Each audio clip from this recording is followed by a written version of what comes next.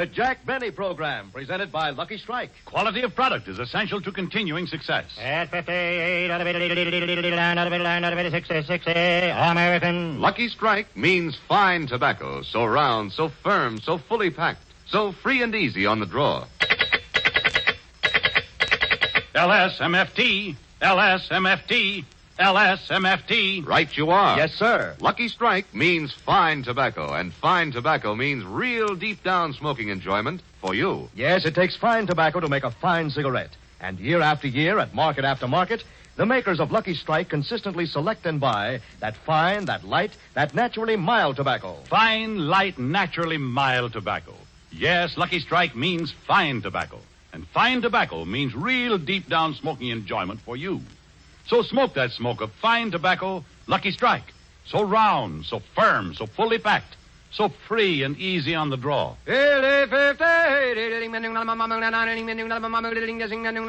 American.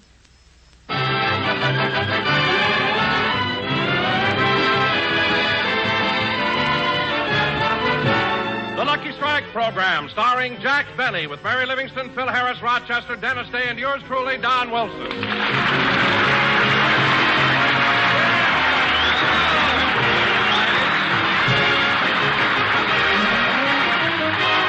Ladies and gentlemen, last Sunday, Jack Benny started his 15th year in radio. All week long, he's been receiving letters and telegrams of congratulation, and his friends in Hollywood have been constantly calling him. So now let's go out to Jack's home in Beverly Hills, where we find him talking on the phone.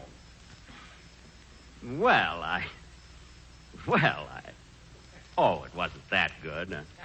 What? Oh, Ingrid. I mean, you're so kind, and coming from you, it's a great compliment. You know, Ingrid, praise is the lifeblood of an actor, so, thanks for the transfusion.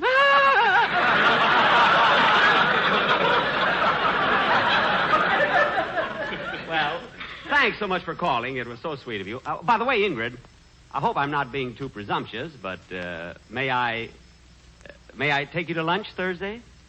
I may? Oh, no, Ingrid, I won't forget. Goodbye. Oh, Rochester. Yes, boss? Mark this down. Lunch Thursday with Ingrid Krausmeyer.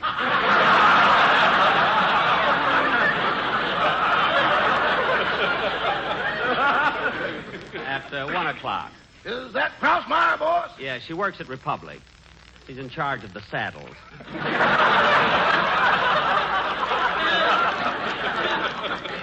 Well, I certainly feel happy getting all these telephones. Oh, there it goes again. Oh, well, that's the price of fame. Hello? Yes, this is Mr. Benny. Well, thank you.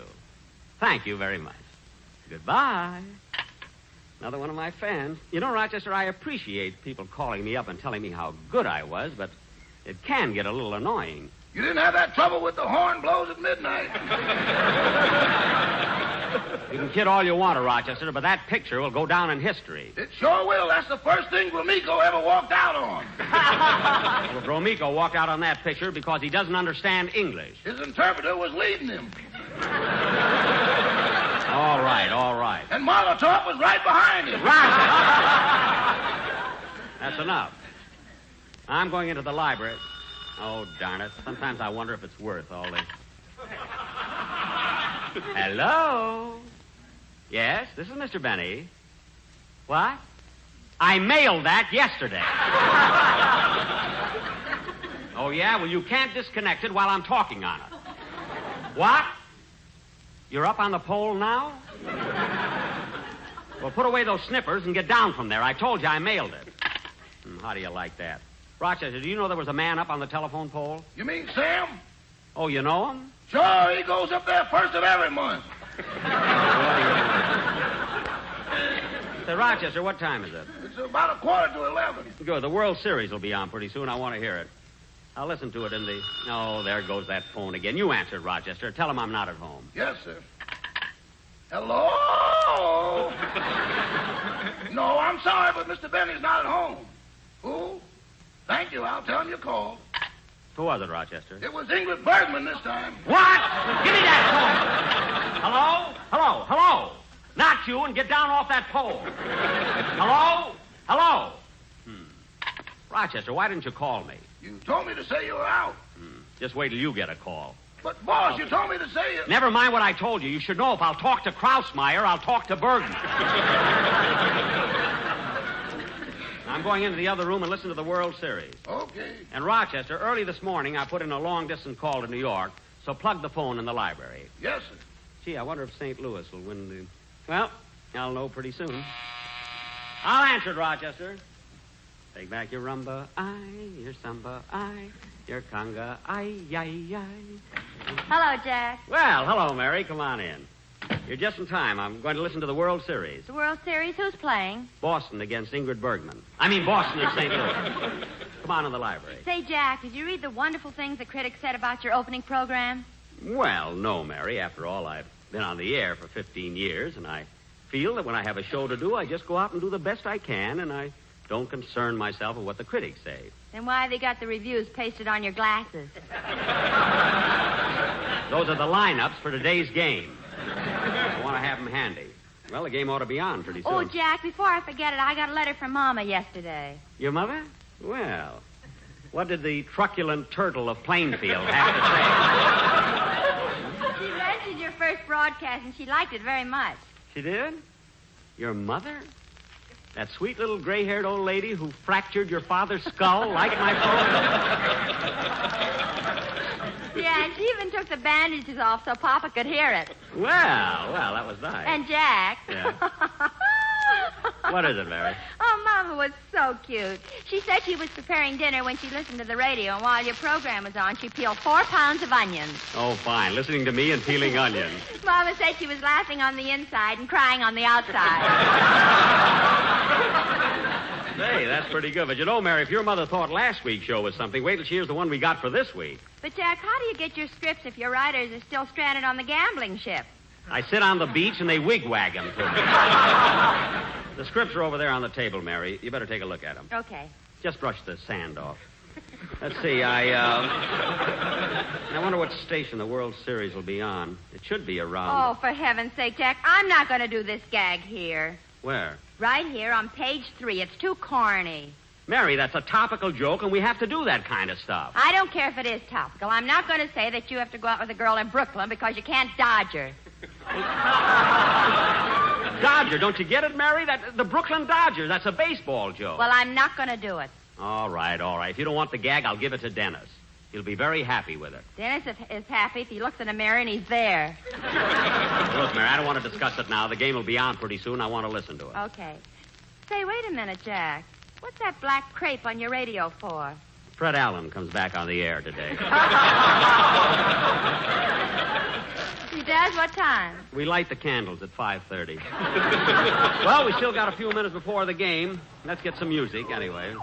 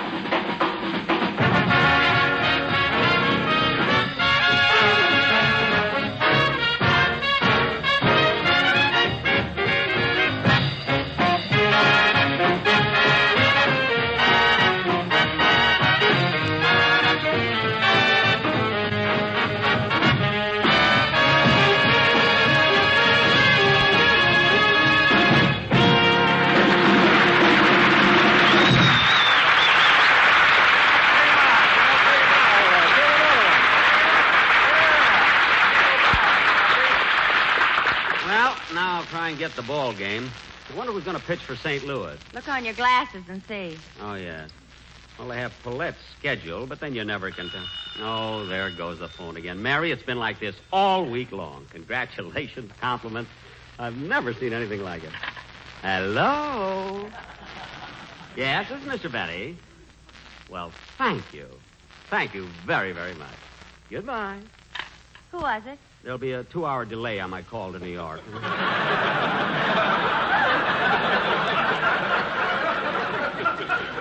Well, don't let it go to your head. They say that to everybody. Yes, but the way she said it, I knew she liked my program. Oh, Rochester, do me a favor, will you, please? Yes, boy. Pick up these scripts and put them in my briefcase. I don't want to forget them when I go to the studio. Yes, sir. I'll put them right next to your Christmas card samples.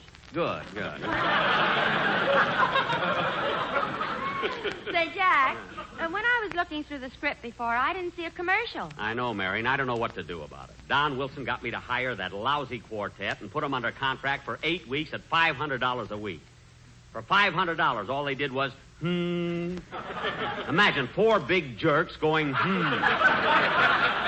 and one bigger jerk paying them. Well, why don't you break their contract? I don't know how. Well, how did Warner Brothers do it to you? They didn't break my contract. They just burned down my dressing room. I'll never forget the look on Jack Warner's face when he found out I wasn't in it at the time.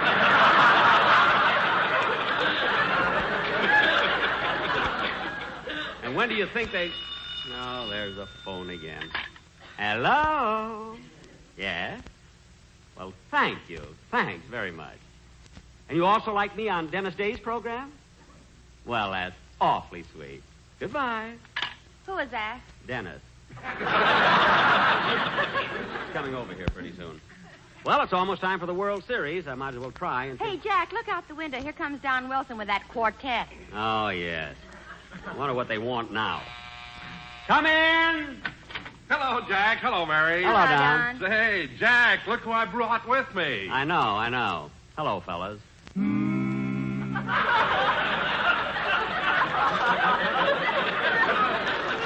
That's what I mean. Don, I'm glad you brought the quartet over. I want to talk to you about them. What's wrong? What's wrong? I'm not going to keep paying $500 a week just to hear them go, during a commercial. Well, Jack, at the end of our show last week, when you kicked me in the stomach, I suspected you weren't quite satisfied. You bet I wasn't satisfied. I'm not going to pay $500 for a quartet for one note. And another... Now, Jack, calm down. I've got it all fixed up now. That's why I brought the boys over. Now, here's the way we're going to do our commercial today. Look, Don, I don't want these Just fellas... listen to this, Jack. Listen to it. Now, I'm sure you'll like it. Yes, Jack, give him a chance. All right. Now, here's the way we'll do it. Get set, boys. Here we go. LSMFT, LSMFT. Lucky Strike means fine tobacco. Yes, Lucky Strike means fine tobacco. LSMFT, la la la la la, hee hee hee. LSMFT, la la la la la. Go round. Don, that's not what I want. Go free and easy on the draw. That's not what I... LSMFT, la la la la la, hee hee hee. Lucky Strikes are that fine, that light, that naturally mild tobacco. Don. So for real deep down smoking enjoyment, it's... LSMFT, la la la la la, hee hee hee. LSMFT, la la la la la, ay ay ay. Wait a minute. LSMFT. Wait a minute. Wait a minute.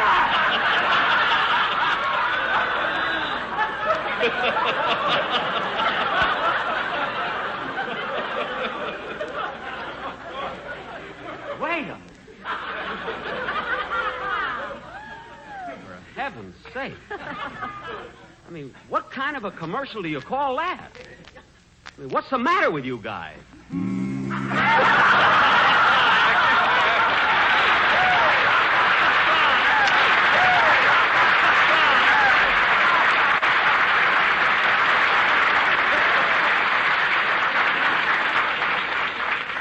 Look, Don, listen to me, will you please? Will you please listen to me? Yes, sir. Just once. Look, Don, can't you understand that isn't what I want? That's corny. $500. Well, I can get a better singers out of Ellis Island. What island? Ellis. Ellis. Now, cut that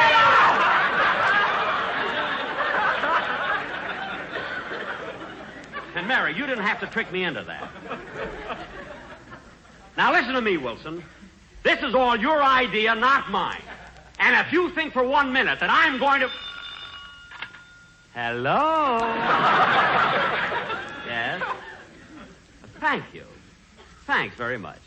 It was so nice of you to tell me. Goodbye. Now, Wilson, if you think for 1 minute that I'm going... Who is that, Jack? It's only an hour delay now. Don, if you think for 1 minute that I'm going to be stuck with this quartet, you're crazy. And to show you I mean what I say, I know how to break their contract. Jack, put down those matches. I can't help it, I'm mad. Oh, boss, if you want to hear the World Series, it'll be on pretty soon. Okay. Thanks, Rochester. The World Series. Jack, do you mind if we stay and listen? I guess not, Don. Now, let's see. I think the game comes over station. Hello? That's the door buzzer. Come in. Oh, hello, Dennis. Hello, everybody. Look, Jack, Dennis brought his father with him.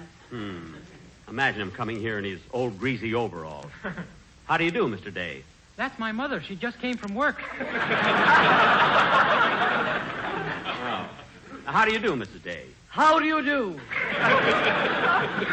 Now, remember, Mother, you promised you wouldn't hit him.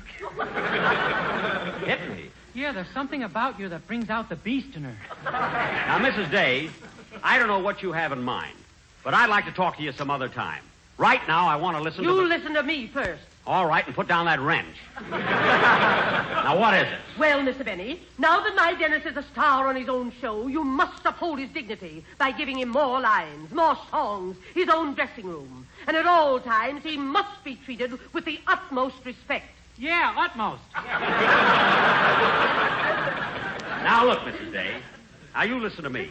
You can run Dennis's life if you want to, but you're not going to run mine. Gee, Mr. Benny, my father wouldn't dare talk to her like that. Your father. What a weakling he must be. Where'd your mother ever get him, anyway? Eastern Columbia, Broadway at night. Gee, they have everything. Now, Mrs. Day, look, I don't want to talk any more about it, and that's settled. All right, if that's the way you feel about it, come on, Dennis, we'll go home. Dennis stays right here. I want to hear the song he's going to do on my program. Very well, but I'm leaving. I'll wait for you outside, Dennis. Goodbye. Gee, she's a character, isn't she? I'll say she is. Now, go ahead, Dennis. I want to hear the song you're going to do. Okay. I have trouble with everybody.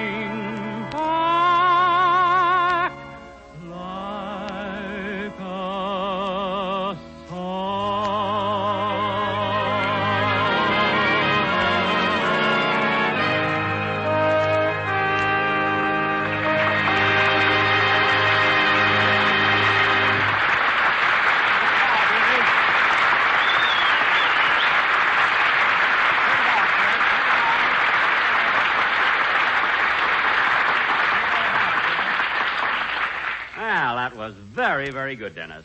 By the way, you just recorded that number, didn't you? Yes, sir. Well, it's swell. Now, we're going to listen to the World Series, kid. You want to stay? No, I better run along. The character is waiting for me. Okay. So long, kid. Come on, Jack. The game must be starting about now. All right. I'll turn it on. Now, let's see. And now a message from our sponsor, the Happy Home Sweet Home Real Estate Company. Friends, do you have a roof over your head, or have you been roughing it in the La Brea tar pit? Don't pay the exorbitant prices for houses that are being asked today by our competitors. Don't go out blindly and be hooked by just anyone. Come to us. Remember, we are your friends. Jack. Wait a minute. I want to hear this. Listen to this week's special offer. For only $67,000, you can get a beautiful California Monterey-style Quonset hut. Gee, they've gone down. Jack, get the ball game. Okay. In a quaint caravan, there's a lady they call She can look in the future and drive away all your fear. Everything. No, John, don't leave me. I beg you. I implore you. Please, John, I love you. I love you. Hey, this sounds interesting. John, if you no longer care for me, think of the children. Think of William, Linda, Milton, Jeanette, Percy, Ellen, Hilda, Stephen, Ken, Peggy, Harriet, Margaret, Richard, Dorothy, and little 4-year-old Herbert, our eldest.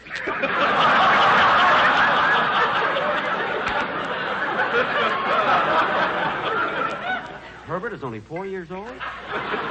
Jack, the ball game. Oh, I thought she was giving the lineup. She looked at my hand and told me my lover was always true. Why can't I get it? Think of it, ladies and gentlemen. A California Monterey-style Quonset hut for only... I wish I knew what station that ball game is on. I don't know why I can't. No, John, don't leave me. All day long I do the housework. Not to mention the mending for William, Linda, Milton, Jeanette, Percy, Ellen, Hilda, She Stephen. thinks I'm going to wait for Herbert. She's crazy. I must find the ball game. But I'll go there again, 'cause I want to believe that you see the way she shakes her tambourine. Oh, what's the matter? I can't seem to get it. Hiya, Jackson. Hello, everybody. Hey, hello, Phil. Phil, sit down a minute, will you? I'm trying to get the ball game. Hey, Phil, you haven't forgotten about our bet, have you? Of course not. How much did you bet, Jack? Well, it wasn't money. You see, Phil has St. Louis, I have Boston, and the winner gets to kiss Betty Grable. What about the loser? He holds Harry James.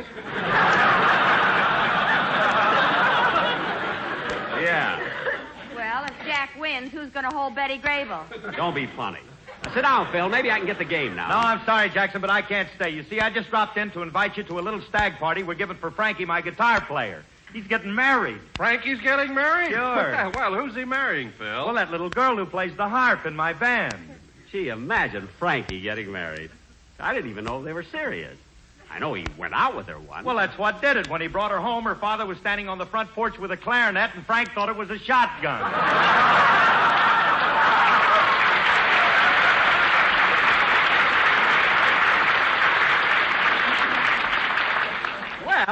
Well, that's a logical mistake. Don't rush off, Phil. Sit down and listen to the game. Sorry, Jackson, I got to run along. I'll see you at the party. Okay, but I'll get there a little late. I'm on Charlie McCarthy's program today. Okay, so long, everybody. Goodbye, Phil. So long, Phil. Give my regards to Alice. Alice, MST.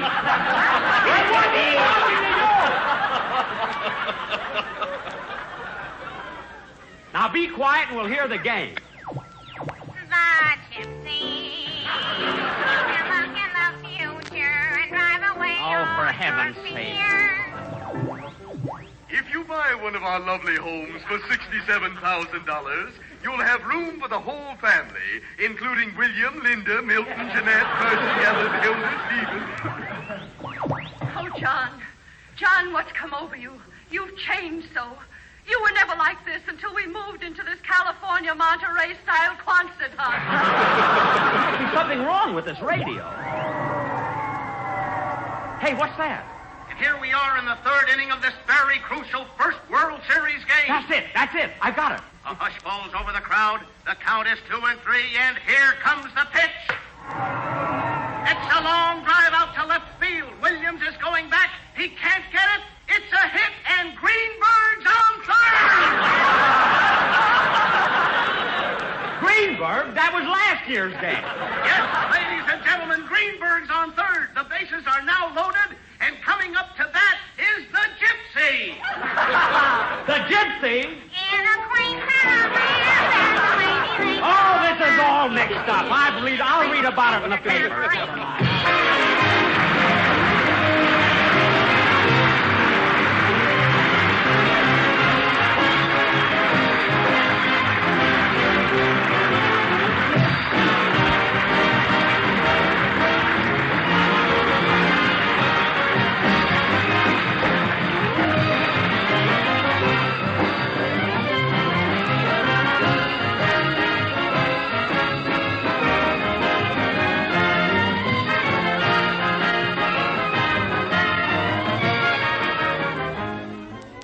Ladies and gentlemen, I'd like to say a few words about the USO fundraising drive for 1947. The war is not yet over for 200,000 veterans still in our hospitals, to say nothing of the men sweating out their discharges, the troops overseas, the teenage soldiers away from home for the first time. The USO has served them well, and it has been a big responsibility, and it will be ahead for next year. Let's continue to support our veterans by giving generously to the USO through your community chest or your local USO campaign. Thank you.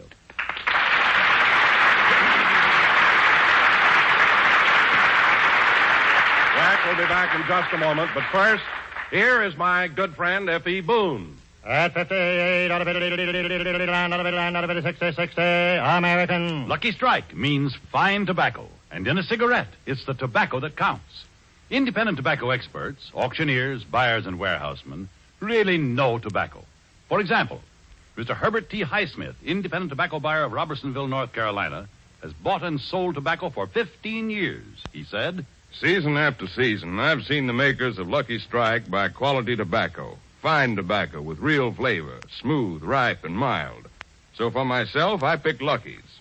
I've smoked them for 15 years. Quote, season after season, I've seen the makers of Lucky Strike buy quality tobacco. Unquote.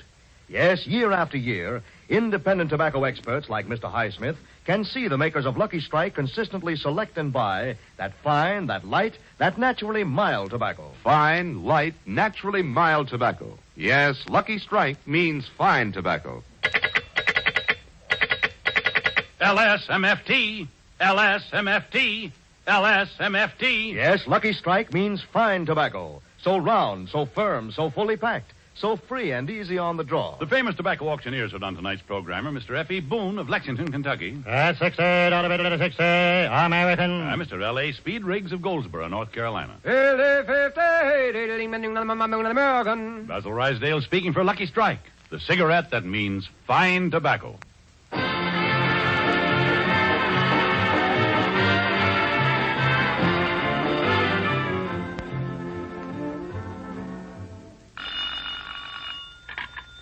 Hello? Oh, my New York call? Yes, I'm ready. Hello? Hello? Yes, this is Jack Benny. Well, what about my offer? No, I can't do it. I can't do it. $50 is all I... All right, $60. Okay, it's a deal. Goodbye. Jack, who is that? I just bought the Brooklyn Dodgers.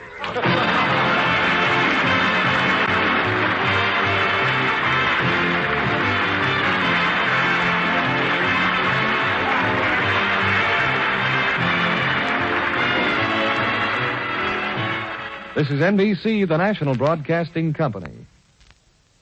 National Broadcasting Company. National Broadcasting Company. National Broadcasting Company. The Jack Benny Program. Quality of product is essential to continuing success.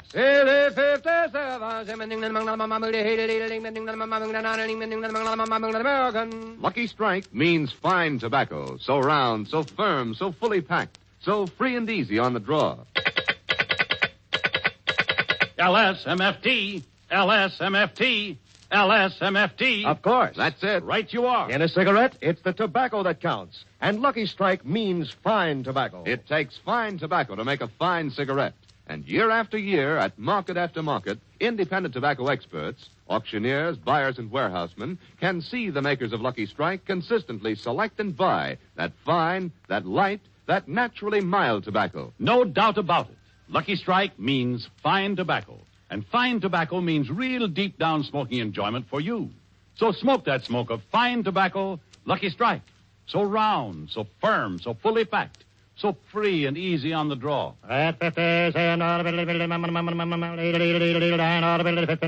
American.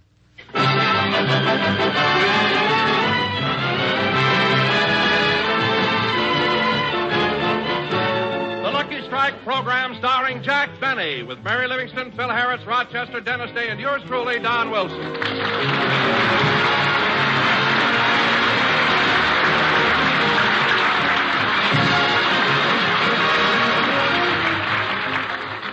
Ladies and gentlemen, once again it's Sunday, and it's such a beautiful day that Jack and Mary are walking to the studio.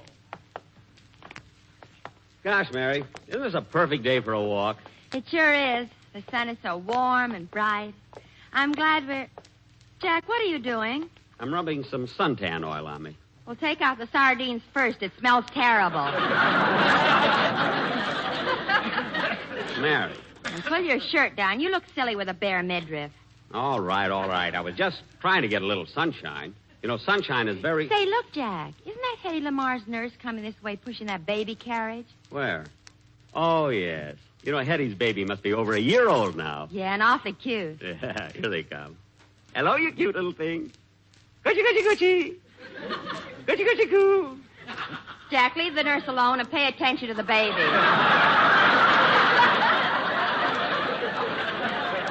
Huh? Oh, yeah, my glasses are so thick. Say, nurse, this is Hetty Lamar's baby, isn't it? Oui, monsieur. C'est un bébé tellement bien élevé. Je n'ai pas eu la mère de la bébé depuis des années. Comment va-t-elle? Oh, elle va très bien, merci. Elle me parle souvent de vous. Excusez-moi, je voudrais un poitin de pommes frites. Quoi? Mary, what did I say? You asked her for an order of French fried potatoes.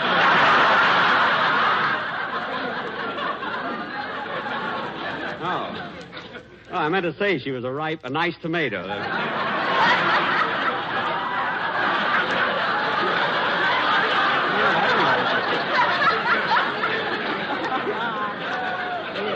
Oh, Jack. What? That baby is so cute. Yeah.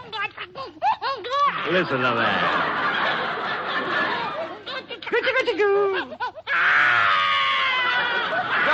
Don't cry. Does the itty-bitty baby want a great big man to play with you? All right. Now, here's a little game that all babies like. Now, pay attention, baby. This little piggy went to market. This little piggy stayed home. This little piggy had roast beef. And this little piggy had none.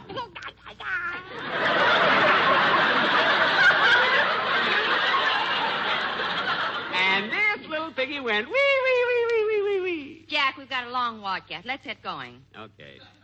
Wait till I put my shoe on.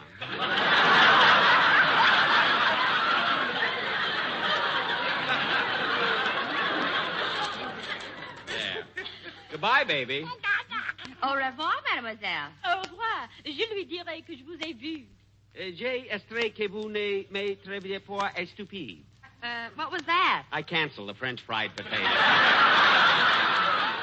Come on, Mary.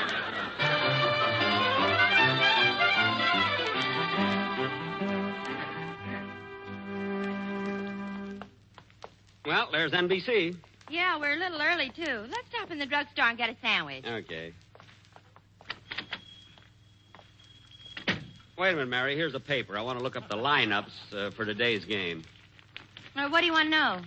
I want to find out who is going to pitch for St. Louis and whom is going to pitch for Boston.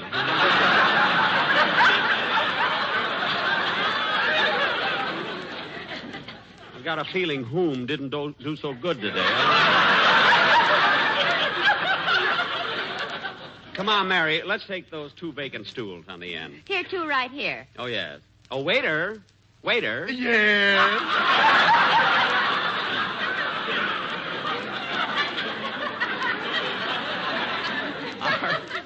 Are these 2 stools available? No, they're reserved for Caesar and Cleopatra.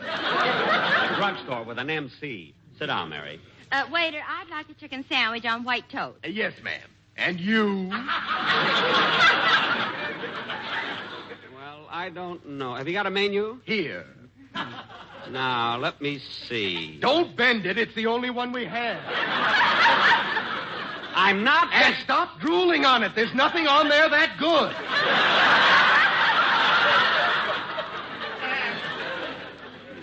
Every time I come in here, it's the same thing. Jack, it's your own fault. You antagonize him. I do not. You do, too.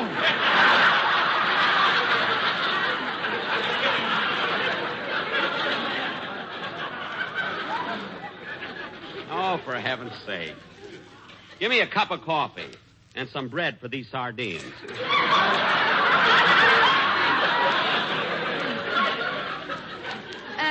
Hurry my sandwich, will you, waiter? Yes, ma'am. And would you please put some lettuce on it? Yes, ma'am. 1 chicken sandwich with lettuce. You want the chicken in the middle with the lettuce on top, or the lettuce in the middle with the chicken on top?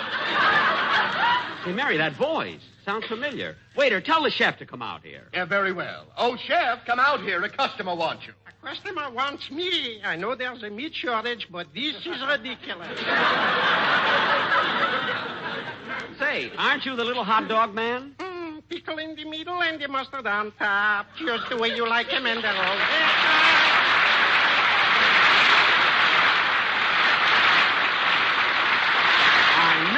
I knew it. Say, don't you remember me? I bought hot dogs from you last year. Oh, sure. Sure, I recognize the mustard on your lapel.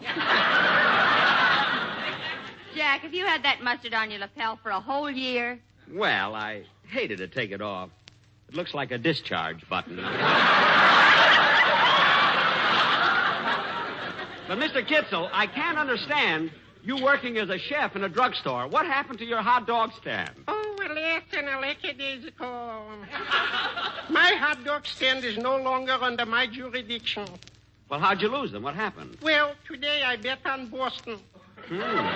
Game must be over. Well, that's a shame. Why didn't you bet on St. Louis? And go against my hometown? Oh, you're from Boston? Well, where do you think I got the accent?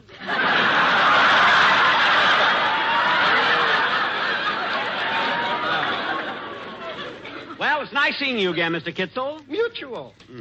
Well, let's go, Mary. Mary, I want to get in a little early because I asked Edgar Bergen to meet me in the studio. I have a little business I want to talk to him about. Okay. Oh, waiter, I'll take the check. Here you are. That'll be $18.65.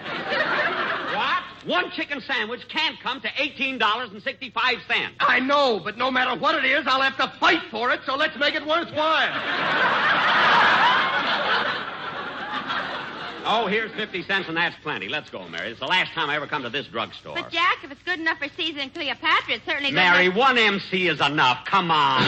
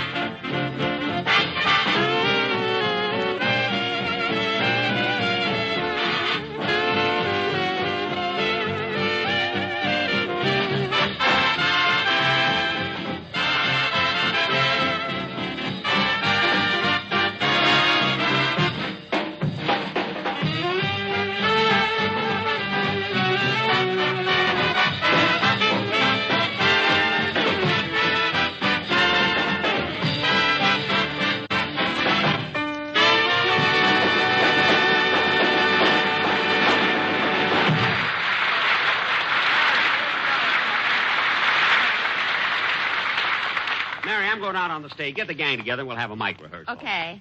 And tell Don... Hey, chum. Me? Yeah, when did you get out of the Army? What? Jack, wipe that mustard off your lapel. I'll have it clean. See you later, Mary. Take back your samba, your rumba, your rumba. Hello, boss. Oh, hello, Rochester. What are you doing here? I gave you the day off. I know, boss, but I've got a date with my new girlfriend, and I thought maybe you'd let me use your car. Well, you got a new girl, huh? Well, of course, Rochester. Of course you can have my car to take her out. Gee, thanks, boss. And can I borrow that fancy gadget you use when you take your girl for a ride? Gadget? Yeah, that thing that makes you run out of gas when you reach Mulholland Drive.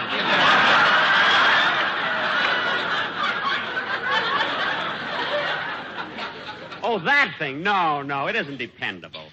Twice it stopped when I was driving Mary's mother to the station. But Rochester, tell me more about this new girl of yours, huh? She's wonderful, boss. Just wonderful.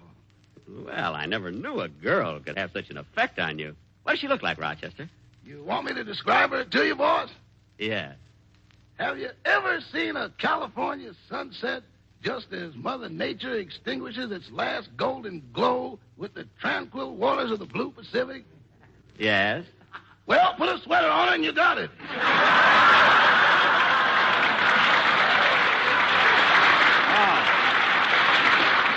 Oh, I see.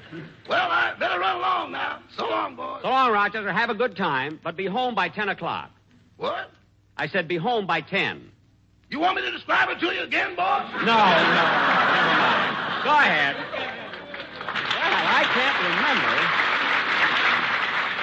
I can't remember Rochester being so crazy. Jack, everybody's here now. Oh, good. Oh, Phil. Just a minute, Jackson. My boys are limbering up. Well, they don't have to do it now. Pick up those dice and listen to me. Okay. Hey, fellas, put away the dice, take the money off the bass drum, and give Frankie his clothes back. Now, Phil, when you do... It's your own fault, Frankie. You shouldn't play if you can't afford to lose. You don't catch me gambling, unless it's a sure thing. Sure thing. You wouldn't bet on Life Boy against B.O. Plenty. Oh, what a gag. Oh, Libby, what are you waiting for? Join the throng. Get your own show, kid.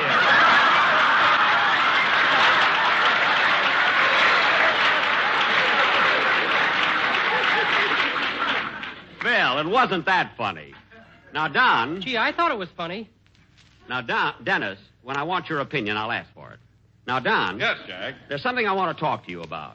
I thought it was most amusing. Dennis, quiet. Now, Don... Yes, Jack? When you start to do your commercial... I thought it was not only humorous, but sophisticated. Dennis, I said when I want your opinion, I'll ask for it. Now, Don... He's mad because I'm alluring. Dennis, that's silly. A man saying he's alluring. What's wrong with that, Jackson? The doctor said I was alluring to strawberries. That's allergic!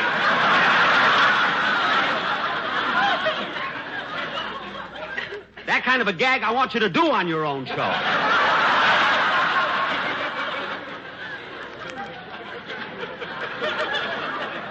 Now, let's forget it.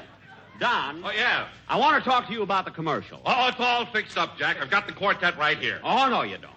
Now, listen, Don. I've made up my mind we're not going to have commercials with that quartet anymore, and that's settled. But, Jack, I worked all week on it, and the one for today is sensational. You told me the same thing last week, and look what they did. LSMFT, la la la la, hee hee hee. A fine commercial. You poor guys probably thought that was good. That does it. Now, look, Don, I'm not going to keep paying $500 a week for this lousy quartet. Now, get them out of here. But, Jack, we worked so hard all week. This one is really high class. Please listen to it. I don't want to hear it. Oh, Jack, give him another chance. Oh, all right. But this is the last time. All right, boys, get ready and give it all you got. Here we go. LSMFT, LSMFT. Lucky Strike means fine tobacco. Yes, Lucky Strike means fine tobacco. So round, so firm, so fully packed, so free and easy on the draw. LSMFT. Pop, pop, pop, pop. LSMFT. Pop, pop, pop, pop. LMNOP. Pop, pop, pop, pop. Oh, Robert E. Lee. Robert E. Lee. MNOPQ. Oh, Lee, Lee. QRSQ. Don. Don, that's not what I want. Believe me. MFT, la la la la la. That's a smoke of smokes for me. La la.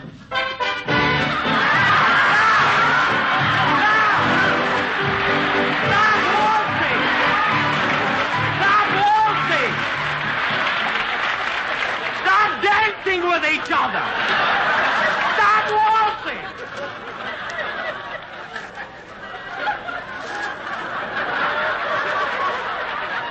Don. Don. Don. Don, that's... Don, that's the last straw. Are you guys crazy? Oh. Go ahead and sing.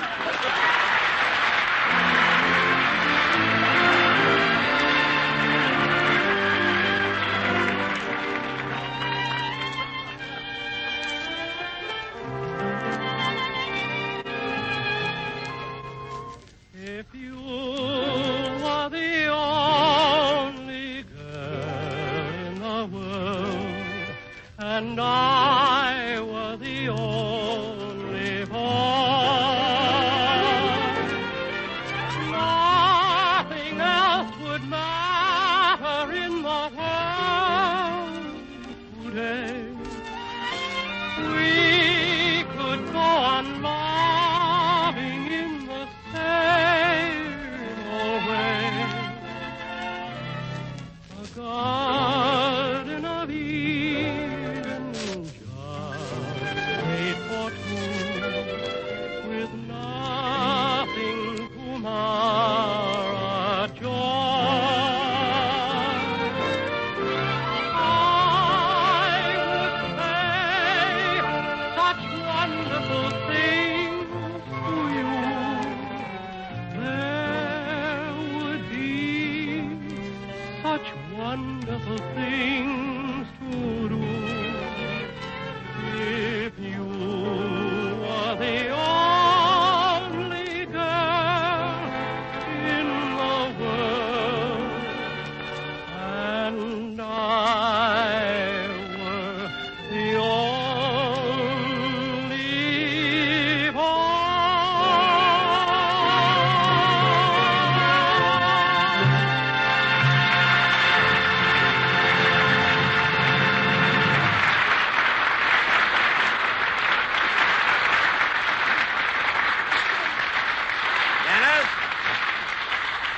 Dennis, that was a very good song, and you sang it well. When I want your opinion, I'll ask for it.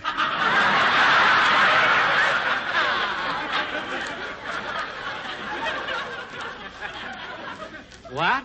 I guess that'll hold me. I hope so.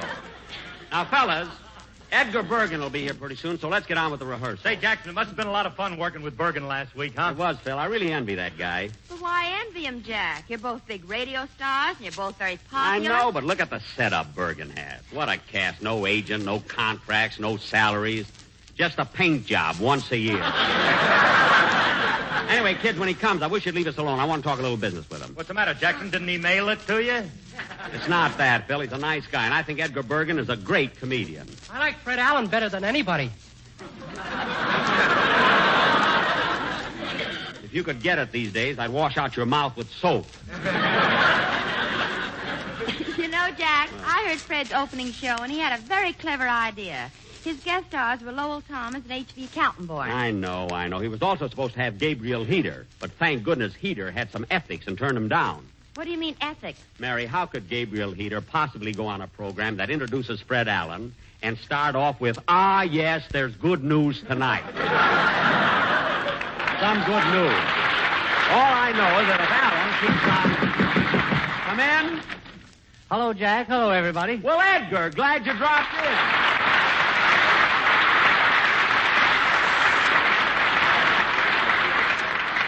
By the way, Jack, I brought Charlie along. I hope you don't mind. Of course not. I'm always glad to see the root of all evil. Let's get out of here, Bergen. The guy's corny. No. Please. Look at him, kids. Isn't he cute? Yeah, look at that little dimpled chin. And that turned-up nose. Little ears. Yeah. Just look me over, folks. Don't finger the merchandise. Charlie, that's no way to talk to these folks. They're very important people. What do you mean, important people? I don't even know who they are. Oh, I'm sorry, Charlie. I'm sorry. This is my cast. I'll introduce you to them. Yeah, do. Please, do. Now, there's Don Wilson, my announcer. Where? Right over there. Wow. Hand me my harpoon. There's a whale off the starboard bow. No, Charlie, now, you must show more respect. After all, Mr. Wilson is highly regarded in radio circles. Well, I'm curious, Bergen. Is that his stomach, or is he taking home the family wash? No. Hey, that was a good one. Yeah. Jack, I wish you wouldn't encourage him. Oh, I'm sorry, Edgar. I'm sorry. Now, Charlie, this is my orchestra leader, Phil Harris. Not the Phil Harris. That's right, the one and only. Oh, gosh, Mr. Harris, I've always wanted to meet you. You have? Yeah. Take up for me, will ya? Not now, Phil. You'll peel the paint off his face. You know, Charlie, Mr. Harris is not only a musician, he's also a singer. Yes, I recall, yes. Ham hocks and turnip greens, you know me in New Orleans. That's what I got myself, yeah. That must make Bing Crosby feel awfully insecure. It must worry the South, too, a little, huh? Yeah. Hey, look, you lay off of me, Bub, or I'll rub you and Mortimer Snurd together and start a fire. Yeah. Phil, don't be rude. And now, Charlie, I'd like you to meet someone I know you'll like very much. The singer of our show, Dennis Day. Oh, hello, Dennis. Hello, McCarthy. Are you Irish? Oh, sure, and that I am. It's a pleasure to meet a man in whose veins flows the water of the Lake of Killarney.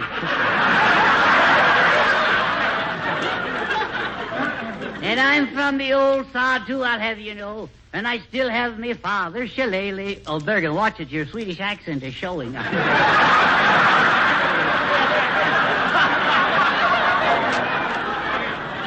practically doing Now, Charlie, I've saved this next introduction for the last. I know you're interested in the ladies, so I'd like to present Mary Livingston. Hello, Charlie. Well. Hubba, and bubbaloo. The rest of you peasants can leave now. I'm about to begin Operation McCarthy. Oh, Charlie, you're the cutest thing I ever saw. Oh, Mary. What a beautiful name. Just perfect for such a beautiful girl. Oh, Charlie. You know, Mary, it isn't often one sees a girl as gorgeous as you are.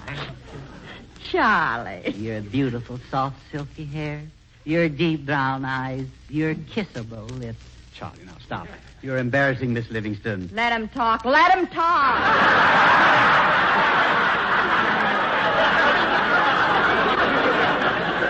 Yeah, Edgar, let him talk. I'm liable to learn something. Oh, Mary? Yes, Charlie. Come here, Mary. Come here. Let me put my arm around you. That's it. Give me your handkerchief, Bergen. My monocle's steamed up again. Come here, Charlie. I'm going to give you a great big kiss. I'll be right there, baby. Charlie, now behave yourself. Let Louis loose, Bergen. After all, I'm not made of wood, you know. All right. Gee, I always thought that he was. Now, say, Jack, I've got to get back to my rehearsal. What was it you wanted to see me about? Well, Edgar, it's a business matter. I thought we'd talk about it in private. Yeah. Now, look, kid. All right, Jackson, we can take a hint. Yeah, let's all go out and get a cup of coffee. Well, Jack, what is it you want to talk about now? You know, Edgar, I've always admired you. I watched your start in radio. I watched you climb and become bigger and bigger and bigger. And each year, I was happy because of your success. Careful, Bergen. The last guy who started out like that sold you the bikini galloon. Galloon? All right, so Bergen ain't paying attention. Now, look, Edgar. You're at the pinnacle of your career, one of the greatest stars in radio. But I have something that will make you even greater, and I'm not going to be selfish enough to keep it from you. Well, my goodness, what are you going to give me, Jack? My new quartet. A quartet? Yes, and for only $1,000 a week. What? $750. No, Jack, it's not the price. I'm just, I'm sure they're worth $1,000, but wait a minute. You're not talking about the quartet you hired for your commercials, are you? Oh, you've heard them? Yeah. $300. No, Jack. Oh, I'm really not interested at all. But, Edgar, how can you pass up such an opportunity as this? Just think of it. $300 for the best quartet in Los Angeles. Virgin wouldn't pay $300 for Los Angeles. I wouldn't sell it to him. Now, listen, Edgar, before you say no, definitely, you got to hear these boys once more. I want to show you what they can do with a commercial. Hey, Don, bring your boys in here a minute. Okay, come on in, fellas. Wait till you hear this, Edgar. Well, what is it you want, Jack? I want Edgar to hear what these boys can do with a commercial. Why, certainly. Just listen to this. Take it, boys. Oh, Chafin Sanborn. Bergen, let's get out of here. $250. No, Jack, no. Bergen, take me out of here. $200. No, Jack, no. $150. Come on, Bergen, let's go. I'm sorry, Jack, I'm sorry. All right, $100. All right, so long, so long.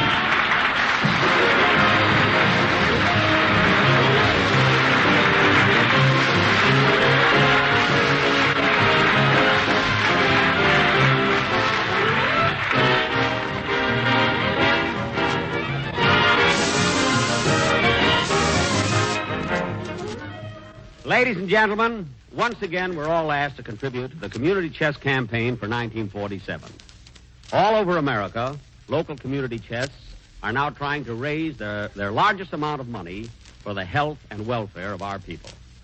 By giving generously to your local community chest, you can be sure you're supporting the friendly, neighborly service which helps your community day after day and month after month.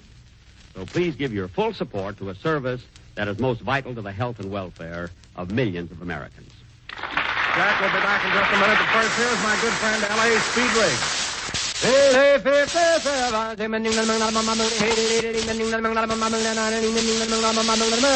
It takes fine tobacco to make a fine cigarette. And Lucky Strike means fine tobacco. Yes, Lucky Strike means fine tobacco.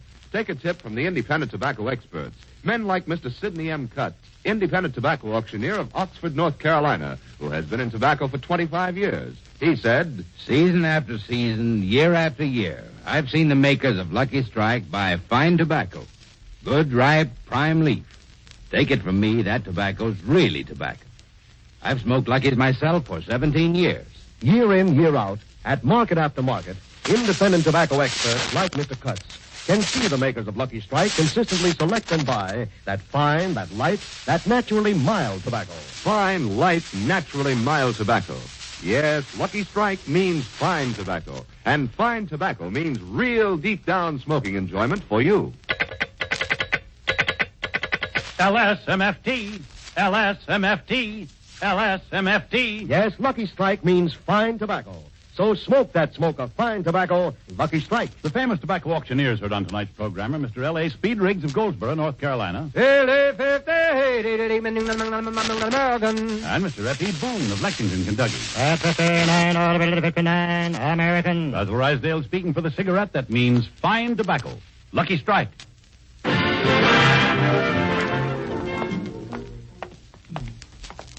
You know, Mary, I'm glad we walked to the studio because this time of evening it's nice walking home. Yes. You know, Mary, radio's a funny business. Sometimes you have a good joke on the end of the show and you run short of time, so then they cut you off the air. You mean like it happened to us on our opening show? Yeah. And now tonight, when we've got all the time in the world, we've got nothing funny to say. Well, that's life for you. Well, I guess there's nothing to do but walk.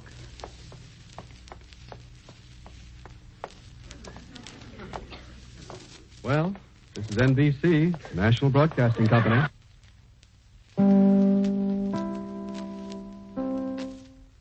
KFI Los Angeles, Earls the Anthony Incorporated. Los Angeles, Earls the Anthony Incorporated. Los Angeles, Earls the Anthony Incorporated. Los Angeles, Earls the Anthony Incorporated. The Jack Benny Program, presented by Lucky Strike. American. Quality of product is essential to continuing success. And Lucky Strike means fine tobacco. LSMFT, LSMFT, LSMFT. Of course. You said it. Lucky Strike means fine tobacco. So round, so firm, so fully packed, so free and easy on the draw. In a cigarette, it's the tobacco that counts, for it takes fine tobacco to make a fine cigarette. And year after year, at auction after auction, the makers of Lucky Strike consistently select and buy that fine, that light, that naturally mild tobacco. Fine, light, naturally mild tobacco. Yes, Lucky Strike means fine tobacco. And fine tobacco means real deep down smoking enjoyment for you. So smoke that smoke of fine tobacco, Lucky Strike. So round, so firm, so fully packed. So free and easy on the draw. The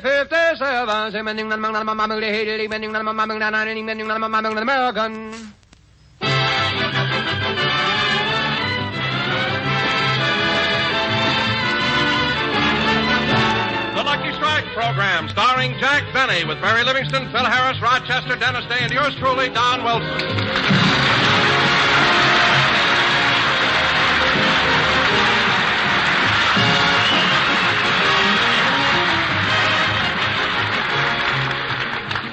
Ladies and gentlemen, as you all know, a few days ago, President Truman took the controls off meat, which, of course, included ham. And here he is, Jack Benny.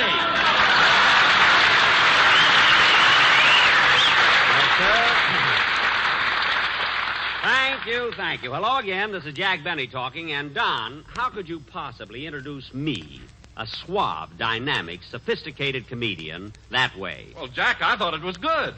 Good. Think, Donzie, think. I mean, a little of you must be brain. You can't be all blubber. Concentrate. Jack, I saw nothing wrong with the way Don introduced you. I thought it was timely. I know, but it was so Fred Allenish. I mean, he always starts out on a topical thing and then beats it to death. I'll show you what I mean. Go ahead, Mary. You be Portland. Oh, Jack. No, Mary. Go ahead. I'll show you what I mean. Okay. Oh, Mr. Allen.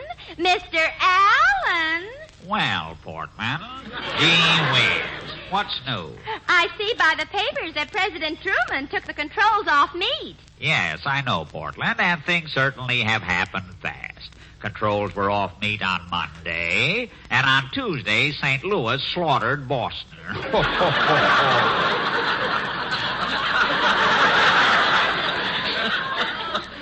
Papa says he hasn't seen so much meat be controlled since Mama split her girdle. You stopped after the wrong word. You know. That's what I mean, Mary. And I don't want to catch anybody doing jokes like that on this program. You're right, Jackson. The meat shortage is a serious thing. You're not kidding. Yeah, if people can't get meat, they'll take all of the grain and then start making foolish things like bread, and then there'll be a liquor shortage. Liquor? Yeah, that's the stuff that keeps you pickled in the middle with the ice bag on top. Oh, Harris, they ought to put a hole in your head so people can see what's going on in there. You've got a hole in your head. Just pull the cork out. And cut out that silly stuff. Oh, leave him alone, Jack. I think he's cute. Well, I don't. I do. Well, Dennis, where did you come from? That's what I asked my mother, but she said my father will explain it to me.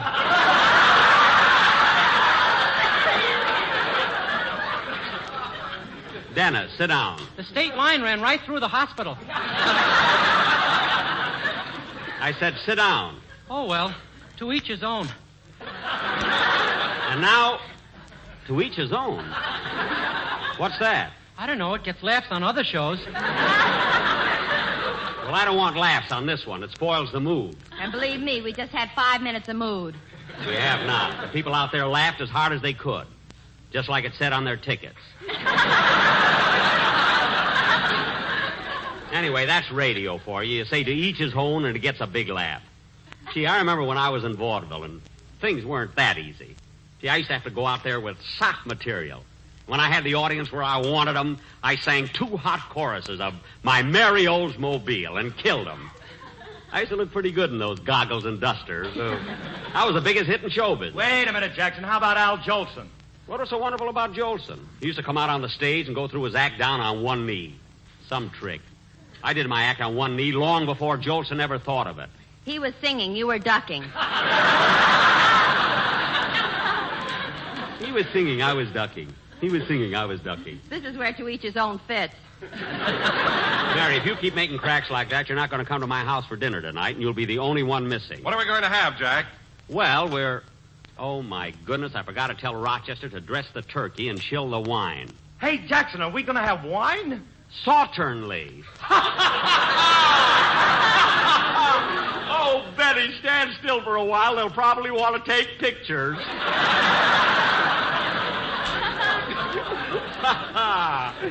Oh, that was a good one. In my Mary Oldsmobile. What a car with my sweetheart. Mary! I told you if you... Oh, yes, I was going to call Rochester.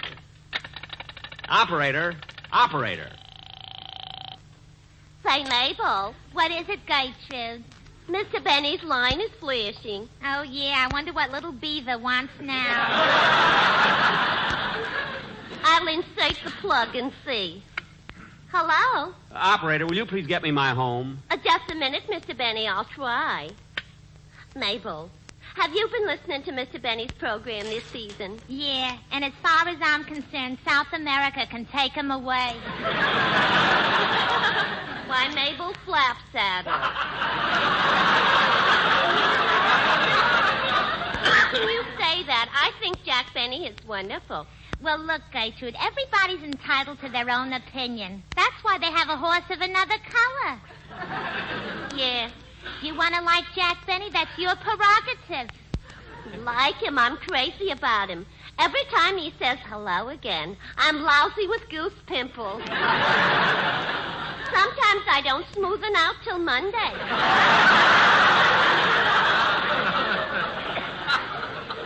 Well, he just happens to affect you that way. Me, he doesn't send. Oh, Mabel. Mabel, you're just jealous because Mr. Benny went out with...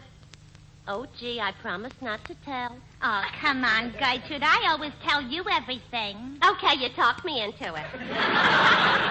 This summer I went out with Mr. Benny, and he made such love to me I almost fainted. Why, Gertrude, gear shift. No, honest, Mabel, it's the truth. He told me I had hair like spun silk, eyes like limpid pools, a complexion like rose petals, and ears like little seashells. Gee, what did he say about your teeth? Nothing. I would forget them on a night like that. I don't know, but every time you always... Operator. I'm sorry, but the phone at your house is busy. Oh, well, try it again later, will you? Come on, Dennis, let's have your song.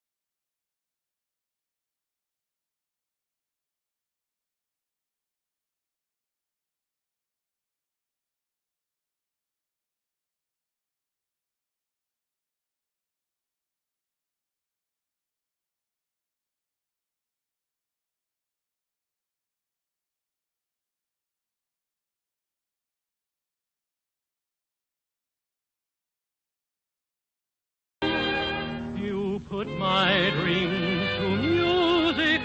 I learned how song could start. I gave the world the music, but I gave you my heart. The whole world is singing my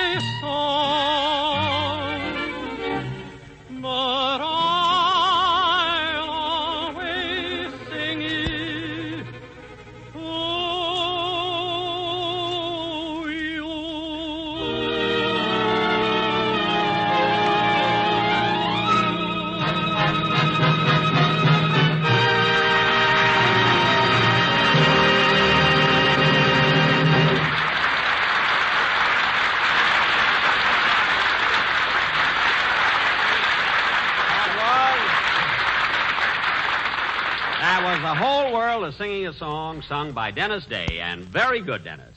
And now, ladies and gentlemen... Very good, Dennis. Very good, Dennis. You always say the same thing. Why don't you tell me I'm terrible sometimes? All right. All right, you were terrible. You're just mad because I sing good every week. Oh, be quiet, will you? What do you want? And now, ladies and gentlemen... we really have a surprise for you. For our feature attraction tonight, we're going to do our version of that thrilling, spine-tingling mystery series, The Whistler.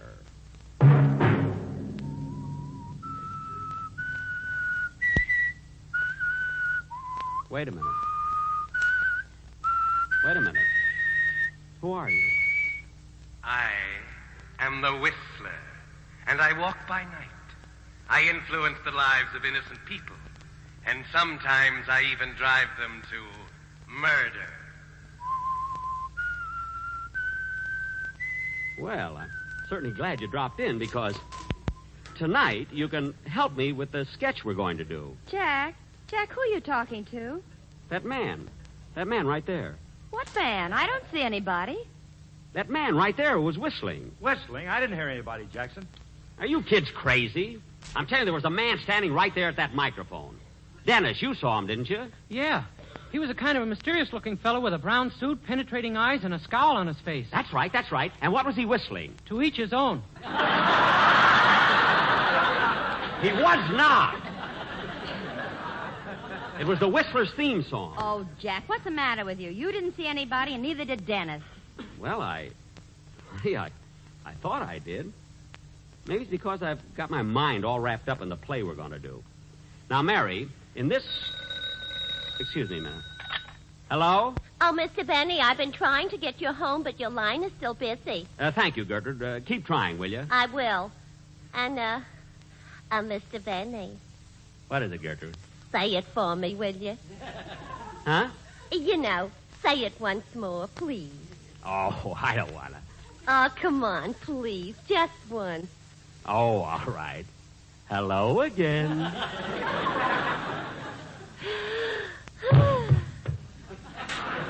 Darn it, she fainted again. Oh, Gertrude.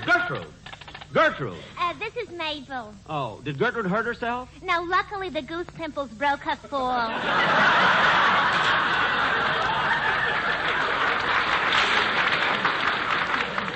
Good.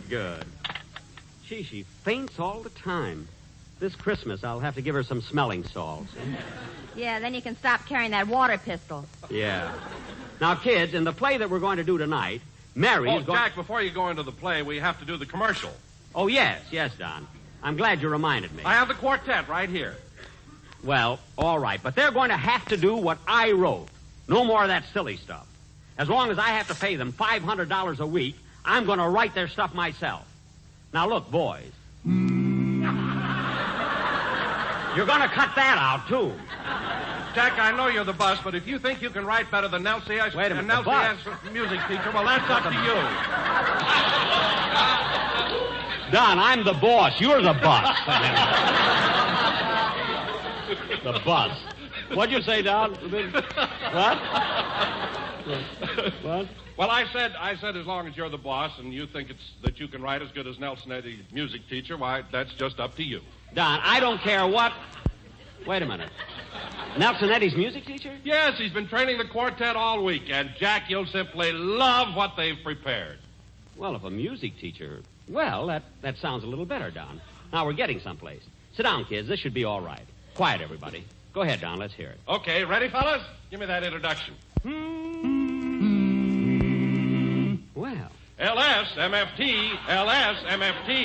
Lucky Strike means fine tobacco. Yes, Lucky Strike means fine tobacco. So round, so firm, so fully packed, so free and easy on the draw.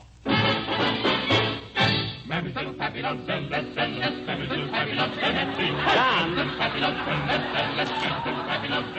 Wait a minute. Light up an L. An L? Light up an S. Don, I'm the boss. Oh. Hi.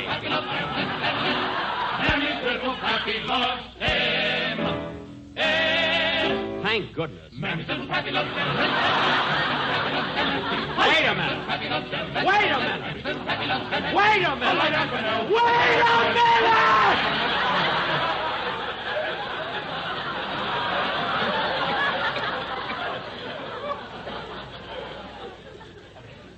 Don.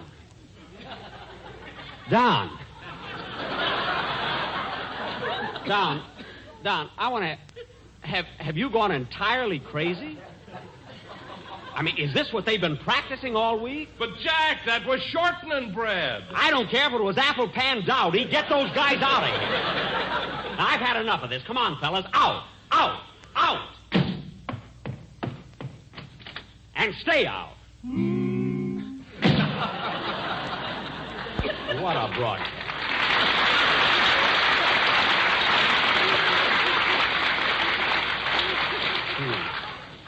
What a program. All I have is trouble, trouble, trouble. I'll bet it'll be just as bad on the repeat show, too. Oh, quiet. Now, come on, kids. Let's get on with the play. Take it, boys. Ladies and gentlemen, we now offer our version of that blood-curdling, thrilling murder mystery, The Whistler.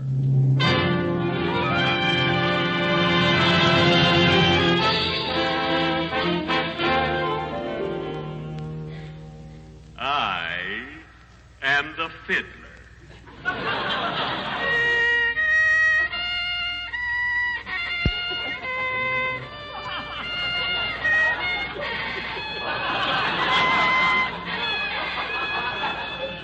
Yes, I am the fiddler. I play by night. They won't let me play in the daytime.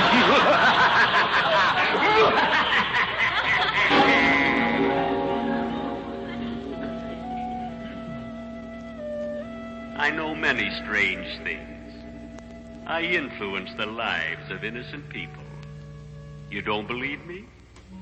Let me take you to the home of Mr. and Mrs. Park, Gwendolyn and Griffith. As we look in on them, it is morning and they are having breakfast. They are happy, but not for long. For I am the fiddler.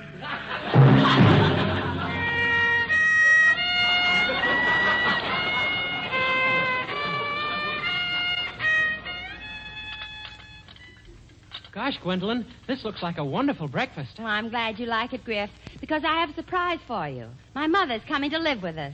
Oh, bully, that's wonderful. See, they're happy. But I'll change that. Gwendolyn, when is your dear, darling mother coming? Tomorrow. I'm glad you told me in time. Now I can buy her a present. I wonder what I should give her. Why don't you give her a kick in the teeth? No, Gwendolyn, your father gave her that last year.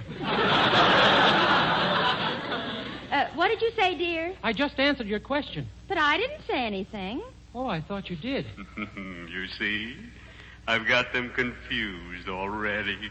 Well, I better finish my breakfast. Yes, here's a great big bowl of cereal. Wait, I'll pour the cream on it for you.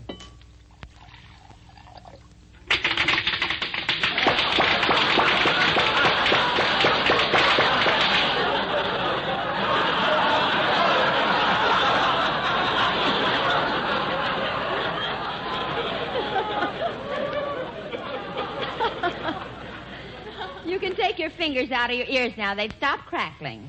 Now eat your cereal. Okay. Gee, that was a stubborn little one, wasn't it?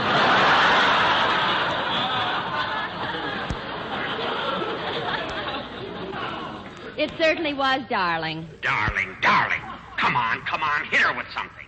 I've got other homes to break up.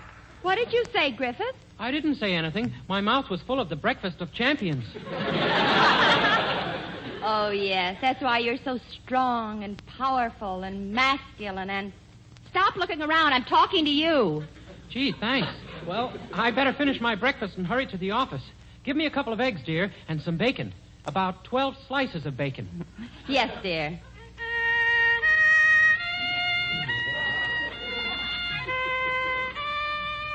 Yes, I am the fiddler. I know many strange things. I even know where they got the bacon.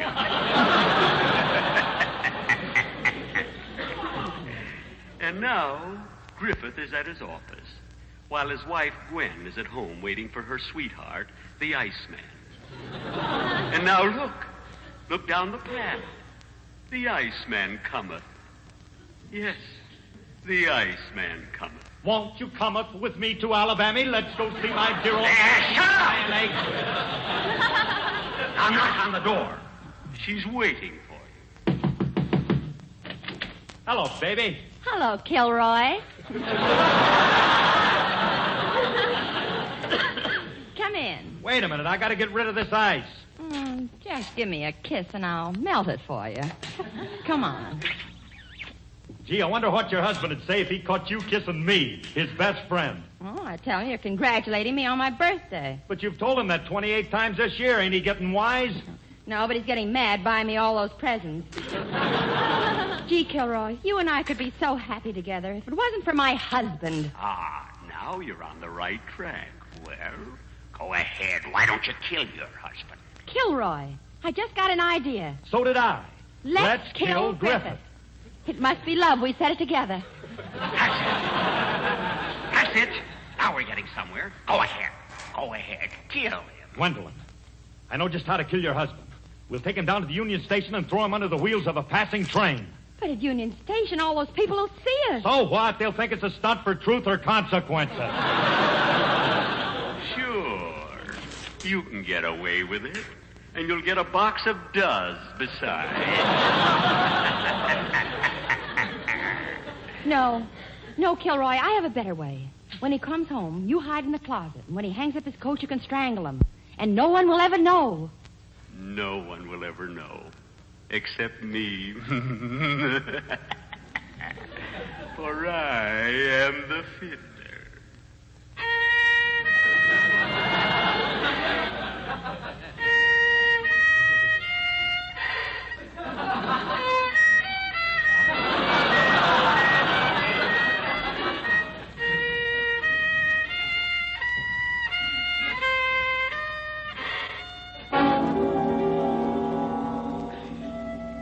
Now it's evening. The office is closed. And Griffith, the unsuspecting husband, is walking home without a care on his mind. Gee, it'll be nice to get home to my loving wife, Gwendolyn. I feel sorry for her. She's alone all day. Are you sure she's alone? Yeah, of course. About twice a week, our best friend Kilroy drops in, but that's only on her birthday. Her birthday? Yeah, I'm three presents behind this month already. What's the matter with me? I'm acting silly, talking to myself. Lots of men talk to themselves when their wives are in love with another man. And Kilroy was there. Oh, she can't be in love with Kilroy. After all, when we were married, he was our best man. Yes, and after the ceremony, your wife kissed him, remember? But all brides kiss the best man after the wedding. For 3.5 hours? It was either that or take him on the honeymoon. Gee, what's wrong with me? The way I keep talking to myself. Anyway, I know that my wife doesn't see Kilroy anymore. Oh, she doesn't, eh? Hurry home. You'll find them together. All right, I'll go home and see for myself. Gee, I better be prepared. Happy birthday to you. Happy birthday to you. You see what I mean? Here are 3 innocent people, and I have planted the seeds of suspicion and hate, which will soon grow into murder. Ain't I a stinker? Oh, well, to each his own.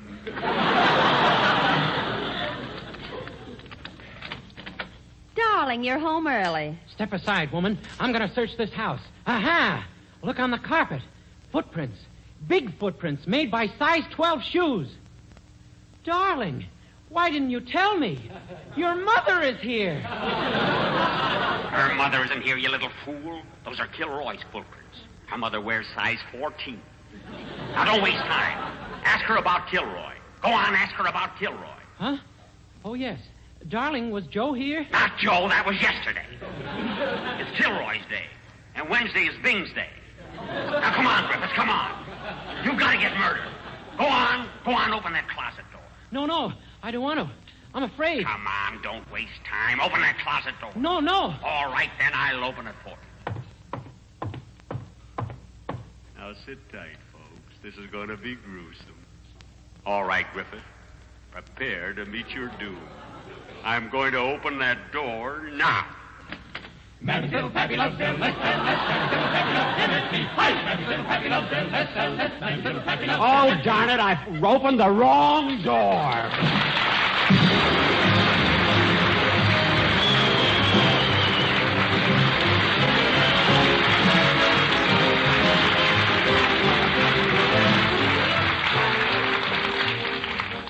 Ladies and gentlemen, the chief hope of our enemies during the war was to divide the United States along racial and religious lines and thereby conquer us. Let's not spread prejudice any more than we would have spread enemy rumors during the recent conflict. Through our behavior, we encourage the respect of our children and make them better neighbors to all races and religions. Remind them that being good neighbors has helped make our country great and kept her free. Thank you. The name of our quartet is the Sportsmen. Our telephone operators are played by Sarah Berner and B. Benederic. Jack will be back in just a minute, but first here's my good friend, Mr. F.E. Boone. 59, American. In a cigarette, it's the tobacco that counts. And Lucky Strike means fine tobacco. Yes, Lucky Strike means fine tobacco. Mr. Harry R. King, independent tobacco buyer of Durham, North Carolina, has been in the tobacco business for 21 years. He said, at auction after auction, I've seen the makers of Lucky Strike buy real fine tobacco. The kind of tobacco that smokes up smooth and mild. Yes, for a real smoke, I picked Lucky's. Smoked them myself for 18 years. Quote, at auction after auction, I've seen the makers of Lucky Strike buy real fine tobacco, unquote. Season after season, independent tobacco experts like Mr. King can see the makers of Lucky Strike consistently select and buy that fine, that light, that naturally mild tobacco. And this fine, light, naturally mild Lucky Strike tobacco means real deep-down smoking enjoyment for you. LSMFT, LSMFT, LSMFT. Yes, Lucky Strike means fine tobacco. So round, so firm, so fully packed. So free and easy on the draw. The famous tobacco auctioneers heard on tonight's programmer, Mr. F.E. Boone of Lexington, Kentucky. At 59, order 59, American. And Mr. L.A. Speed Riggs of Goldsboro, North Carolina. American. Basil Rysdale speaking for Lucky Strike, the cigarette of fine tobacco. I am the fiddler.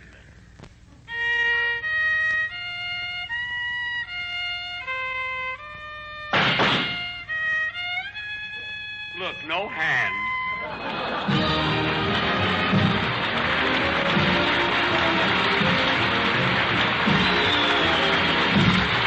This is NBC, the National Broadcasting Company. NBC, the National Broadcasting Company. NBC, the National Broadcasting Company. NBC, the National Broadcasting Company. The Jack Benny Program, presented by Lucky Strike. Quality of product is essential to continuing success. At 59,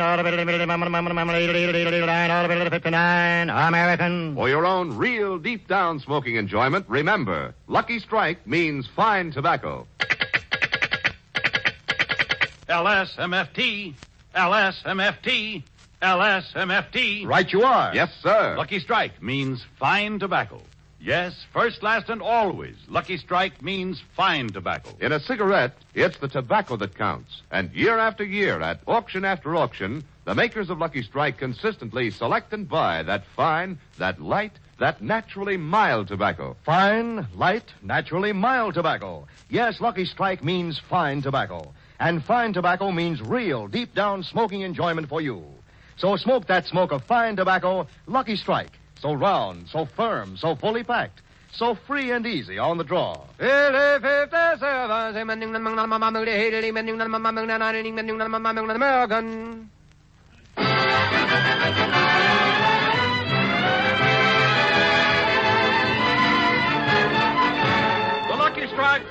program starring Jack Benny with Mary Livingston, Phil Harris, Rochester, Dennis Day, and yours truly, Don Wilson.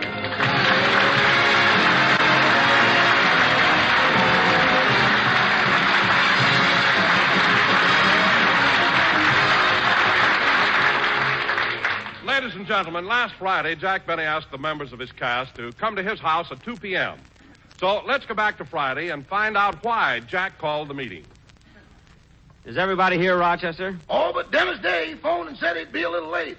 That's funny. Dennis is always on time. I wonder what delayed him. He said that last night was Halloween and some kids took the wheels off his bicycle. Well, why didn't he take the Sunset bus? They took the wheels off of that, too. Well, that's what Dennis gets for living in that kind of a neighborhood. I'm glad the kids around here aren't that rowdy. Me too, boss.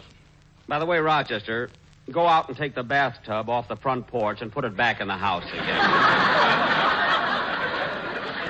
Well, what are you waiting for? Take the bathtub off the front porch. Okay, but there ain't much gas in the car. Gas in the car? What's that got to do with it? The front porch is in Pasadena.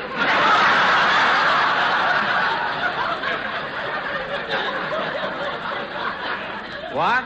And Pasadena's in Pomona. You mean the kids? No, the wind. Oh, stop being silly and do what I tell you. Yes. I'm going to the library and talk to my gang. Shine on, harvest moon up in the sky. I ain't Uh-oh. I better hide these bicycle wheels. Dennis is liable to get sore.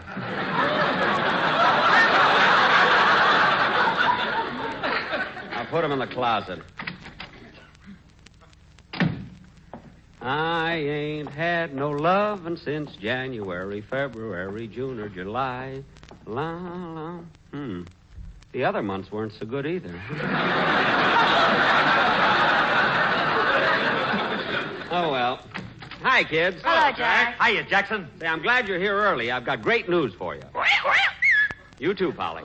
Now, kids, I want to read you a telegram I received this morning. Dear Mr. Benny, I heard your program last Sunday, and of all the stinking... Whoops, wrong telegram. See, where's that other one? Don't take a chance. Maybe you just read the good one. No. Here it is. Dear Mr. Benny, since everyone is talking about your programs this season, we are sending our photographer to take pictures of your group. If convenient, please have them all at your home Friday, November the 1st at 3 p.m. Signed, the Associated Press. The Associated Press? Gee, our pictures will appear all over the country. Pictures? Gee, I wish you'd have told me I'd have had my sweatshirt pressed. Phil, just be happy the pictures aren't in color so your red eyes won't show. Say, if the photographer's going to be here soon, I better make my face up. Oh, Don, hand me my purse, will you please? It's on the chair next to you. Here you are, Mary. Thanks.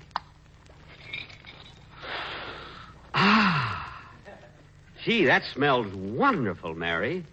What is it? Money.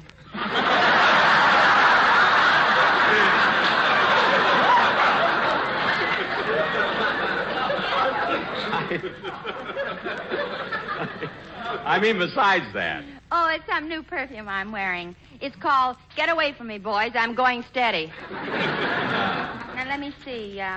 My lipstick. Lipstick. Why don't you turn your purse upside down and empty it, Mary? Okay.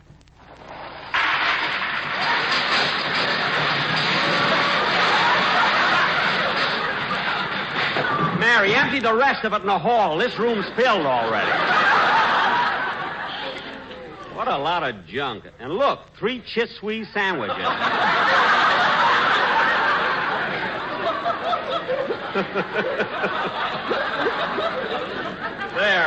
There's your lipstick, Mary. Thanks.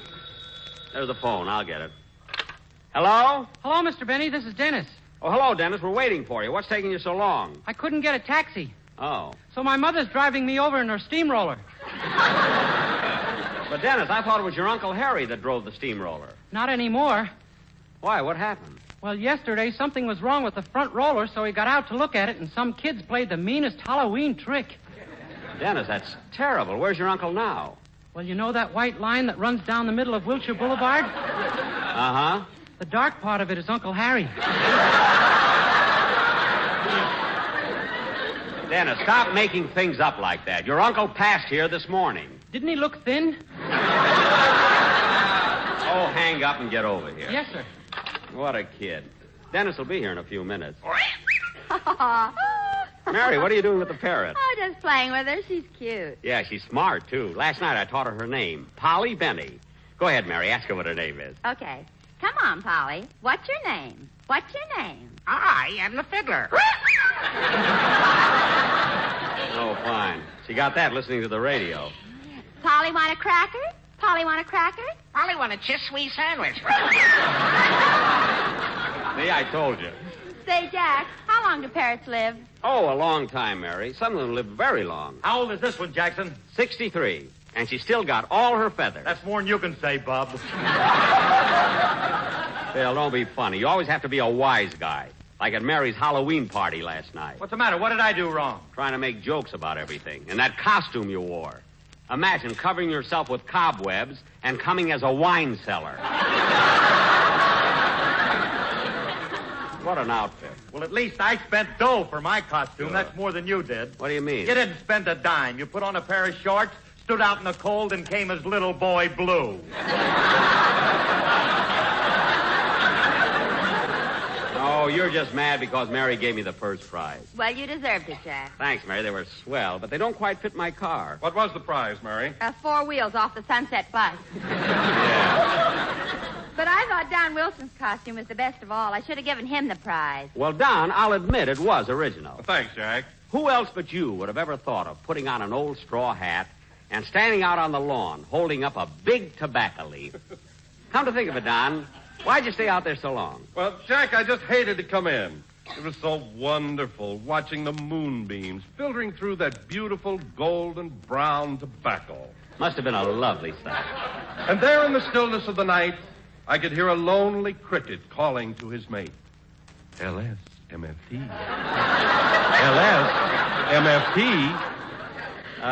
A cricket said that? They make that noise by rubbing 2 lucky strikes together. Gee, I'm 37 and I never knew that. And then the little boy cricket kissed the little girl cricket. Gee. And the little girl cricket must have liked it because she said, Quality of product is essential to continuing success. Now, if anyone besides you told me that, I'd never believe it. Well, you can believe this, Jack. Luckies are so round, so firm, so fully packed. So free and easy on the cricket. Hey, that's clever. Don, teach Polly the rest of the commercial. You do, and we'll have a new announcer.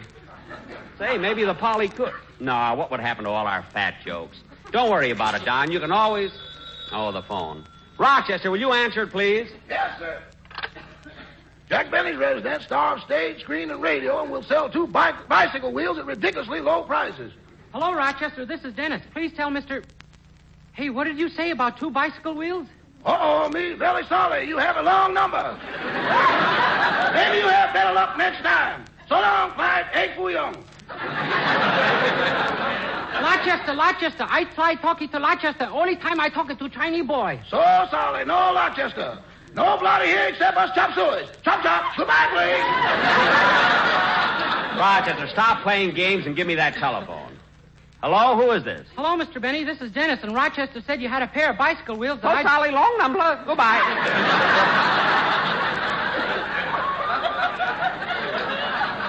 Mr. Benny. Look, Dennis, why aren't you here? Well, I'm in a music store. I dropped in to buy a copy of a song I'm going to do on Sunday. It's called Rumors Are Flying. Oh, yes, I heard that song. Does it have a good arrangement? Oh, it's swell. But what about the bicycle wheels? Dennis, the song, how does it go? You want me to sing it for you? Yes. But what about the bicycle wheels? Just sing the song, will you, please? Okay. What about the bicycle wheel? Operator, you keep out of it. Go ahead, Dennis. Let's hear the song.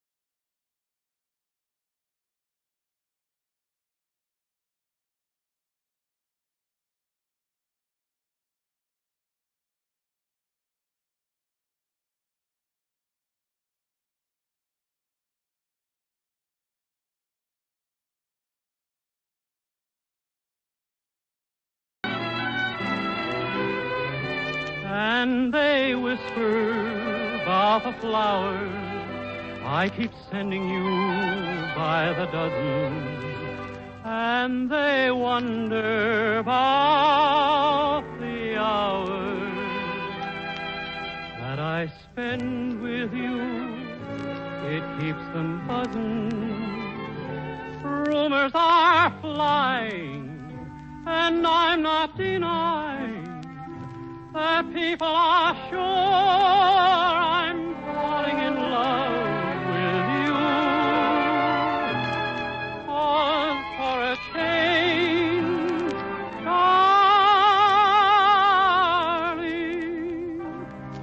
all the rumors are true.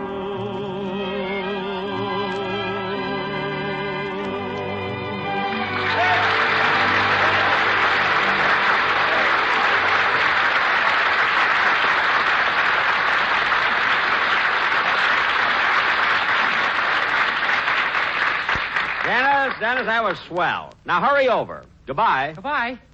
Now, kids, the photographer will be here any minute. So when he takes the pictures, I'll sit in that big armchair and you all gather around behind me. Phil, you'll be kneeling at my right. Uh-huh. Don, you'll be at my left, down on one knee. Okay. And Mary... I'll put the crown on your head. No, this will be informal. Now, now, let's try it. Phil, you kneel on my right. Okay. Don, you're here on my left. All right. Now, Mary. Yes, Your Majesty. Now, cut that out! I'm just trying to get an idea of... Well, that's probably the photographer. Come in. Well, here I am. Dennis, how in the world did you get here so fast? Mother's steamroller has an overdrive. Look, Dennis, stop with that steamroller nonsense and shut the door. Just a second, Mr. Benny. Goodbye, Mother.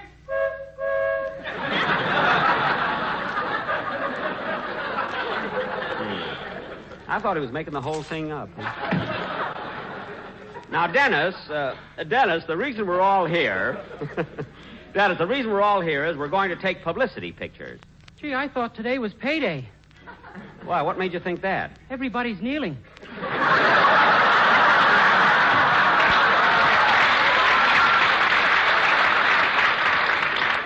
That's for the picture.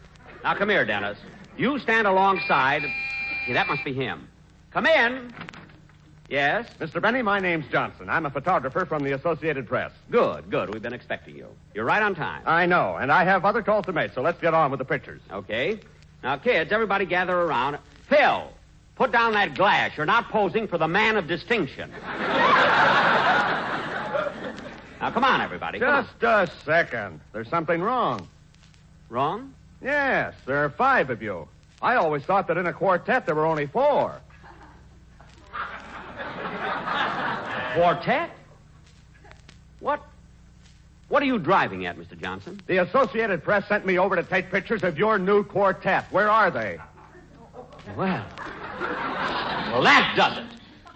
Come on, Mr. Johnson. Take your camera and get out of here. Out! That's the last straw. I'm going to see my lawyer and get rid of that quartet if it's the last thing I do. Mary, you want to go with me? Well, Jack, I've got some shopping to do. I'll meet you at his office. All right, I'll see you there. Rochester, get the car out. We're going downtown.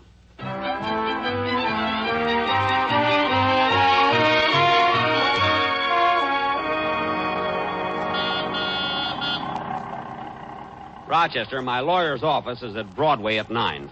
Yes, sir. Oh, boy, why didn't I think of this before? My lawyer will take care of that quartet for me. Gosh, I feel better already.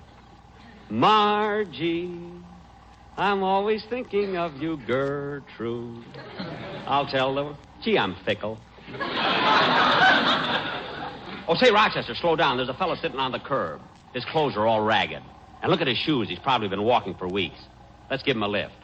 Say, buddy, would you like a ride? No, thanks. I'm waiting for a Nash.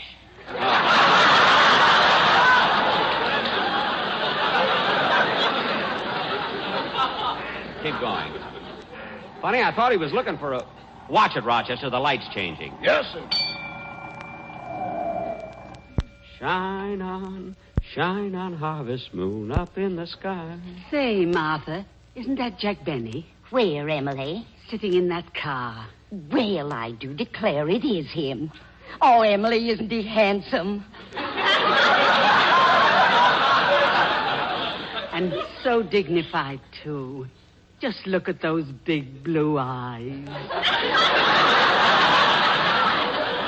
I think he's adorable. Oh, Martha, at your age. Well, I just can't help it. Just looking at him gives me renewed strength. Oh, look, my cane. It isn't even touching the ground.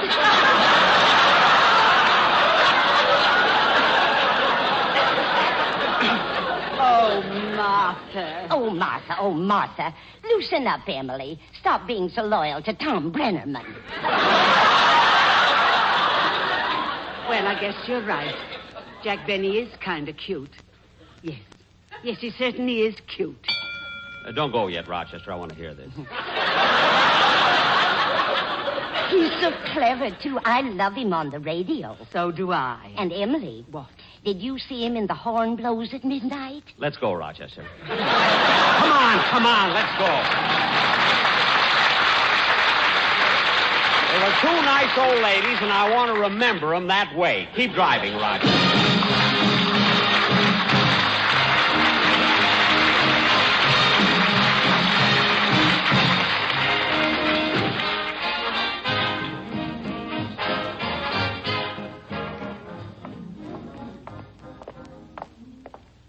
Gee, Mary, you got here before I did. Yeah, and I thought I was going to be late.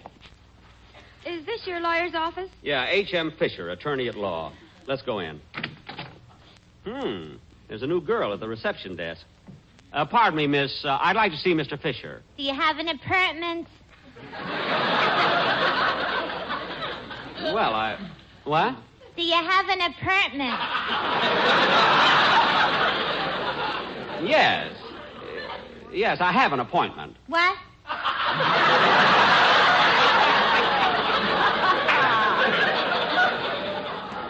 I said I have an appointment. What? An appointment. Oh, go right in. Thank you. Come on, Mary. Come on. And now, look, Mr. Smith, I'm a busy man. I can't stay on this phone all day. I told you I won't settle this case for less than $2 million.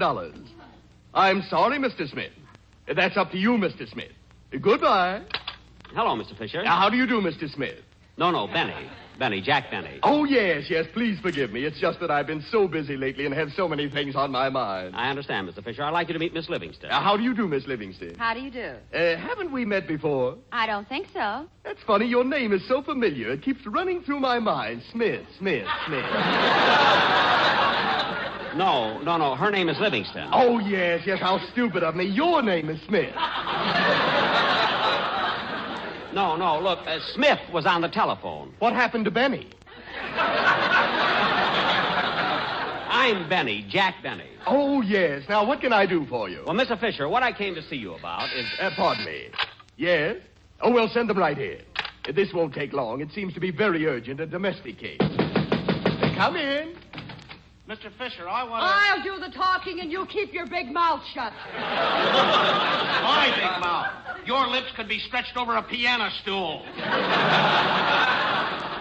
Now, we can settle this without harsh words. That's okay with me. I want to divorce this jerk. Very well, but you'll need grounds. If I had that, I'd bury him. Oh, yeah? Yeah. Oh, please, let's not resort to that. What are your names again? Mr. and Mrs. Krause. Very well, I'll file the application. Goodbye. And now, getting back to you, what did you come to see me about? Well, as I started to say... Oh, yes, I remember. You two want a divorce. No, look, that's Krause. Oh, of course. I had you confused with Mr. and Mrs. Livingston, who just left.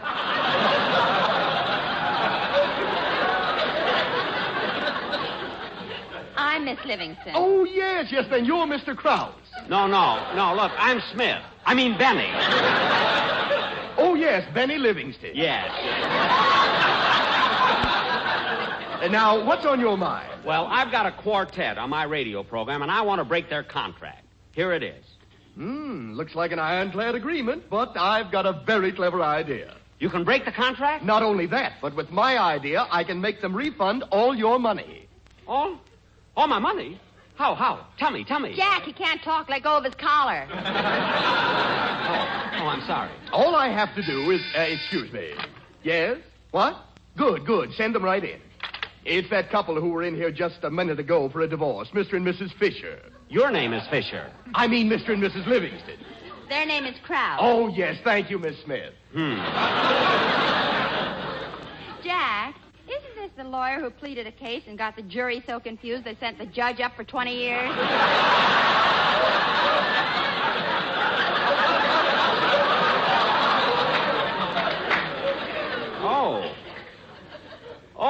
So you read about it, huh? Read about it? I thought I made up a joke. You mean it's true? Yes. Hey, come in.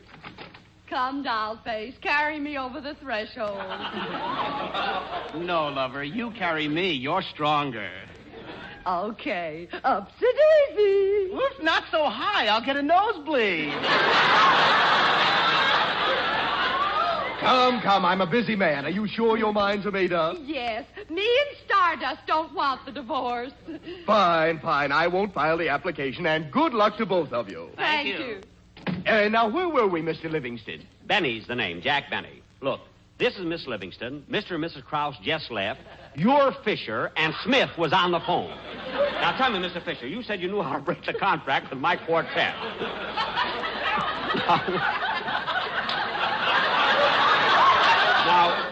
Now, how are you going to do it? Now, let's see. Since you're suing them for $2 million... I'm not suing them for $2 million. Oh, yes, that was Krause. That was Smith on the phone. Well, what are you doing here? I don't remember. All I know is I had an appointment. An appointment. Oh, yes. You came in here about a quartet. I remember now. You came in with this girl here, Miss... Eagle Bottom. Now, please, Mr. Fisher, about my quartet. You got to break that contract. Here it is on your desk. Oh, that one. Well, I'm sorry, but that contract is unbreakable. You haven't got a chance. So I advise you as your lawyer... Now what? I'm Come in. going to divorce you. It's the last thing I do, you spongehead.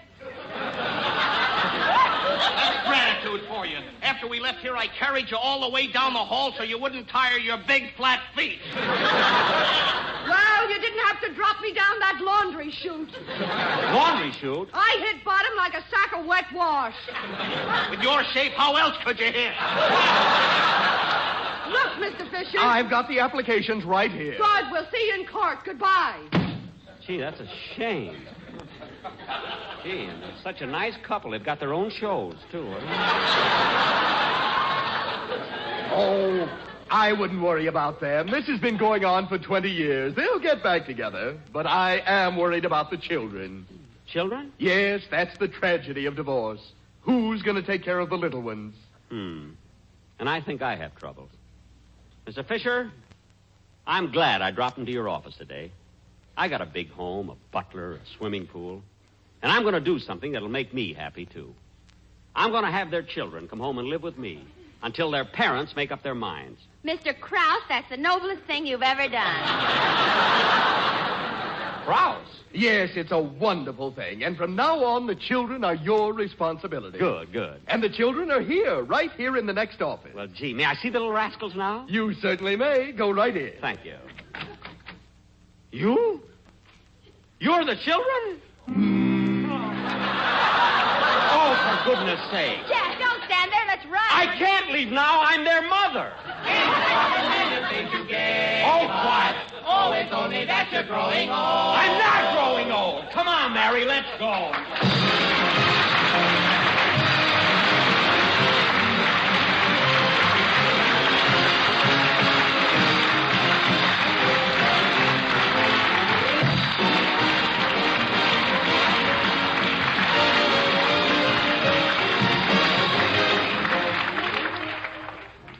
Ladies and gentlemen, America's veterans need homes. Millions have been hit by the critical shortage, but our veterans are by all odds the worst sufferers. They feel the shortage more acutely because they interrupted their lives to go into the armed services. So it is only fair that the veterans' families should get first chance at all vacancies. They'll be grateful for your cooperation. Thank you.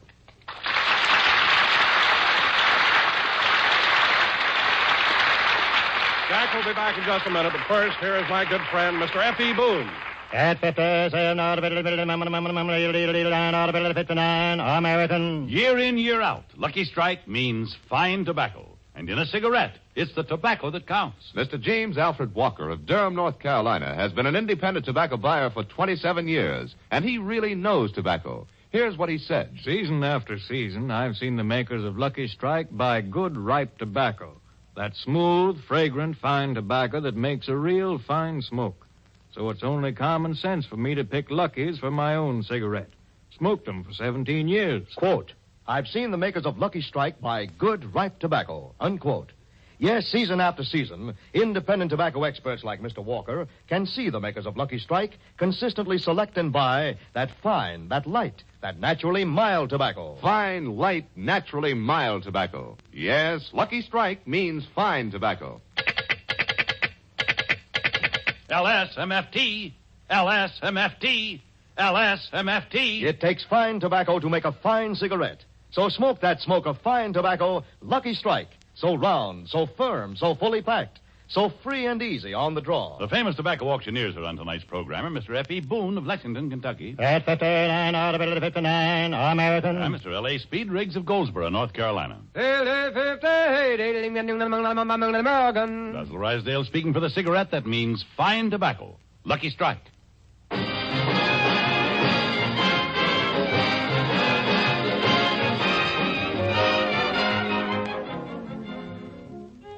Ladies and gentlemen, we'll be with you again next Sunday at the same time when, for our feature attraction, we will present our version of Mark Hellinger's great Universal International picture, The Killers.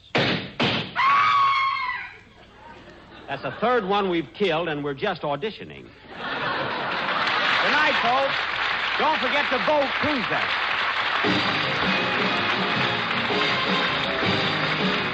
This is NBC, the National Broadcasting Company.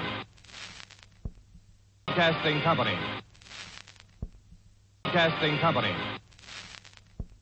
Broadcasting Company. The Jack Benny Program. Quality of product is essential to continuing success. It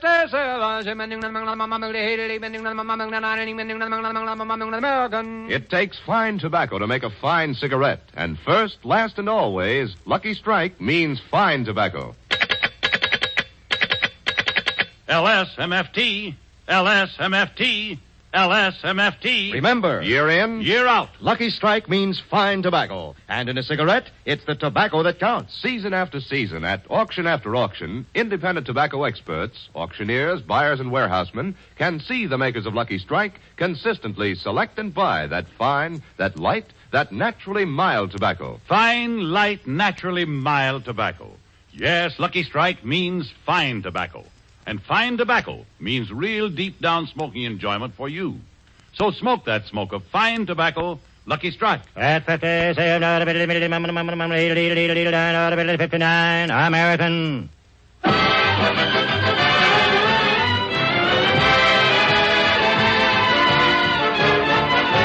Lucky Strike program starring Jack Benny with Mary Livingston, Phil Harris, Rochester, Dennis Day, and yours truly, Don Wilson.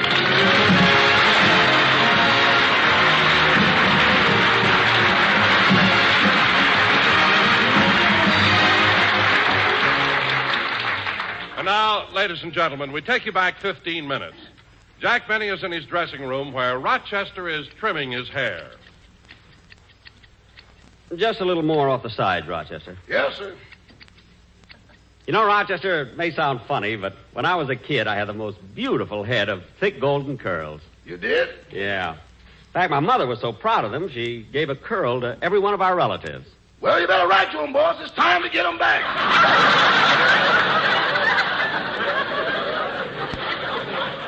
Yeah.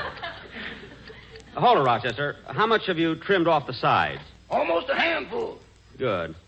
Now sprinkle it around on top.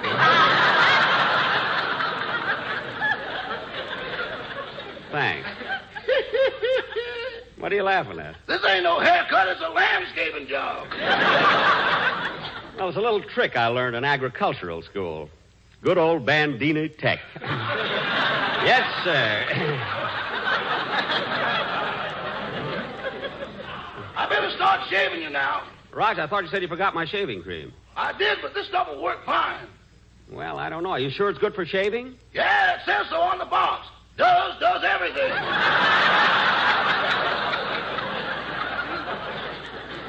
I guess so. But I wish my face could have that oxidal sparkle, you know?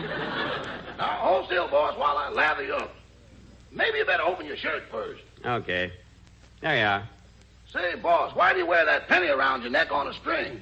It's for sentimental reasons, Rochester. This is the first penny I ever owned. You know that dollar I have framed up in my bedroom? Uh-huh. That's the first dollar I ever owned. You know that picture of my Maxwell that hangs in the den? Uh-huh. That's the first car I ever owned. That's the first car anybody ever owned. What? That car scared more horses than the meat shortage.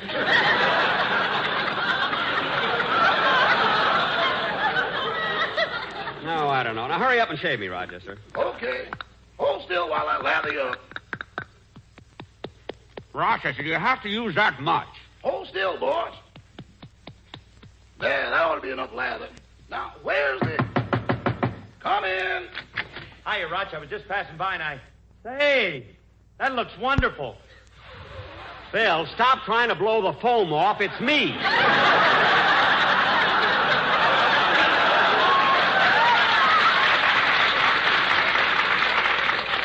And get your foot off my knee. It's not a brass rail.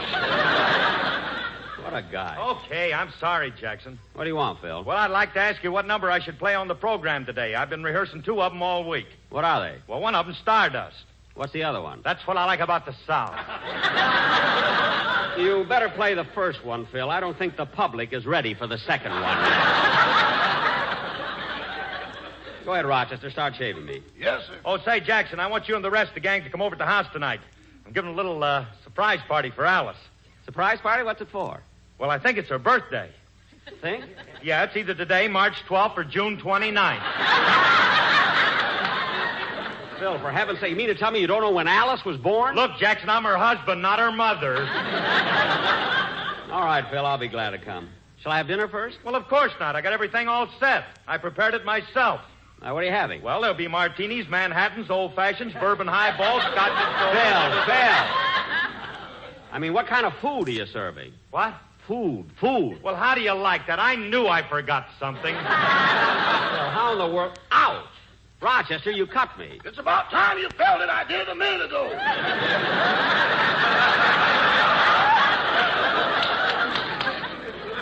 Well, why didn't you tell me? I thought you were dead. Don't be funny. Did you cut me bad? It's nothing, boss. I just snipped the stem off your Adam's apple. Clumsy thing. Now I have to buy a collar button.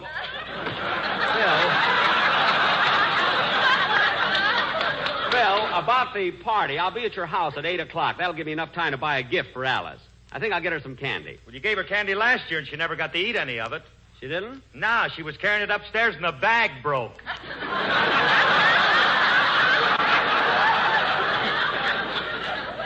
Gee, that's a shame. And those jawbreakers roll so. I'll have them put in a double bag this time.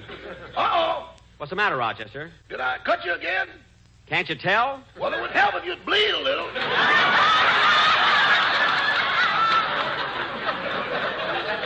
Well, I'm not going to force myself just for you. Say, Phil, what are you giving Alice for her birthday? Hey, Jackson, I got it right here in this little box. Let me show it to you. There. Ain't that a pretty? Oh, Phil. What a beautiful gold locket. She'll love that. Well, open it up, Jackson. There's a picture inside. No, I'd rather not, Phil. Alice should be the first one to see it. Well, we don't mind, Jackson. You're like one of the family. Go ahead. Open up the locket.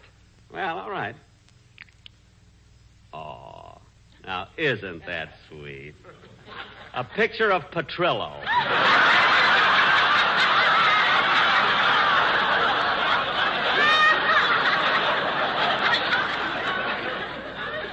How thoughtful. Yeah. That's very nice. Phil, you can raise your head. I closed the locket. Here. Look, Jackson, I better get out on the stage and get my musicians ready for the broadcast. I'll be seeing you, huh? Yeah. Well, I guess I better get in the studio, too. Rochester, wait for me here in the dressing room. Yes, sir. And you can tune in the radio and listen to my program if you wish. If I wish. Yes. Once I didn't listen to it, and you put me in solitary confinement.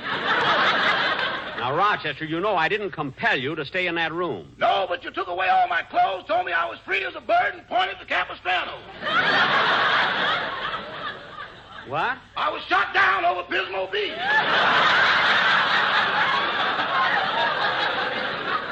Now, being silly. I'll see you after the broadcast. Okay. Gee, that Rochester makes up the wildest things. But they're kind of funny. I wonder if he'd be good on the radio. Nah, he'd always be late for rehearsals.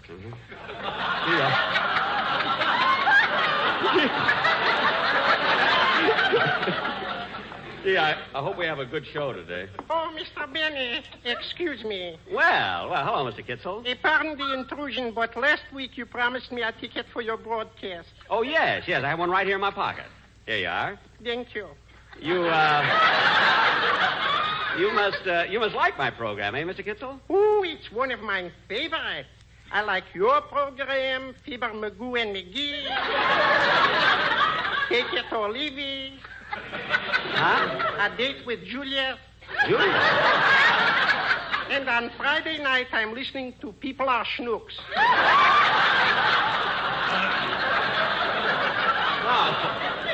No. You mean People Are Funny. With this ticket, I'll soon find out. Oh, yes. Well, you better hurry in. I'll save you a seat in the first row. Laugh as hard as you can, will you? My heart is broken, and it tells me I should laugh. Your heart is broken? Why? Because yesterday, my alma mater didn't win the football game. Your alma mater? Notre Dame.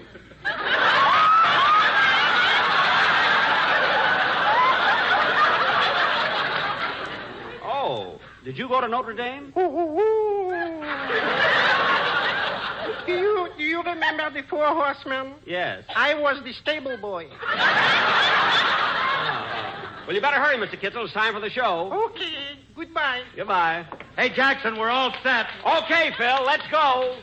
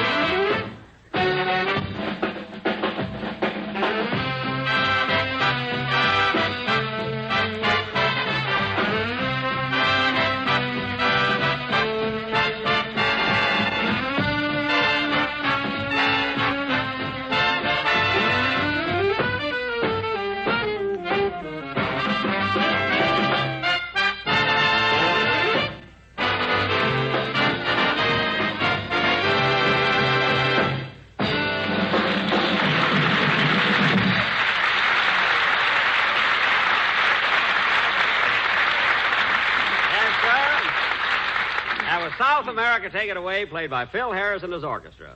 And that strange click-clack in the back was his boy shooting dice. And now, ladies... Thanks, Mary. I thought that was pretty clever myself. That strange click-clack in the back was... I wasn't laughing at that. What?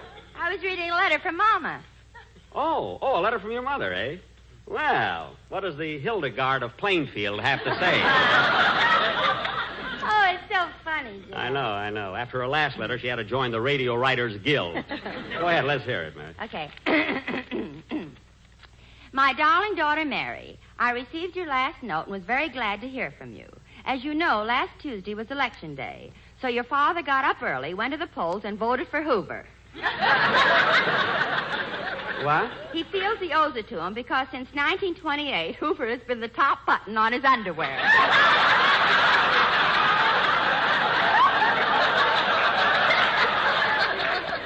what I like about your father. He's so loyal. Go on, Mary. Your sister Babe has become a career woman and now has a very novel job. She's a lifeguard at one of those new fountain pen companies. A lifeguard at a pen company? If anyone writes help underwater, she dives in and saves the pen.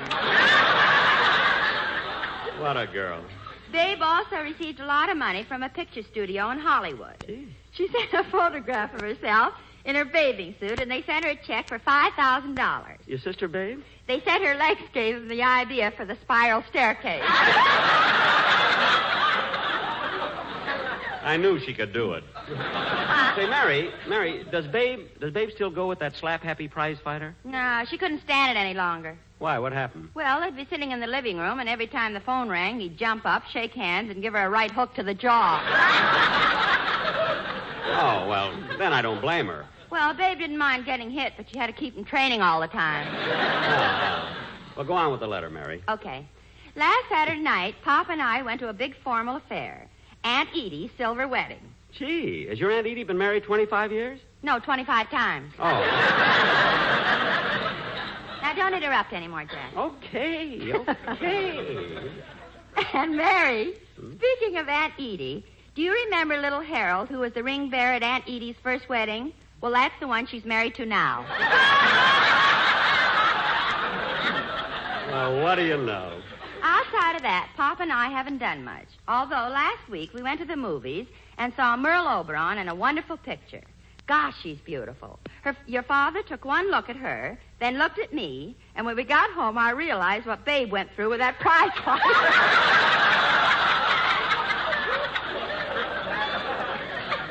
Gee. Fortunately, my girdle broke, and I wedged him into a neutral corner. Yeah. Some more, is there? Oh, yeah. Go ahead. Hey, your mother's a riot. Go ahead. By the way, Mary, I certainly envy you being out there in California. It was so cold here yesterday that Papa's teeth chattered all night.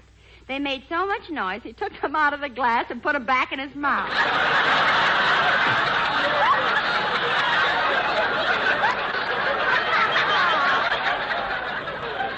Mother's a card. What a family. That's all for now. We'll write again next week. Your loving mother, Amber Livingston. Hey, that's a nice letter, Mary. Oh, wait a minute. Here's a P.S.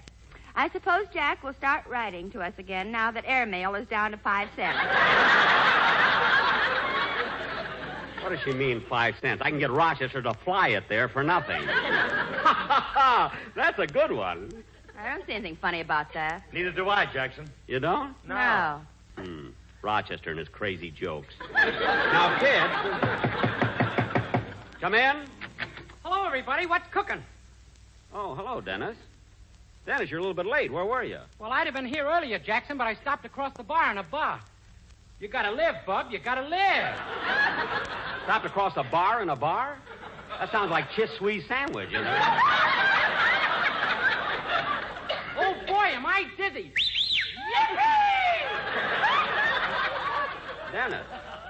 Dennis, you mean to say they served you a drink? No, they said I was too young, so they just spun me around on the stool.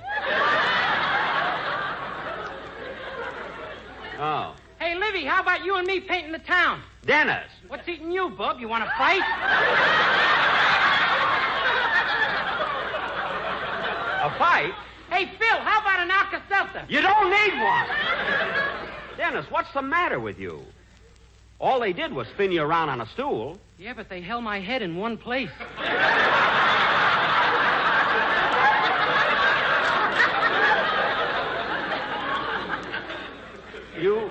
You mean they... I don't know whether I'm coming or Dennis. Believe me, you're Dennis, and cut out all this nonsense. Okay. He hates me because I'm head loose and fancy free. Dennis, nobody hates you. Now, come on, let's have your song. Okay. That kid can find... Phil, where are you going? I'll be back in a minute, Jackson. Hey, Dennis, what stool were you on? Phil, come back here! Dennis is going to sing. Now, go ahead, kid.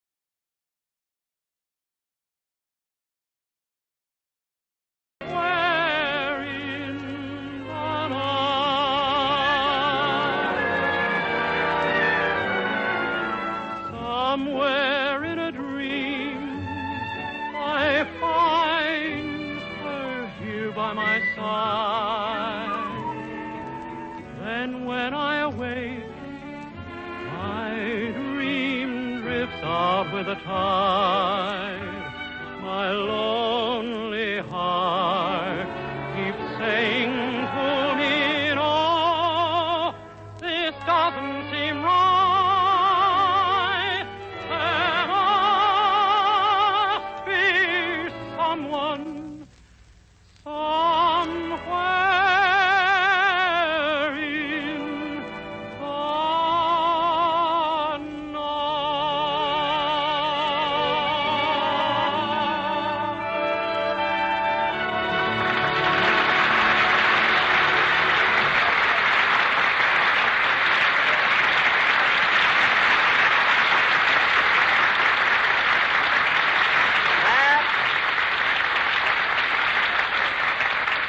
That was Somewhere in the Night, sung by Dennis Day. And, Dennis, you sang that beautifully. I wouldn't know. I'm loaded. You're not loaded. And I don't want to hear any more talk like that. You ought to be ashamed of yourself. Now, sit down. Yes, sir. And now, ladies and gentlemen, for our feature attraction tonight, we're going to do a sketch entitled The Strange Loves of Martha Benny. Whisper his age. Married. Now, in this play... Wait a minute, Jackson. Last week you announced that we were going to do The Killers. Well, we were, but I'm going to postpone it until 2 weeks from tonight. Why'd you do that, Jack? Because Mark Hellinger, the producer of the picture, asked us to wait 2 weeks before we louse it up. And by that time, the picture will have played in more cities. You see. Well, what's this thing you're going to do tonight? Well, actually, Mary, it's going to be a story based on my career as an entertainer.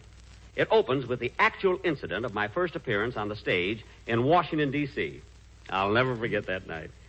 See, my performance was so great that right in the middle of my act, one of my fans got so excited, he jumped right on the stage. That was John Wilkes Booth. He was making his getaway.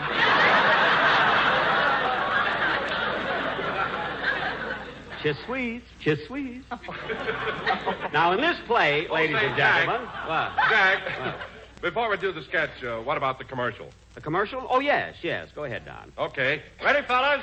Not with them, Don. The quartet is out. But, Jack, you've got them signed for 3 more weeks. I don't care if they're signed for 3 years. And another thing, they've got an option coming up, and I'm dropping it. Okay, if that's the way you want it. Well, you fellas can take that offer you got from the Hollywood Bowl. It's all right with me, just so they... Hollywood Bowl? They had an offer from the Bowl? Yes, I hate to bring this up, Jack, but they were offered so much money that they... Oh, yeah? Well, I've got them under contract. They can't break it, I know, because I've already tried. Well, all right, then. Will you listen to the commercial we've prepared? Well, all right. What's it going to be? Our musical background will be Till the End of Time. Oh, well, that might be good. Yeah, go ahead. Ready, boys? LSMFT, LSMFT. Lucky Strike means fine tobacco. Yes, Lucky Strike means fine tobacco. LSMFT, LSMFT, LSMFT. Don.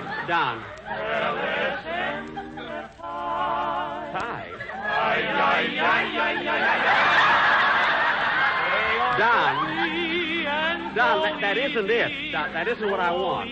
Wait a minute, fellas. Don, just a minute, fellas. Wait. Don,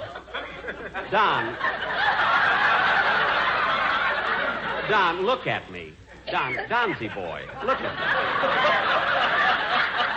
Don. No, look, Don. Don, I'm being nice. Look, Don, I'm smiling. Don.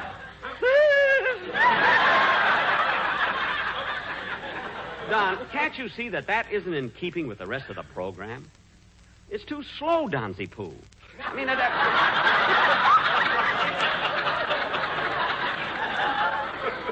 it has no pep. Well, Jack, if you want something lively, just listen to this. What? The William Tell Overture. Hit it, boys. LSMFT, what a smoke for me. LSMFT, talk, it's free and easy on the draw.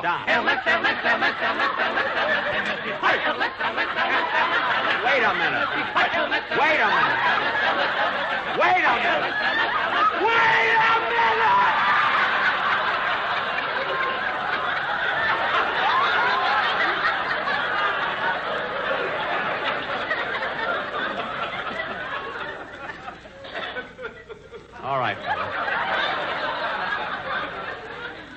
fellas. Get out. Get out. Out. Out. You guys are driving me crazy. I'm going mad. Oh, Jack, stop pulling your hair. I'm only taking the ones that were sprinkled on. Now, come on, fellas. Get out. Get out. And it's for you, Don Wilson. You got me into this, and you better get me out. Jack, don't get so excited. Well, I am excited. I'm so mad I'm not even going to do the sketch tonight. But, Jackson, you got to finish the show. Let Don finish it. He's so smart. He knows everything. I'm getting out of here. Hello, Mr. Benny. May I have your autograph? Oh, shut up!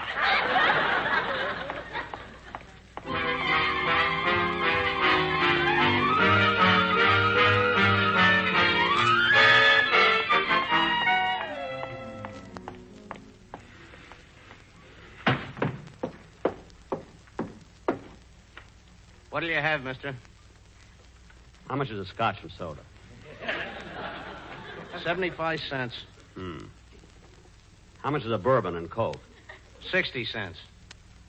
Well, Come on, buddy. Come on. What'll you have? just spin me around a couple of times.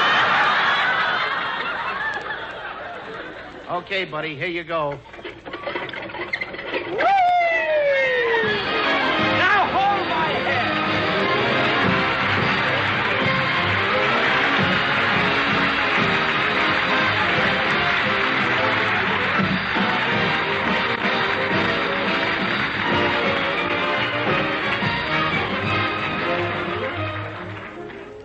Hey, bartender, one more spin and I'll go home. Okay. Whee! Once more. Excuse me a minute. Now, will you gentlemen have the same as usual? Well, look who's here, my old buddies, my pals.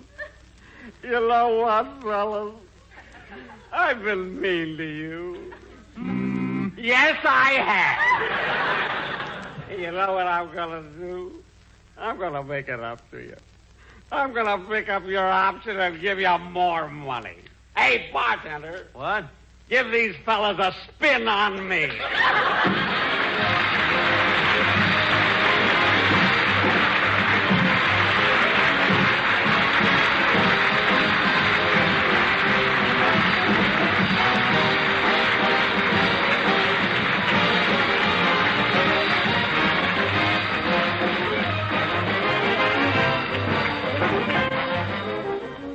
Ladies and gentlemen, saving bonds are vitally important in the nation's battle against price inflation and for the future and welfare of us all.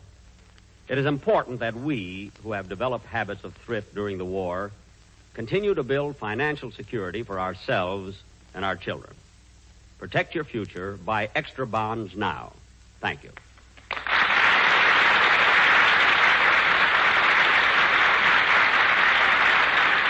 Jack will be back in just a minute, but first, here is my good friend, Mr. L.A. Speed Riggs.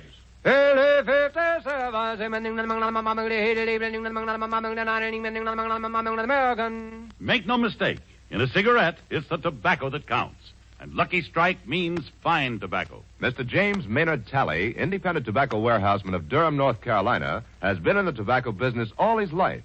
He said, "Season after season, I've seen good tobacco bought by the makers of Lucky Strike. Yes, good tobacco, full of flavor, ripe and mild.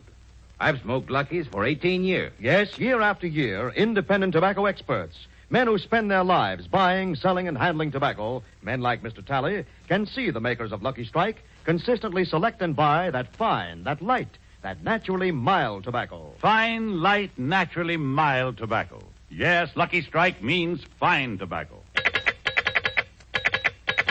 LSMFT, LSMFT, LSMFT. Lucky Strike means fine tobacco, and fine tobacco means real deep down smoking enjoyment for you. So smoke that smoke of fine tobacco, Lucky Strike.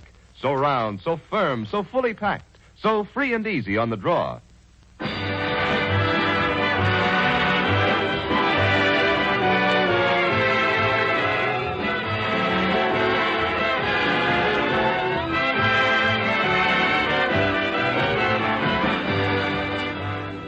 Ladies and gentlemen, we'll be back with you next Sunday at this time when our guests will be Mr. and Mrs. Ronald Coleman, and Leo DeRocha. Good night, everybody.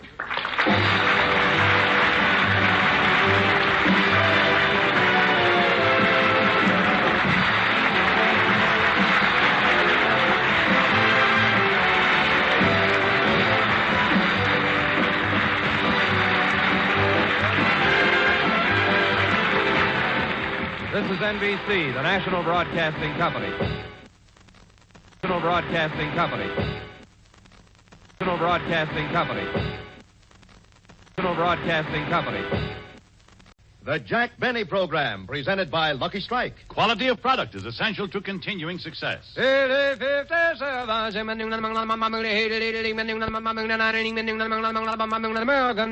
cigarette, it's the tobacco that counts, and LSMFT. Lucky Strike means fine tobacco. Yes, Lucky Strike means fine tobacco. It takes fine tobacco to make a fine cigarette. And year after year, independent tobacco experts, auctioneers, buyers, and warehousemen can see the makers of Lucky Strike consistently select and buy that fine, that light, that naturally mild tobacco. Fine, light, naturally mild tobacco. Yes, Lucky Strike means fine tobacco. And fine tobacco means real deep down smoking enjoyment for you. So smoke that smoke of fine tobacco, Lucky Strike. So round, so firm, so fully packed. So free and easy on the draw. At 59, American.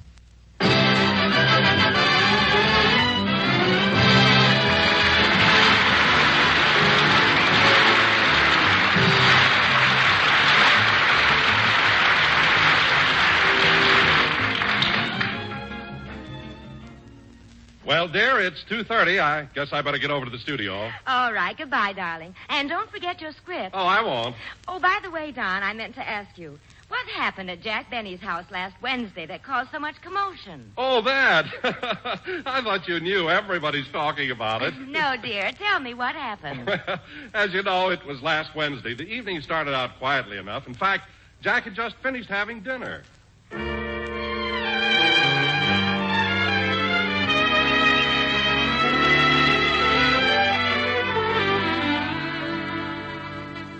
Ah, Rochester, that certainly was a good dinner. Thanks, boss. And that first dish you brought in, that was good. Did you make it yourself? Oh, no, boss. Those were popovers from the bakery. Oh.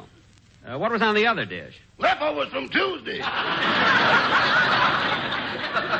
Wait a minute. I happen to know that last night we had lamb stew and spare ribs.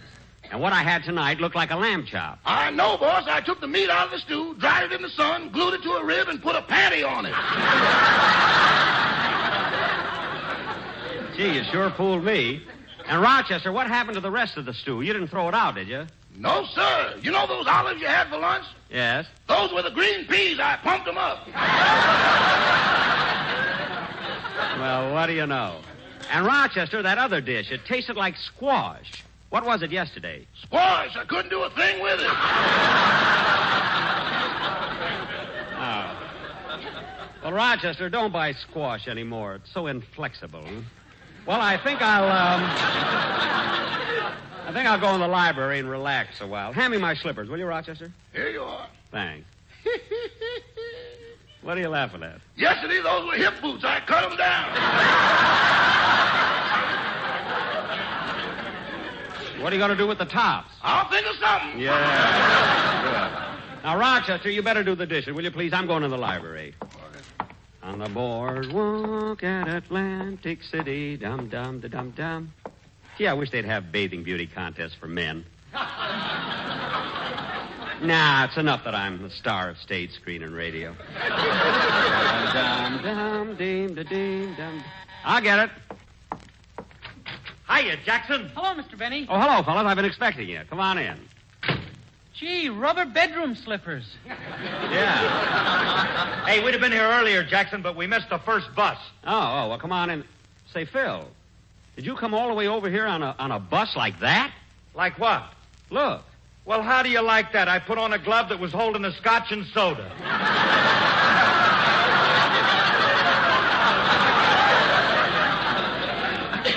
Well, come on, let's go in the library. Oh, say, Dennis, I'm surprised to see you here tonight. I know your mother hates me. Yeah. I can't understand why your mother dislikes me so much. How can your family be so divided? Your father likes me, doesn't he? No. But Dennis, when you brought your father to the broadcast, he told me that he liked me. He said I was the most wonderful guy he ever met. He said that last Sunday. Monday, they took him away.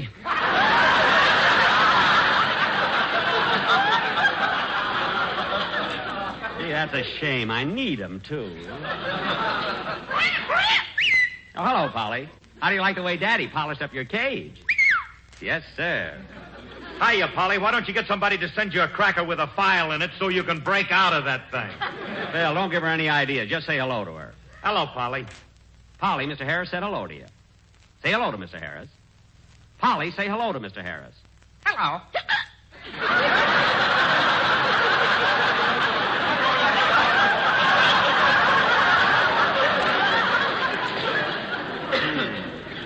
Now, where'd she pick that up? I said hello to her yesterday. Oh. Now, Polly, say hello to Dennis. No, come on, Polly. Say hello, Dennis. Hello, Dennis. Hello, Polly. Dennis!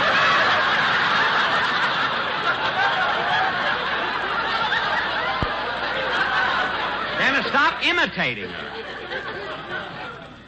Say, fellas, you know, the evening's young yet. What do we do to kill a little time? How about a game of bridge? Bridge? Yeah, we'll get out the card table. Oh, gee, fellas, we can't play. Why not? Well, to play bridge, you have to have 4 hands. I've only got 2 of them. Dennis. I mean 4 people. Oh. Anyway, fellas, we'll think of one. I'll get it, Rochester.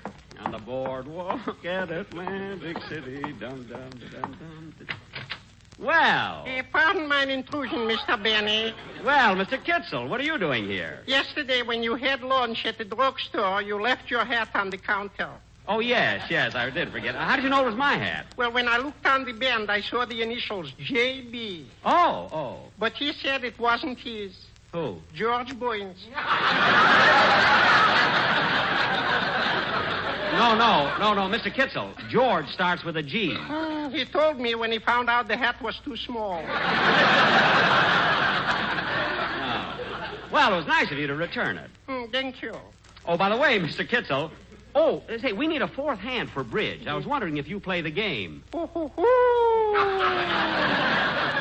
I play bridge? Good. What system do you use? The best. Claudette Culbertson. Well, then come on in.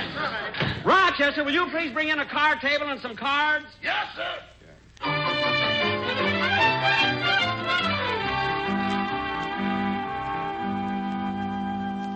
Thanks, Rochester. All right, fellas, let's go. 1 note trump. Dennis, we haven't dealt the cards yet. He has to be my partner. Go ahead, Phil. You deal. Okay. Rochester, it's getting a little warm in here. Open the window, will you, please?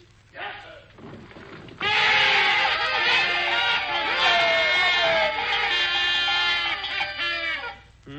Republicans are still celebrating.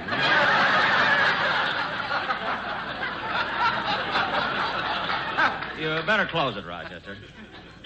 Okay, Jackson, pick up your cards. All right. Let me see. I bid 2 spades. I pass. Dennis, I bid 2 spades. What do you do? Which ones are spades? The black ones. I've got 2 kinds of black ones. Those are spades and clubs. Now, what do you do? I pass. Dennis, you can't pass. You're my partner. Now that I've got my own show, I'm his partner yet. I don't mean that. You're my partner in the game. I bid 2 spades. That's a forcing bid. I'm trying to find out what you've got in your hand. I've got a 7 of diamonds and 9 of hearts. Not that! Mr. Kitzel. Yes? Mr. Kitzel, look at his hand and help him. Okay.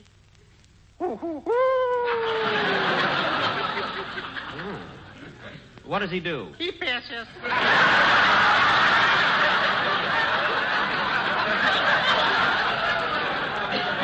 Look, he can't pass. He's my partner. All right, he beat 7 spades. 7 spades? With a 10 in the middle and the ace on top. Oh, that's different. What do you do, Phil? I open for $2.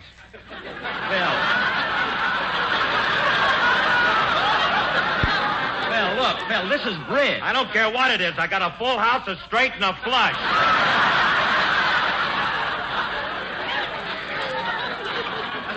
Now, don't be silly, Phil. That doesn't mean anything in bridge. Oh. Phil, where are you going? I'm taking this hand over to the pool hall. It's worth a fortune over there. Now, come back here and sit down. Now, where were we? I pass. Pally, you're not even playing. Hello, Dennis. Oh, quiet. Now, let's get back to the game. Phil, it's your bid. Well, let's see. And don't bend those cards. It's a new deck. I just got a deck of cards for my birthday. Did you, kid? Boy, when I opened them up, was I disappointed. Why? On the box, it said bicycle.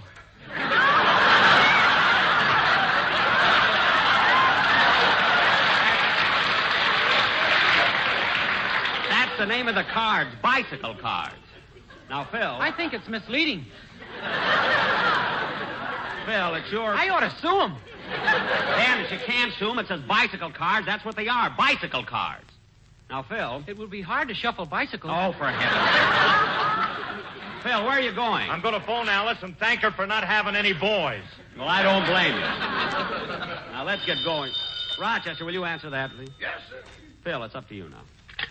Mr. Benny's residence, star of stage and radio. Rochester, star of screen, too. I don't want to start any argument. Who? Oh, it's for you, Mr. Benny. Palm Springs calling. For me? Palm Springs. I wonder... Hello? Hello, Mary. Mary, why didn't you tell me you were going to Palm Springs? Where are you staying? At the Mission Inn? But the Mission Inn is in Riverside. It's in Palm Springs? Rained that hard.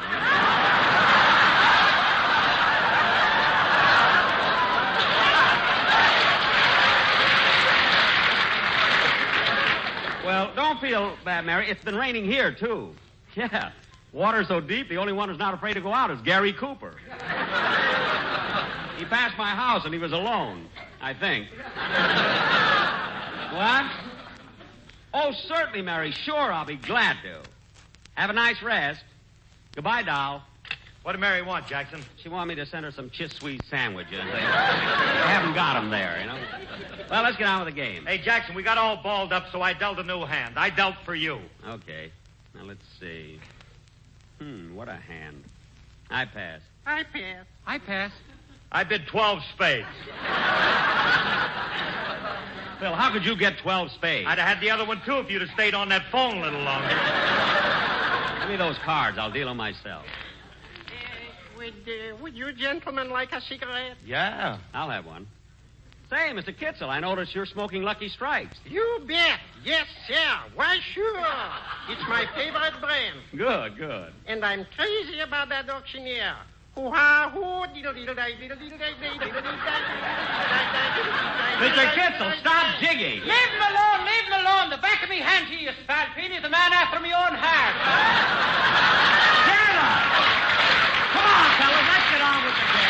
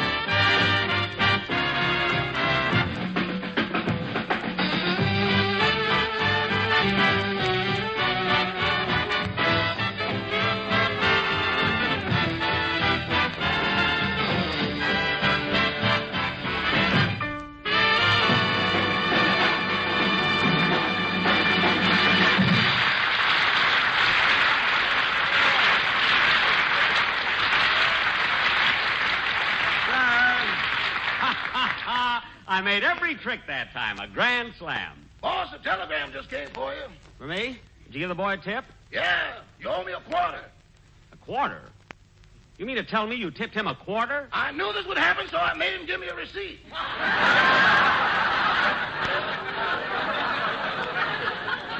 A receipt? Let me see it. Here it is, boss. Rochester, this is a carbon copy. I sent the original to my lawyer. What? Hey, Jackson, why don't you just read the wire? Maybe it'll take your mind off of the 2 bits. Oh, yes. Dear Jack, arriving Los Angeles to spend week with you. Should be at your house Wednesday evening about 8. Signed Leo DeRocha. Well, do you hear that, fellas? Leo DeRocha is going to spend a week with me, and he arrives Wednesday. Hey, that's tonight. You guys are really in for a treat. No kidding. Hey, Jackson, is this the Leo DeRocha who manages the Brooklyn Dodgers? That's him. You know, I spent most of my vacation traveling with his team. My mother used to play with the Giants.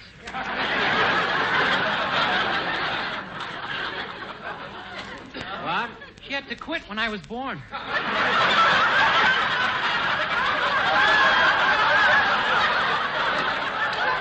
Dennis, please. And you know, fellas, I love baseball so much. It was a thrill traveling with that team. I got to like every player. Gee, I hope I live to see the day when the Brooklyn Dodgers win the World Series. You know, Jackson, at your age, that ain't a bad wish.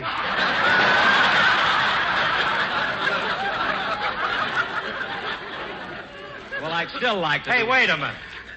Hey, What? if you're such a good friend of DeRocha, then why were you always rooting for St. Louis? That was the St. Louis Browns in the American League. In the National League, I always rooted for the Dodgers. Oh, Rochester. Yes, boss. When Mr. DeRocha arrives, he'll probably be hungry, so you better pick him something to eat. Okay. What have you got in the refrigerator? White enamel and ice cubes. Rochester, I happen to know there's some hamburger in the freezing compartment. Now get it out and make some fresh coffee, too. Yes, sir. Oh, by the way, we're all out of sugar. No sugar. Well, Rochester, go over to the Ronald Coleman's next door and borrow some. Okay, boss.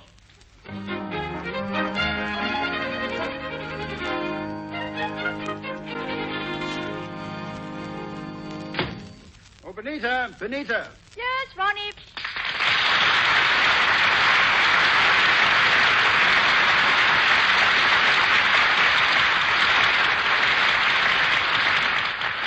Who was that at the door? It was Mr. Benny's butler, Manchester. Well, what did Benny want this time? Just a cup of sugar. Never have I seen such a man. Borrow. Oh, darling, don't let it upset you. He only borrows trivial things. Trivial things. Yes. Like yesterday, he was out working on his lawn, and he came over to borrow some oil for the lawnmower. Did you let him have it? I thought it best to. After all, it's our lawnmower.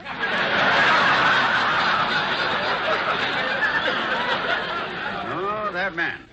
Just listen to the things he's gotten from us since the first of the month. 1 cup of sugar, 1 can of oil, 1 lawnmower, 1 mix master, 2 slices of bacon, 2 razor blades, 3 onions, 1 brown shoelace. 1 card table, 2 decks of cards, 4 bridge chairs, 1 Dr. Scholl's footpad, a monkey wrench, a screwdriver, 1 Band-Aid, small size, 2 light bulbs, and I know I've forgotten several things. It's too difficult memorizing every item. Oh, why don't you write them down? He's got my fountain pen, too. My new fountain pen, the one I just received from England. Oh, Ronnie, you mean the one that writes under T?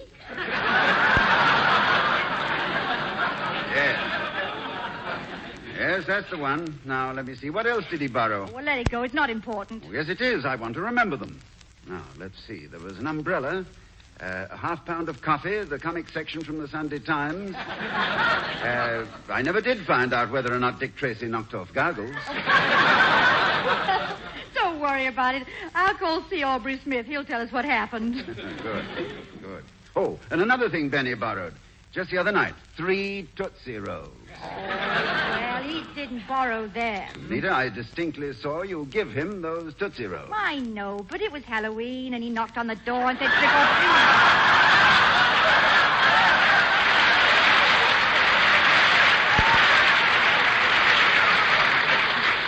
Yes. Imagine him rolling up his pants legs and knocking on our door and saying, please give me some candy, some cake, or some pie, and if you don't do it, I'll spit in your eye.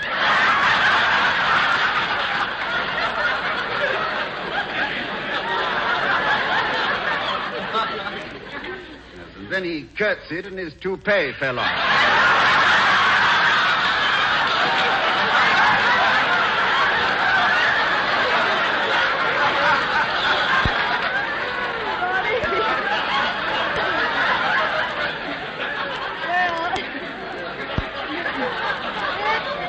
Let's forget about him.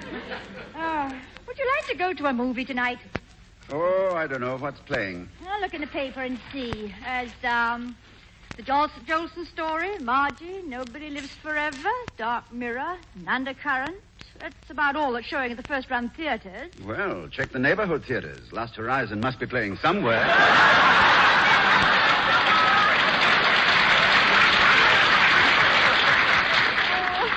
How many more times do we have to sit through it?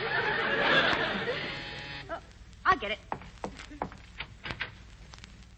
Oh, hello.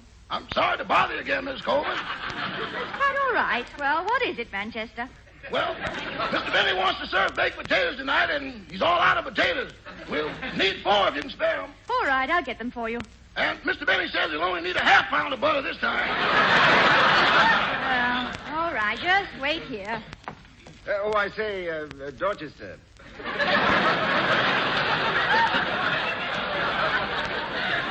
Yes, Mr. Coleman? I'm quite curious about something. Is ours the only house in the neighborhood that Mr. Benny borrows from? Oh, no, sir. Do you know the people who live in that big house on the corner? The one with the birdhouse in the front lawn? Yes. Well, we owe the birds a half dozen eggs. Well, tell me, as you know, Mr. Benny has borrowed so many things. Do you think he ever intends repaying us? Oh, I'm quite sure he does. You're mentioned in his will. Mentioned? In his will? Yeah, you come right after the birds. Ah, that's life for you. One day the star of Lost Horizon, the next day second billing to a sparrow. You know, I think that... There you are, Manchester. I've got everything for you. 4 potatoes, half a pound of butter, and 4 napkins. But I didn't ask for any napkins. I know. I thought I'd save you another trip. Well, thank you very much, Mrs. Coleman. Goodbye. Goodbye. Well, how long is Benny going to keep this up? When is it going to stop? I'm asking you, when is this going to stop? That's all I want to know. That's all I want to know! Well, I'm going to find some way to... Well, I'll get it this time.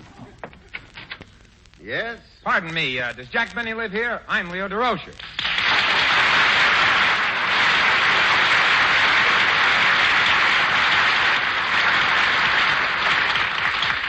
Mr. Benny lives next door, the house on the left. Good night. Oh, thanks.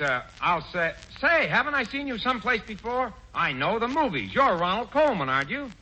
Yes. Mr. Benny's house is that one right over there. Good night. Gosh, you're wonderful in the movies. I loved you in Lost Horizon. Mr. Benny's house... You did? Well, come in. I want you to meet my wife. Thank you. Oh, Bonita, come here. I want you to meet someone who loved me in... I want you to meet a friend of mine. Oh, yes, darling. Who is it? I'd like you to meet Mr. Leo DeRocher. You don't mean Lippy? Lippy? Yes, that's my nickname. Well, then you two have met before. Oh, no. But I've read about him in the papers. I think it was in connection with the last election. He was elected mayor of Brooklyn or something. No, Mrs. Coleman. I manage the Brooklyn Dodgers. Brooklyn Dodgers? Yeah, them bums. You know who them bums are, don't you? Well, we should. We live next door to one.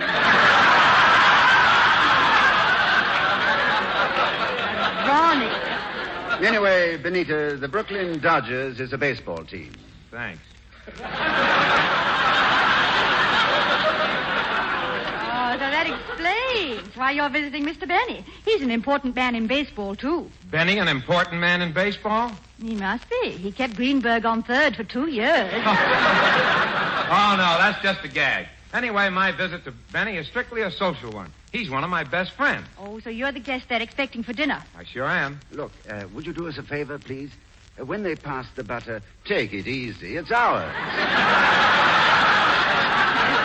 I'll do my best, Mr. Coleman. You know I haven't seen Benny since the baseball season ended in September. And I was wondering... Excuse me for interrupting, Leo, but I just noticed you belong to the Elks, don't you? The Elks? Yes, those Elks' teeth hanging on your watch chain. No. These are umpires' teeth. Umpires? Oh, are umpires animals? In Brooklyn, yes. Oh, Bonita, he's only joking. An umpire is an official in a baseball game. He makes the decisions and even has the power to remove a player from the game and send him to the showers. My, how sanitary.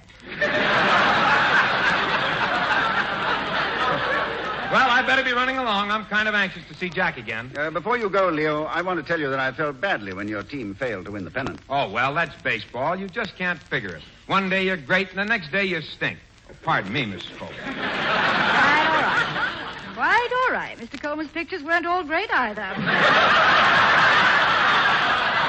Well, anyway, I brought my team in second, and it's great to know that we still have thousands and thousands of loyal fans. You certainly have, Leo. Well, I'd better be running along. I know Benny's waiting for me. You know, it's rather strange. If you and Benny are such great friends, then why was he so anxious for St. Louis to win the pennant? St. Louis? Yes. I remember he used to sit by the radio and cheer every time St. Louis got a hit. What? Let me get this straight.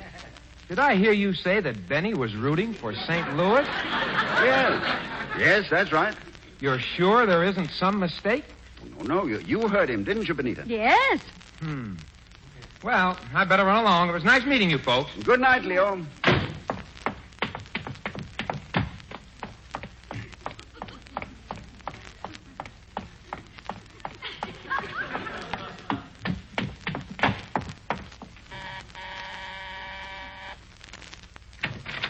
Leo!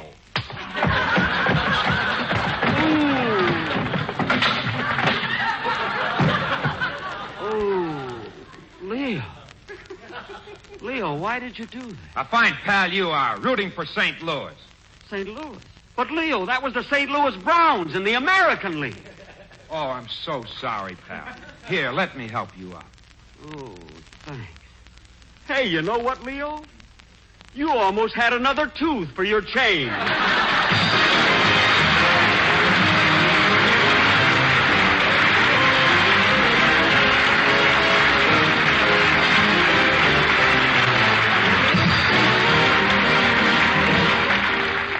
Ladies and gentlemen, the majority of American hospitals now have patients waiting to be admitted. And the situation in many areas is growing steadily worse because of insufficient nursing personnel. All young women between the ages of 17 and 35 who are high school or college graduates are urged to apply for admission in any one of the 1,300 accredited schools of nursing. Apply to the one nearest you. Thank you.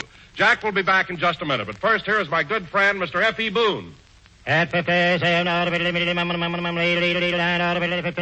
American. Let the chant of the tobacco auctioneer remind you that year in, year out, Lucky Strike means fine tobacco. And in a cigarette, it's the tobacco that counts. Independent tobacco experts, auctioneers, buyers, and warehousemen really know tobacco.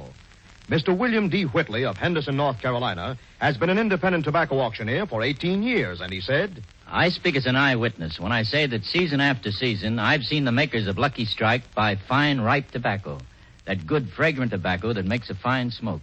I've smoked Lucky's myself for 13 years. Quote, I've seen the makers of Lucky Strike buy fine, ripe tobacco. Unquote. Yes, at market after market, independent tobacco experts like Mr. Whitley can see the makers of Lucky Strike consistently select and buy that fine, that light, that naturally mild tobacco. Fine, light, naturally mild tobacco. Yes, Lucky Strike means fine tobacco, and fine tobacco means real deep-down smoking enjoyment for you. Remember, LSMFT. Lucky Strike means fine tobacco. So smoke that smoke of fine tobacco, Lucky Strike. So round, so firm, so fully packed, so free and easy on the draw. So that's what happened last Wednesday night. Yes, dear. Well, I'm glad that Mr. Benny and Mr. DeRocher made up. So am I. And you'd never know Jack had a black eye. Well, how'd he get rid of it so fast? He sent Leo over to the Colemans to borrow a steak for it. Oh. What do you know? Well, you better run along now, dear. You'll be late for rehearsal. Goodbye, darling.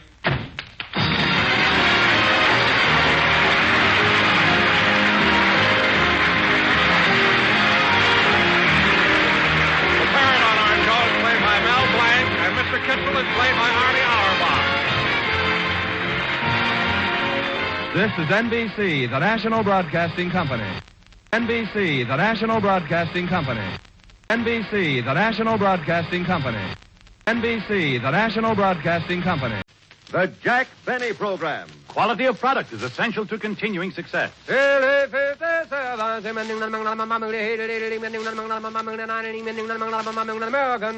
that historic chant remind you that year in, year out, Lucky Strike means fine tobacco. It takes fine tobacco to make a fine cigarette. And LSMFT. Lucky Strike means fine tobacco. Yes, Lucky Strike means fine tobacco. In a cigarette, it's the tobacco that counts. And season after season, at market after market, independent tobacco experts, auctioneers, buyers, and warehousemen can see the makers of Lucky Strike consistently select and buy that fine, that light, that naturally mild tobacco. Fine, light, naturally mild tobacco. No doubt about it. Lucky Strike means fine tobacco. And fine tobacco means real deep down smoking enjoyment for you. So smoke that smoke of fine tobacco, Lucky Strike. So round, so firm, so fully packed, so free and easy on the draw.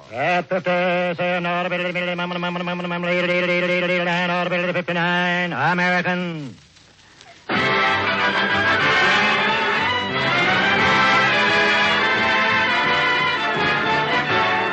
Strike program starring Jack Benny with Mary Livingston, Phil Harris, Rochester, Dennis Day, and yours truly, Don Wilson.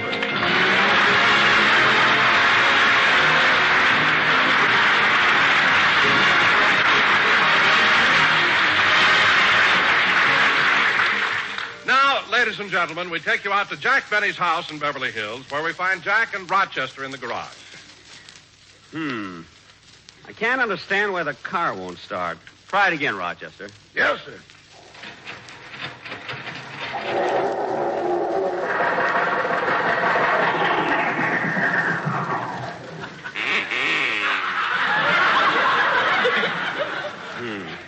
Try it again, Rochester. Okay.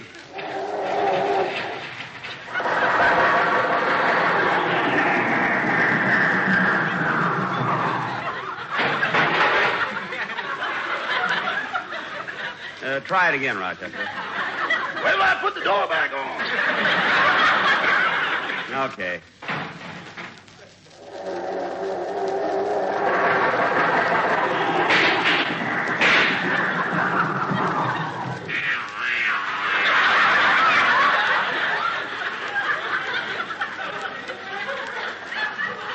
Well, that's more like it. Rochester, it didn't start. No, but the door stayed on. Oh, good. I can't understand what's wrong. Maybe the motor's worn out. Oh, no, that's impossible. The speedometer only says 8,000 miles. Oh, come now, boss. We pushed it further than that. Well, you better go in the house and call Mr. Harris and tell him to pick me up on his way to the studio, will you? Oh, I did that before we came out to the garage. Oh, then you knew there was something wrong with the... Rochester, did you use my car last night? Well, Rochester, I just found a bobby pin on the front seat. A bobby pin? Yeah. What are you laughing at? There's only two of us here, and it ain't mine.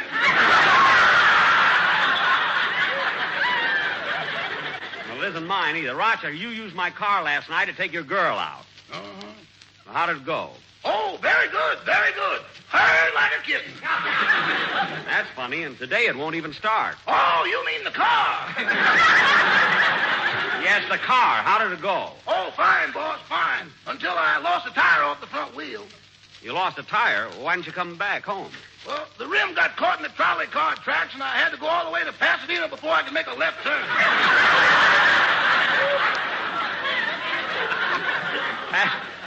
Pasadena? Yeah, and on the way back, we got stalled right in the middle of the Santa Claus Lane parade. You and your girl, huh? What happened? Nothing. We prefer Mulholland Drive. Well, Roch, in the future, when you want to go out joyriding, borrow your friend's car. You know who I mean, Sam. He loaned it to you once before. Well, Sam ain't got that car anymore. He's got 2 motorcycles now. Oh. Traded his car in, eh? No, he's backed into a buzzsaw.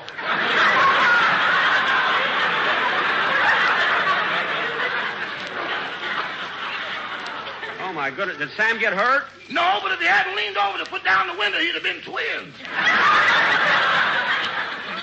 look, Rochester, there's no use working with this any longer. Okay, Jackson, I'm here. Be right with you, Phil. So long, Rochester. I'll see you after the broadcast. Yes, sir. I'm sorry to take you out of your way, Phil, but I couldn't get my car started. You know, Jackson, when you bought that car, it's too bad you didn't wait just one more year. They came out with a wonderful improvement. Yeah? What was it? The Pony Express. All right. Come on, let's get to the studio. Say, this car really runs nice. Well, you know me, Jackson. Nothing but the best for Harris. Oh, boy, what a fancy dashboard. What are all those buttons for? Well, that's a radio. I push this button and get Australia. I push this button and get London. This button, China. This button, France. And on up to 8 countries. Gee, my radio, I've only got 3 buttons. Anaheim, Azusa, and Cucamonga.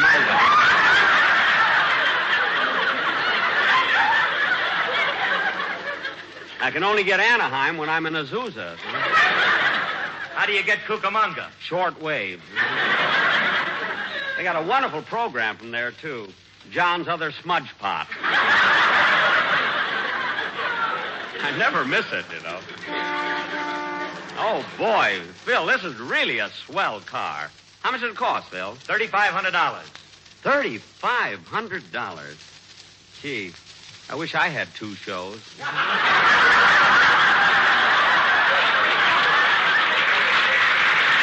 Hey, Phil, the traffic light is changing. I see it. Watch it, will you, kid? Oh, Martha, look who's sitting in that car. Jack Benny. Well, isn't that a coincidence? 3 weeks ago we were standing here, and he drove by then, too. Yes. Isn't he handsome? Martha, what are you crying about? Well, I can't help it. When Mr. Benny was in vaudeville, he was my husband's favorite comedian. Well, that's nothing to cry about. I was thinking of my husband. He's been dead for 40 years.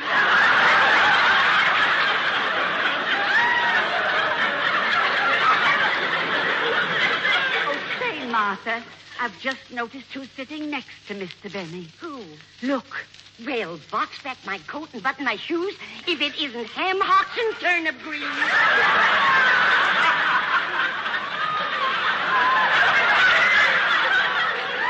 What a thrill. Let's go over to the car and ask them for her autograph. Oh, no, Emily. They'll think we're trying to pick them up. Oh, yeah. Gee, those 2 old ladies are sweet. You know, Phil, I saw them at the football game yesterday. Oh, did you go, Jackson? There was such a mob out there. How'd you ever park your car? Oh, I didn't take my car. It was such a nice day, I decided to swim. Fortunately, it was downstream, you know.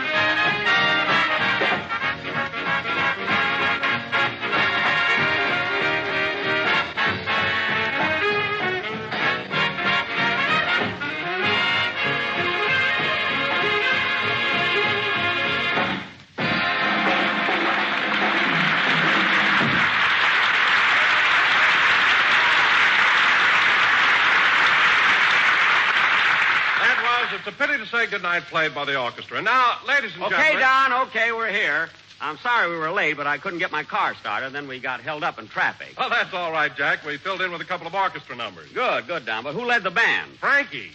Frankie? What does he know about music? Are you kidding, Jackson? Frankie's a natural. He was born with a banjo on his knee. He was? Yeah, they had to operate on him before they could get his pants on.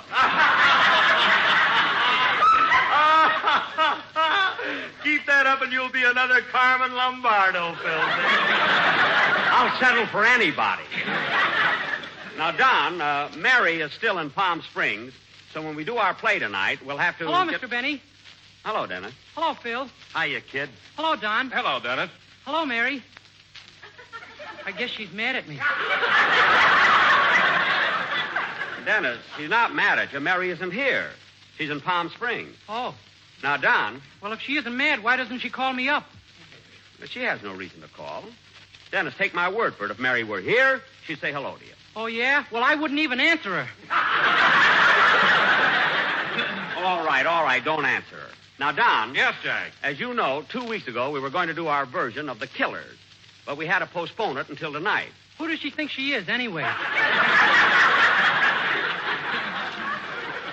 Dennis, I told you Mary's in Palm Springs. Now, will you please forget it? Okay. Oh, say, Jack, before you tell me about the play tonight, do you mind if I talk to you about a very delicate subject? Delicate subject? What is it, Don? The quartet is here, ready to do the commercial. Don, look, Don, I want to talk to you a minute. Not in anger. Look, kid.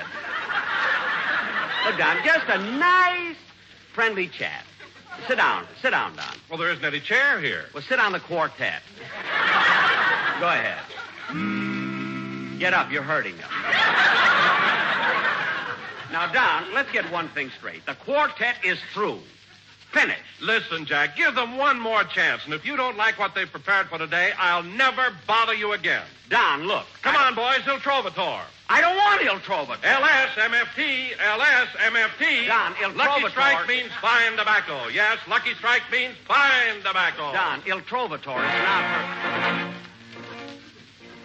for... El son della Pregi, Giovanni Giuleppe, E vivo che torri. LSMFT. Don, that doesn't fit. Look. LSM, LSO, LSP. Don. Don. Boys. Don. Fellas. Boys. Don. Look, Don, this doesn't...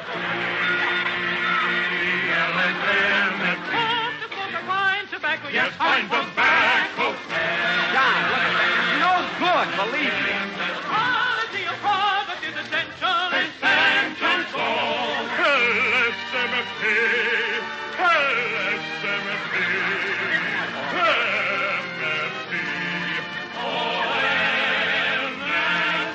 LSMFT. Don. LSMFT. LSMFT. LSMFT.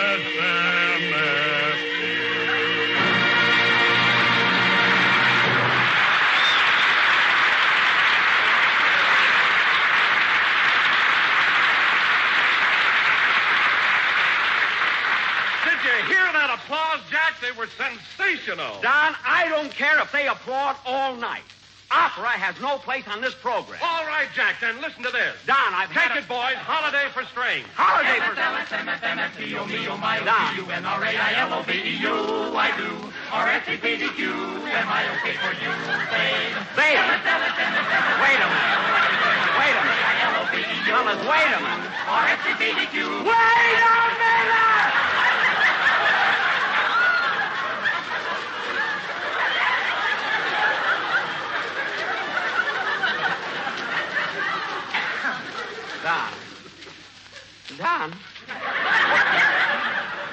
Don, I've had enough.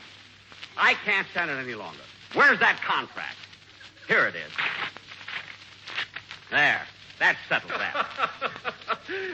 Jack, I don't blame you if you feel that way about the quartet. That's the best thing to do. Tear up the contract. Their contract, that was yours. What? Hey, Dennis, I guess that'll hold him for a while.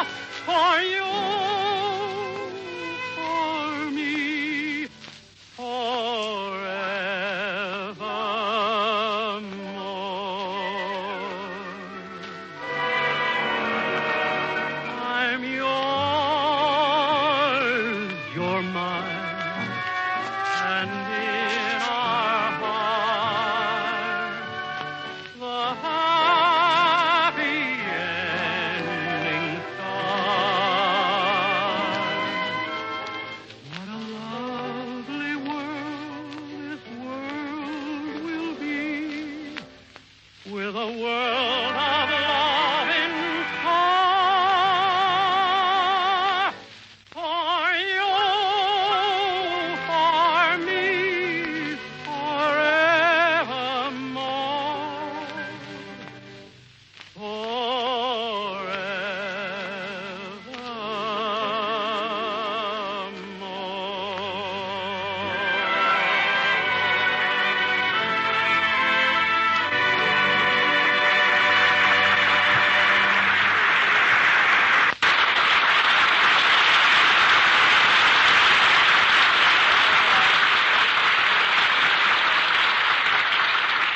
That was For You, For Me, Forevermore, sung by Dennis Day. Very good, Dennis. Hello, Mary. What was that? I'm giving her one more chance. Oh, go sit down. Okay. Tonight, for our... Not on the quartet. Find a chair. I wish Mary was here and I was in Palm Springs. And now... I wouldn't say hello to you either. Oh, quiet. And now, ladies and gentlemen, tonight, as our feature attraction, we're going to do our version of Mark Hellinger's thrilling, exciting, universal international picture, the famous Hemingway story, The Killers.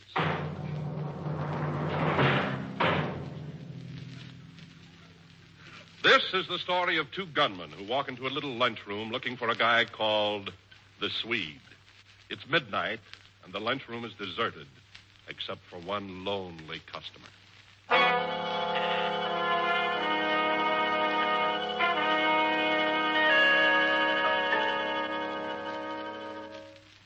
Well, I think I'll have a bite to eat and then go home. Yeah, I wish I could close up and go home myself. This place is quieter than a coal mine.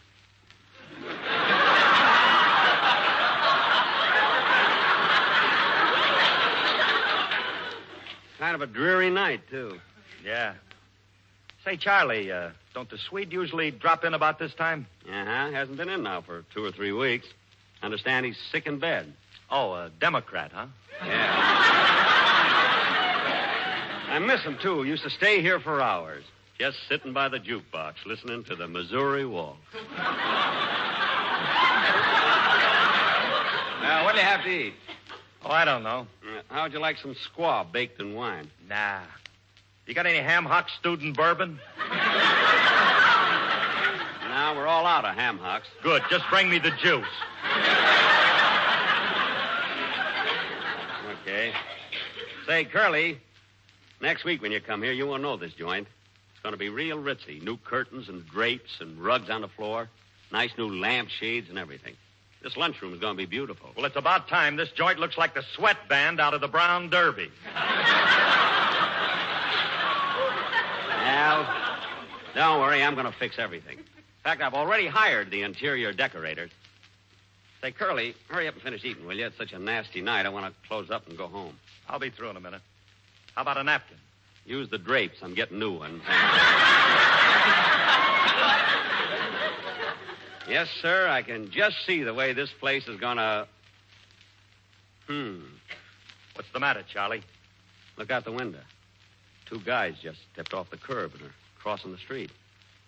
I never seen them before. Yeah. They look kind of tough. Hey, I'm getting out of here. No, don't go. I don't want to be here alone. One of them guys, it looks like Edward G. Robinson. Hey, look. They're coming this way. Yeah.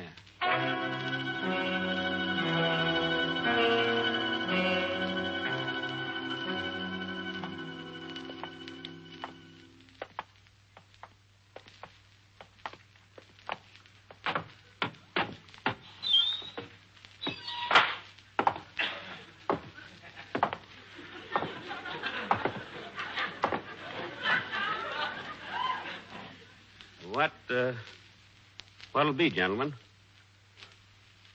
I say, what'll it be, gentlemen? Gentlemen, what'll it be? What are you shaking for, Blue Eyes?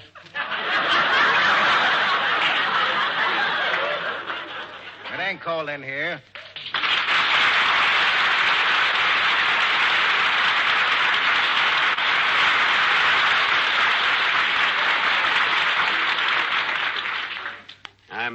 Getting ready to close up, gentlemen, so if you want something to eat, you better order it. Hey, Slugger. What is it, Eddie?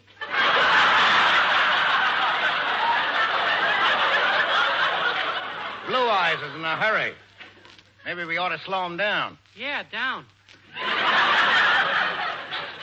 Now, look, gentlemen, I don't want no trouble. What'll you have? You can have some ham and eggs or some corned beef hash or a mixed green salad. Ouch! I don't like salad. Now, look, mister, I want to close up this joint, so you better order or get out of here, because if you don't, I'll call the police. Well, did you hear that, Slugger? Blue Eyes is going to call the police. Yes, I am. On one move out of you, and I'll fill you so full of holes you look like a Chiswee sandwich.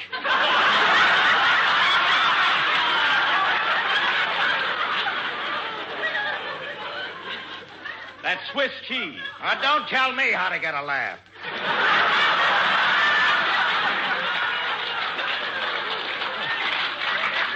What? It amuses Slugger. Yeah.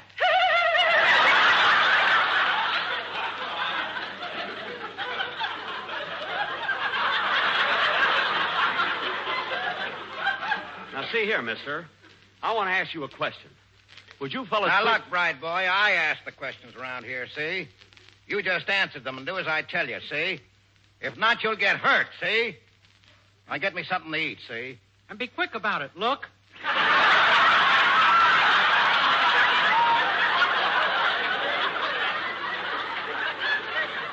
Look. Where? Oh, shut up, Slugger. Now, wait a minute. I don't have to stand for this. I'm a citizen. I pay my taxes. I got my rights, and you can't come in here and push me around. Oh, we can't, huh? No, you... Wait a minute. What are you reaching in your back pocket for? Just my handkerchief. Your handkerchief? Yeah. You must have a bad cold. Yeah. I just took those shots for it. Oh, Eddie, you keep that up and you'll be another Phil Harris. Now, look, will you fellas... Wait a minute. Now I know who you guys are. You're the killers. You're looking for the Swede. Did you hear that, Slugger? Bright boy thinks we're looking for the Swede. Well, ain't we been looking for no Swede? Now, bright boy, we ain't looking for no Swede. We came in here to talk to you. Me? Yeah, you. We heard you're going to get this dump redecorated. Yes, I am, but what's that got to do with you? Well, we want to know something. What? Who are you getting your chintz from?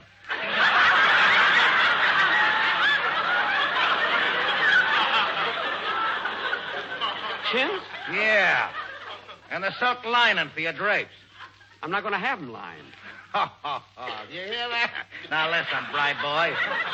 You're going to have drapes, and you're going to have them lined. You're getting them from us, see? I can't get them from you. I'm buying all my curtains and drapes from Johnson and Company, right on the corner.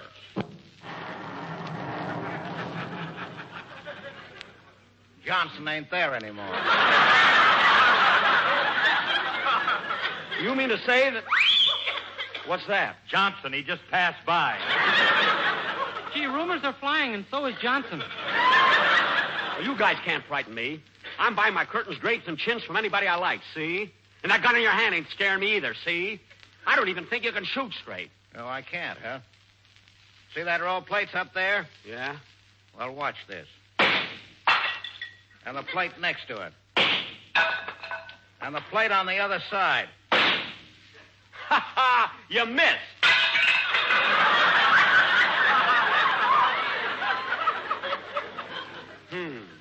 I put a curve on that one. Oh, yeah? Well, I'm not afraid of you now. You took 3 shots before and 3 shots now. You're out of bullets. No, I ain't, bright boy.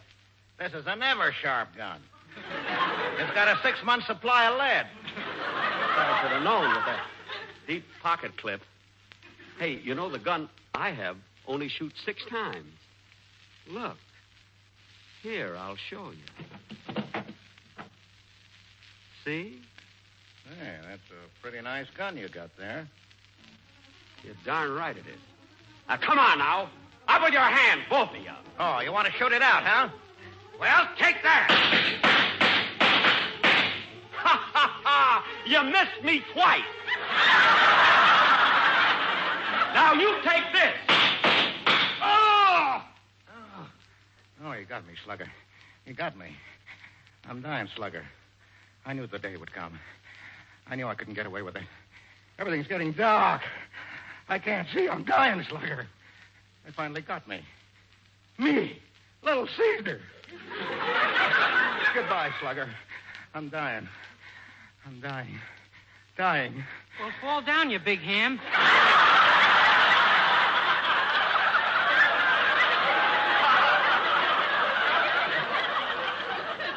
Maybe this'll help. Oh! Well, how do you like that? He fell on the quartet. Come on, Curly, let's go home.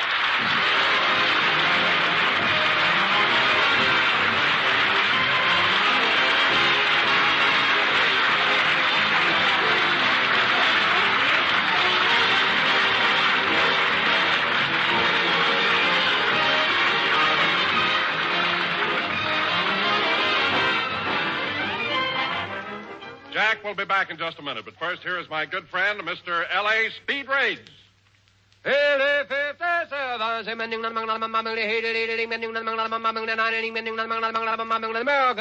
Common sense will tell you, in a cigarette, it's the tobacco that counts. And Lucky Strike means fine tobacco. Mr. George Alfred Webster, independent tobacco warehouseman of Durham, North Carolina, has seen millions of pounds of tobacco bought and sold at auction, and he said, At market after market, at auction after auction, I've seen the makers of Lucky Strike buy fine tobacco. Tobacco that makes one grand smoke. I've smoked Lucky's myself for 29 years. Year in, year out, independent tobacco experts like Mr. Webster, men who spend their lives buying, selling, and handling tobacco, can see the makers of Lucky Strike consistently select and buy that fine, that light, that naturally mild tobacco. Fine, light, naturally mild tobacco. Yes, Lucky Strike means fine tobacco. So remember... LSMFT. Lucky Strike means fine tobacco. And fine tobacco means real deep-down smoking enjoyment for you. So smoke that smoke of fine tobacco, Lucky Strike. So round, so firm, so fully packed. So free and easy on the draw. Ladies and gentlemen, I want to thank Edward G. Robinson for appearing with us tonight through the courtesy of the Thalia Productions, producers of that soon-to-be-released picture, The Red House. We'll be with you next Sunday at the same time. Good night, Mary. Good night, Mary. Good night, Herman. Herman? I'm mad at Mary. Oh, yes, I forgot. Good night.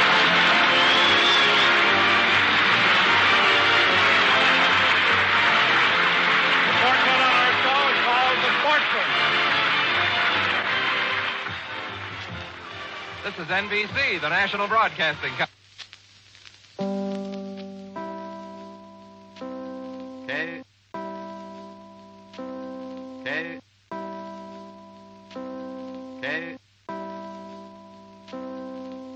The Jack Benny Program. Quality of product is essential to continuing success. Enjoyment for you. So smoke that smoke of fine tobacco, Lucky Strike. So round, so firm, so fully packed, so free and easy on the draw.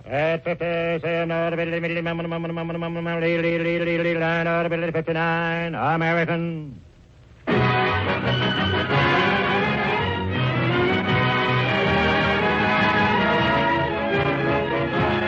The Lucky Strike program, starring Jack Benny, with Mary Livingston, Phil Harris, Rochester, Dennis Day, and yours truly, Don Wilson.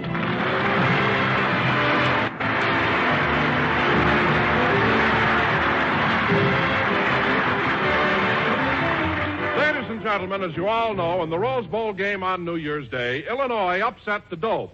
And here he is, and he's still upset, Jack Benny.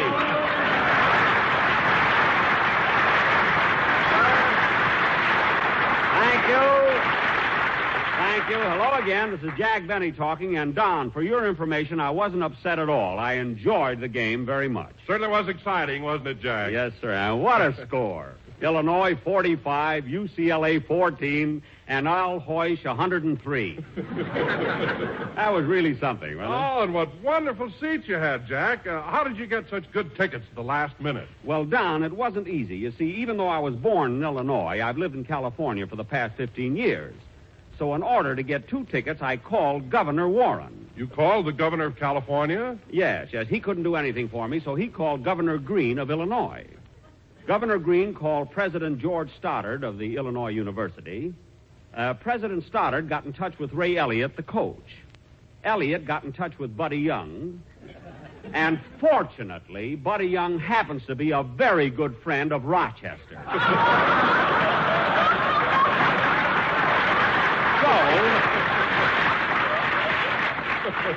So through Rochester, I not only got 2 seats on the 50-yard line, but I also got a sure thing in the 4th race at Santa Anita. Say, Don, who were you rooting for at the game? Well, Jack, I didn't want to show any partiality, so I got a seat on the UCLA side and a seat on the Illinois side. Well, Don, how could you possibly sit on both sides of the... Oh, of course.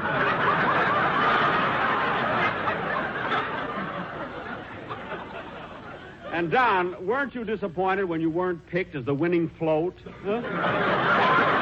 Well, better luck next year. Hiya, Jackson. Hello, Phil. Phil, get your band ready and... Phil, what happened to your orchestra? Half of your boys are missing. Where are they? Look, Jackson, New Year's Eve was only 5 days ago. Give them time. Give them time. You say what? Leave them alone and they'll come home, dragging their empties behind them. I know. But meanwhile, do the best you can with the boys. Oh, no.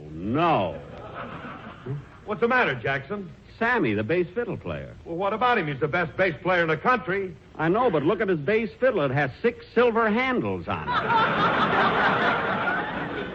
Well, that's Sammy for you. If anything happens to him, he don't want us to go to no expense.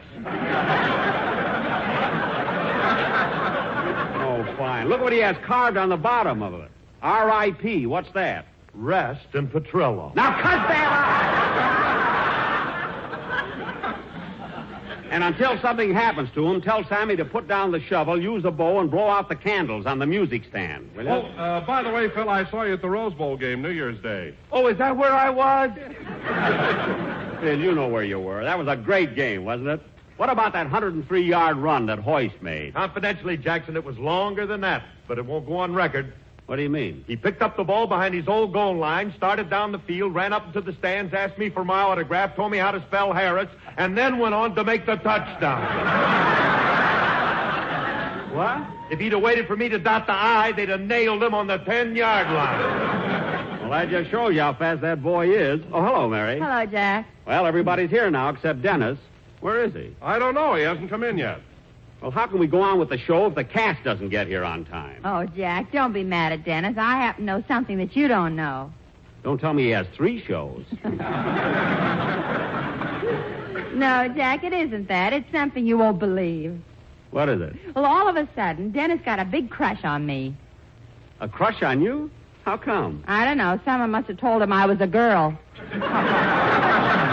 Oh, Mary, stop kidding. Has Dennis really got a crush on you? Yes, Jack, and he's so cute. Ever since last week when I danced with him in that nightclub, he's been sending me notes and little gifts. Gifts? What did he give you? Oh, lots of things. His Boy Scout knife, a bag of marbles, 3 Coca-Cola bottle caps filled with mud, a ball of tin foil, a fish hook, and a stick of bubble gum. No. Yes, and I'm worried. Why? If you see me wearing his bicycle quip, you'll know we're engaged. Well, how do you like that? And, Jack, you should see the note he sent me yesterday. Dennis sent you a note? Yeah, wait a minute. I'll read it to you. Oh, it's so sweet. My darling Mary, I hope you won't think I'm silly, but I keep your picture on the wall of my bedroom. I didn't want my mother to know who I'm in love with, so I took a pencil and drew a mustache and a derby hat on you. I think I fooled my mother because now she's in love with you, too. Well, I'll be darned. And look how he finishes. Oh. I love you madly and passionately, and will never forget the kiss you gave me when I took you home. Thanking you in advance for your next shipment, I remain... I remain yours truly, Dennis Day. Well, that's the cutest letter I've ever heard. Let's see that. Mary, why has Dennis got the stamp pinned on the envelope? Oh, that. He said that ever since he fell in love with me, he won't let anything else touch his lips. Well, gee, he must be hungry by this time, huh? That's certain. Shh, quiet. Here he comes now. Hello, everybody. Hello, Mr. Benny. Hello, Dennis. Hello, Dennis. Hello, Don. Hiya, kid. Hello, Phil. Hello, Dennis. Dennis, I said hello. Mary, don't make it so obvious.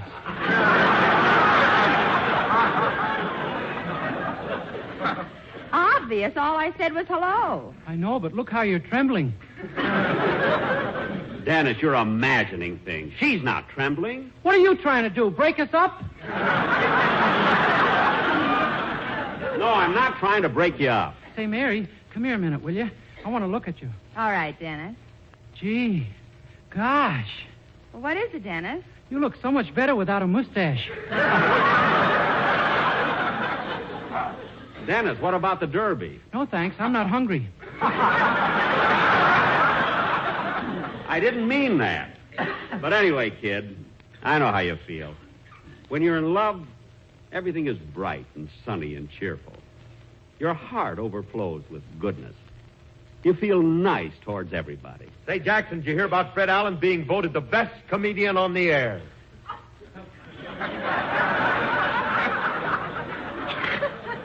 There will be a short pause while Dr. Jekyll becomes Mr. Hyde. Mary, it doesn't bother me at all. Anyway, I read about Fame magazine selecting Allen as the greatest comedian on radio. What a choice. What's the matter with you, Jackson? Every time Fred Allen gets an award, you get mad about it. 2 years ago, you got mad because they put his picture on the cover of Time. Phil, Fred's face was on the cover of Look. It was on the cover of Time. It was on the cover of Look. His face represented Time.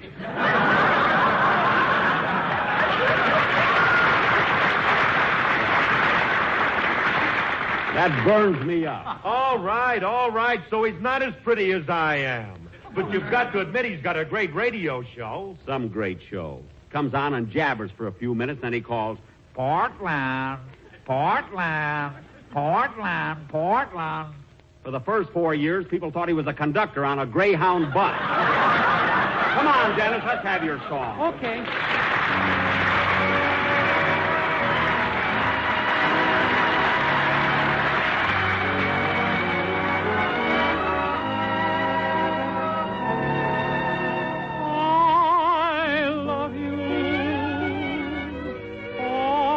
Sentimental reason, I hope you do believe me. I'll give you my heart.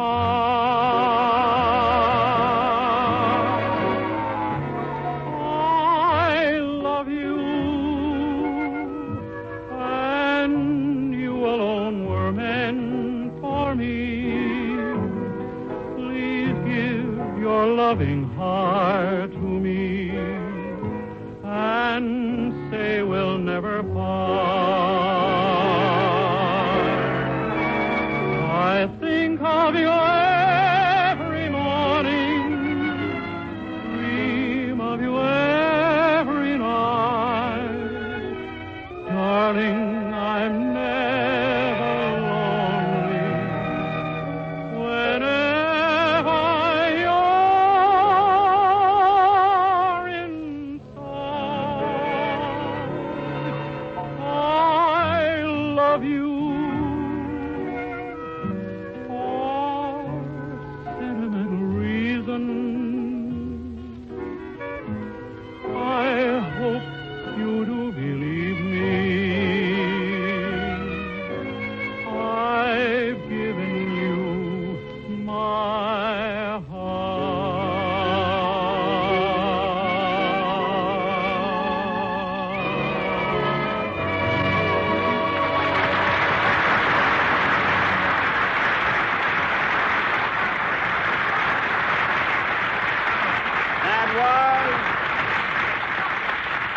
I Love You for Sentimental Reasons, sung by Dennis Day, and very good, Dennis. Yes, Dennis, I've never heard you sing so well.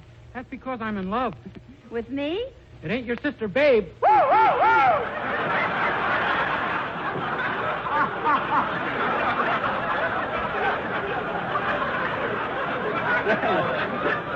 Dennis, behave yourself. And now, ladies and gentlemen, for our feature attraction tonight, we are going to present...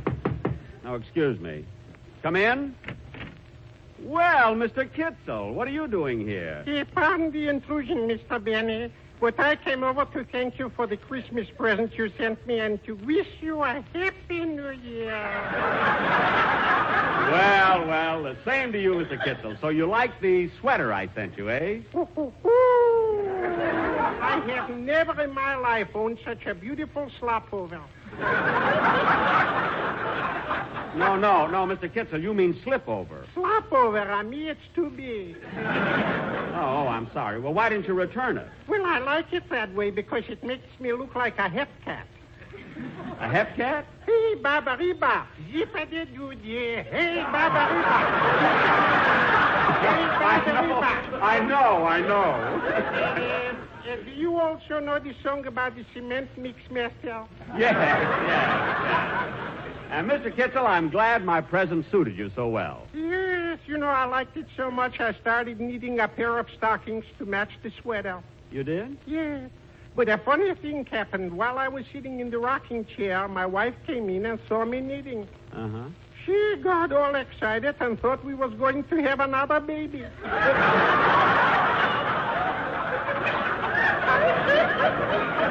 Well, congratulations. Thank you. By the way, Mr. Kitzel, as long as you're here, would you like to sit down and hear the rest of the program? Oh, I'm sorry, but I got to leave. Oh, you should stay, Mr. Kitzel, because tonight our guest star is Lauren Bacall. Lauren Bacall? Who what? Who's going? I'm going to stay. Well, good. But,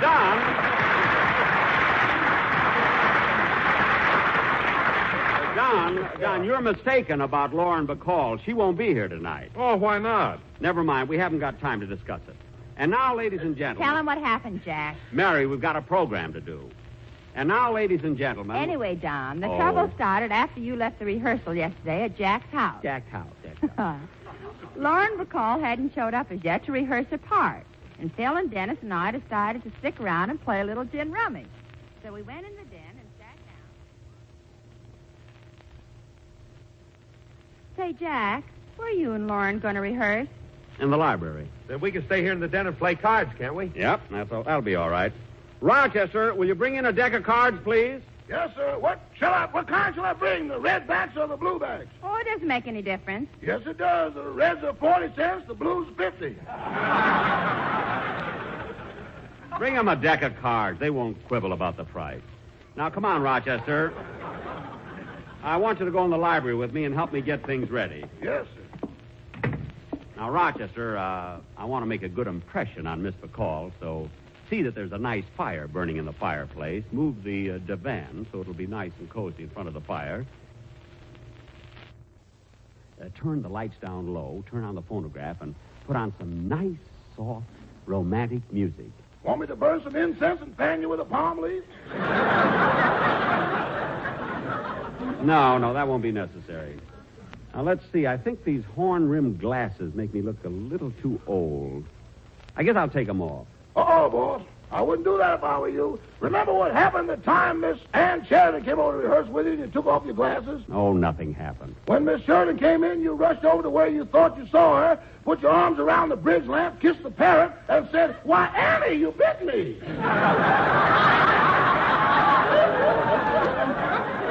That's because it was dark. Now, let's see. Oh, that must be Miss Bacall now. Rochester, you answer the door. I want to sit down and make myself look alluring. Relaxed. There, how do I look? Fine, boss, but aren't you overdoing it with that rose in your teeth? Rochester. What are you laughing at? Ramona Benny. The rose is for my lapel. Oh, answer the door. Yes, sir. Is Mr. Benny at home? Yes, come right in, Miss Bacall.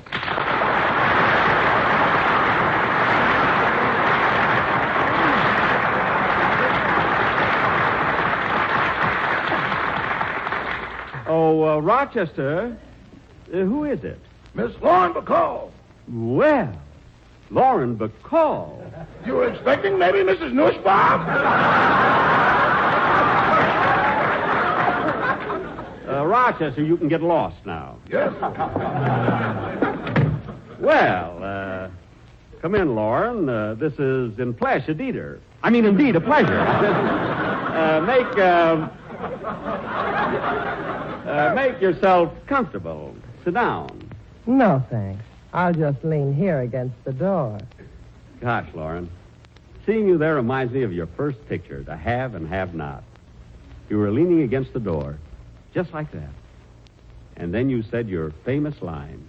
You mean, if you want anything, just whistle.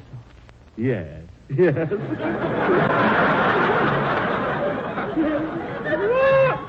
Well, Lauren,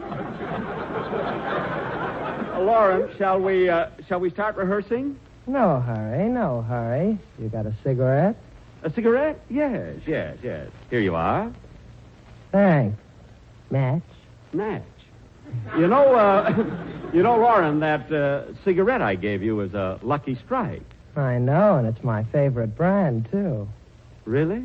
Yes.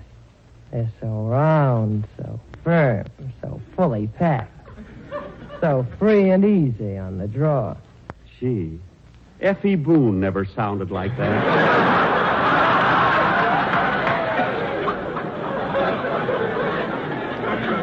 Gosh, Lauren, I can just picture you in a bathing suit holding up that big tobacco leaf. And you know, Lauren, Lucky Strikes are made of that fine, that light, that naturally mild tobacco. Well, what do you know? And I thought Mother told me everything.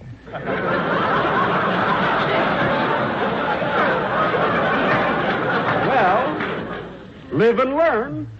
You must have learned a lot. Yes. Well, now let's start rehearsing. Here's your script. We're going to do a sketch based on your picture, To Have and Have Not. You'll play the same part you did in the picture. Okay. Well, let's start.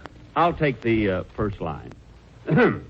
Wait a minute, Jack. I'm supposed to lean against the door. Oh, yes. I'm sorry. Well, we'll start again. You're sore at me, aren't you, Slim? Sure, Steve. I'm sore at you. I wanted to get even. I brought that bottle of brandy up here to make you feel cheap. But I'm the one who feels cheap. Well, you've only got yourself to blame, Slim. After all, what did I do? Nothing. What's more, you don't have to do anything. Oh, maybe just whistle. You know how to whistle, don't you, Steve? You just put your lips together and blow. No, Slim. I got a better use for my lips. Come here and let me kiss you. All right, but first take that rose out of your teeth. I'm so sorry. You know, I meant to put that in my lapel, in my lapel. Now let's start the scene over again. You're sore at me, aren't you, Slim?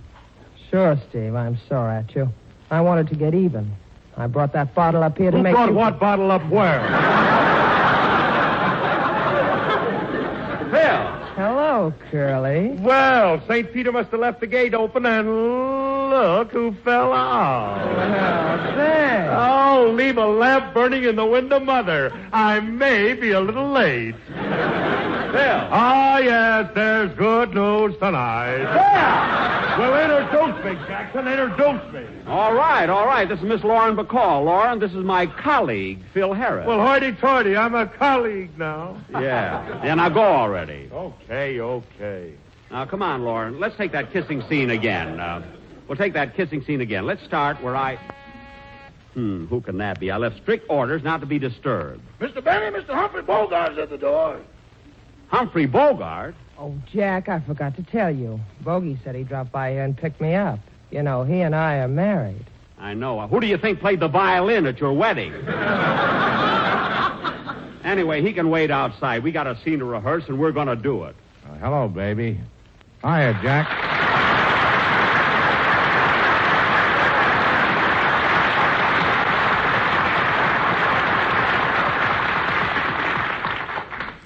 Look, Humphrey, we're right in the middle of the rehearsal. Oh, that's all right, Jack. Go right ahead. We won't be long, honey. That's all right, baby. You know, Jack, I'm glad to see you again. You're my favorite comedian. I am? Well, that's good. Now, Lauren, I mean, Miss McCall. Oh, by the way, what should I call you, Lauren or Miss McCall? Mrs. Bogart. Now, let's get on with the rehearsal, Mrs. Bogart. Starting with your last speech. Okay. You know how to whistle, don't you, Steve? You just put your lips together and blow. No, Slim. I got a better use for my lips. Come here and let me kiss you. What a comedian. What a comedian.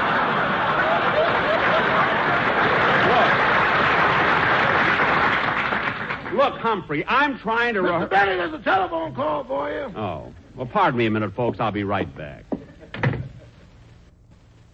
How's it going, baby? Oh, brother. Yeah, I thought so. Say, baby, I want you to do something. What is it? When you get to kiss him, just put one arm around him and run your other hand through his hair. Why? I want to find out if he really wears one.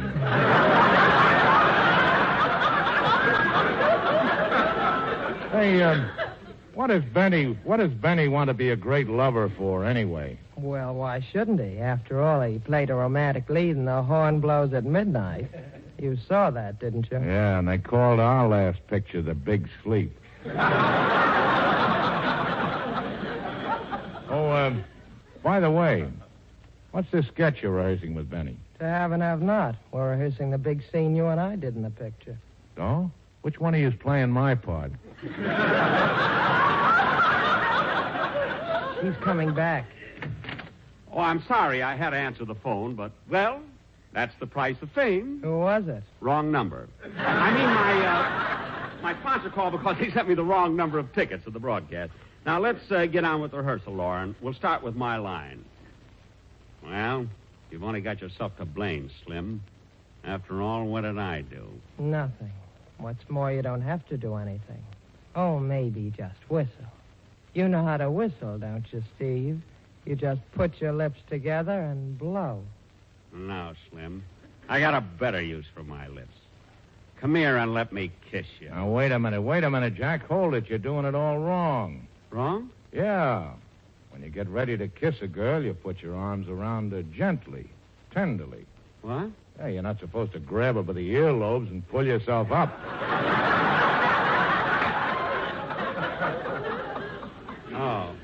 Oh, I see. Yeah, now watch me. Come here, baby. Read that line again. Okay.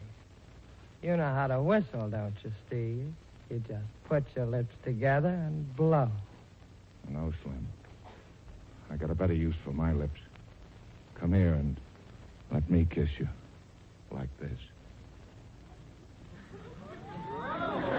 I see, Humphrey. I get the idea. That's enough, Humphrey. Look, you can do that at home. Look.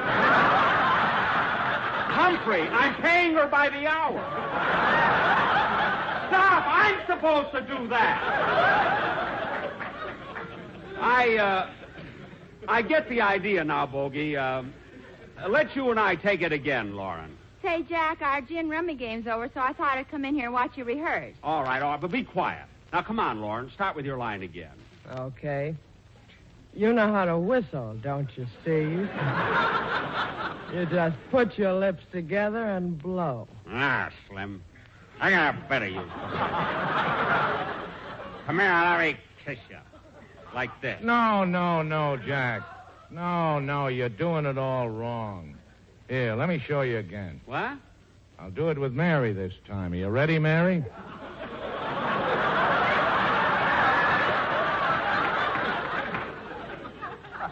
Am I ready? I was puckered up when I walked in here. But look, Mary isn't even... Come on, Mary. You take baby's line. Okay. You know how to whistle, don't you, Steve? You just put your lips together and blow. Oh, no. I've got a better use for my lips. Come here and let me kiss you. Like this.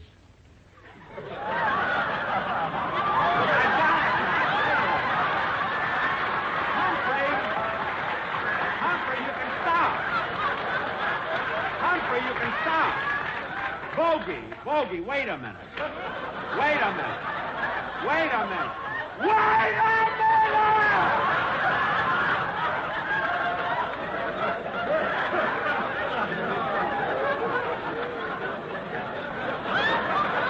What is this? What is this anyway? Step aside, Mary. I want to talk to Mr. Bogart. Yeah, and I want to talk to him, too. Dennis. Say, he's cute. You haven't got a chance, sister. I send all my Coca-Cola tops to Mary. Dennis. Now listen to me, Bogart. I saw you kissing a woman I love, see? And you ain't muscling in on my racket, see? Those lips ain't big enough for the both of us, see? Now get out of here before you get hurt, see? Get out, see? Out, see? Out, see? Out! Dennis. See? Come on, baby, let's get out of here. This guy's tough. Bogart, Lauren, come back. Dennis, I can't believe it. You know what you did? You frightened Humphrey Bogart. Sure. Dennis, what's that you got in your hand? A picture of my mother. Oh, no wonder. God, now Lauren will never be on my program.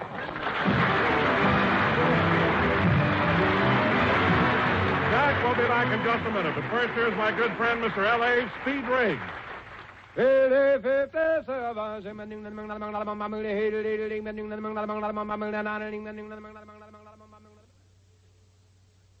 Experts like Mr. Joyner can see the makers of Lucky Strike consistently select and buy that fine, that light, that naturally mild tobacco. Fine, light, naturally mild tobacco. Remember, year after year, LS, MFT. Lucky Strike means fine tobacco. And this fine Lucky Strike tobacco means real deep down smoking enjoyment for you. So smoke that smoke of fine tobacco, Lucky Strike. So round, so firm, so fully packed, so free and easy on the draw.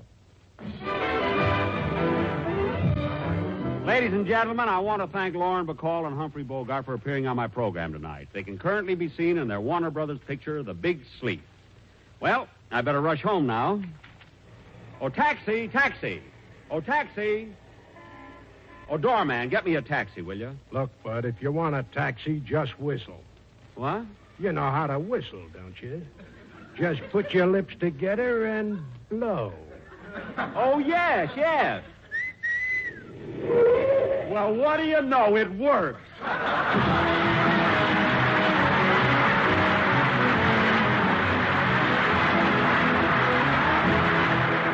This is NBC, the National Broadcasting Company.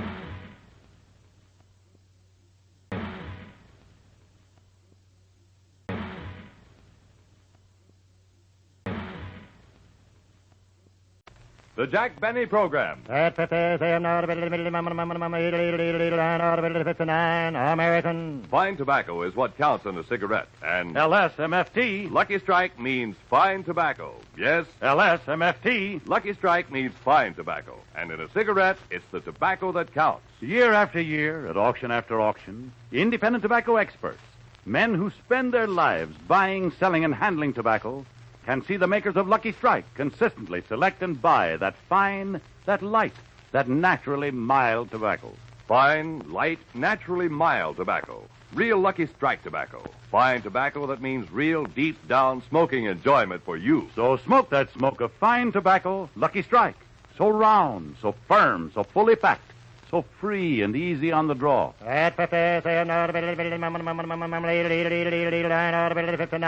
American.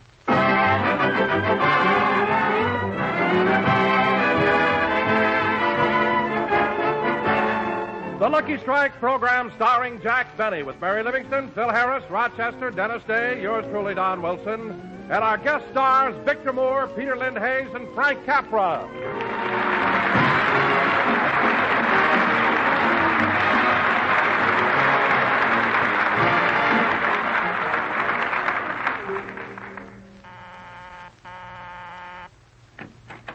Well, if it isn't yours truly, Don Wilson. Hello, Rochester. Is Mr. Benny in? No, Mr. Benny took Miss Livingston to the movies. Oh, well, when he comes back, will you tell him that Say, Rochester, did you bake a cake or something? I smell melted butter. Oh, that. Well, you see, every time Mr. Benny goes to the movies, I make him a bag of popcorn. That's ridiculous. Why doesn't he buy it at the theater? With butter and everything, it must cost more to make your popcorn at home. Theoretically, yes, but actually, no. What do you mean? Well, I make 2 bags, and he sells one of them to Miss Livingston. Oh,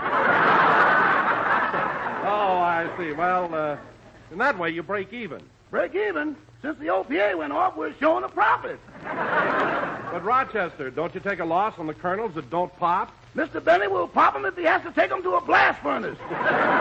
Well, as long as Jack isn't home, I think I'll run along. If you care to wait, he ought to be back any minute now. They went to the neighborhood theater.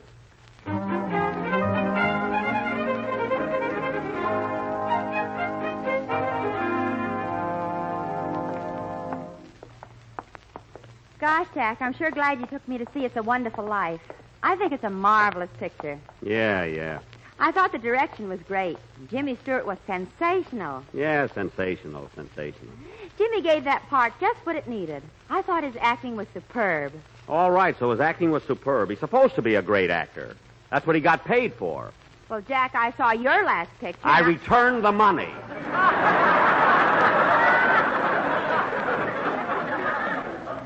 So don't be so smart. Anyway, Mary, don't get me wrong. I like the picture, It's a Wonderful Life, but it's awfully hard to believe that part where Jimmy Stewart's angel comes down and shows him what would have happened if he hadn't been born. I don't know, it's too fantastic. Oh, you've been mad at pictures ever since they put out Bank Night. I have not. It's just that I don't... Oh, Jack, let's stop and look in this jewelry window. Okay. Gee, what gorgeous jewelry they have here. Uh-huh. Oh, Jack. What? Look at that beautiful engagement ring. Mary, are you hinting? Uh-huh. Well, it won't do you any good. I'll never wear it.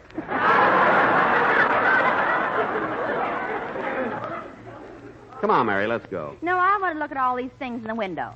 Okay. Oh, Martha. What is it, Emily? Isn't that Jack Benny standing over there? Well, I declare. My, but he's handsome. Every time I see him, I get weak and wobbly all over. Oh, Martha. It's the truth, Emily. He really sends me. And if I was 20 years younger, I'd go.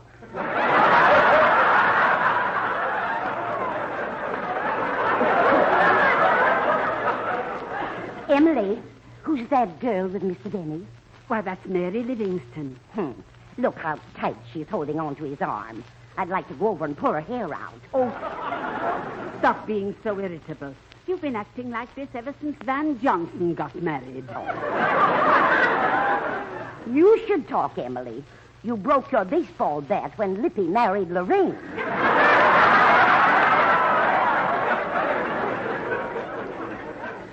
Anyway, I think Jack Benny is... Quiet. Here they come. Hello, Mr. Benny. Well, hello there. Isn't it rather late for you girls to be out? Girls. Come on, Mary. Let's go.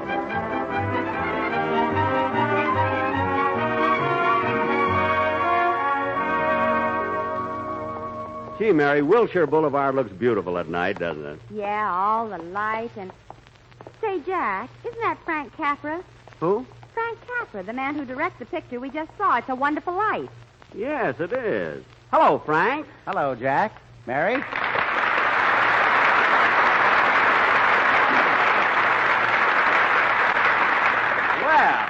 Well, this is a coincidence, Frank. We just came from seeing your picture. Really? I go to that theater every day. You go to see your picture every day? No, I just go for the newsreel. I love to hear the governors of Georgia talk. Oh, I see. Mr. Capra, I want to congratulate you on your direction of It's a Wonderful Life. I thought it was great. Thank you, Mary. How'd you like it, Jack? Oh, I thought it was fine, Frank, but that part about the guardian angel was just a little too unbelievable. Well, Jack, in the picture I didn't try to show what did happen. I tried to show what could happen if someone had never been born. I know, For example, what do you think would have happened if you'd never been born? Well, There'd be a lot more money in circulation. Mary, stop. But all in all, Frank, I did think it was a very entertaining picture. I'm glad you enjoyed it, Jack. Well, I have to run along now. Oh, just a minute, Frank. I'm glad we ran into each other because I've been wanting to talk to you about a picture for me. For you?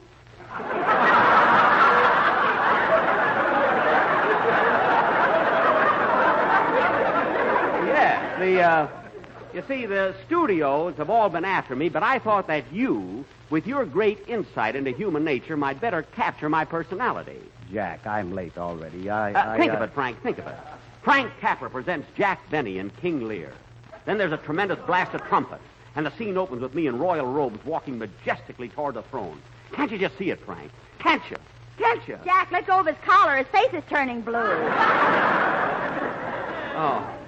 Oh, I'm sorry. Wow. Well, smog or no smog, it's good to be breathing again. What? Well, so long, King Lear. See you later. Goodbye, Mary. Goodbye. Goodbye, Frank.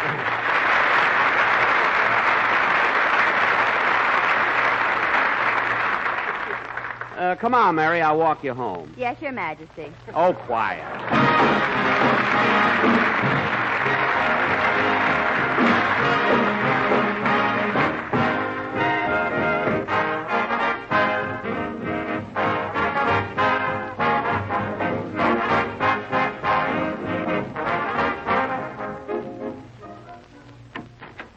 Rochester! Oh, Rochester! Is that you, boss? Yes. Mr. Wilson dropped by, but I told him you were at the movies and he wouldn't wait. Oh, well, I'll see you tomorrow. Come here a minute and... Rochester, what's that penny on the table? Huh? Oh, while Mr. Wilson was here, he stepped into the bathroom and weighed himself.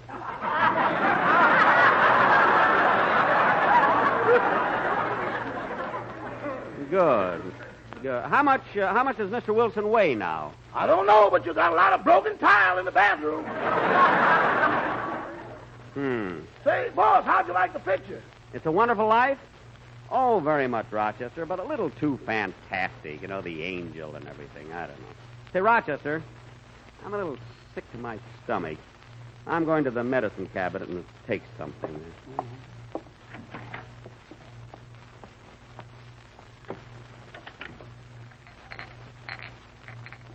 There it is. A couple of swallows of this, and I'll feel much better. This ought to fix me up. Oh, darn it, I dropped the glass. Well, I'll just drink a little out of the bottle and... Oh, my goodness. Look at that label. This is iodine. I almost poisoned myself. Oh, boy, am I glad I dropped the glass. What a lucky accident. That was no accident, Jack. Huh? I knocked the glass out of your hand. You knocked the... Wait a minute. How did you get in here? Who are you? I'm your guardian angel. What? My guardian angel? Yes, I've been watching over you all of your life. I've guided you and I've protected you. Guided me? Protected me? Yes, I governed every move you ever made. Oh, you mean it's you who kept me from spending my money? Though you've done pretty well with that yourself. Thank you. But you saved my life, and you don't even know me. Oh, you're wrong, Jack. I know everything about you. Remember when you were 7 years old, you broke a window and you blamed it on your sister, Florence? Yeah. Yes, that's right. And remember when you were 10 years old, how proud you were when you put on your first toupee? That was for a school play. Well, the play is over. Take it off. Say, you do know a lot of things about me. Well, Angel, it was nice of you to save my life, and come again sometime. Huh? Oh, I can't go yet, because, you see, I was sent down here to prove something to you. Prove what? I'm going to show you what would have happened if you had never been born. You mean like what I saw in the picture tonight? Yes. Come with me. No. I'm not coming with you. No, sir, I'm afraid. Oh, you're nothing to fear. Come on now. Come on. I'm not coming with you. Let go of my arm. Let go of my arm. Rochester! Rochester! That's funny. Rochester! You have no Rochester. What do you mean I have no Rochester? You've been my butler for 10 years. No, he hasn't. You've never been born. You mean there's no Jack Benny? That's right. Now come. Come with me.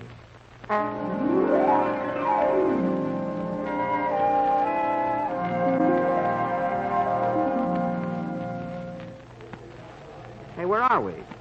What are we doing in this department store? This is the May Company. Oh, yes. And there's Mary behind the stocking counter, like she used to be years ago. What is she doing back here? She never left here. You see, you were never born to take her away. Gee, she looks good. Well, of course, she's been eating regularly. Oh, this whole thing is crazy. I'm going over to Mary and ask her myself. Oh, Mary! Mary! Yes, sir. What can I do for you? What are you doing behind the stocking counter? Why aren't you on the radio? Well, that's a new approach.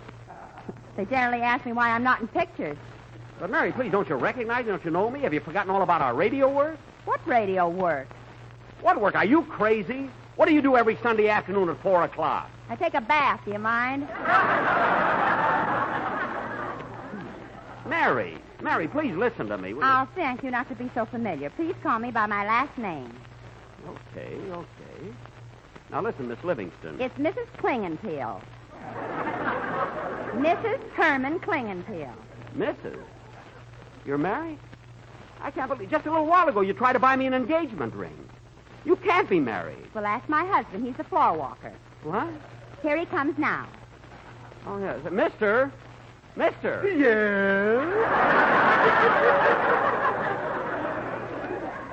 Is this true? Are you two married? Well, if we're not, we certainly gypped the bride and groom program out of a 2-week honeymoon. Oh, stop. Mary, this is all a terrible mistake. Angel, where are you?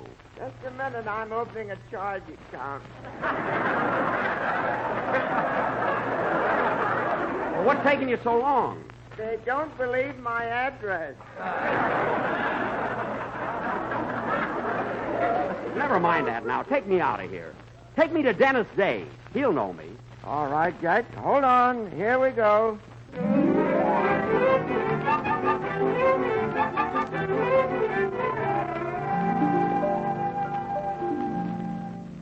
Angel, what are we doing here in New York City? Why, don't you recognize this place? This is Studio H in NBC. Oh, yeah. And there's Dennis Day walking up to the microphone. Oh, Dennis! Sorry, Pop. No autograph. I don't want your autograph. Dennis, don't you recognize me? I'm Jack Benny. Who? Benny. Jack Benny. Listen. Can it be the trees that fill the breeze with rare and magic perfume? I don't know about the perfume, but your singing stinks.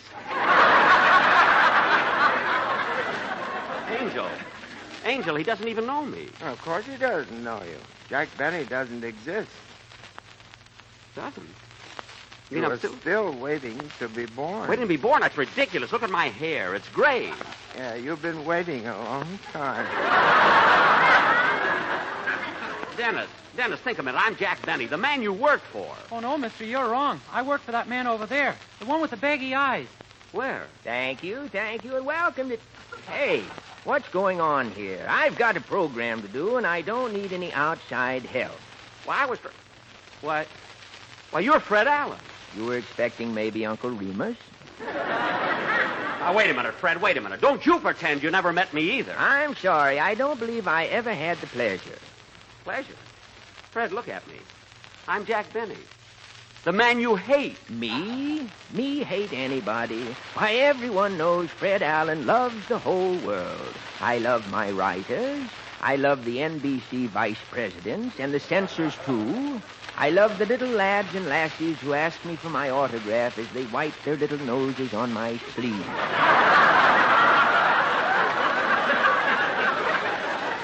And believe me, sir, I love you, too. Angel, there must be something wrong. Fred Allen doesn't hate anybody. Certainly, you weren't born yet. Wait a minute, Fred. You and Dennis are just pretending you don't know me. But the rest of your cast will. The rest of my cast? There are no other performers on my program, just Dennis and myself. Oh, yeah? What about Senator Claghorn and Titus Moody and Ajax Cassidy? Why, I thought everybody knew Dennis plays all those parts. You mean Dennis is Senator Claghorn? I'm from the South, son. I just got back from a party, and I'm in my cup. Dixie, that is.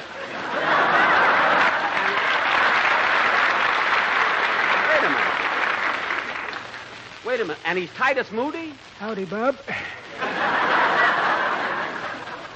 Dennis, and you play Ajax Cassidy, too?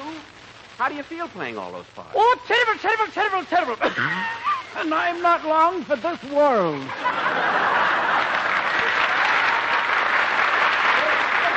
cut that out. Angel, there must be someone who knows me. I know. Take me to see Don Wilson. He's worked for me for 14 years. He'll remember me. Don's been with me through thick and thin. All right, Jack, I'll take you to see Mr. Wilson. Gee, you're such an obliging angel. Don't you mind taking me from one person to another? No, I get mortal to mortal pay. Oh, good. Well, come on, let's go.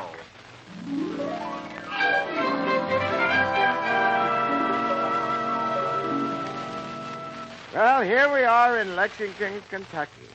Lexington, Kentucky? Yes, there's Mr. Wilson sitting on the porch. He owns this big tobacco plantation. Hey, Don Wilson. Colonel Wilson to you, sir. Waukegan, Illinois, named Benny. Nice people. Always wished they had a son. They had a son. It's me. Well, I don't know anything about that, but if you'll excuse me, I gotta talk to my tobacco pickers. Here they come. The tobacco pickers? Yes. Hello, fellas. You all. You all? Don. Colonel Wilson. Hemo boy.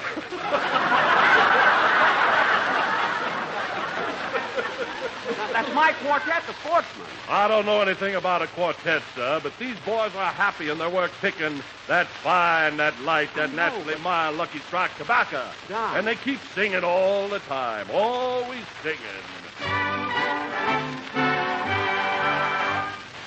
Way down upon the Swanee River, far, far away. LSMFTO, There's where my heart is turning ever. There's where the auctioneers play.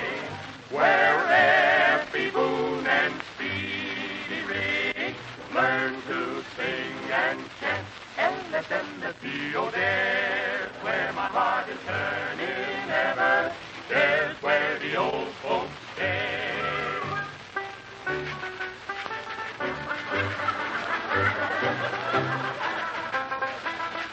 Every boom and speedy still longing for the old plantation and for the old folks at home, old folks at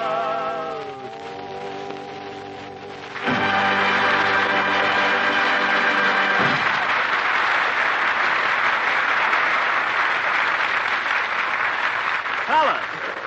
Look, fellas, don't walk away. They've gone, Jack. Are you convinced now? Yeah, I'm convinced.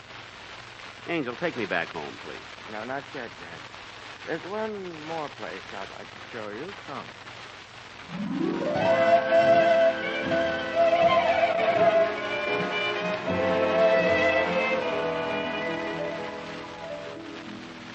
Where are we? What town is this? Nashville, Tennessee. Nashville, Tennessee. Hey, why, that's where Phil Harris comes from. Yeah, and this is the nightclub where he works. Phil Harris works in this awful dump? Yes, you see, you weren't born, so you never took him away from here. Well, I'm glad. This is where he belongs. Let's go in and see him. All right. Follow me right down these stairs. Gosh, what a crummy nightclub. Look at the name of it. The Ruist Club. What about it? Ruth spelled backwards is sewer. That makes very little difference to Mr. Harris. He can't even spell frontwards. Come on, Jack, follow me down these stairs. Way down. All right, watch your step.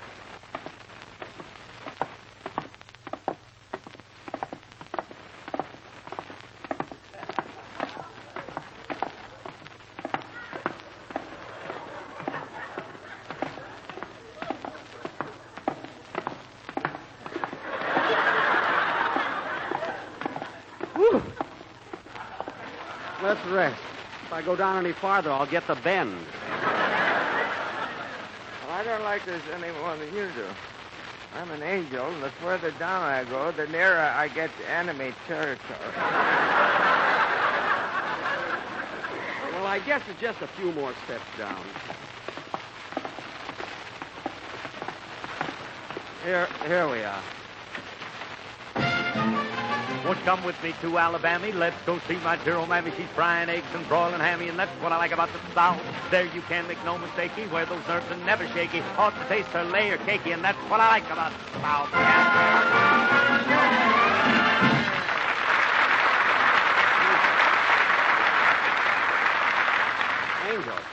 Angel, isn't that awful? Yes, that's why we sent you so much thunder. We're trying to drown him out. Thanks. Well, folks, here I am again, your favorite master of ceremonies, Phil Harris. Funny thing happened to me today, folks. Guy walked up to me and said, Mr. Harris, where'd you get that black eye? So I told him it was a birthmark, and he said, a birthmark? And I said, yeah, I got in the wrong birth. Don't explain it to him, lady. If you don't get it, just let him suffer. Let him lay there. Don't tell him nothing. Well, Phil Harris. Pardon me, folks. There's an old heckler down here in the front row. Yeah? What do you want, Bob? Phil, look at me.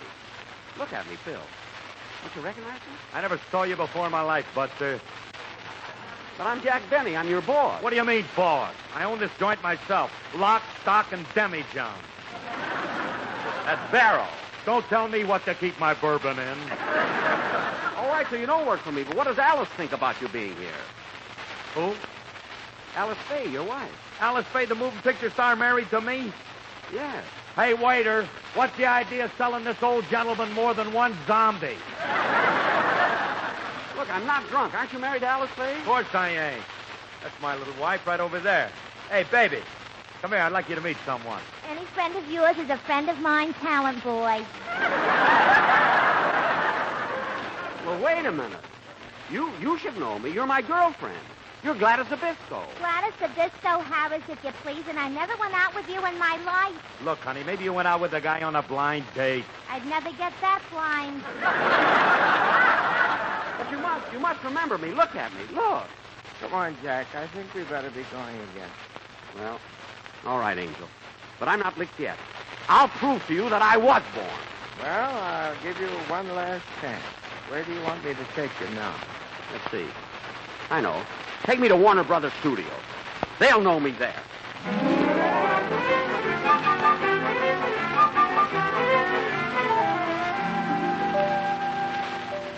Jack, here we are at the studio. Yeah, and there's the executive offices.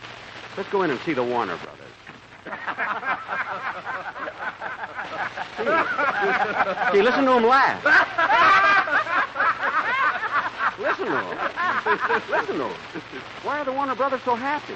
Because you were never born, so you didn't make the horn blows at midnight. Oh, I see.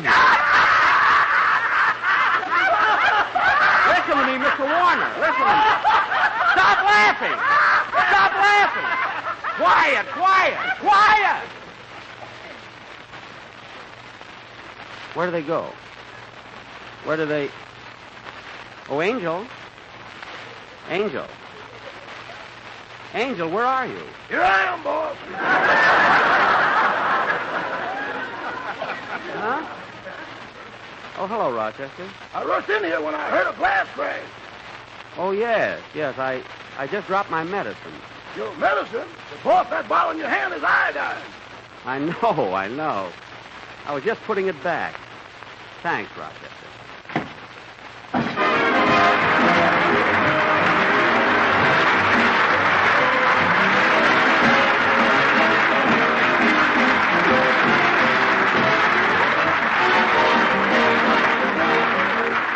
Ladies and gentlemen, the part of the angel was played by Victor Moore, who will soon be seen in that wonderful picture It Happened on Fifth Avenue.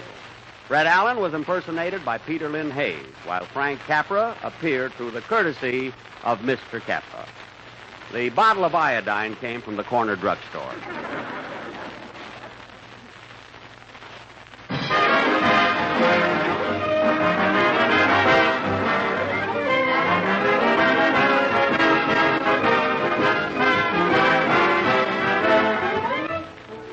Jack will be back in just a minute, but first, here is my good friend, Basil Rysdale. As you listen to the chant of the tobacco auctioneer, remember LSMFT.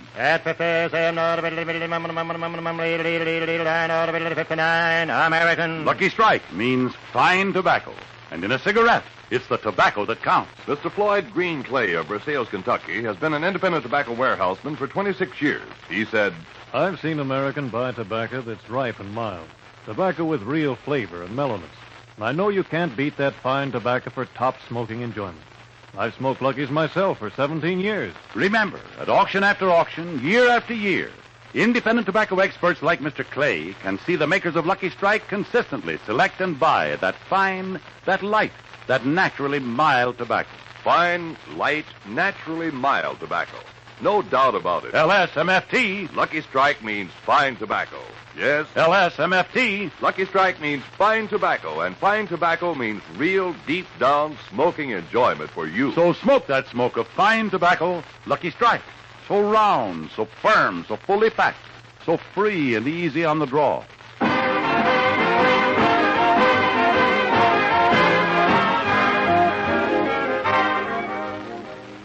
Say, Rochester, have you ever had a feeling that there's somebody watching everything you do? You know, somebody who knows every move you make, knows everywhere you go, even when you think he doesn't? Yes, boy. You know who it is? Yes, now we should cut it out. I don't mean this. Good night.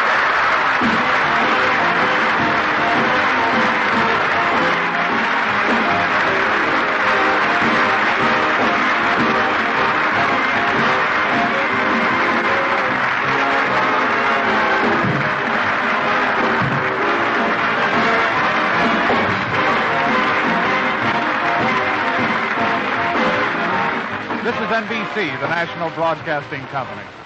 NBC, the National Broadcasting Company.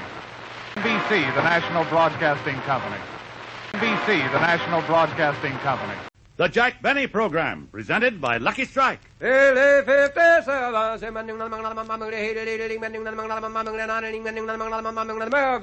a cigarette, it's the tobacco that counts. And today, tomorrow, always... LSMFT. No doubt about it. Lucky Strike means fine tobacco, and fine tobacco is what counts in a cigarette. So remember... LSMFT. Lucky Strike means fine tobacco. Yes, fine tobacco. Season after season, at market after market, independent tobacco experts, auctioneers, buyers, and warehousemen can see the makers of Lucky Strike consistently select and buy that fine, that light, that naturally mild tobacco. Fine, light, naturally mild tobacco. Real Lucky Strike tobacco that means a fine smoke for you. Yes, for your own real deep-down smoking enjoyment, smoke that smoke of fine tobacco, Lucky Strike. So round, so firm, so fully packed, so free and easy on the draw. American.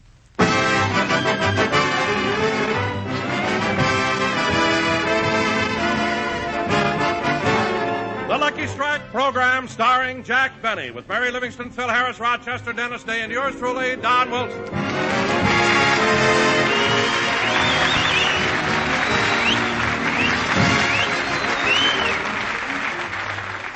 Ladies and gentlemen, I'll bet you often wondered what happens immediately after a program goes off the air. Well, let's go back to last Sunday. Jack Benny has just finished his broadcast. Okay, Phil, okay, cut it. Cut it, Phil, we're off the air. Well, folks, how did you like the program? Well, I'm glad you did. Ladies and gentlemen, you were a wonderful audience, just wonderful. And I'm looking forward to seeing you all here in the studio again. You'll never see me again, Bub. What? I wouldn't sit through another one of your shows if I was in the front row. Your guest star was Sally Rand. Her balloon had a slow leak, and my wife wasn't with me.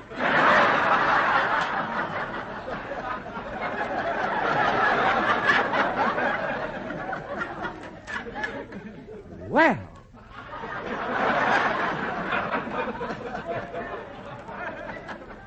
Look here, mister. You're too fresh. You know, you'll never get tickets to my show again. What tickets? Last night I'm walking down the street. A guy throws a sack over my head, gives me a bump on the noggin, and when I come to, I'm sitting here in the studio. Gee, I know my producer wants all the seats filled, but I wish he'd stop using that blackjack, you know? Jack, do you mean to say the only way you can get an audience is to have your producer go around hitting people on the head? Well... Gosh, and I always thought before we go on the air that bong, bong, bong were chimes. No. No, Mary, that's 3 more coming in. Last week, one guy's head was out of tune and loused up the whole network. But we just give them a light tap on the head. It only raises a little bump. Little bump? Yeah. My bump's got snow on it. I mean, well, don't blame the weather on me. Anyway, mister, the show is over, so you can go. Okay. This is the last time I pass NBC without a helmet. All right. Say, Jackson, I'm going to run along now. Oh, just a minute, Phil. I want to talk to you.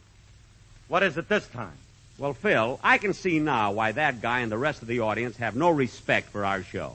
Why? What did I do?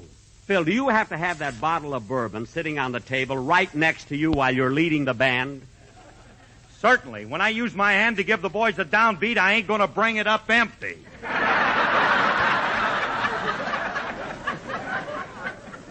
What? Can I go now, Jackson? The ice in my pocket is melting. Phil, I can't understand you. Standing out here on the stage in front of an intelligent audience. 350 people with bumps on their heads. And you act that way. I can't understand you at all. Nobody can understand me, Jackson. I'm a character. People love me for what I am. For what you are. Phil, that and Where Elephants Go to Die are the 2 unsolved mysteries of the universe. Believe me. But look, Phil, I'm not asking for good music. All I'm asking is that you and your orchestra look dignified. This is a big radio show. Tell your boys to take down that clothesline they got strung across the stage there. That's no clothesline. That's a direct wire to Santa Anita. Santa Anita? Now cut that out! What a bunch of guys. Phil, look at that new violinist you got sitting there during the whole program wearing a derby. Derby? That's a bump on his head. I have trouble getting people, too. That I'm sure of. Oh, for heaven's sake, Jack, why don't you stop picking on Phil? As long as I've been with you, you've had trouble with your orchestra leaders. Me? Yeah, I'll never forget how mad you got at Johnny Green when he wanted to put 4 clarinets in the orchestra. Well, that's where you're wrong, sister. Even though I was paying for it, I had no objection to Johnny Green adding 4 clarinets. I know, but you made him hire one man with a wide mouth. Well, I thought it would be novel. And oh boy, what George Olson went through with you. He even took a swing at you. So what? I was plenty fast, wasn't I? I'll say you were fast. By the time Olson took off his coat and rolled up his sleeves, you ran out of the building, took an eye test, and came back wearing a pair of glasses. Oh, Mary, why do you say things like that? You know very well that I try to help everybody on my program. Some help. He even cut my song out today. Believe me, Mary, people ought to know what I go through just to put on a show. He'd like to cut my song out every week. You know, Mary, there's a lot more to a radio program. I mean, than just talking into a microphone. If my mother was here, she'd punch him right in the nose. What? Glasses or no glasses? Dennis, what are you mumbling about? What? Oh, hello, Mr. Benny. Hello. Gee, what a coincidence. I was just talking about you. I know, I heard you. What's wrong? You cut my song out today. Oh, well, I'm sorry, kid. I had to do it because of time. But you can do the song next week. How do you know you like it? You didn't even hear it. Well, all right, let's hear it now. Okay. Oh, come on. Pardon me, Mr. Benny. What? I say, pardon me, Mr. Benny. Oh, hello, Mr. Kitzel. Hello. Oh, hold it a minute, Dennis. Yeah, I thought you were never going to get here.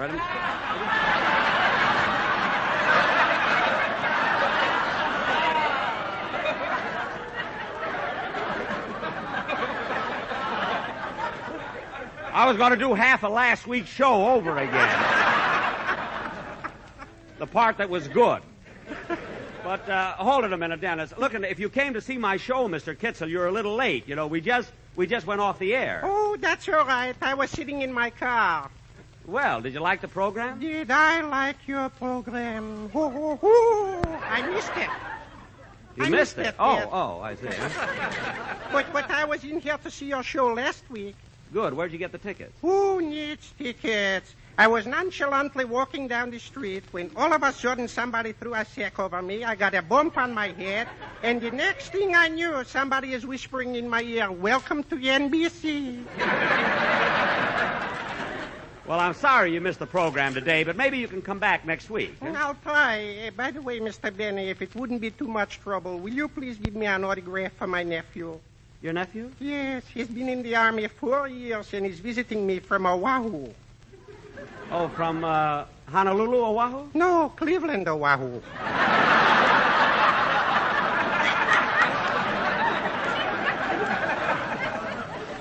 That's Ohio. Oh, yeah. Anyway, here you are, Mr. Kitzel. Here's my autograph. Thank you. You're welcome. Goodbye, Mr. Kitzel. Goodbye. Try to get here earlier next time. Come on, Dennis. Dennis, let's have your song. I want to...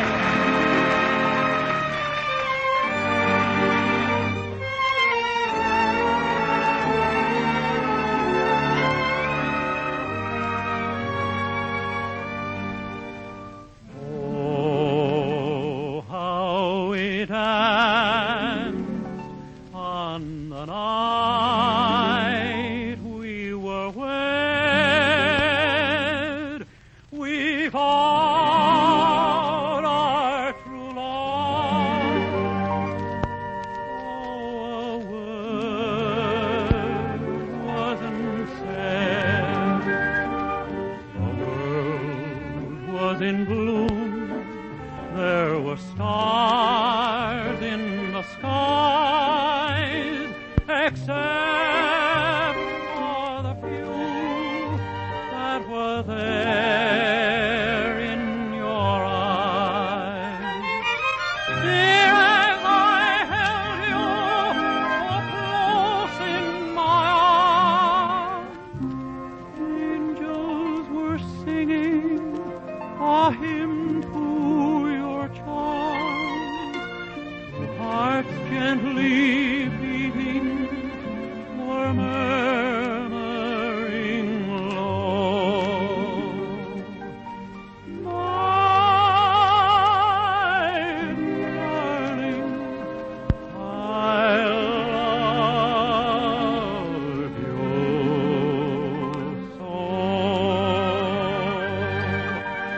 Could we but relive that sweet moment sublime, we'd find that our love is unaltered by time.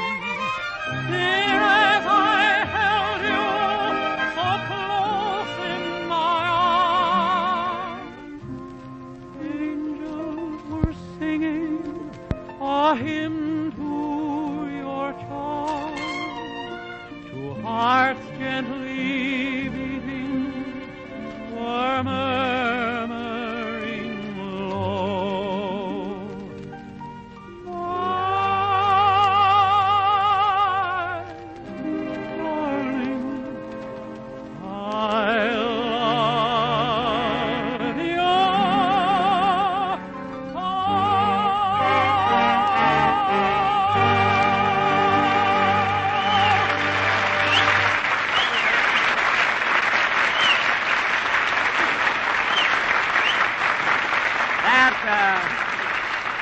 That was a swell song, Dennis. Very, very good. Come on, Mary, I'll take you home now. Okay. Will you drop me off on the way, Mr. Benny? Sure, kid, sure. Come on, let's go.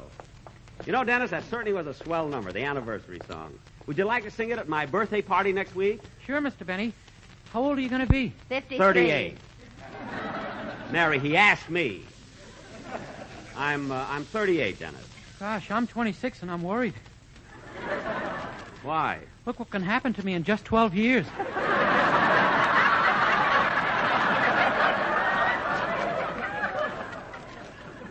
Well, don't worry about it, kid. Everything will be all right. Oh, say, kids, before we start for home, let's go in the drugstore here and get a soda, huh? Okay. Here are 3 stools. Here. Let's sit here. All right. Oh, there's that same soda clerk.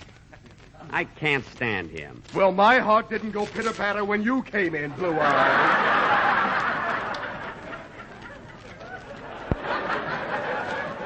I don't know why he hates me. So just take our orders. What have you got? We have sodas, parfaits, splits, flips, sundaes, malts, sherbets, orangeade, and Dr. Scholl's foot pads. What are the Dr. Scholl's foot pads for? For our ice cream corns. I knew you'd ask me.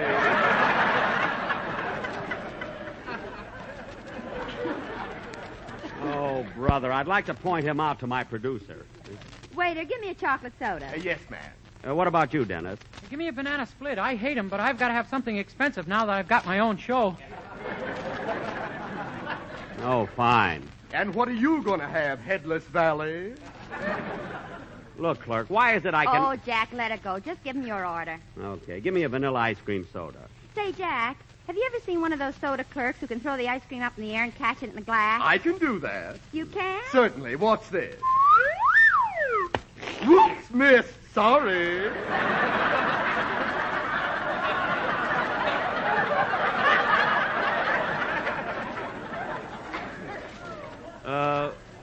Where did it go? Don't look now, but you got a toupee a la mode.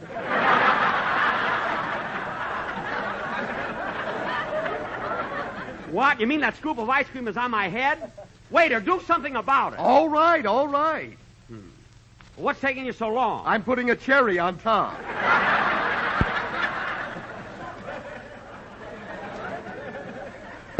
A cherry? Would you mind sitting in our window a couple of days? No, I'm not making any personal appearances this year. Okay, here are your drinks, folks. I don't know why it is I always have to run into him. How's your soda, Mary? Swell. Dennis, don't eat your banana split so fast. I want to finish it before I get sick. That's the silliest thing I ever heard. You know, Mary, this vanilla soda is very good. Mine was, too. Well, I'm all finished. Me, too. You're through with your soda, aren't you, Jack? Just a minute. There's a little left at the bottom. I've only got one show, you know.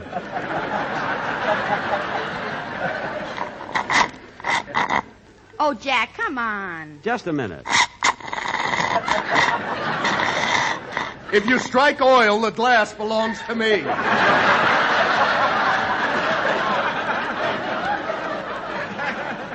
Never mind. How much is the check, clerk? 65 cents. No, Dennis. I'll pay for it. No, Mr. Benny, I'll pay for it. No, Dennis. Let me pay for it. Careful, Jack. He may take you up on that. Huh? Remember me? I'm your guardian angel, and I was here to stop you from paying this check. Oh, yes. Yeah, you kept me from drinking that iodine last week. Yes, and now I'm saving you from a fate worse than death. What?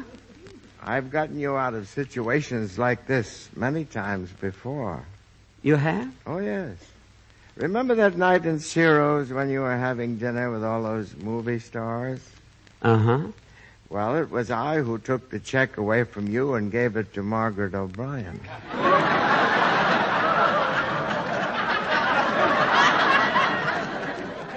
Gee, and I thought the wind did that, huh? But why are you always trying to save my money for me, Angel? Well, you see, we angels need money, too. You do? Yes, and we figured if anybody would find a way to take it with him, it would be you.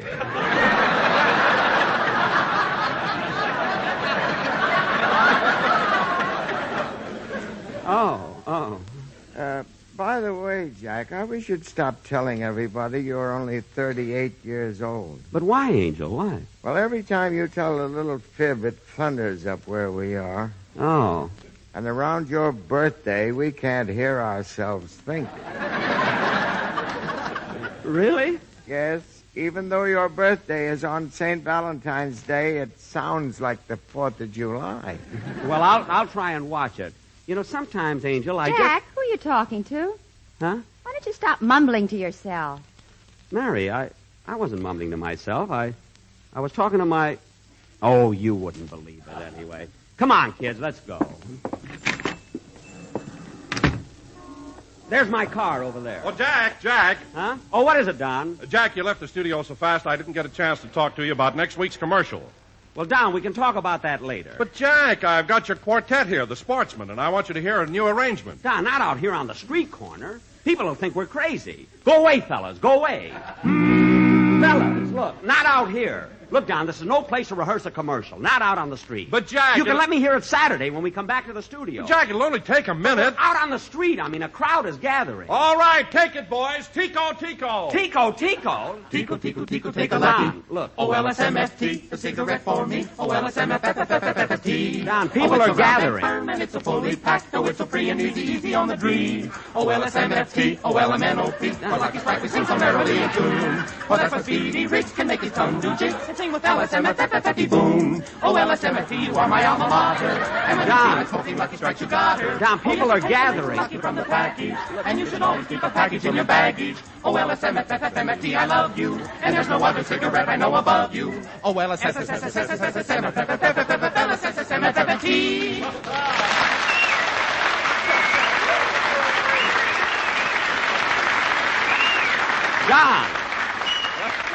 Don, that was the most embarrassing thing you've ever done to me, right here on the street. You're making a monkey out of me. Now go away, fellas, go away. Oh, come on, sing. Listen, the people are hollering. They're not going to sing anymore. Oh, yes, they are. Don, stop looking. Don, the people are throwing money. Boys, it's embarrassing. Look, the people are throwing money. Wait a minute. Fellas, wait a minute. Wait a minute.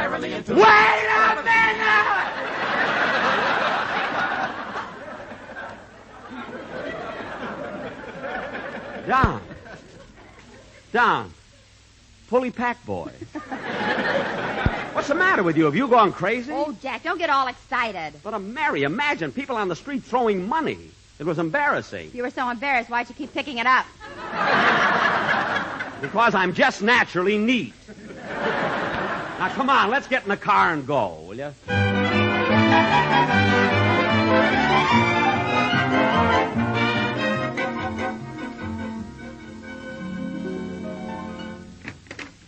Hello, Rochester. Well, hello, boss. What took you so long? Oh, I stopped in the drugstore and I had some ice cream. You must have had a lot. It's coming out on top. Oh, darn it, I thought he wiped that off. Rochester, did you hear my program today? Oh, yes, I listened to it with some friends of mine. What do they think of it? Well, we thought it had some nice moments. Uh-huh. But it definitely wasn't the best years of our life. Oh, well, I don't care what you and your friends think. That program will cause lots of comment. You should have heard some of them. Never mind. By the way, boss, a couple of telegrams came for you. Thanks. Read them to me, Rochester. This one's from Fred Allen. Fred Allen? What does it say? It says, congratulations on your birthday next Friday. Heard your program tonight and thought it was very bad. Hope you have many more. Nice birthday wire to send me. Give me that other one. Here you are. Rochester, listen to this. Congratulations, Jack Benny, on your forthcoming birthday. On my special news broadcast at 6:55 tonight, I'm going to pay you a great tribute. Be sure and listen. Signed H.V. Kaltenborn. Rochester, we got to listen to that. Yes, sir. I'm going to call my whole gang and tell them about it.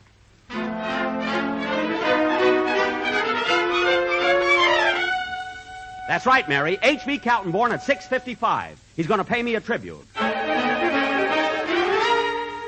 I'm not kidding, Phil. At 6:55, listen to H.V. Kaltenborn. Now, don't forget, Dennis. Be sure to listen to H.V. Kaltenborn at 6:55. I can what? Oh, your mother said that. Well, anyway, don't forget to listen. Yes, Don, I know it's true. He sent me a wire. Kaltenborn's going to give me a big tribute, 6:55. Goodbye.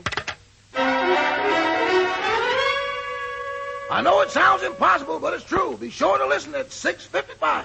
Rochester, who are you talking to? I don't know. I'm just calling numbers at random. Good, good. My goodness, look what time it is. Hey, Kaltenborn must be on now. Turn on the radio. Okay.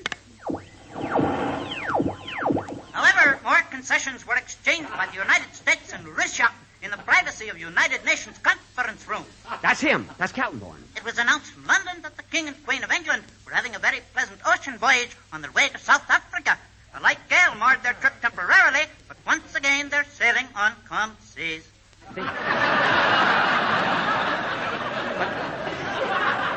They can read that stuff in the papers. Get to me. In Beverly Hills, California... That's it. That's it. The mayor announced that the sewer system would have to be overhauled.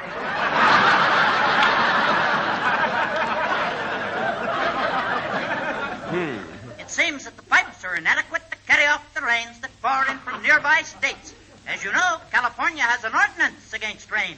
And now, ladies and gentlemen, the sponsor of the special program, the publishers of the Encyclopedia Britannica, would like to bring you a testimonial from a satisfied user. Oh. Here he is, Mr. Clarice Pierpont.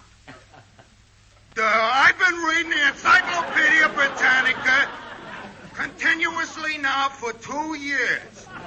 I know all about the birds and the bees and all that kind of stuff.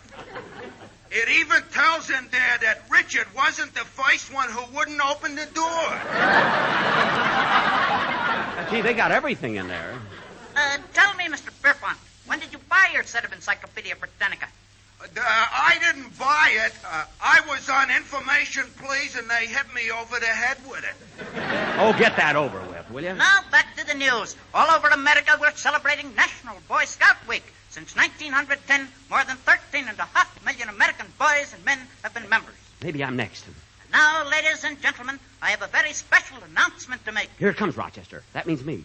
What radio comedian will celebrate his birthday next Friday, February the 14th? It's me. It's me.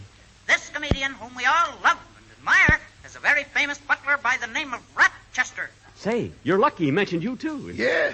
Rochester was born in Oakland, California. Yes, and he attended the Oakland High School. After graduation, Rochester went to work in his father's store. What is this? Quiet, boss. I want to hear it. But having no love for business, Rochester decided to leave home and go to work for the Santa Fe Railroad. Rochester, it's all about you. Boss, please. After working for the railroad for 5 years, Rochester met a great comedian who was traveling from Los Angeles to New York. That's me. That was me. Tell him, Rochester. Tell him. You tell him. You're as close to him as I am. What?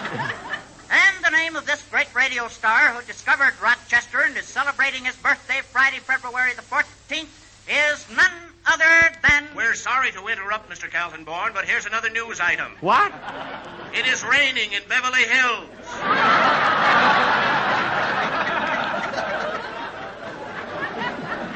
Now back to Mr. Kaltenborn. And that concludes my special broadcast for this evening. Good night. Turn that off.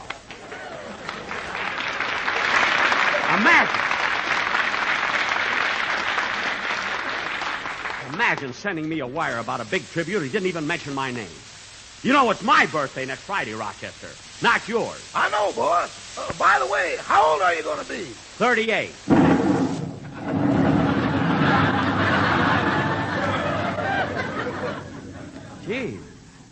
Gee, that angel wasn't kidding. What'd you say, boss? Nothing. I'm going to bed. Good night. Good night.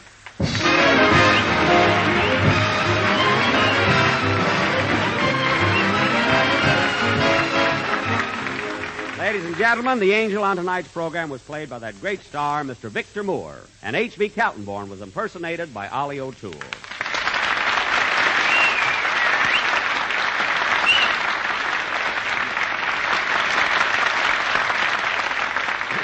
Ladies and gentlemen, during the last war, the chief hope of our enemies was to divide the United States along racial and religious lines and thereby conquer us. Let's not spread prejudice. A divided America is a weak America, and we need the same harmony among our various racial and religious groups that was the source of our strength in war. Through our behavior, we encourage the respect of our children and make them better neighbors to all races and religions. Remind them that being good neighbors has helped make our country great and kept her free. Thank you.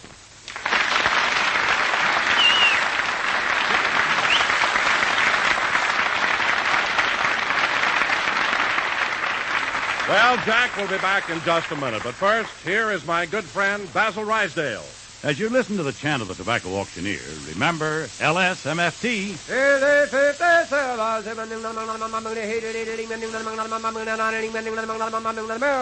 Lucky Strike means fine tobacco, and fine tobacco is what counts in a cigarette. Mr. John Lawrence Cummins, an independent tobacco auctioneer of Cynthiana, Kentucky, was born and brought up in the tobacco business. Here's what he said.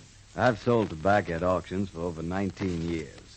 In all that time, I've seen the makers of Lucky Strike buy fine, good-tasting tobacco. Tobacco that's got quality, real quality. I smoked Lucky's myself for 22 years. Quote, fine, good-tasting tobacco. Tobacco that's got quality, real quality. Unquote. Yes, independent tobacco experts like Mr. Cummins can see the makers of Lucky Strike consistently select and buy that fine, that light, that naturally mild tobacco. Fine, light, naturally mild tobacco. Real Lucky Strike tobacco. LSMFT. Lucky Strike means fine tobacco. Yes, for your own real deep-down smoking enjoyment. Remember, LSMFT. Lucky Strike means fine tobacco. So smoke that smoke of fine tobacco, Lucky Strike. So round, so firm, so fully packed, so free and easy on the draw.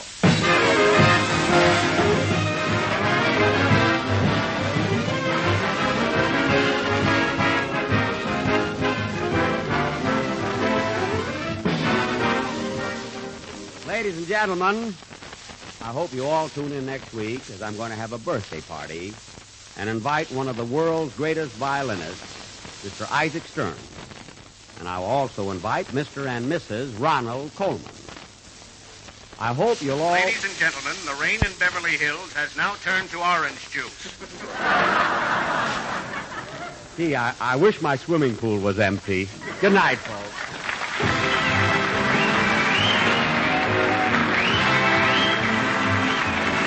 This is NBC, the National Broadcasting Company. This is NBC, the National Broadcasting Company. This is NBC, the National Broadcasting Company. This is NBC, the National Broadcasting Company. The Jack Benny Program. At 59 American. Fine tobacco is what counts in the cigarette. And LSMFT. Lucky Strike means fine tobacco. LSMFT. No doubt about it. Lucky Strike means fine tobacco. That's one thing you can be sure of always. Year after year, at auction after auction, independent tobacco experts, men who really know tobacco, can see the makers of Lucky Strike consistently select and buy that fine, that light, that naturally mild tobacco. Fine, light, naturally mild tobacco. Real Lucky Strike tobacco. Fine tobacco that means real deep-down smoking enjoyment for you. So smoke that smoke of fine tobacco, Lucky Strike. So round, so firm, so fully packed, so free and easy on the draw.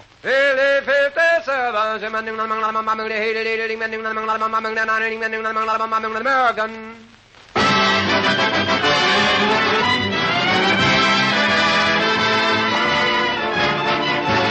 The Lucky Strike program starring Jack Benny with Barry Livingston, Phil Harris, Rochester, Dennis Day, and yours truly, Don Wilson.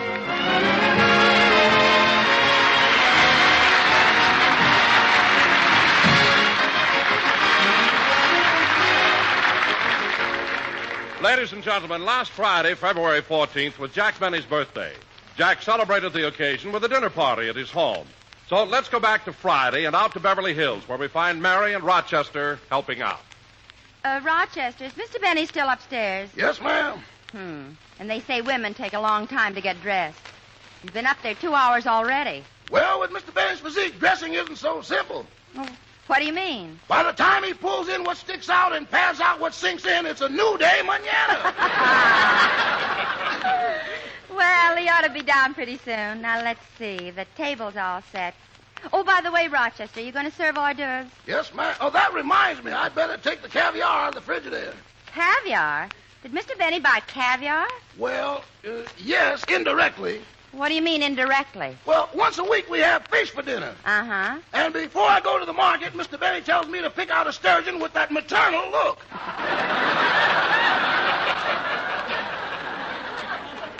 Well, Mary, I'm all dressed. How's everything going? Oh, fine, Jack. And while you were dressing, these telegrams came. I already opened them. You did? Well, read them to me. Okay.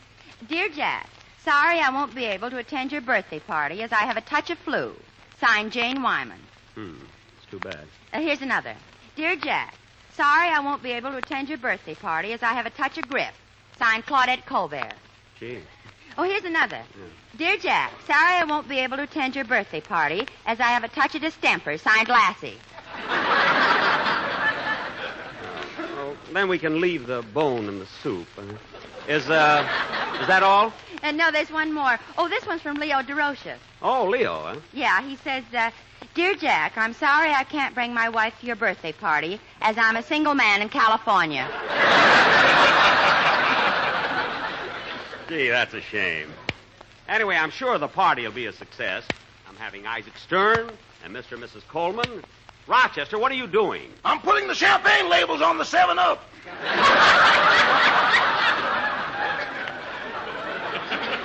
I'm not serving that tonight.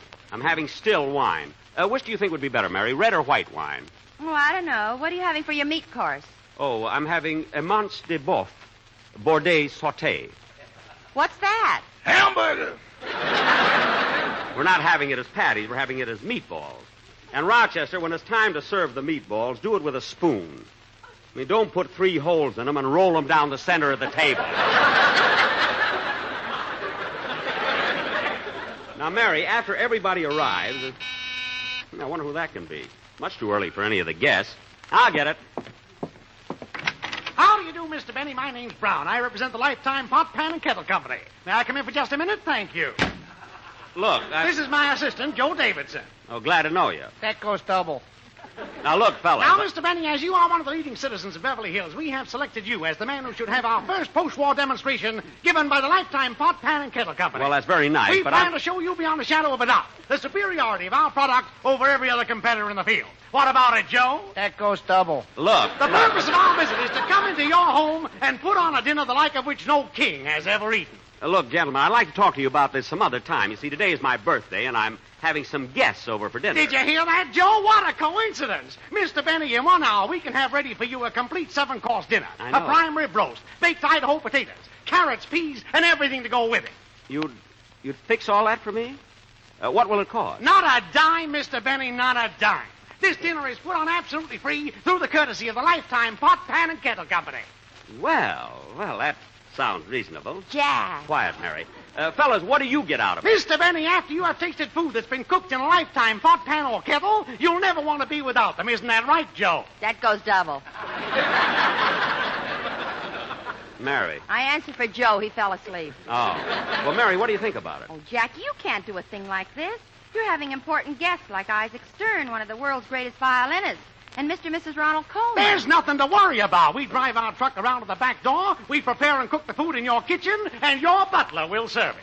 You see, Mary, there's nothing to it. Go ahead, fellas. The kitchen is yours. Good. Mr. Benny, you're a man with a head on your shoulder. That goes double.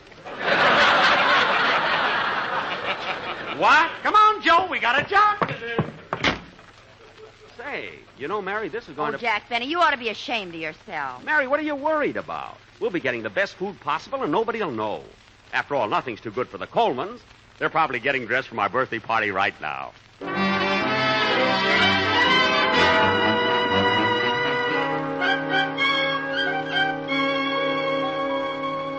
Oh, Ronnie, are you ready yet? In a moment, Bonita.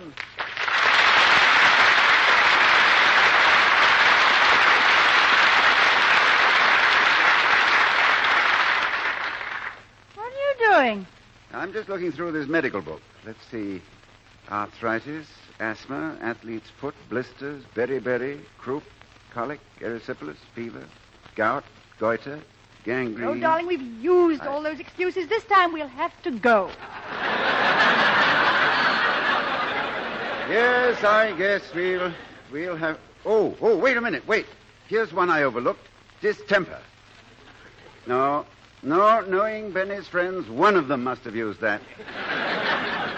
By the way, Bonita, what birthday is Benny celebrating? He's 38. 38? 38, indeed. Imagine him saying he's only 2 years older than I am.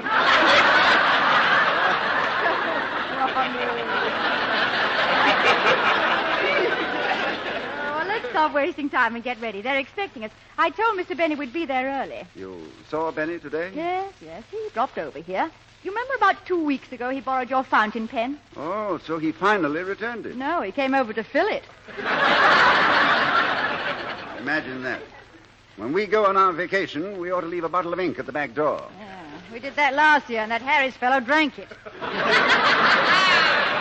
Come on, Ronnie, come on. Put on your tie. All right. Oh, what a wasted evening this will be. Wish I could stay at home and listen to some good music. By the way, you know that new record I bought? I almost know it by heart. Really? How does it go? Open the door, Richard. Richard, open that door. Come on, darling, help me out. Rap on the table. Oh, yeah.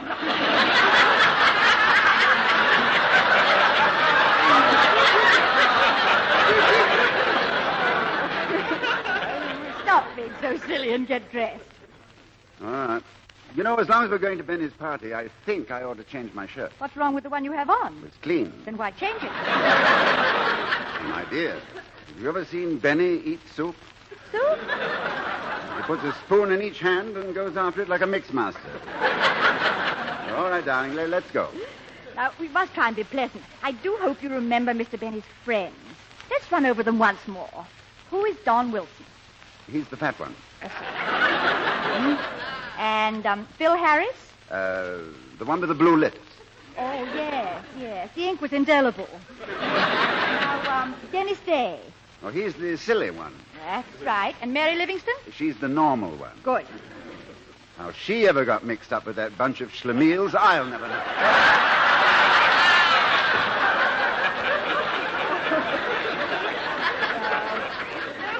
Come on, Ronnie, come on. We mustn't keep them waiting any longer.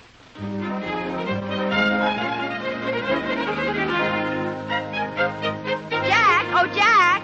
What is it, Mary? John, Phil, and Dennis just arrived. Oh, hello, fellas. Welcome to my birthday party. Hiya, Jackson. Many happy returns. Hello, Jack, and congratulations. Hello, Mr. Benny. Well, I'm glad you all got here early, kids. And don't forget, Dennis, you're going to sing Happy Birthday to me, aren't you? Oh, yes, sir. Good. Happy birthday to you. Happy birthday. No, not now. Not now. I'll tell you when. Oh. Now, come on in the other room. Phil, I can hardly believe my eyes. What's the matter, Jackson? The way you're dressed. Patent leather shoes, white tie and tails. Yeah, and get a load of these white gloves and that cane over my arm. Yeah, but Phil, where'd you get that black eye? I never should have passed that pool room dressed like this. Well, anyway, Phil, you do look nice. Shall I serve the cocktails now, Mr. Benny? Not yet, Rochester. We'll wait until Don, don't mess around the table. We got everything set just right. I was just admiring it, Jack. It looks wonderful. But what's the idea of having that bed sheet over those 4 chairs?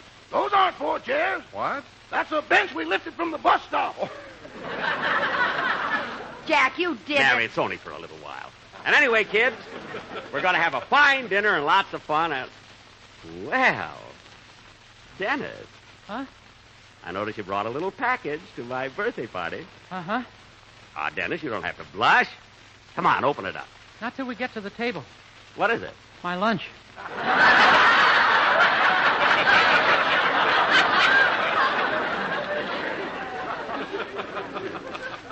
After all, it is my birthday. It seems that somebody could have brought me Jack, something. I brought you something. Look, a birthday cake. Huh? Well, isn't that beautiful? A birthday cake with 38 Lucky Strike cigarettes on it. Isn't that wonderful? Don, what's the cake made out of? It's made of that fine, that light, that naturally mild tobacco. No, Don. They're so the round, so firm, so full. Don, I know about the Lucky Strikes. I mean, how about the cake? No, thanks. I'm on a diet. Oh. Anyway, it's nice of you to put 38 cigarettes on it. Say, Jackson, who are you trying to kid with that 38 stuff? You're a lot older than I am, and I'm 35. Happy birthday to you. Dennis, Happy quiet. Birthday. What'd you say, Phil? I said that I'm 35 years old, and I don't even show it. What are you talking about? You've been studying music for over 35 years. He doesn't show that either. I agree with you. 35. When is your birthday, Phil? Well, I was born April the 21st. That comes under the sign of Taurus, the bull. What does that mean? People born under Taurus are usually handsome, popular, and have nice, stable manners. Oh, Harris, with material like this, you better make money fast, kid. You're not kidding. Taurus the bull. Mary, what were you born under? Elsie the cow. Elsie the cow? It happened in a boarding house. you to think your sister Babe nearly took your job away from you. Mary, another joke like that, and you'll be asking Babe for her autograph. And this is nothing to kid about. The zodiac is a very interesting subject. It most certainly is, Jack. You know, I was born under the sign of Leo, the lion. You were? Dennis, what sign were you born under? The picket sign. My mother was out on strike.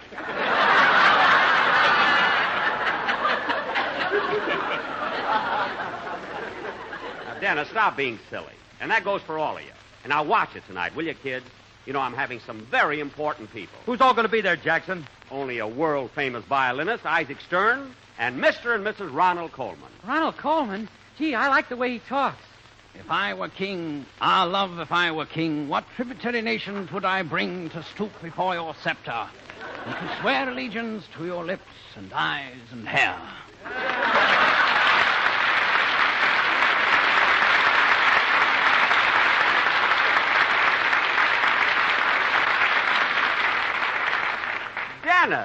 Dennis, you sounded just like him.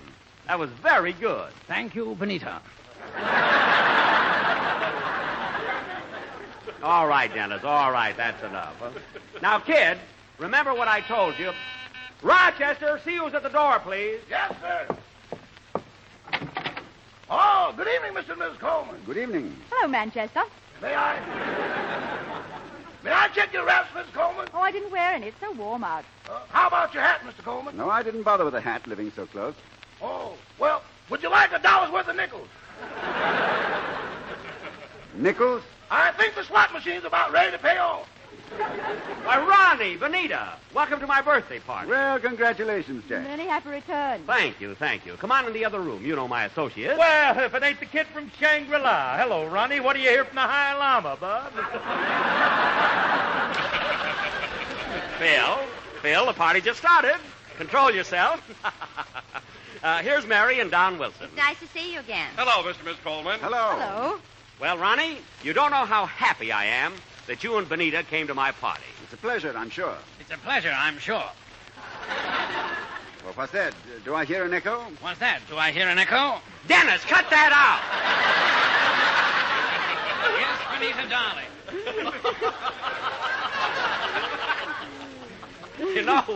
You know, Ronnie, you'll have to excuse Dennis. He always likes to imitate famous people. You know, it's amazing, but sometimes it can be embarrassing. Mrs. Coleman, here, have a piece of Jack's birthday cake. Oh, thank you. Yes, and here's an ashtray. I mean, a fork. It's very good, you know. Ladies and gentlemen, Mr. Isaac Stern.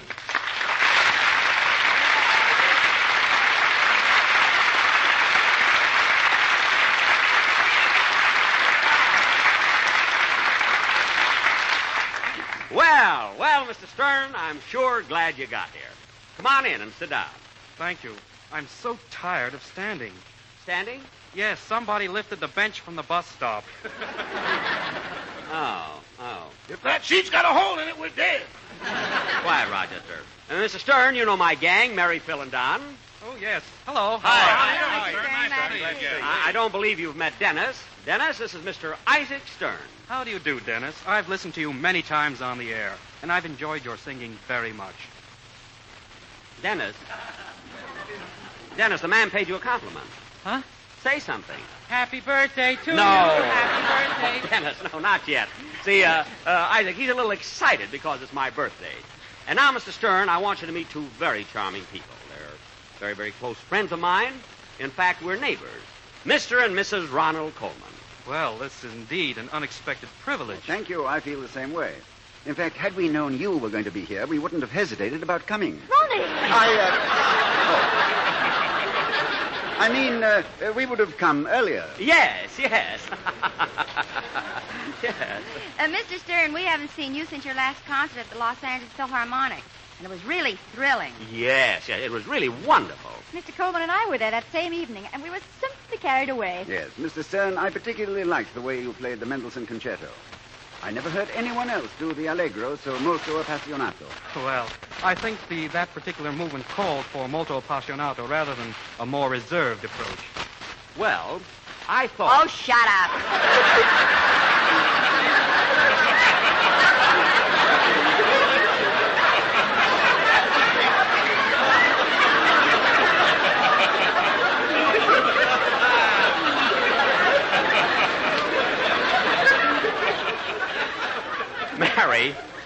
Mary, that's no way to talk to Mr. Stern.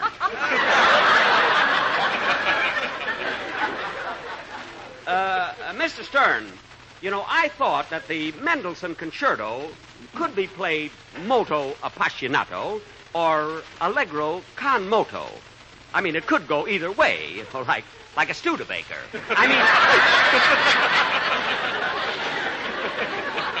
I mean... one has the moto in the front and the other has the moto in the back. Mary, we're having a serious discussion. Now, Mr. Moto... Mr. Sterno. Mr. Stern. Mr. Stern, I've heard some violinists play the Mendelssohn Concerto molto appassionato and others play it andante. Well, Mr. Benny, that has been a controversial subject. I see. Mr. Harris, as a colleague and a fellow musician, what do you think? Look, Bub, don't let this monkey suit I'm wearing fool you. Phil, please. Oh, Mr. Benny, dinner will be served in a few minutes. Thank you, Rochester. And don't forget to serve the caviar first. No caviar tonight, boss. Why? That Sturgis name was Louis, not Louise.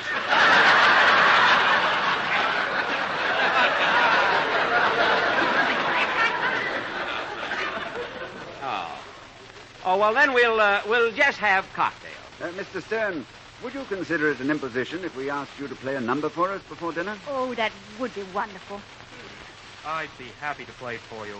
As a matter of fact, sheer coincidence, of course, I just happened to bring my violin and accompanist with me tonight. My birthday, they could have at least asked me. I would have refused anyway. Who's going to take that chance? Never mind. Is there any composition you'd care to hear in particular? Mr. Stern, in your repertoire, do you happen to know Open de Do, Richard? What? Ronnie, how can you suggest such a thing? Mr. Stern, there's one number I always love to hear on the violin. It's the Wieniawski Concerto. Oh, that's my favorite number, too. How about it, Mr. Stern? Oh, I'd be very happy to play that.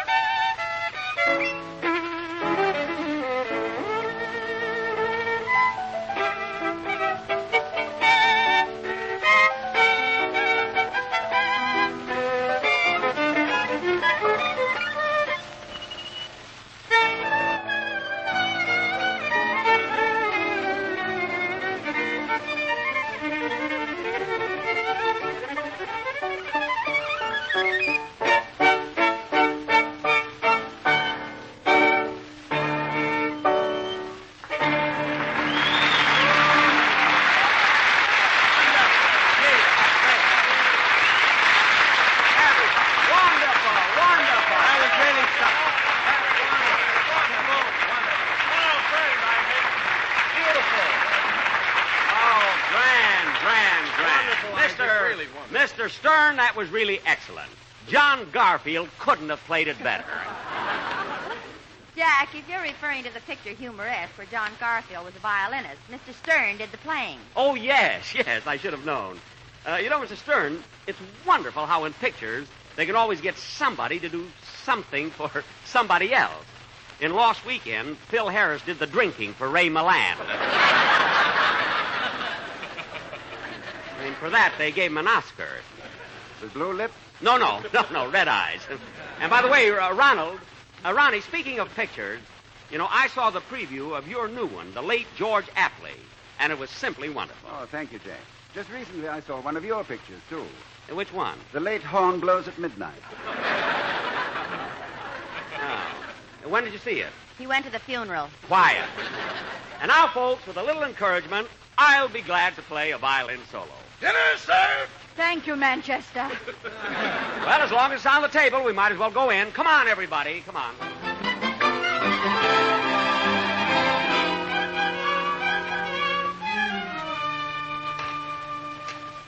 Hey, Jackson, this is the best grub you've ever had at your house. Yes, Jack, I've never tasted such good food. Yeah, what food? These things melt in your mouth. Dennis, those are ice cubes. Anyway, I'm glad you're all enjoying it. After all, it's my birthday, and I thought I'd go all out. You're not out a dime. Mary, please.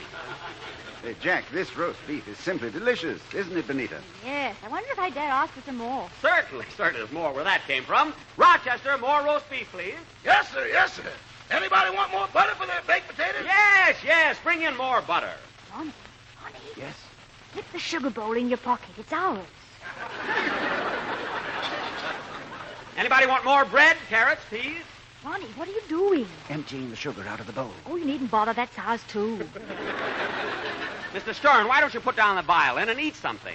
I thought somebody might ask me for an encore. Oh, we'll have that after dinner.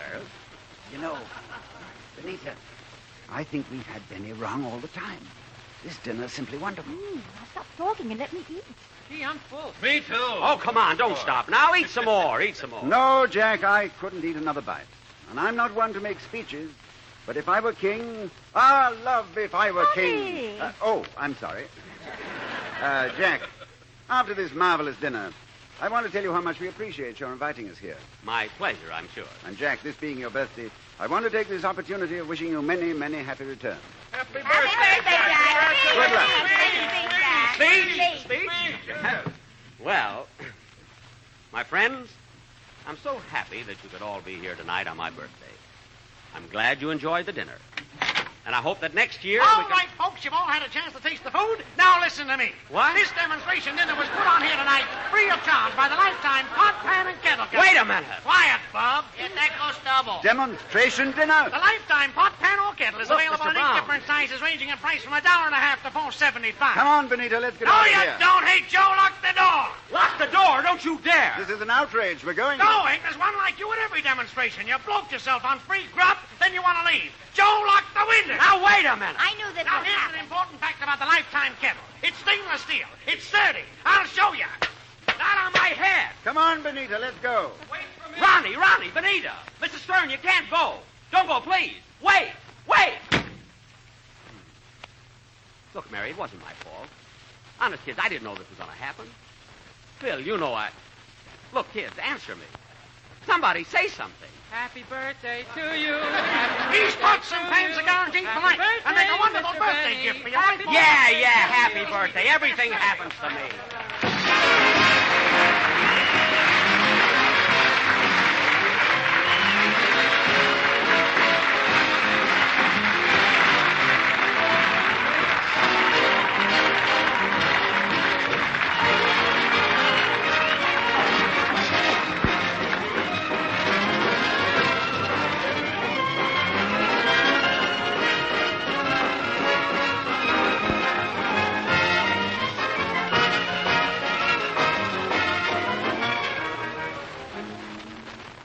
Ladies and gentlemen, savings bonds are vitally important to the nation's battle against price inflation and for the future and welfare of us all. It is important that we continue to build financial security for ourselves and for our children. Protect your future. Buy extra bonds now. Thank you.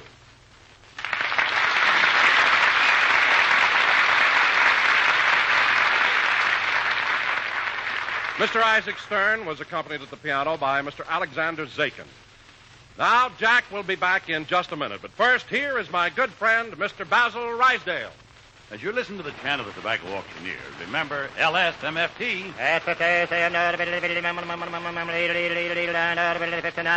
American. Lucky Strike means fine tobacco.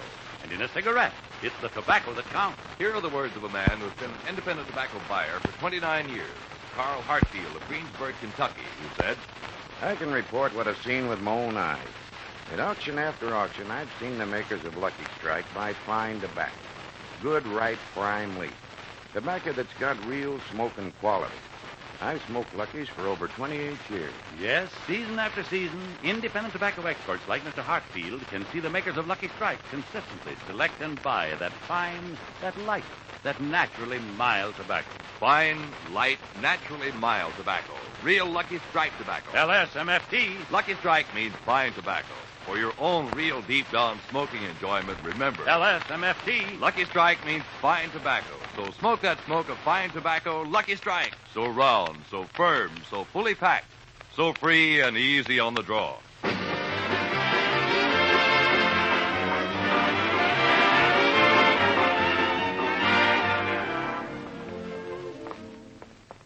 I was never so embarrassed in my life. It certainly was humiliating. Yes. And I have to play my violin yet. I tried to anyway. What an evening. But you know, Bonita, that was a delicious dinner. And I was just thinking, you know that little party we're giving next Saturday? Yes. Do you think those men would... Ronnie, you wouldn't dare.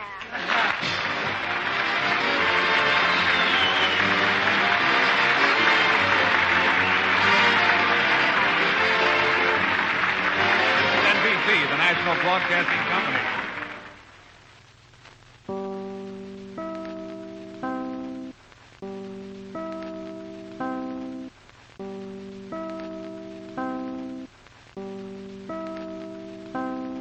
The Jack Benny Program, presented by Lucky Strike. In a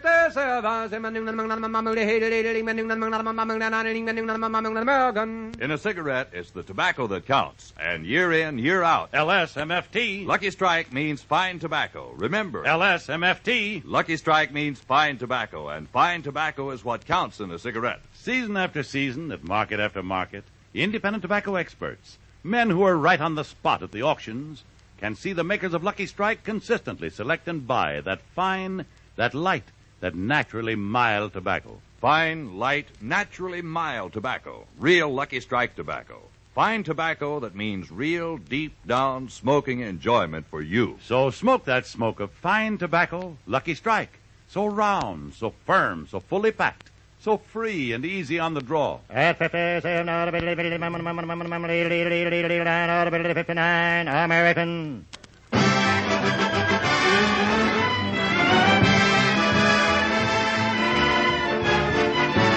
The Lucky Strike program starring Jack Benny with Mary Livingston, Phil Harris, Rochester, Dennis Day, and yours truly, Don Wilson.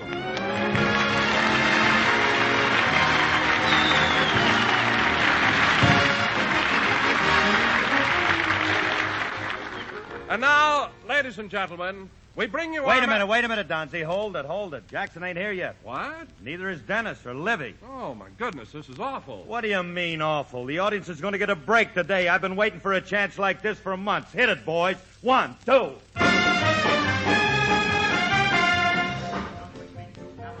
Let's go see my dear old mammy. She's frying eggs and broiling hammy, and that's what I like about the South. Now, up there you can make no mistake, where those nerves are never shaky. Rochester. Yes, sir. Step on it, will you? Can't you make this car go any faster? Boys, did you ever hear the story of the hare and the tortoise? Yes. Well, both of them just passed us. What tough luck. Imagine going out to the garage and finding a flat tire. Not a bit of air in it. It was the new one, too. It had to be the new one. Huh? The other three are filled with sand. Oh, yes, I forgot. Rochester, why have you got the windshield wipers going? We have no windshield. I know, but it keeps the steam from the radiator out of my face. No. Say, boss, I think we're making better time. I just caught up with the rabbit that passed us. Rochester, don't be silly. There are no rabbits on Sunset Boulevard. Hey, What's up, Doc?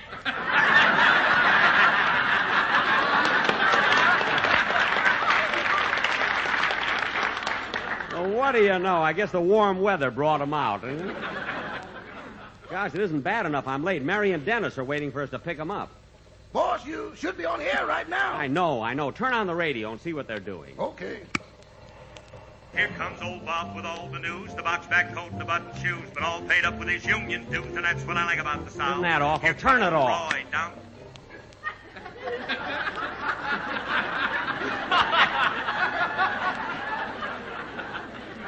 That song is enough to make a Yankee out of Senator Claghorn.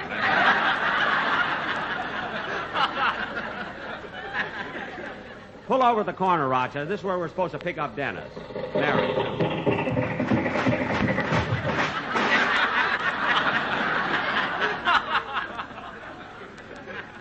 Oh, there's Dennis now. Hello, Mr. Benny. Oh, hop in, Dennis. We're late. I know. I was home listening to the radio, and Phil was singing That's What I Like About the South. I know. My mother said she wished a little bit of heaven would fall from out the sky and hit him right on the head. Well, for once in my life, I agree with your mother. She hates you, too.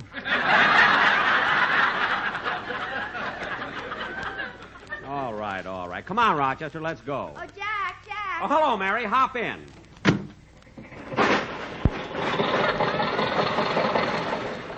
Jack, we've never been this late before. What happened? Well, we were all ready to go to the studio. When we got to the garage, we found a flat tire. I really should have called for a taxi. Call for a taxi? You wouldn't call for help if it had a meter on it. First place, you read that line wrong. I know. Supposed to be you wouldn't call for help if it had a meter on it.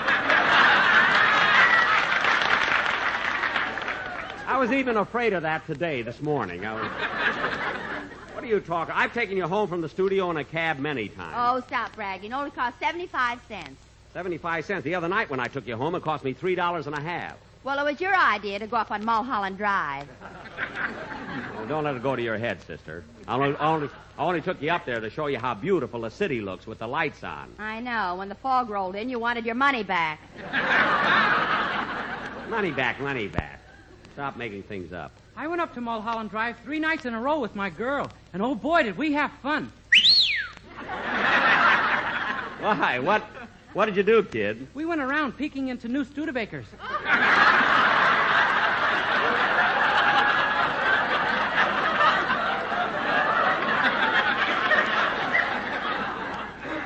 Dennis. One of them had 1,800 miles on it.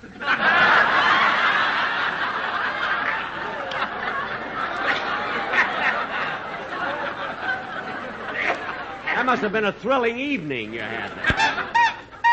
Say, Jack, we're so late. Do you think Don can hold the audience till we get there? Phil is entertaining him. I wonder what he's doing now. Rochester, turn on the radio. So listen to your boy whose hair is flaxen. Loosen your tie and start relaxing. When Harris is here, who needs Jackson? Because I'm what you like about the South. Who needs Jackson? What a hand. Turn it off. Let's go see my... Rochester, you can park any place now. There's the studio up ahead. Jack, why don't you spend 15 cents and put the car in the parking lot? Because the streets belong to the people, and I'm a people. Rochester, what's the matter with you? You just passed a good parking place over there. I know, but that's on our right, boss. This car only turns left.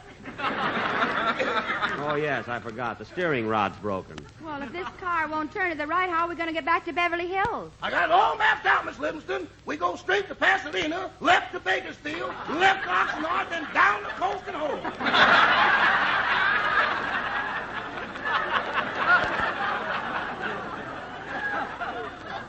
Oh, we'll get home all right. Once we get to Carthay Circle, we can head in any direction there. Now, keep your eyes open for a place to... Dennis, we're not in a parade. Stop sitting on top of the seat. Huh? And take that sign off your back. Well, I want it there. You don't need it. Everybody knows you've got 2 shows. Now, sit down on the... Whoop, whoop. There's a... Whoop, whoop. What are you whoop-whooping about? Rochester, there's a place to park right across the street. Can't do it, boss. I'll have to make a U-turn. Well, what's wrong with making a U-turn? There's a $2 double charge.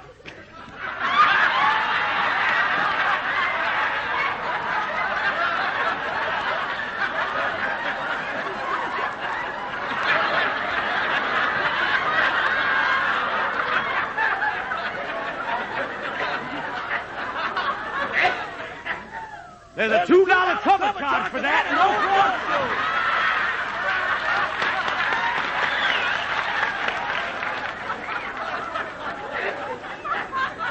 Boy, all I ask is one rehearsal. That's all I ask. Well, go ahead. Nobody's looking. Now, grab hold of your door, Mary, so it won't fly open. The door's on your side. Oh, yes, yes. Well, here we are. Uh-oh, is that a policeman? It ain't Uncle Remus. It's a cop, all right. Shut the motor off. Gee. Well, what are you going to do, Jack? Oh, I'll think of something. Hey, you. What's the idea of making a U-turn in the middle of the block? Eh? I said, what's the idea of making a U-turn in the middle of the block? Don't you know it's against the law? Well, I'll tell you, officer, I don't get to the city very often, so I don't know much about your newfangled laws you got here. What a performance. Esri, be quiet. You see, officer, I live out Sherman Oaks way, and I just drove my old lady and my boy in to see the big city. Patooey. Ain't that right, Miranda? You're darn tootin'. Patooey. Thank goodness we have no windshield. Officer, this is the missus. Oh, glad to know you, ma'am. Now, look, old-timer, you got to obey the traffic laws while you're in the city. Well, I'll tell you. Get your gun, Pa. That man's a revenuer.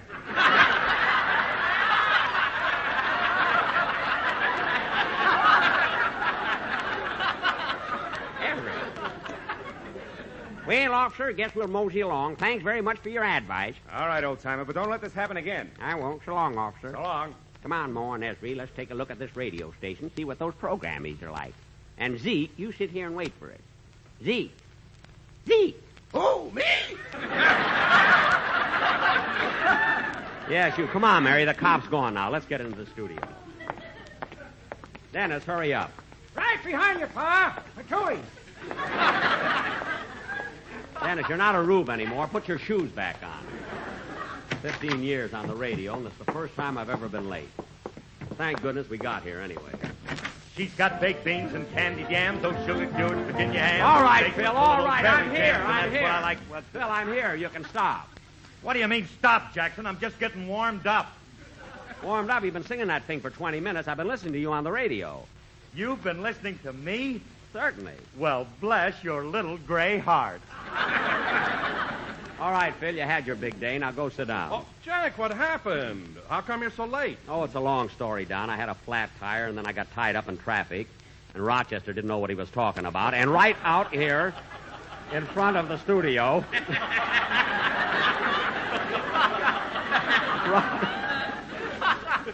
Well, he was nervous. You know, a cop coming. You can blame him. Then right out here in front of the studio, a cop tried to give me a ticket. I told him I was Jack Benny. He changed his mind fast. Didn't he, Mary? Patooey. Oh, stop that. Now, look, kids, the show is so mixed up, we'll have to start somewhere. So, Dennis, maybe you ought... Wait a minute. Phil. What's the matter? What are you, excuse the expression, musicians dressed like that for? Oh, that. Well, a photographer's coming over to take some publicity shots, and I told the boys that if they look glamorous, they might get their pictures in Esquire. Look, Phil, your boys will never get their pictures in Esquire. So you can tell Frankie to put down that white telephone and take off that low-cut sweatshirt. And tell him to cover up that tattoo on his chest. Are you kidding? He gets paid for that. I know, but it's such a ridiculous tattoo. This is the year of the yearling. What a slogan, the year of the yearling. What about the slogan they had for your picture? Mary. This is the week of the weakling. That shows how much you know. It didn't even run a week. Now, look, kids, before we start our play for tonight, I think Dennis... What's that? Jack, there's a man in the third row with a gun. Hey, mister, what's the idea? Oh, I'm sorry. I tried to shoot myself, but I missed. Well, what's wrong? I'm a dentist, and my patient is driving me crazy. Your patient? Her name is Nora Prentice, and she won't open her mouth.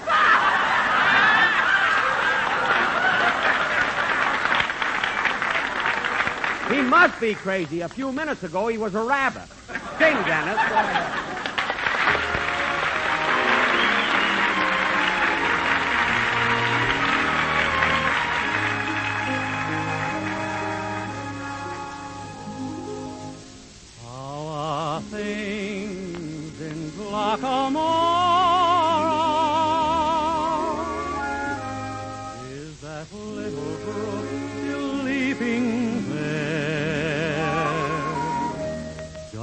still run down to Donny Cove, through Killy Bay, Kilkerry and Kildare.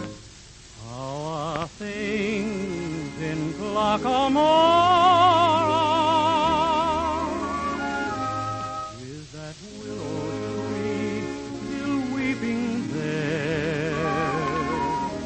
Does that lassie with a twinkling eye come smiling by? And does she walk away sad and dreamy there, not to see me there? So I ask each weeping willow and each brook along the way, and each laugh that comes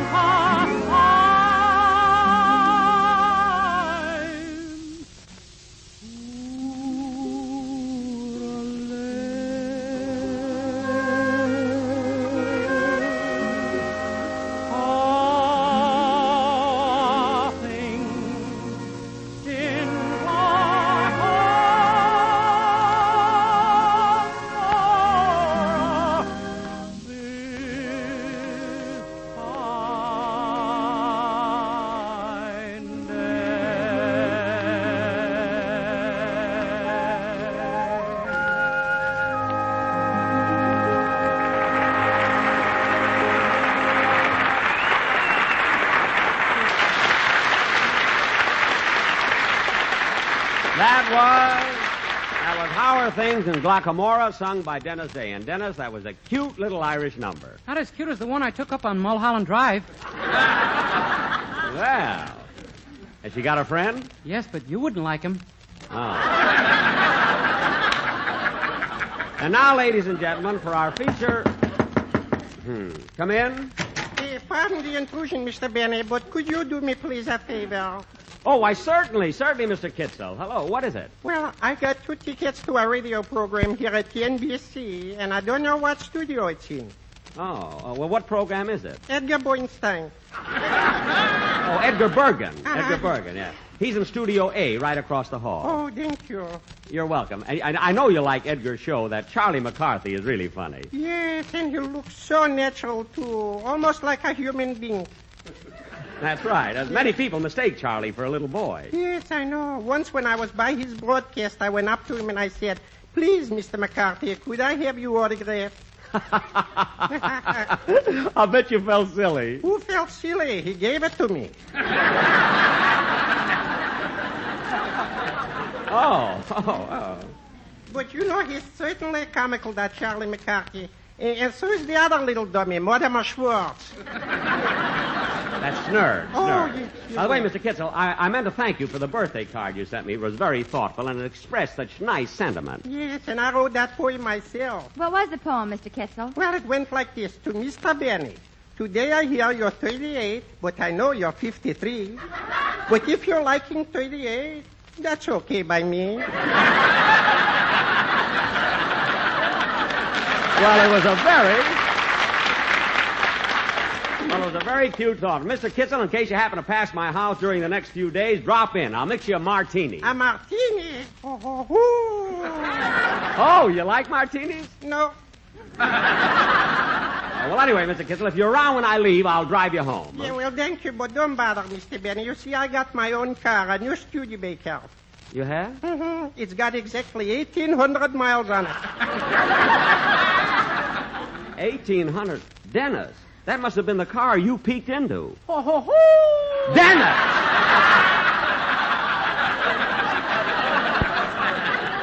Well, goodbye, Mr. Benny. So long, Mr. Kitzel. How are things in Glockamore?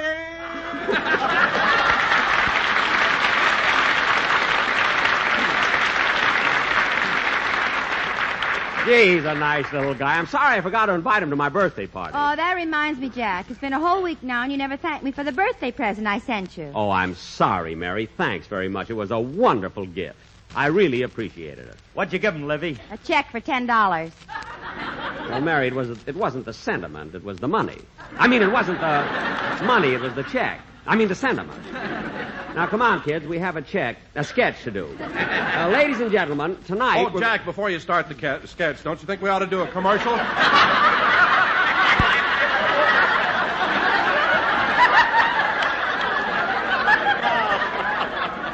Just one color. That's all I ask. One man read a line right. That's all I ask. 13 years he's been with me. What were you going to say, Don? Well, I say, before you start the sketch, don't you think we ought to do a commercial? A commercial? Well, what a start me an original idea. Yes, Don, by all means, let's be daring. Let's be daring and do a commercial. Okay, Jack. Quartet's ready. The what? The quartet? Yeah. Now, wait a minute, Don, wait a minute. No quartet and no more singing. That's final. But, Jack... Look, Don, since we opened our season 22 weeks ago, the Sportsman Quartet has been driving me nuts. It isn't bad enough what they do to me in the studio. But 2 weeks ago, you brought them right out on the street, right out on the corner in front of NBC, in front of a crowd of people, and embarrassed me something awful. Imagine them singing a commercial and people throwing money. Pennies. How much was it, Jack? $4.67. I'm smart, Alec, threw a slug. So, Don, let's not talk about it anymore. The quartet is through. They'll never sing for me again. Jack, I know I've asked you many times to give these boys one more chance, and I'm going to ask again, but just this once. Don, look. And if you don't like it this time, you can fire them, and I give you my word of honor, I'll not interfere. Well, all right, Don. If you really mean what you said, it's a deal. I'll give these boys one more chance. Remember, fellas, this is your last chance. Is that clear? All right, Don. Okay, their number is humoresque. Take it, boys, and remember, your job depends on it. Go ahead.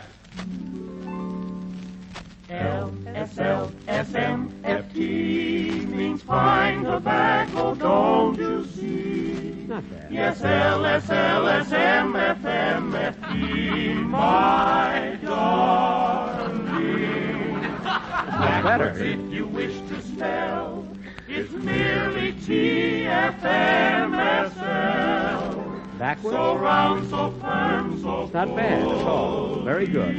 Very good. Back, pull me back, razzmatazz, get with it, Joe. Rock it, you must John. sock it. A little bit of heaven is LSMFT. Ice, give me a piece of pipe. John, look. No, John, that isn't what I want, John. John, that isn't what I want at all. There is nothing quite like love here. John, that isn't what I want. Wait a minute, fellas. Wait a minute, fellas. That's not it at all. We know, so we say it's so fast. Wait a minute, fellas. Look, wait a minute. Wait a minute!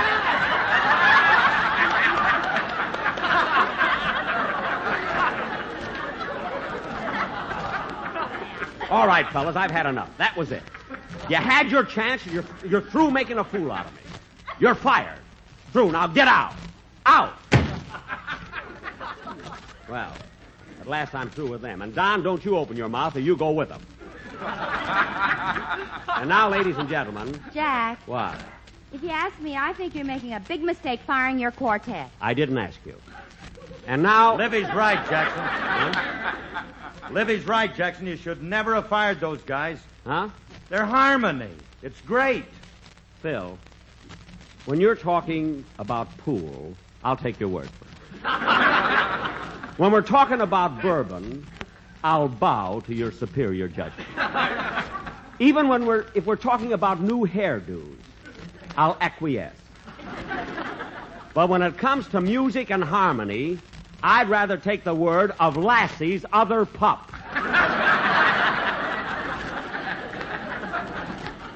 And now, ladies and gentlemen... I think you're right, Mr. Benny. You bet I'm right. I'm glad you're on my side, Dennis. The other side wouldn't have me. I will. And the quartet is fired, and that's settled. Now, let's get on with the play. And now, ladies and gentlemen, for our feature attraction tonight... Oh, now what? Come in. How do you do, folks? I'm the photographer from Downbeat Magazine. I'm here to take pictures of Phil Harris's band. Wait a minute, mister. We're trying to do a program. Why are you taking pictures of Harris's orchestra? Oh, they just won a popularity contest that was conducted by our magazine. A contest? Yes, we stopped 10 people on the street and asked them who their favorite band was. Uh-huh. And all 11 voted for Phil Harris. You stopped 10 people and 11 of them voted for Phil? One of them had 2 heads. That I can believe. Hey, wait a minute, Bub. Wait a minute. We ain't posing for just anybody. Are you a good photographer? Oh, I'm one of the best in the business. I have some pictures here that I've taken of my children. Here, look at them. No, look, we haven't time. Oh, Jack, look at these pictures. Aren't they cute? How old is this little boy? That's Irving. He's 7. And this little fellow is Julius. He's 5. Well, how about this cute little girl, the smallest one on the end? That's my wife. She's a midget. Oh, I'm terribly sorry. I didn't mean to be rude. That is... That's all right. Quite frequently, I get my wife mixed up with the children. Really? Yes, only this morning I fed her a bowl of pablum, threw her over my shoulder, and burped her. Oh. I didn't realize she was my wife till her teeth dropped on the floor.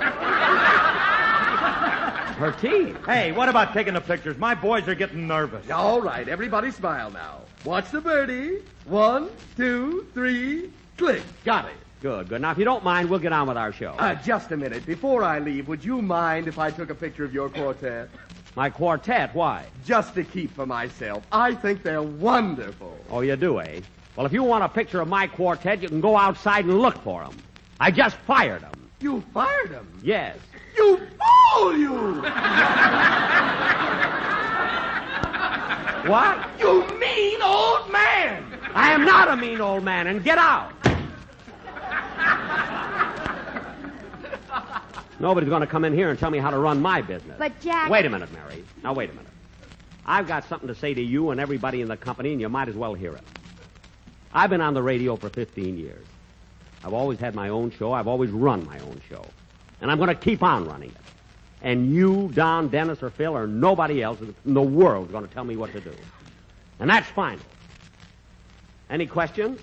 Why do you wear those thick glasses?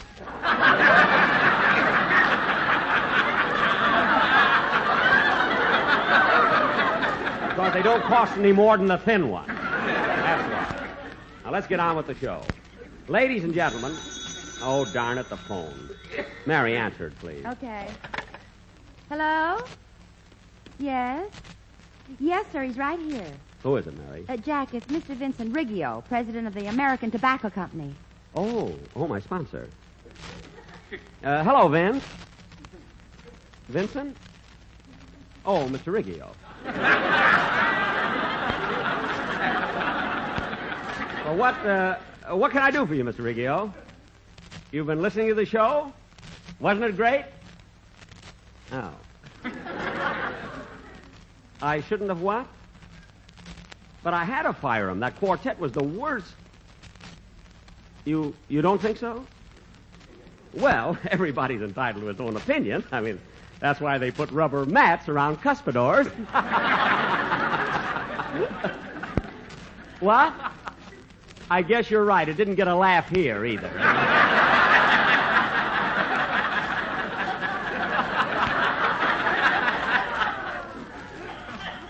But about the quartet, Mr. Riggio, I felt that...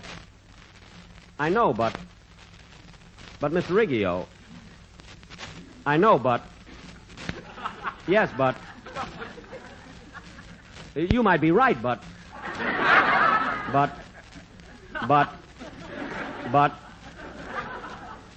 I know, but...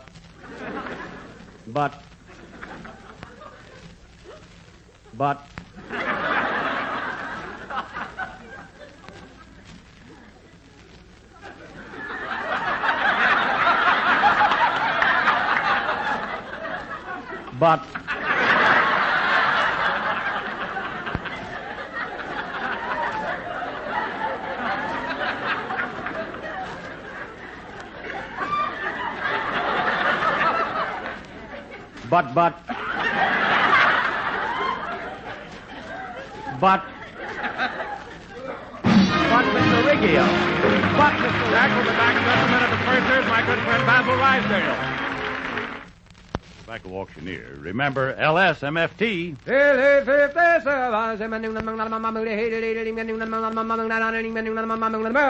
Lucky Strike means fine tobacco. And fine tobacco is what counts in a cigarette. Listen to the words of a man who's been an independent tobacco auctioneer for 21 years, Mr. Dewey H. Huffine of Reedsville, North Carolina. Mr. Huffine really knows tobacco, and here's what he said. At thousands of tobacco auctions, I've seen the makers of Lucky Strike buy mild, ripe, mellow tobacco that tastes good and smokes good. I've smoked Lucky's myself for 29 years. Quote, at thousands of tobacco auctions, I've seen the makers of Lucky Strike buy mild, ripe, mellow tobacco. Unquote. Remember, independent tobacco experts like Mr. Huffine can see the makers of Lucky Strike consistently select and buy that fine, that light, that naturally mild tobacco. Fine, light, naturally mild tobacco. Yes, first, last, always. LSMFT. Lucky Strike means fine tobacco. LSMFT. No doubt about it. Lucky Strike means fine tobacco, and fine tobacco means real, deep-down smoking enjoyment for you. So smoke that smoke of fine tobacco, Lucky Strike. So round, so firm, so fully packed, so free and easy on the draw. But, Mr. Riggio, well, all right, if you want a quartet, I'll have to think it over. To think it over. To think it over. To think it over. The Jack Benny Program, presented by Lucky Strike. At 59 American. Fine tobacco is what counts in a cigarette. And today, tomorrow, always. LSMFT. Lucky Strike means fine tobacco. LSMFT. Lucky Strike means fine tobacco. Yes, fine tobacco. Year after year, at auction after auction, independent tobacco experts can see the makers of Lucky Strike consistently select and buy that fine, that light, that naturally mild tobacco. Fine, light, naturally mild tobacco. No doubt about it. Lucky Strike means fine tobacco. And in a cigarette, it's the tobacco that counts. So for your own real deep-down smoking enjoyment, smoke that smoke of fine tobacco, Lucky Strike. So round, so firm, so fully packed, so free and easy on the draw.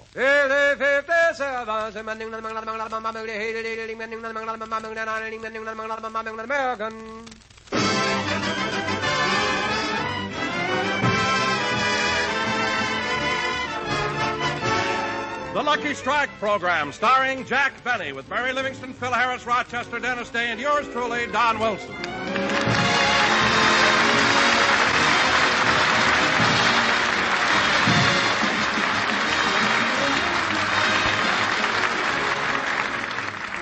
Ladies and gentlemen, last week Jack Benny fired his quartet, the Sportsmen.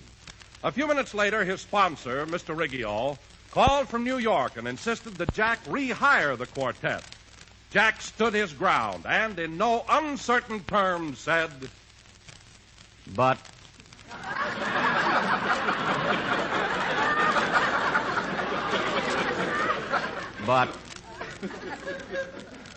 I know, but Mr. Riggio, I had to fire them. I mean, that quartet was driving me. That quart.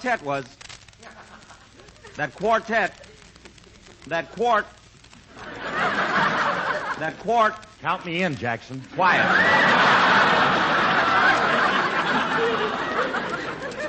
Phil, I'm talking to my sponsor. But Mr. Riggio, if you knew what I went through with those boys, you'd... I know, but I...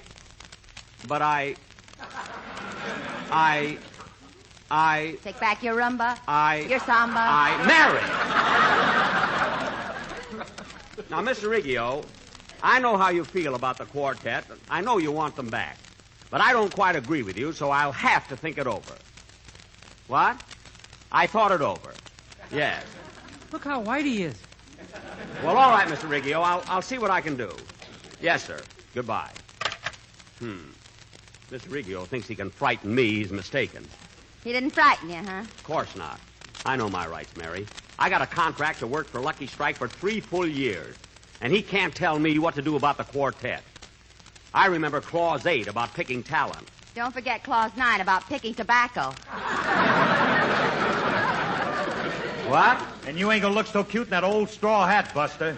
Phil. L-S-F-E Boone, L-S-F-E Boone. Now look. Yes, sir. You bet. Why, sure. I've been smoking Lucky Strike for nigh on 3,000 years. Damn it!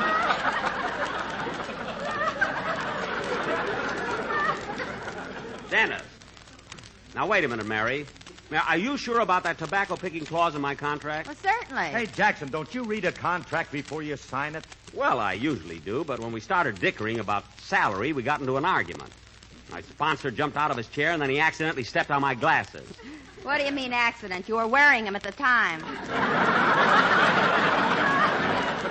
Well, look, kids, I made up my mind not to take back that quartet. Hand me that phone. I'm going to call up my sponsor and tell him... It's long distance. Hand me that pen. I'm going to write my sponsor. I'm going to tell him that I've been offered another job at twice this salary. Oh, Jack, how can you say such a thing when it isn't true? And it's only 10 days after George Washington's birthday. Gee, you're right, Mary. I mustn't tell a lie. You know, Jackson, I had an experience once like George Washington. Phil. One day when I was a kid, I took an axe and cut down my father's favorite magnolia tree. You mean cherry tree? I'm from the South, son. Oh, yeah. When my father came home and saw the tree cut down, he took me by the hand, led me into the living room, stood me in front of George Washington's picture, and said, "Son, who chopped down that magnolia tree?" I said, "Father, I cannot tell a lie. I did." And he beat my brains out.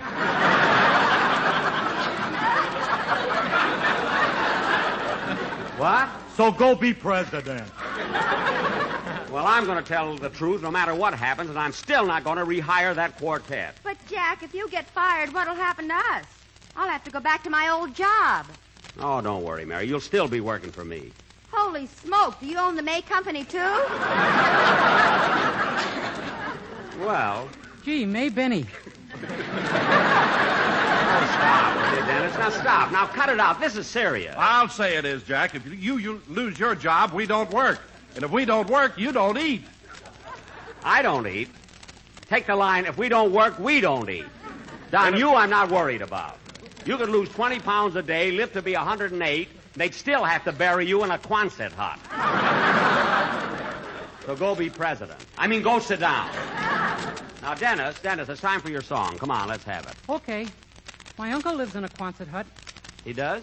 Yeah. All right, Dennis, your uncle lives in a Quonset hut. What's the joke? No joke. I just thought you'd be interested. Dennis, don't waste time with idle conversation. Now, let's have your song. His uncle lives in a Quonset hut.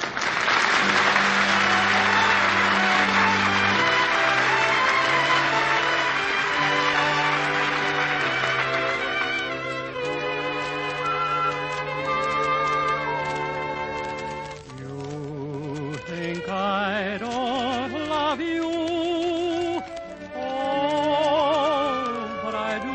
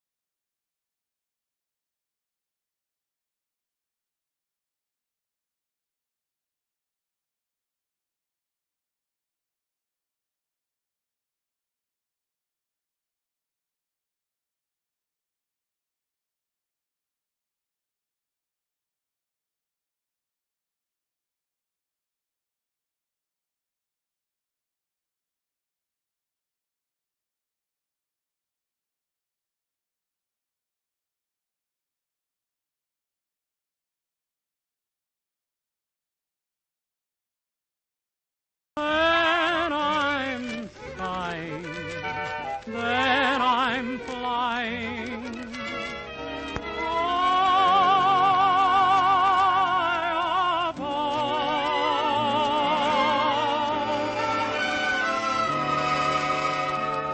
You think I don't know why? Oh, but I do. I know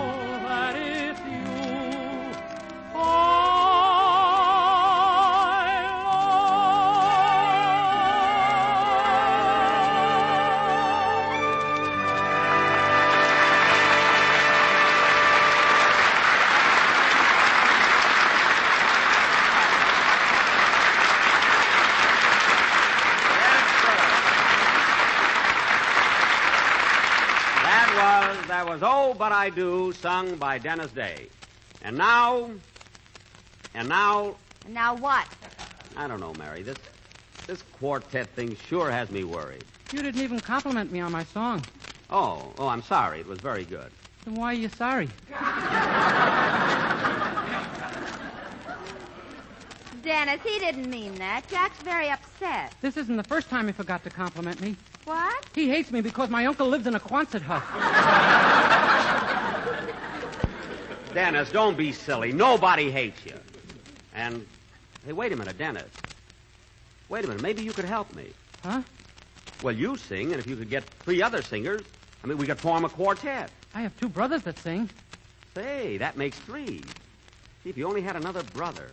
Well, I could talk to my parents, but I don't mean that. Anyway, I don't know. I've got to think of something. You know, Jack, before I became an announcer, I was a singer. I know, Don, but I need a quartet. Quartet? What are you laughing at? If Don had a mouth over each one of his chins, you'd have the whole Johnson choir. Mary, this is no time for jokes or remarks like that either.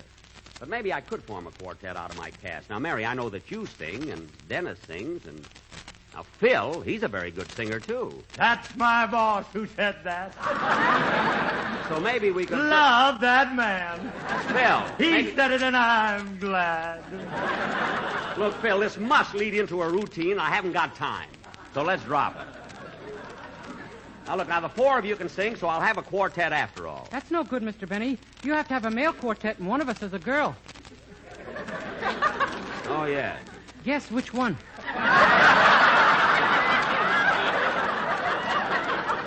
I know, Dennis, I know. Believe me. Well, I'm sure of one thing. I'm not going to apologize. I'm not going to apologize to the sportsman, even if I do have to pick tobacco. Don't you worry about it, Jackson. Phil G ain't gonna let that happen to you. What? I got my own show. You can come to work for me. You know, I may have to at that. Say, Phil, if I did go on your show, what would you pay me? The same thing you pay me. Why, you no good, cheap, chiseling ham.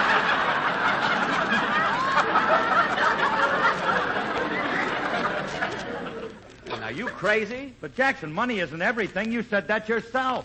When? When the blue of the night met the gold in your vault. I didn't ask you. Anyway, Phil, I don't want to be on your show. But, Jackson, look what you could learn just by sitting there and watching me. Me? Learn from you? Sure. My stuff is sharp. It's right up to the minute. Now, ask me something, Jackson. Ask me what happened to the kid who swallowed a live duck. Phil, I'm not going Come on, Jackson. Just once, ask me. Now, ask me what happened to the kid that swallowed a live duck. Oh, all right, Phil. What happened to the kid that swallowed a live duck? He felt a little down in the mouth. Oh, Harris, your head may come to a point, but nobody's getting stuck with it. Phil, why don't you stick your head in a pencil sharpener and get a haircut? Now, Don, I think it's time for a commercial, so let's have it. Oh, Jack, I can't do a commercial. My heart won't be in it without the quartet. Don Wilson. Twinkle Tummy.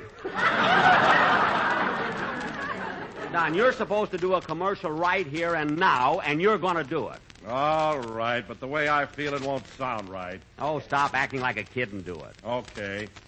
LSMFT. Lucky Strikes are surround, so firm, so fully packed, so free and easy on the draw. And they're made of that light, that fine, that naturally mild tobacco. And even though I love them, that's all I'm going to say. So there. Don, stop pouting. Look at the way your lower lip sticks out. What a place to open beer bottles. You said it. Between Don, the quartet, and the sponsor, I just soon quit radio and forget about the whole thing. No, Jack, if you're so disgusted, why don't you quit? Look, Mary, if I got the right offer from pictures, I'd consider it, believe me. I'm sorry now I turned down that big part they offered me in the Jolson story. Oh, some big part. When Jolson sang Mammy, you were supposed to run out and put a cushion under his knee. Not the part I'm talking about.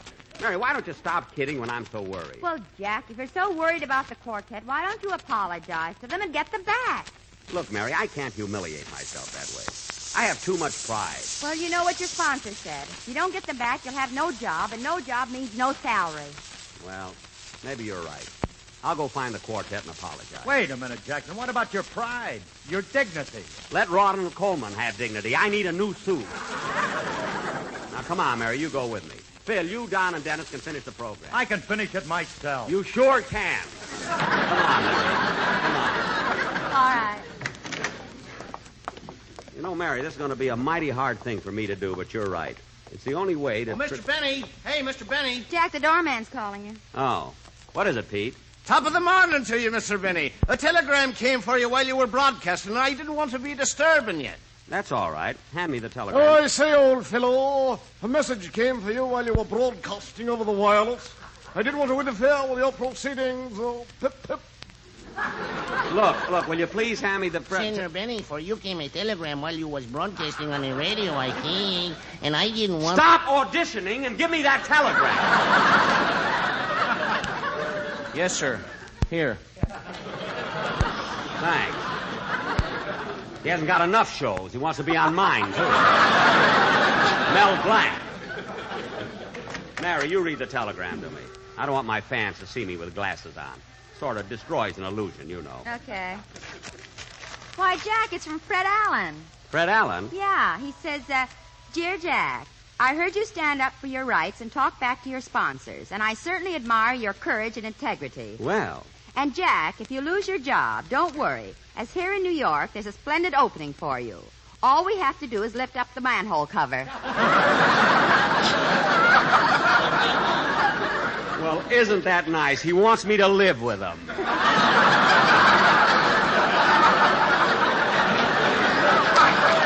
on, Mary. The car is right out in front.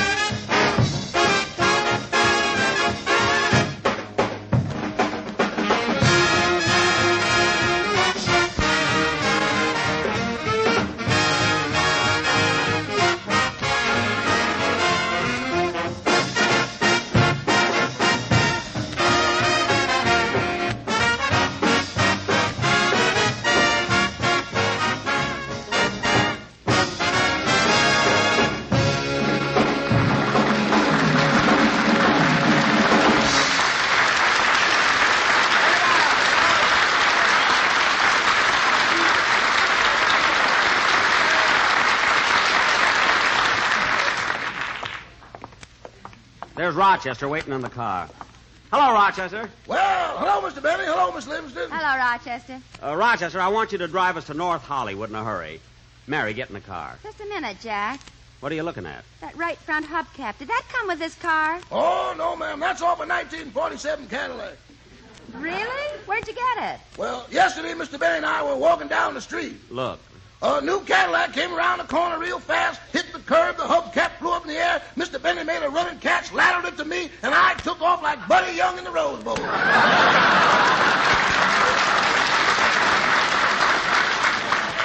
Come on, Mary, get in the car. Okay. She's got backbones and butter beans, ham, hocks, and turnip greens. You and me in New Orleans, and that's what I like about the Rochester, South. turn that Did off. I tell you about the place called Do-What-Diddy? It ain't no South. Mary, next time don't slam the door so hard. It turns on the radio. You know, I feel sorry for the South. First the boll weevils, now Phil Harris. I don't know which is the worst of the two weevils. That was a good one, boss. Oh, Rochester, do you really like that? No, but tomorrow's payday, and I don't want to have another duel in the sun.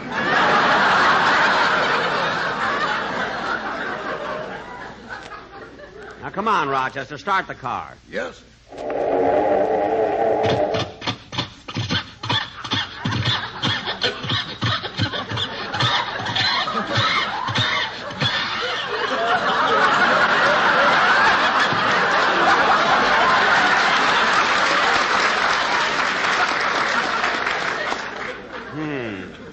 Try it again, Rochester. Okay.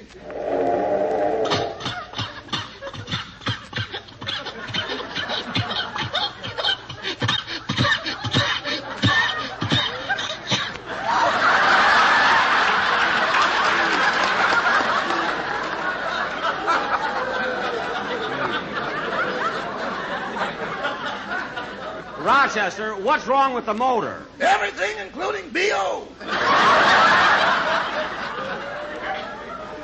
Well, roll down the window and try it again.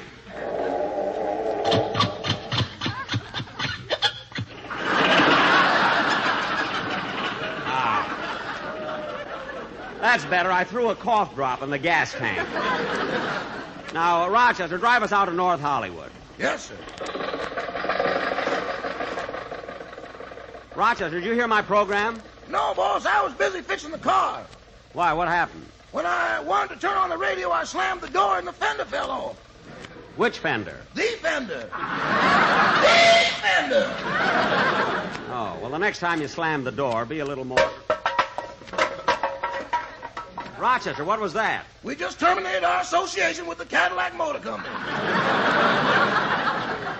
Oh, my goodness, the hubcap. Oh, Jack, when are you going to get rid of this car? I don't know. I'm thinking of holding an auction at Santa Anita.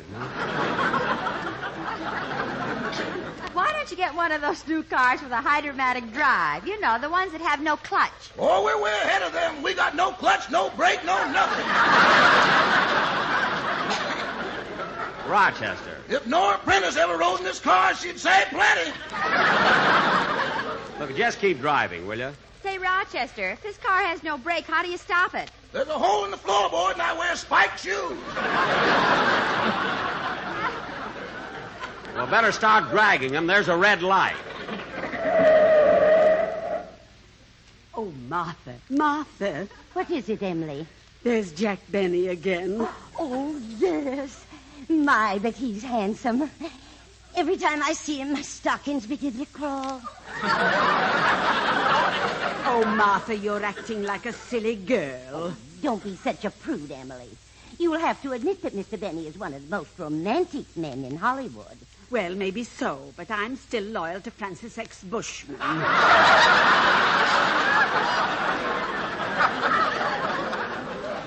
You know, Emily, 2 weeks ago was Mr. Benny's birthday, so I... Oh, no, Emily, you'll think I'm silly. No, Martha, tell me. I sent him a lock of my hair. Oh, Martha, do you think he received it? He must have. Look, he's wearing it. Oh, Emily, I think Mr. Benny is looking at us. So he is. Oh, darn it. I wish I'd worn my bare midriff. Rochester, the lights change. You can go.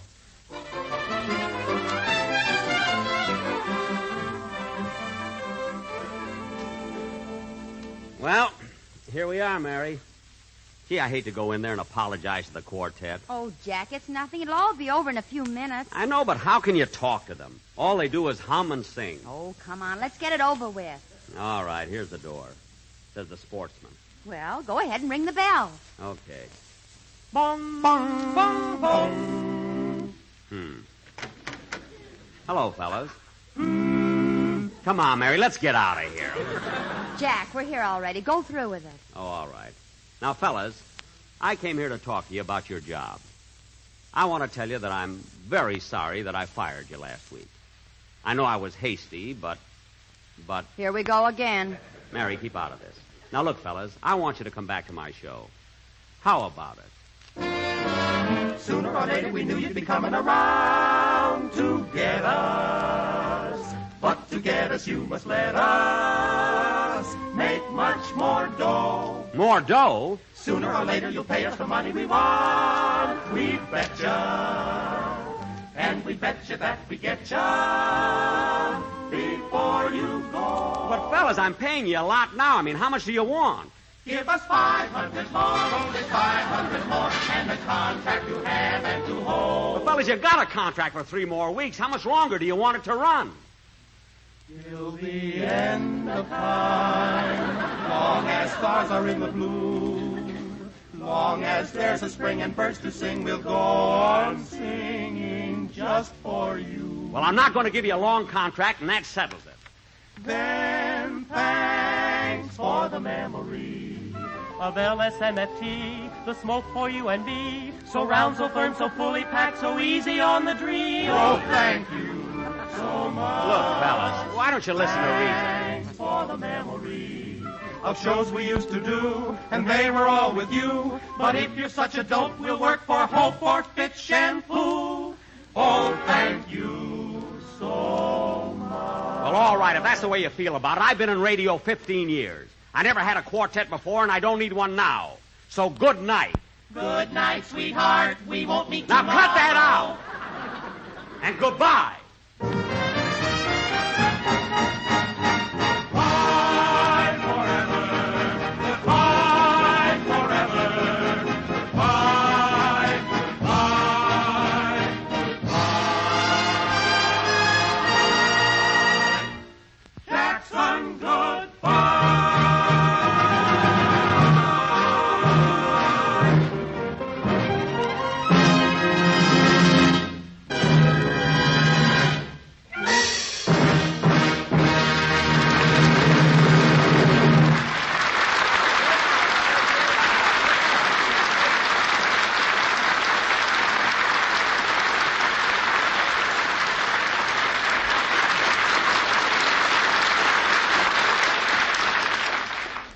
Come on, Mary.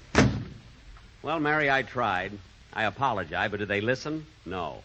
And I got to get them back. I don't know what to do.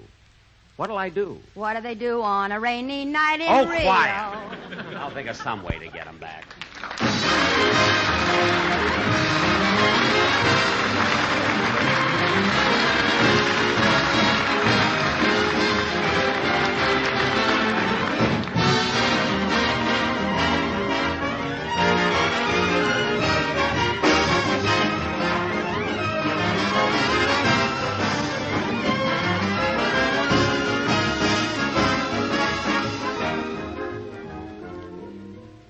Ladies and gentlemen, as a result of the last war, no country entered peacetime reconstruction and rehabilitation with scantier resources than Greece.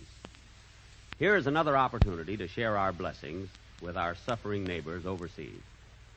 The present drive on behalf of the Greek War Relief Association, a non-profit organization, is under the chairmanship of Herbert Hoover and includes men and women of every nation and creed. To give aid, contact your local Greek War Relief Association or the Greek War Relief Association, New York 19, New York. Thank you.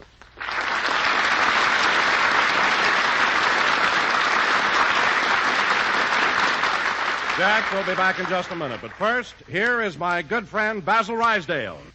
As you listen to the chant of the tobacco auctioneer, remember, LSMFT.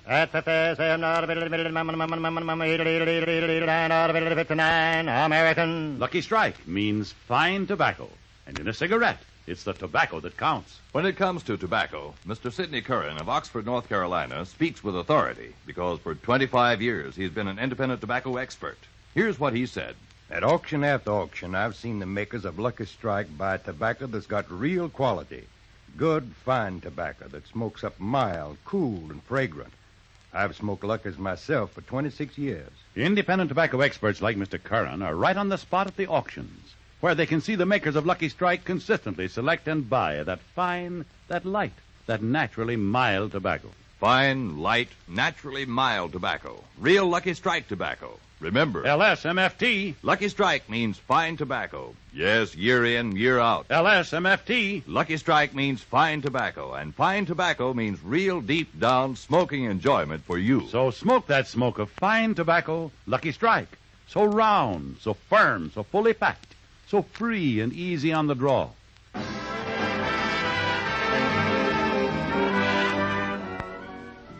I'm sorry, Mr. Riggio, but I did all I could. I went to the quartet and I apologized to them. Now, just a minute, Mr. Riggio. I've listened to you long enough. Now, you listen to me. If they want to come back, they can come back. And if they don't want it, it's all right with me. And that settles it. Goodbye. How'd that sound, Mary? Fine. Now let's get to a telephone and call them up. Tomorrow, Mary, tomorrow. Good night, folks.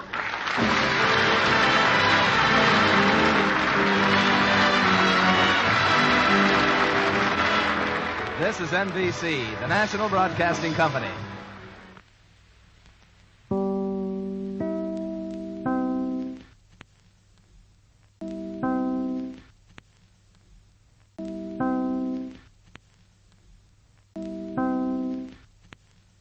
The Jack Benny Program, presented by Lucky Strike. In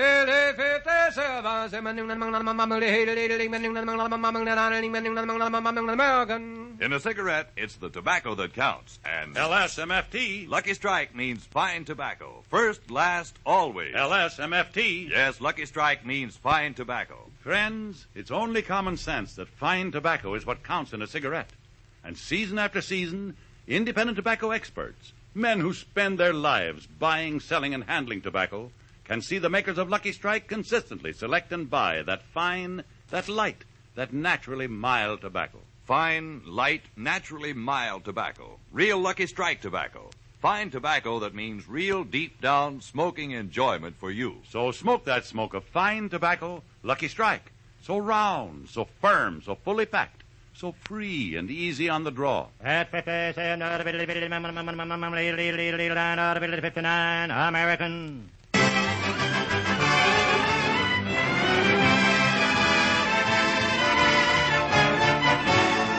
The Lucky Strike program starring Jack Benny with Mary Livingston, Phil Harris, Rochester, Dennis Day, and yours truly, Don Wilson.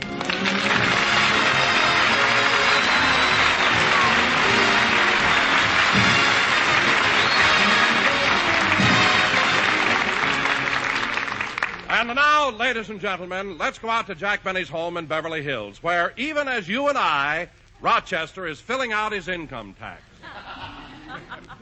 Let's see. Name, Rochester Van Jones. Occupation, butler, chauffeur, cook, gardener, valet, masseur, window washer, and author of What to Do in Your Spare Time. Now, let's see. Exemptions. If married and your wife or husband had no income, or if this is a joint return of husband and wife, list wife or husband. I better read that again. If married and your wife or husband had no income, or if this is a joint return of husband and wife, list wife or husband. Yep, that's what it says. That's what the form says. Uncle Sam said that.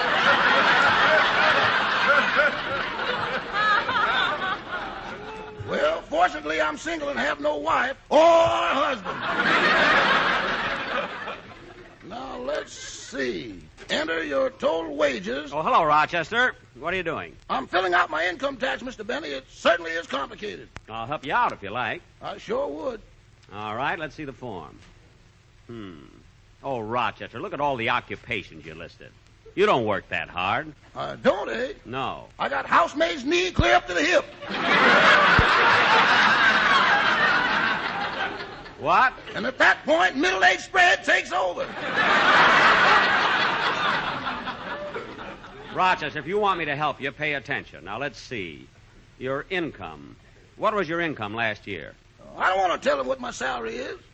Why not? Boss, you pay it to me, and I'm even ashamed to tell you. Rochester, you've got to put down your salary. Can I write it in red ink? Red ink? Why? I want them to know I'm blushing. Never mind. Now for the next question. List any extra monies you received as gratuities, gifts, or bonuses from your employer. Oh, boss, come now. Well, let's get on to business expenses. How much did you spend last year? Well, let's see. There was $70 for uniforms. Uh-huh. $20 for a lawyer. Yes. And $50 for advice in preparing last year's income tax. I thought I only charged you $40. But you're lucky it was 50. It gives you a bigger deduction, you see. Now we come to dependents. For every close relative you support, you can deduct $400 from your income tax. Well, let's see. There's my mother. Rochester, I didn't know you supported your mother. Oh, yes, that sweet little old lady I take for a drive every Saturday night. Your mother? I happen to know that every Saturday night you take my car and go up on Mulholland Drive. M is for the million thing. Rochester! Now, don't give me that stuff about your mother. Last Saturday night I followed you, and I distinctly heard you mention Lena Horne. I said, Mother, don't lean on the horn.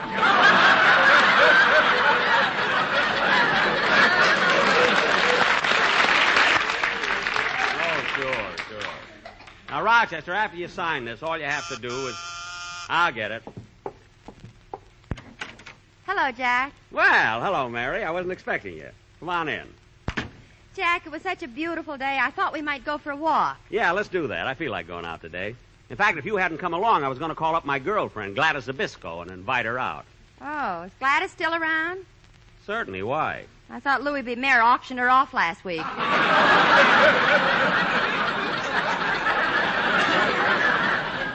Now, Mary, I don't like the way you're always picking on Gladys. She's got a nice figure. Did you ever see her in a bathing suit? Yes, and she looks like Gary Cooper. Only from a distance. So what if she is a little thin? She's homely, too. Now, wait a minute, Mary. Gladys may not be the most beautiful girl in the world. I mean, I won't even say that she's the most beautiful girl in the United States. Or in Los Angeles. Or in Beverly Hills. Or in... You know, Mary, I think you got something there. Well, I'll get my coat and we'll go for a walk. Okay, Jack, I'll sit here and read this letter I got from Mama. Well, a letter from your mother, eh? What does the worst years of your father's life have to say?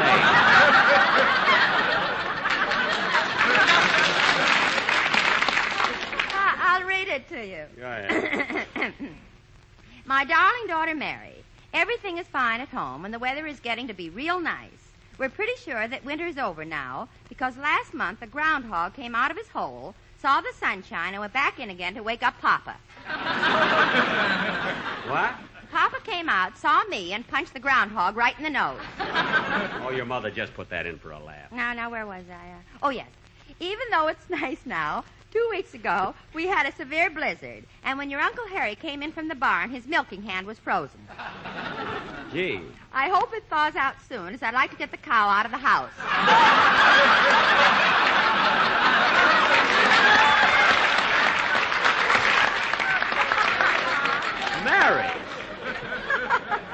Mary, you mean to tell me... Jack, please. Oh. Your sister Babe and I are going to the movies tonight and see a new picture. I heard that the picture's all about Jack and his violin. It's called The Beast with Five Fingers. No other news. Love and kisses from your mother, the shocking Mrs. Livingston. That's the silliest thing I ever listened to. Oh, wait a minute. P.S. I think your Uncle Harry is thawing out, as I just heard a little squirt in the bucket.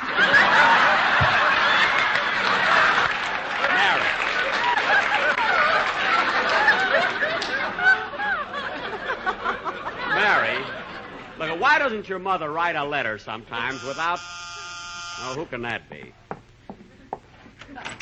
Say, Mr. Benny, I came over to ask you if it's all right to... Oh, hello, Dennis. Hello. I came over to ask you if it's all right to... Hello, Dennis. Hello. I came over to ask you if it's all right to... How do you feel, kid? Thanks. I came over to ask you if it's all right to... Dennis, what happened to your face? It's all cut up. I know. When I shaved today, I tried out a new blade. Gee, the way you're cut up. What kind of a blade was it? Single-edged or double-edged? Double-edged. Gee. Well, maybe you didn't have it in the razor right. Oh, razor!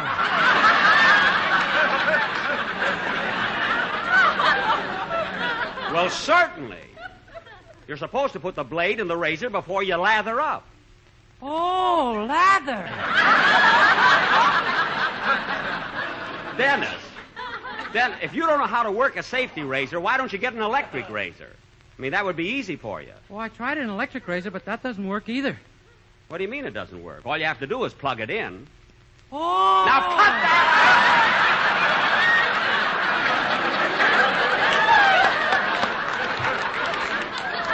kid.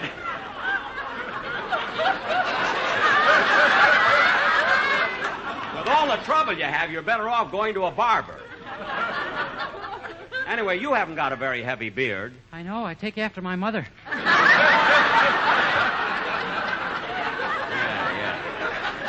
Now, look, kid.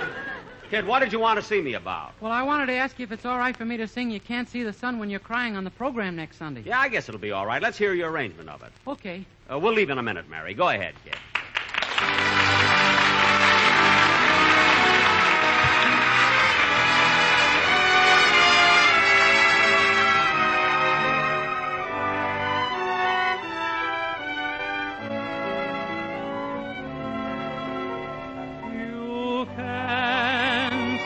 The sun when you're crying,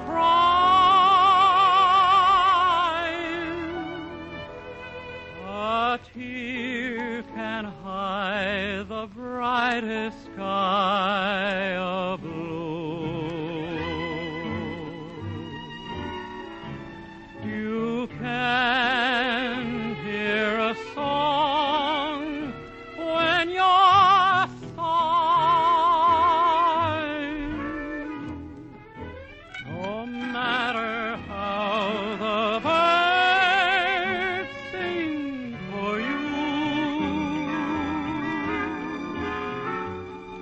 suppose you made believe your eyes were cloudy window panes. I'm sure you'd clean them up to look for rainbows when it rains. You can see the sun when you're crying, so smile and let the sun shine through. Suppose you made believe your eyes were cloudy window panes. I'm sure you'd clean them up to look for rainbows when it rains. You can see the sun when you're crying. So smile and let the sun shine through.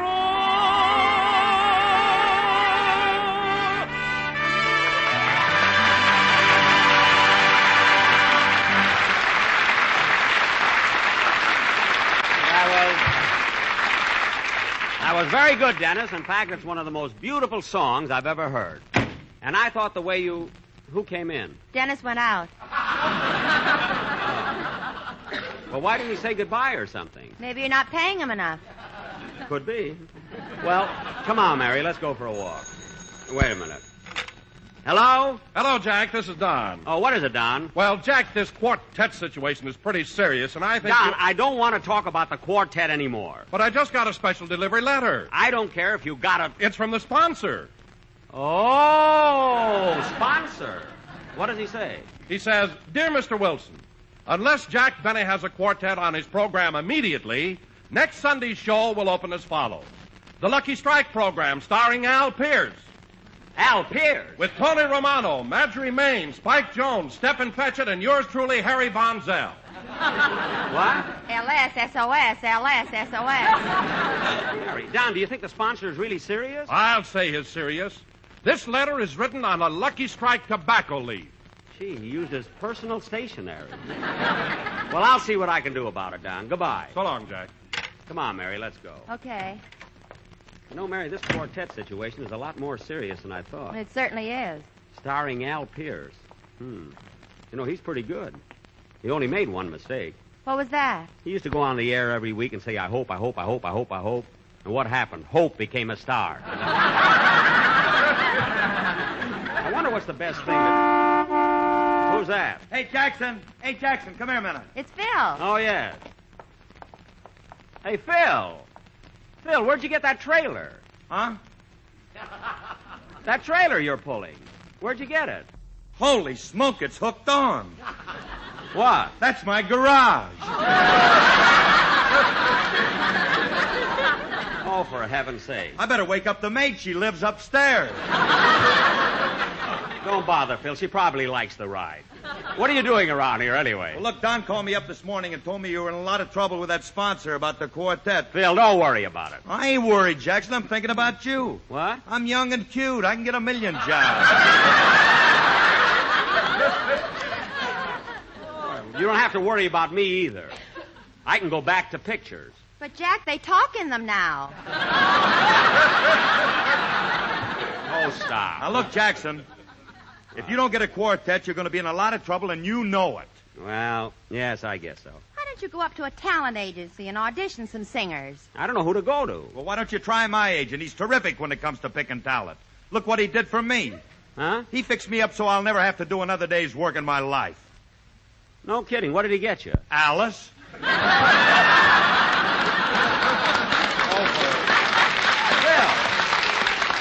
Phil, you mean to tell me your agent got Alice for you? Sure, and when we get 10 kids, we have to give them one. Well, Phil, with all your joking, maybe you got something. I'll go and see your agent about a quartet. Okay, here's his card. Thanks, Phil. Thanks a lot. So long, Jackson. So long, Livy. Come on, Mary. We'll go and see Phil's agent.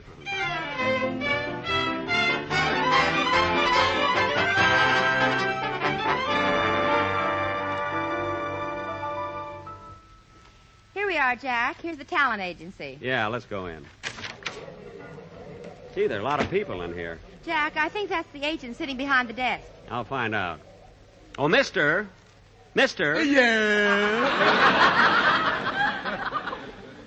Are you the man who handles the talent? Yes, Nelson is the name. Low State Nelson. Oh, well, this is Miss Livingston, and my name is Jack Benny. Well, I'd have known you people anywhere. It certainly is an honor that you came here first. Thank you. Benny and Livingston. Yes, sir. I'll make a note of that. Auditions are Thursday, and don't forget to bring your piano player. What? Look, I'm not here to audition. I'm trying to replace a quartet on my show. Oh, yes, I've heard them. I've got a quartet here that can take their place, and nobody will know the difference. Good. They're right in the next room, the Seal Brothers. Seal Brothers. Well, we can change the name. Oh, no, you can't. Why not? Because they're seals. What? Yeah, I'll get them for you. Okay, Seals, you're on.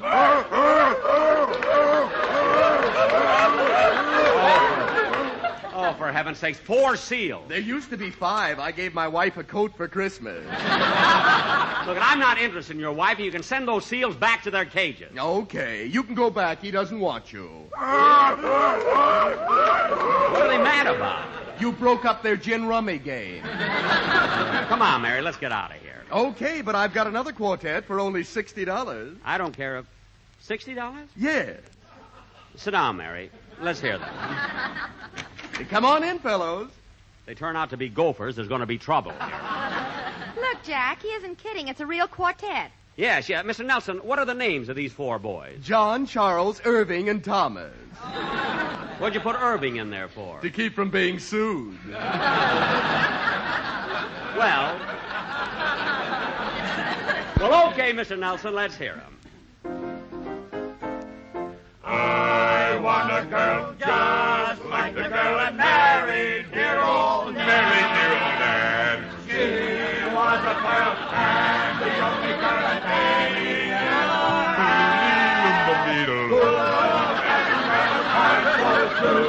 one won't love nobody else but you.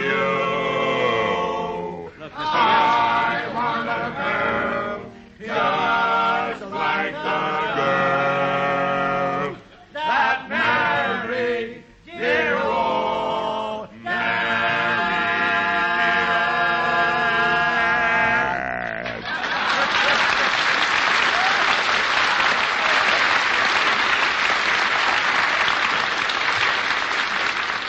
Well, how'd you like them, Mr. Benny? Well, I don't know. What do you mean you don't know? Their voices are beautiful. They sing like larks. And the fat one looks like a bald eagle. Look, Mr. Nelson, these fellas may be all right for some things, but I got to have a quartet that can do the commercials for my Lucky Strike program. Oh, they can do that. They can? Of course. Listen to this. Go ahead, boys. I want a girl just like the girl that married Effie Boone. Effie Boone? Like a Lucky Strike, she's the one I like with her. I'd like to spoon and... No, boys, look, that's not what I want, fellas. Look, Mr. Nelson. No, fellas, that's not it. Look at boys. Not that. Why'd you stop them? What's wrong? Well, they're not exactly what I want. Well, very well. All right, boys, you can go. Come on, Mary. I'm sorry I bothered you, Mr. Nelson. Oh, don't go away, Mr. Benny. I'm sure we have something that would... Excuse me. Hello, Nelson Talent Agency. Mr. Nelson left town. What's your complaint? No complaint? This is Nelson speaking. Yes, we have talent for every occasion. For a wedding, you need what? A violinist. You willing to pay how much? $6? And dinner? I'll look in my book and see. Violinist. No, I'm sorry. We don't have any violinists available. Oh, Mr. Nelson, don't hang up yet.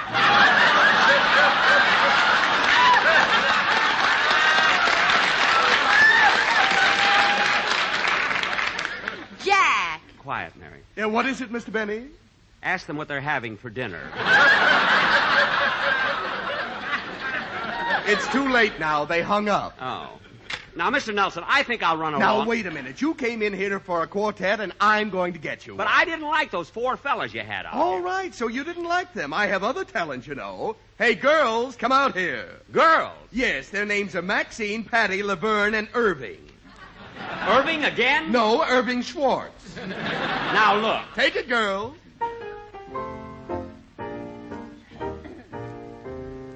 Kiss me once and kiss me twice and kiss me once again. It's been a long, long time. So very long. I was no didn't remember when. It's been a long, long time. You never know how many things I think about you. No, girls, no. That's not what I want either, Mr. Nelson.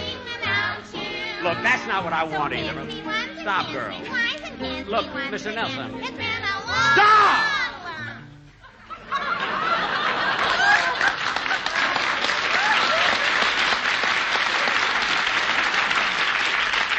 Mr. Benny, why did you stop them? They're wonderful. But they're not what I had in mind.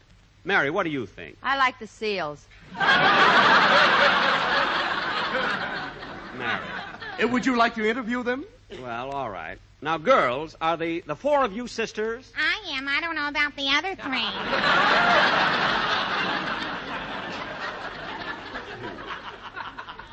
Well, I have to be very particular about my show. Where did you girls work last? Oh, our last job was in San Francisco. We worked on the top of the mark. Well, that's pretty good. How long did you work on the top of the mark? 2 months. Why did you leave? We finished painting the roof. Oh, I see. Well, look, Mr. Nelson, I'm sure I can't find the kind of a quartet I want here, so I think we ought... Just a moment. Nelson Talent Agency. What? Oh, yes, just a minute. Fido. Fido, you want it on the phone. Look, Mary, it's a dog. Yes, and one of the smartest talking dogs in the country. A talking dog? I don't believe it. I'll show you. Here he comes now. Fido, how old are you? Fido, how old are you? Fido, say something. I don't know what to do with him. He's been acting like this ever since he saw Nora Prentice.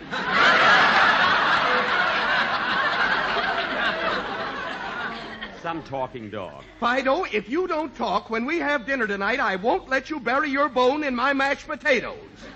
Now, come on. How old are you? I'm 7 years old. Gee, he can spell, too. Now, Fido, spell cat. K-A-T. 7 years old, he can't spell cat. What a dope. Now, look, Mr. Nelson, I didn't come here to get any trick vaudeville acts. All I want is a quartet, and you haven't got one that suits me, so I'm going. Now, just a minute, Mr. Benny. I've got another quartet that is positively sensational. Look. They're Russian. A Russian quartet? Yes, I'll call them. Tovarovich, Ivanovich, Stepanovich, Baranovich, come here. How can they tell which is which? Mr. Nelson, look, I can't use a Russian quartet. You haven't heard them yet. But... All right, boys. Boys, I don't want to hear them talk. Look, I want to hear them sing. Boys! Now, Mr. Nelson, I don't want to hear them talk. Let's not waste time. If they're going to sing, let them sing. Okay, come on, boys. 1, 2. 1, 2. One of it, two of it. Why do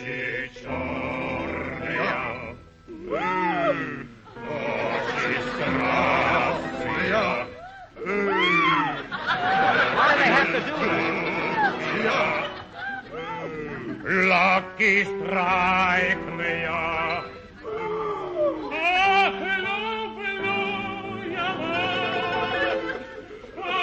Boy, don't cry.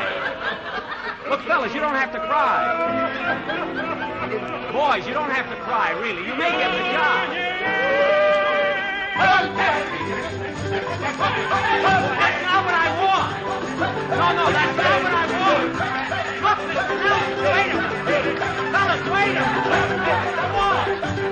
Wait a minute.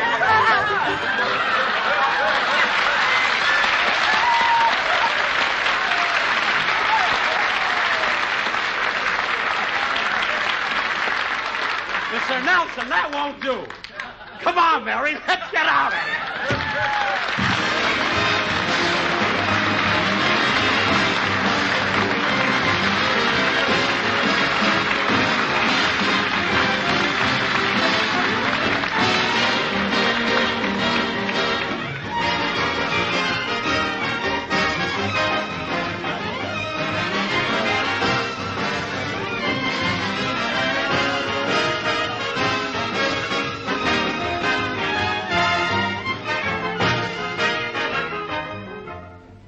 Ladies and gentlemen, during the past week, over 1 million young people, as well as adults, have been observing National 4-H Club Week.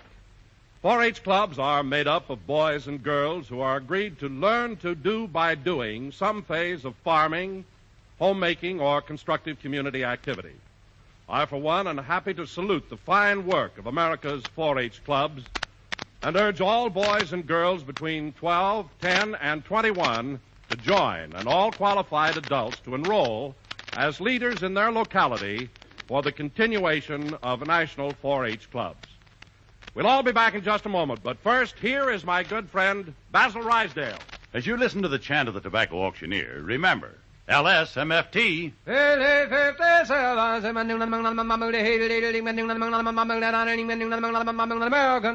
Lucky Strike means fine tobacco. And fine tobacco is what counts in a cigarette. Speaking of fine tobacco, here are the words of a man who really knows tobacco, Mr. Frank A. Brown of Stoneville, North Carolina.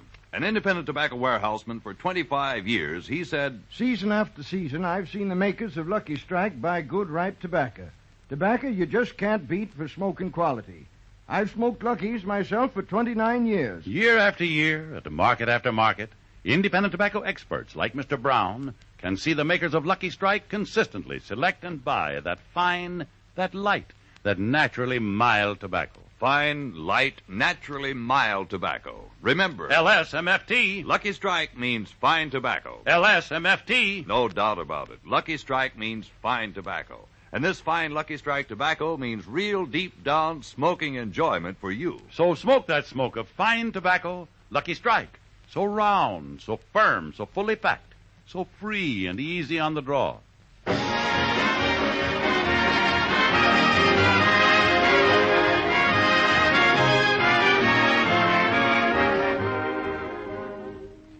Say, Don, where's Jack? Well, Mary, he had to leave. He's on Phil Harris's show. Gee, I I didn't know he was going to work on Phil's show. Yes, I heard them talking in the hall, and Phil offered him some money. Oh, money. Good night, folks.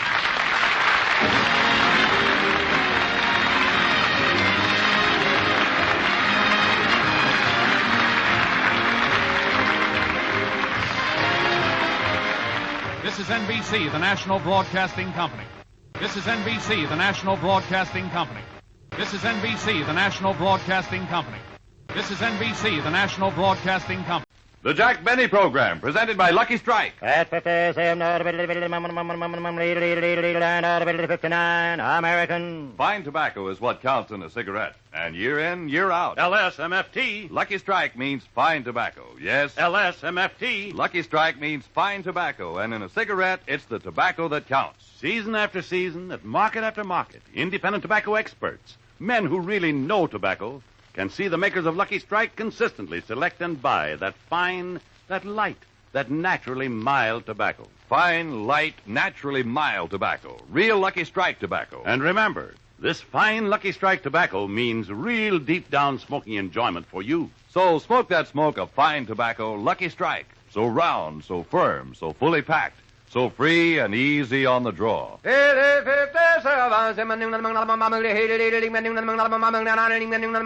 American.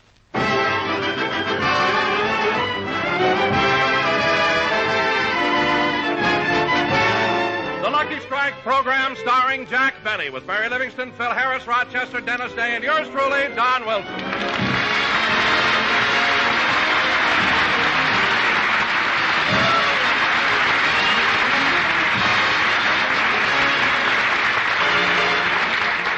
Ladies and gentlemen, last Thursday night, the Academy Awards were given out to a favored few.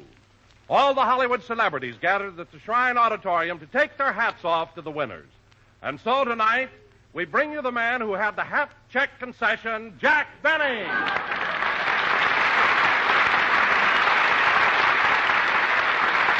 Thank you. Hello again. This is Jack Benny talking. And, Don, you shouldn't have introduced me as the man who had the hat check concession at the Academy Awards. I was master of ceremonies, too. And, Don, having the hat check concession certainly taught me a lot about those so-called big stars in pictures. What do you mean, Jack? You should see the tips they leave. Cary Grant, 15 cents. Clark Gable, 10 cents. Margaret O'Brien, a nickel. I felt like throwing it right back in her face. I couldn't believe it. I thought that, I never saw such small tips. I thought that tambourine I had on the counter would help a little. What? And Don, you know Rex Harrison? Yes? A shilling.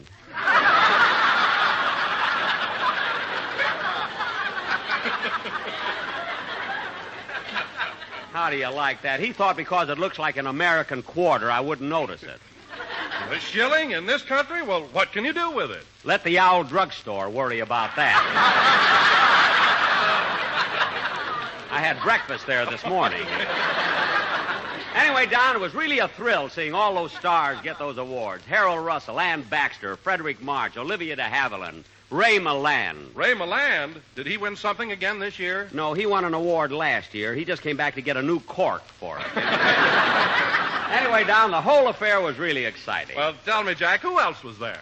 Well, there was Jane Wyman, Gregory Peck, Lionel Barrymore, Larry Parks, Dinah Shore, Hugo Carmichael.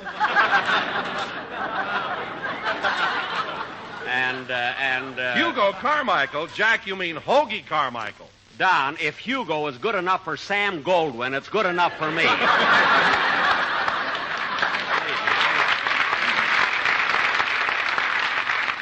But, Jack... Don, I know what I'm doing. I never worked for Goldwyn. I'm not going to louse up my chances.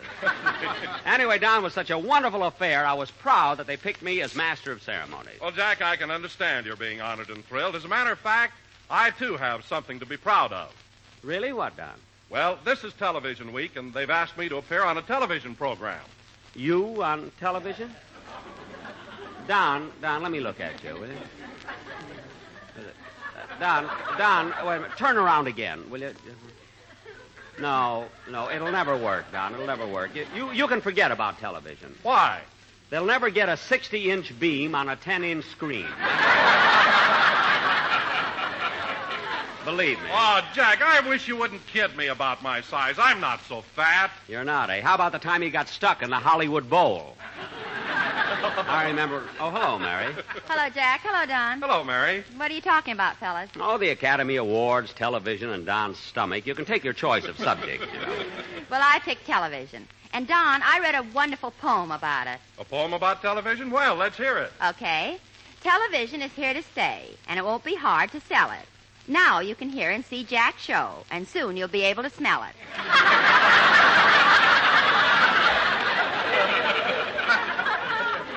Smell it, Mary, don't talk about my show. Have you ever tuned into Fred Allen's program when the wind is from the east and your air conditioning is fighting a losing battle? It's enough to make you lose faith in your air wick.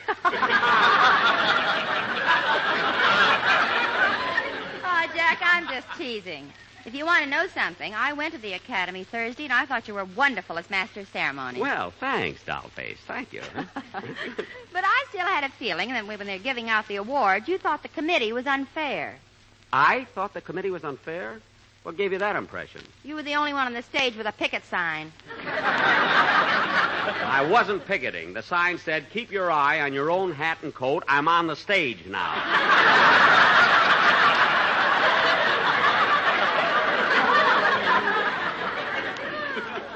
And I wasn't a bit jealous. When Olivia de Havilland won her award, I walked right over to her, slapped her on the back, and said, congratulations. What are you laughing at, Mary? Then Olivia slapped Jack on the back. His toupee slipped down over his eyes, and Jack whispered, kiss me, honey, the lights went out.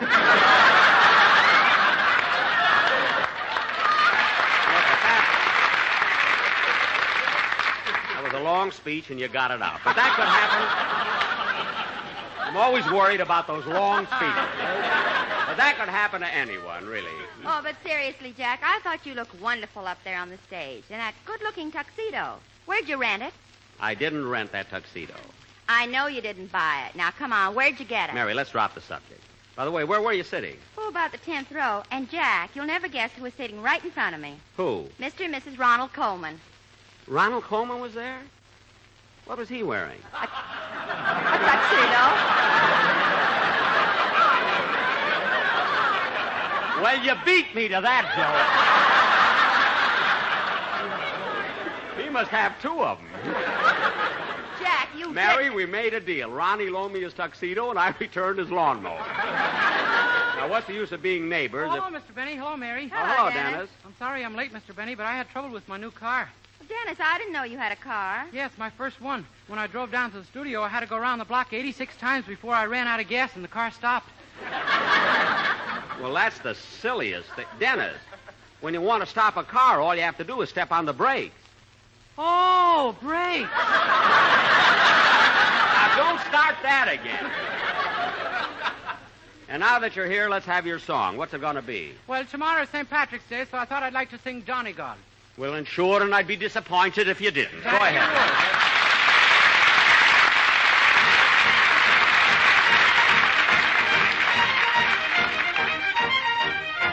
It seems like only yesterday I left the port of Cork, and on a ship from Old Erin's Isle I landed in New York. Without a friend to meet me there and a stranger on the shore, I wore an honest Irish heart and fortune came galore. So here I am going back to dear Old Erin's Isle. The friends will meet me on the pier and they'll greet me with a smile. There are faces there that I'll surely forget, for I was so long away. Oh, my mother will introduce them all, and this to me will say, shake hands at your Uncle Mike, me boy, shake hands at your sister Kate. Here is the girl you used to swing down on the garden gate. Shake hands with all the neighbors and kiss the colleens all. Oh, you're as welcome as the flowers they made to dear old Donegal. They'll give a party when I get back, and they'll come from near and far. They'll line the road for miles and miles with Irish Johnny cars. The spirits are flowing, we'll all be gay, and we'll fill our hearts with joy. The piper will play an Irish reel to greet the Yankee boy. Oh, what a party we'll have there! I'm telling you, you'll never see the like of it. Oh, tomorrow off to the church I'll go, and wedded I will be to my pretty little Colleen Bond, sweet Nellie McGee. Oh, Nellie was true and faithful to her Dinny are the sea. We'll join the harp and Jamrock, who the stars of liberty. They'll come Brannigan, Flanagan, Milligan, Gilligan, Duffy, McCuffy, Malacca, Mahone, Rafferty, Lafferty, Donnelly, Connolly, Dolly, O'Doly, Muldowney, Malone, Madigan, Cadigan, Lanahan, Flanahan, Fagan, O'Hagan, O'Houlihan, Flynn, Shanahan, Lanahan, Ogety, Fogarty, Kelly, O'Kelly, O'Benny, McGinn. Then I'll shake the hand of my Uncle Mike, the hand of me sister Kate. Oh, I'll hug and squeeze as much as I please the girl in the garden gate. I'll invite all the neighbors to me wedding great and small, and I'll live content and pay no rent in dear old Donegal. Yahoo!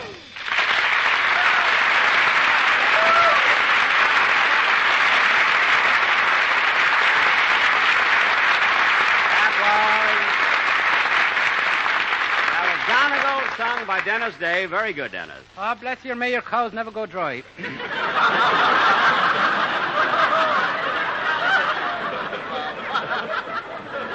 know, Mr. Benny, What? I sang that song for my mother. You what? I sang that song for my mother. Oh, well, it certainly is an appropriate song. I don't know anyone more Irish than your mother. Yeah, she wouldn't see the Jolson story till I told her it was the life of Pat O'Brien.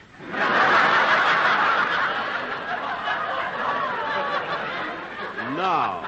And she liked that new picture about Jerome Kern. Which one? Till the McClouds roll by. Till the McClouds roll by. I bet his mother thinks NBC stands for Nolan, Brannigan, and Cassidy. Well, as long as it keeps her happy, I guess it's Hiya, all. Livy. Hello, kid. Sorry I'm late, Buster. Well, Phil, look, it's about time you got here, you know. Well, it wasn't my fault, Jackson, and I got a good excuse. Yeah, I know. You're going to tell me that you overslept, jumped out of bed, dressed as fast as you could, and rushed over here. Hey, how did you know? You left a curler in your hair. All right, so I got a curl in my hair. I overslept a little. I'm sorry I'm late, and let's forget it. Forget it? Unless you want to make something out of it. No, I don't want to make anything out of it. Phil, you must have gotten up on the wrong side of the bed. Why? You've got Alice's shoes on.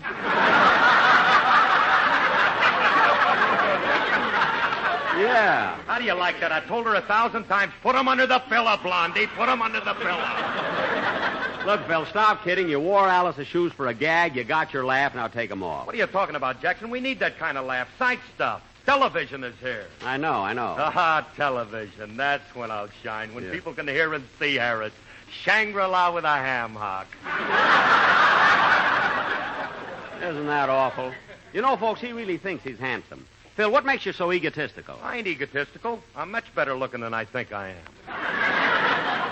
Oh, I see. So you're not conceited, eh? Not me. In my family, Alice is the one who's conceited. Alice? Yeah, she thinks she's prettier than I am.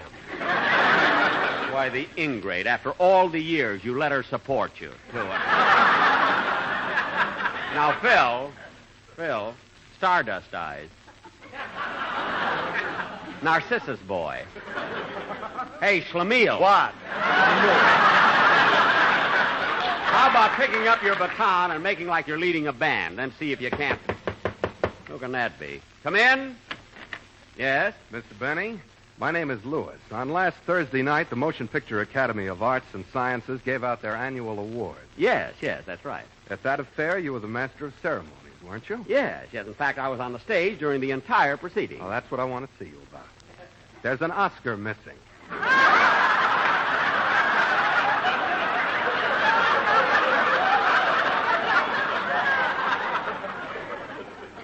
Now, wait a minute, Mr. Lewis. Does the Academy Award Committee think for 1 minute that a man in my position, a celebrity, a star for 15 years, a man who is respected by millions, would stoop so low as to steal an Oscar? Yes.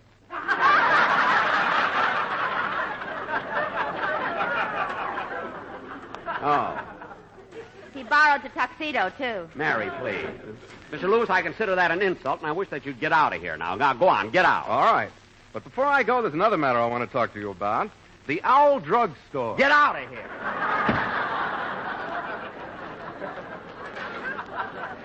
That's gratitude for you. The Academy Committee calls me up, asks me to be master of ceremony, so I accept. What happens? Do I get any thanks? No. Do I get any salary? No. Just taxi fare and a lousy cheese sandwich. No butter. Hey, Jackson, what about my band number? Just a minute, Phil. We got to have a commercial first. Go ahead, Don. Let's have the commercial. Well, Jack, I'm glad you finally got around to it. What? I've got a surprise for you. Surprise? What is it? Well, you had trouble getting a quartet. The sponsor insisted on having one, so I took things in my own hands. Wait a minute, Don. You took things in your own little fat hands before. You got the Sportsman Quartet. They cost me $500 a week, and that's what caused all the trouble. But, Jack, I got you another quartet, and it isn't going to cost you nearly as much. I don't care if Jack, give him a chance to talk. Maybe this new group will satisfy the sponsor and solve your whole problem. Well, all right, Don. What did you do? I mean, who have you got? Well, first of all, I only had to get 3 other fellas because you've already got Dennis, and you pay him anyway. Well, now you're really thinking, Don. Where are the other 3 guys? Oh, they'll be here any minute. Okay, Don, I'll give them a chance. Who can tell? Maybe they'll... I'll get it. Hello? Hello, Mr. Benny. This is Rochester. Hello, Rochester. What do you want? I'm in a lot of trouble, boss. You shouldn't have asked me to bake a loaf of bread for dinner tonight. Why? What happened? Well, I took a small bowl and put in 2 cups of flour. Uh-huh. Then I put in a cake of yeast. Uh-huh. Then I added 1 cup of water and stirred it together. Well? It looked kind of dry, so I added more water. I see. Since I added more water, I threw in another cake of yeast. Well, isn't that a lot of yeast? That's what I thought, so I put in more water. More flour. Flour. Yeah. More flour. I That made it too dry, so then I added more water. Rochester. That made it too soggy, so I put in some more yeast. More yeast? So to balance the proportions, I added more flour.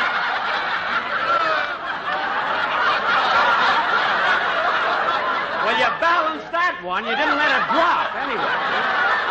Huh? Yeah, I balanced the proportions with more flour. Flour? That made it too dry, so I poured in a quart of champagne. Champagne? I had to do something to break the monotony. Rochester, that's ridiculous, mixing champagne with flour, water, and yeast. We got the only loaf of bread with a bun on it. Now, stop being silly.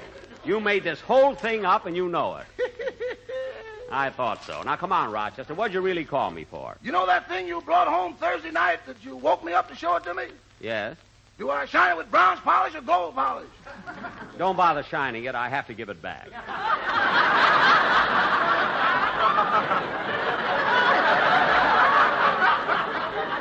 Goodbye. Oh, say, boss. Now what? You rascal, you. Never mind. Goodbye. Goodbye.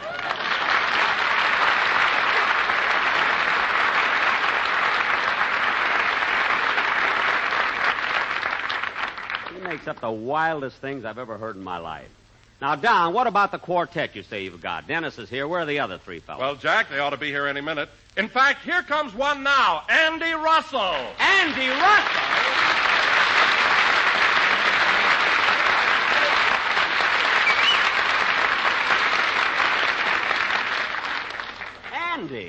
Andy, I can't believe this. I mean, do you want to be in my quartet? Why, sure, Jack, if it'll help you out. Gee, this is wonderful. Dennis, this is Andy. Where's Amos? It's not the Andy and Amos and Andy. This is Russell. Not that Russell.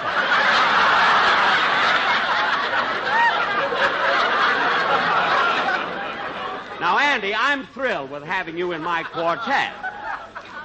But, That's Portuguese. For how much money do you want? Yes, Portuguese. I mean, how much money would you want? Oh, $35 a week. $35 a week? Mm-hmm. I can't believe it. Well, would 30 be all right? No, I'm perfectly willing to pay $35. You must spend at least half of that for tooth powder. I mean, it must be wonderful to have such sparkling teeth. Well, it has its drawbacks. Huh? Well, when I talk to Don Amici, we blind each other. I can understand that. Well, anyway, Andy, as soon Oh, hold it, Jack, hold it. Here comes another member of the quartet. Dick Hames. Dick Hames!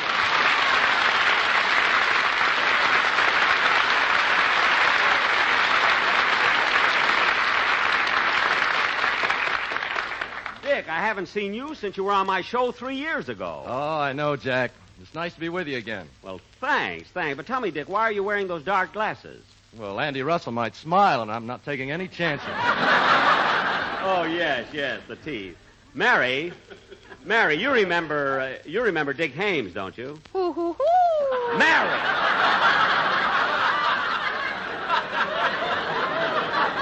Well, Dick, I'm certainly thrilled having you as a member of the quartet, but, what? What's the matter, Dick? Can't you understand Portuguese? Dick, what I'm trying to say is, well, if you're going to be in the quartet, how much money would you want? $35 a week. $35 a week? Well, now, Jack, if you're going to start haggling, just forget about it. No, I'm not haggling. I mean, I think you're worth every cent of it, you know? But, of course, I can't make Hold it, Jack, hold it. Here comes another member of the quartet, Bing Crosby.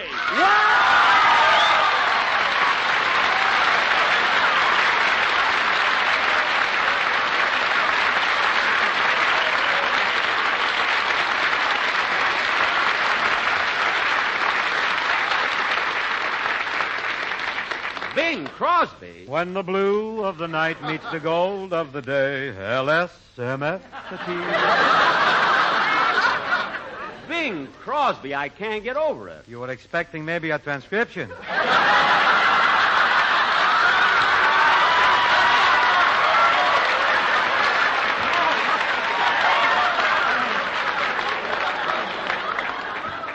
No, it's just that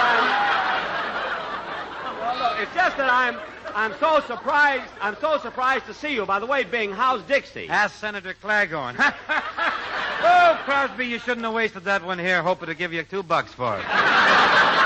Well, we needed that one. Now, Bing, believe me, I'd love to have you as one of my quartet, but, $50. I understand Portuguese. $50? Wait a minute, Bing. Andy Russell and Dick Hames are both willing to work for $35. Why do you want $50? I got 4 kids. Oh, yes. I read where you're going to put them in the movie. Yeah, one of them is almost 9. He's been loafing around the house long enough. Well, look, fellas, I know that you're all good singers individually, and Dennis has been with me a long time, but do you think you can all give me what I want as a quartet? Wait a minute, fella. If that's your idea of a quartet, you're starting off on the wrong foot. Don't worry, Jack. Don't worry. They're just warming up. Now, do you want to hear what they prepared? Of course. Now, let's see. 35 and 35 is 70, and 50 is 120. Not bad. All right, Don, let's see if they're let's see what they've got to offer. Okay, fellas, let's have it. I'll be loving you always with a love that's true. Always. When the things you plan need a helping hand, I will understand. Always. LSMFT. Always. Fellas, wait a minute. That's the smoke for me. Oh, who the hell picked out this key, Dennis Day? Not for just enough. Not for just a day. Not for just a year, but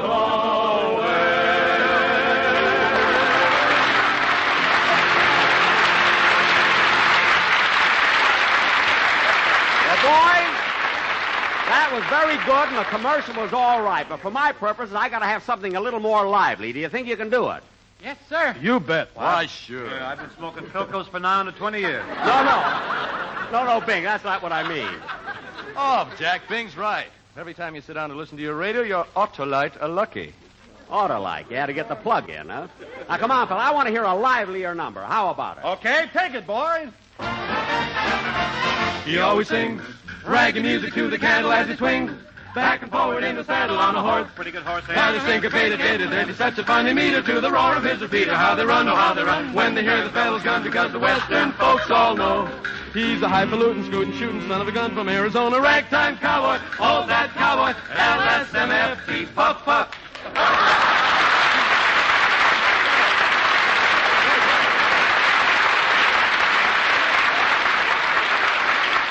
Now, fellas, The singing I can't complain about, but that time you didn't give me enough commercial and was just a little bit too fast. I want something in between the two numbers that you sang. Oh, we have another song, Jack. It'll be just exactly what you like. You have? Hey, Dick, I'll sing bass this time. No, I want to sing bass. I think I ought to sing bass and get down where the money is.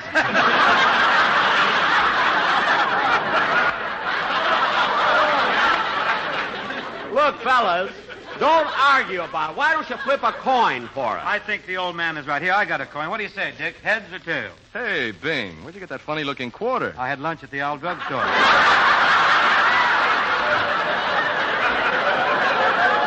Look, fellas, you're holding up the show. Now, this cost me $120. If you don't attend to business, I'll call the whole thing off. Now, come on, let me have your other song. Yes, Mr. Penny.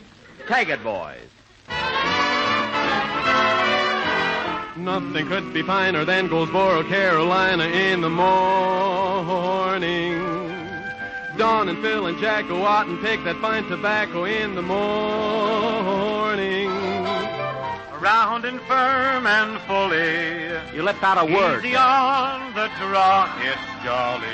It is the best tobacco that you have ever saw. Bad English, fella. Happy Boone and Speedy never looked the least Not bit what I want, seedy in John. the morning.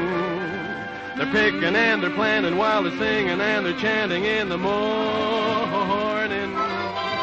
LSMF, LSMF, MFFT. That's a lucky strike to smoke for me. Nothing could be finer than Goldsboro, Carolina in the morning.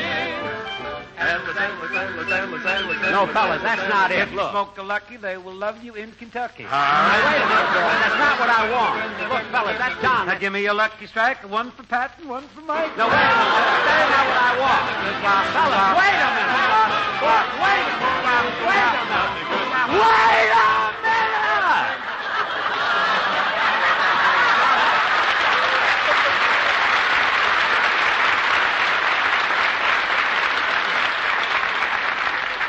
Now, look, fellas, you tried, you meant well, and believe me, I appreciate it. But you boys just won't do. What? How do you like that? Now, you can leave your names, and maybe something will come up. So long, fellas. Well, how do you like that? There's no use talking. I just got to get my old quartet back. Jack will be back in just a minute. First, here is Basil Rysdale. As you listen to the chant of the tobacco auctioneer, remember, LSMFT. At 57, American. Lucky Strike means fine tobacco. And in a cigarette, it's the tobacco that counts. Mr. Alexander G. Irvin of Reedsville, North Carolina, has been a tobacco warehouseman for 14 years. He really knows tobacco, so listen to what he said. Facts are facts. And at the auctions for a good many seasons, I've seen the makers of Lucky Strike buy good, ripe, mellow tobacco. The kind of fine tobacco that you just can't beat for real smoking quality. I've smoked Lucky's myself for 14 years. Remember, independent tobacco experts like Mr. Irvin can see the makers of Lucky Strike consistently select and buy that fine, that light, that naturally mild tobacco. Fine, light, naturally mild tobacco. No doubt about it. LSMFT. Lucky Strike means fine tobacco. Yes. LSMFT. Lucky Strike means fine tobacco, and fine tobacco means real, deep-down smoking enjoyment for you. So smoke that smoke of fine tobacco, Lucky Strike. So round, so firm, so fully packed, so free and easy on the draw.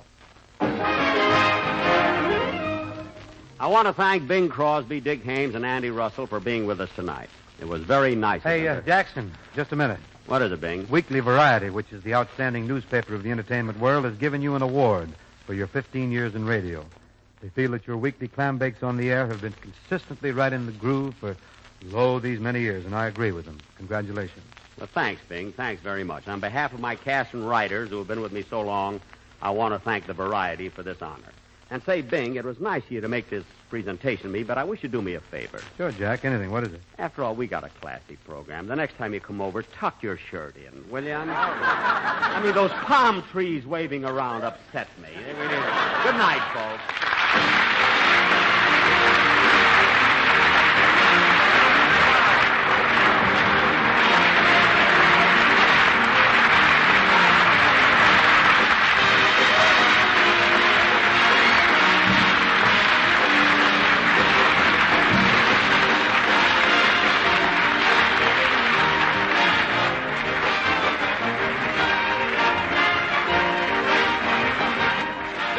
NBC, the national broadcasting company. NBC, the national broadcasting company. NBC, the national broadcasting company. NBC, the national broadcasting company. The Jack Benny Program, presented by Lucky Strike.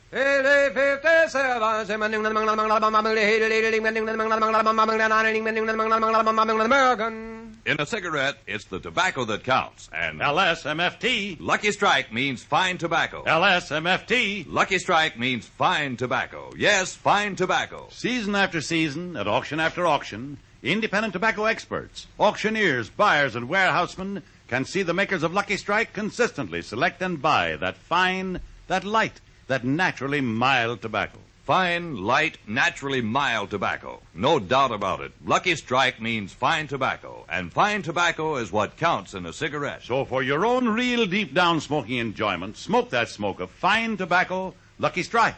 So round, so firm, so fully packed, so free and easy on the draw. At 57, American.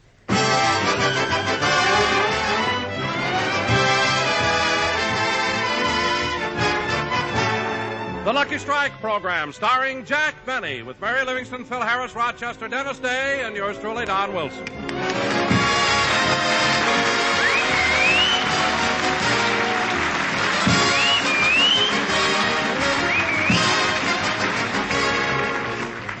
Ladies and gentlemen, as you all know, 4 weeks ago, Jack Benny got into trouble with his sponsor because he fired his quartet.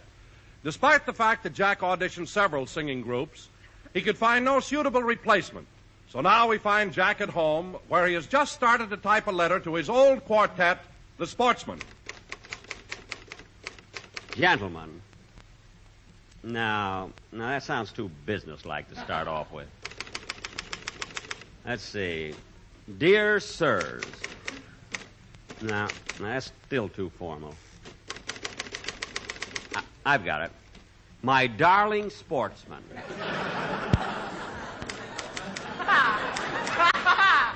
That's it, yeah. My darling sportsman. Now, that's a little too personal. I'll knock out the my. Now, let's see. Fellows, I hope you will receive this letter in the spirit in which it is sent, because... Whoops!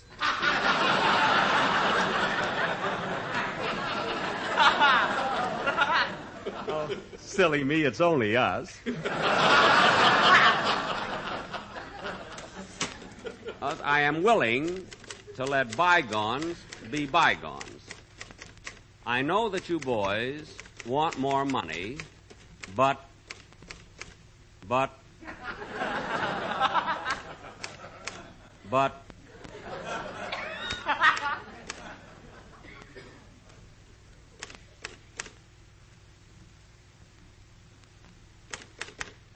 Gee, I even do it on the typewriter.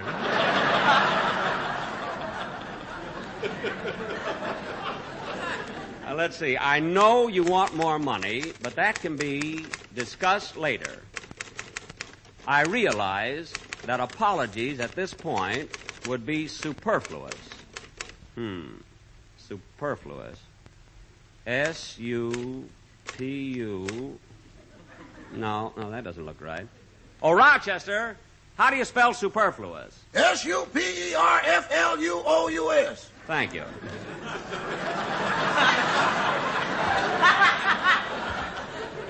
Would be superfluous, but I'm sure we can iron out any discrepancies.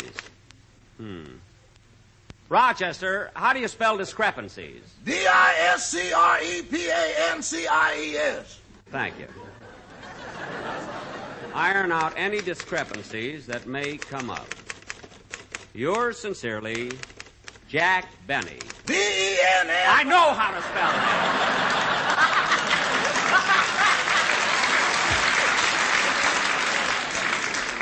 Rochester, do you think this letter will do any good? I don't think so, boss. They wouldn't even talk to you when you went to see them.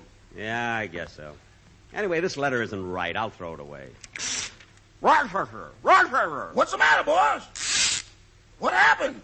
I had my tongue caught in a roller.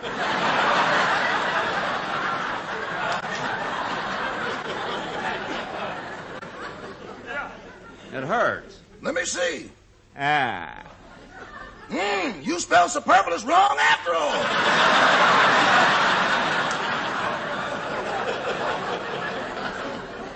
Never mind. Gee, Rochester, I don't know what to do about a quartet. Well, boss, I thought the quartet you had last Sunday was pretty good. Yeah, each one of them is a great soloist. Dennis Day, Andy Russell, Dick Hames, Bing Crosby. But I know, but when you put them together, what have you got? Personally, I'd rather have Hugo Carmichael. You know, boss, if you need any help, I can sing a little bit like Mr. Crosby myself. You?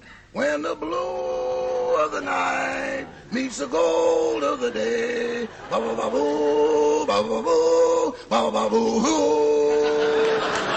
Rochester, if you think you sing like Bing Crosby, then I play the violin like Yasha Heifetz. Oh, you do, boss, you do! Thanks. Excuse me, there's someone at the door, Yasha. I'll get it, Bing. You put the typewriter away.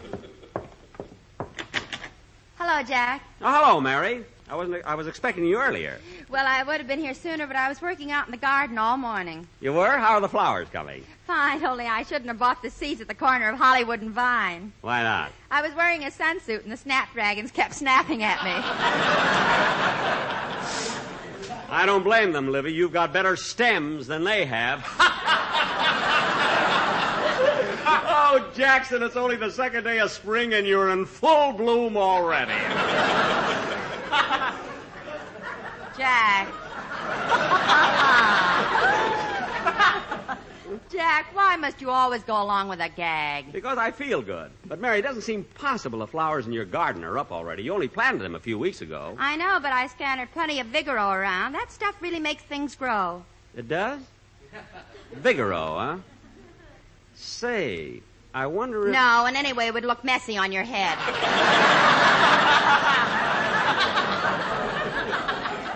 I wasn't thinking of that. But you know, Mary, I like gardening and flowers and growing things.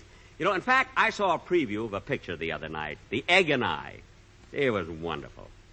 Claudette Colbert is married to Fred McMurray, and they live on a little farm where it's quiet and peaceful. And they raise their own chickens and eggs, and grow their own food and everything.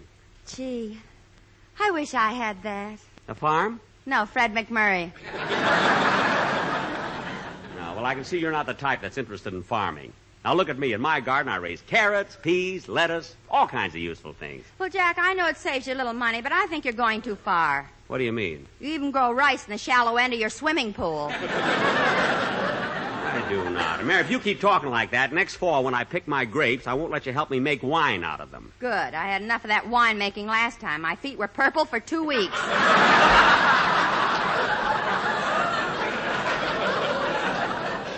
All right. It stained my bathtub, too, you know. I'll get it, Bing. Okay, Yasha. Oh, hello, Dennis. Hello, Mr. Benny. Come on in, kid. Hello, Dennis. Hello, Mary. I passed your house this morning, and I saw you working in the garden. Boy, that sunsuit you were wearing. Dennis. My mother has a sunsuit just like Mary's, only it's yellow. Oh, really? Yeah, when she wears it, she looks like the Wilshire bus with lace bumpers.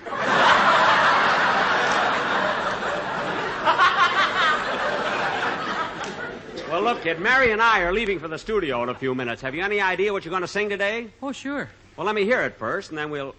Hey, Dennis. Yeah, I just noticed it. You've got a scratch on your nose. How'd you get it? Well, I was riding down here on a bicycle built for two, and I ran into a telephone pole. Well, how did that happen? There was nobody on the front seat to steer it.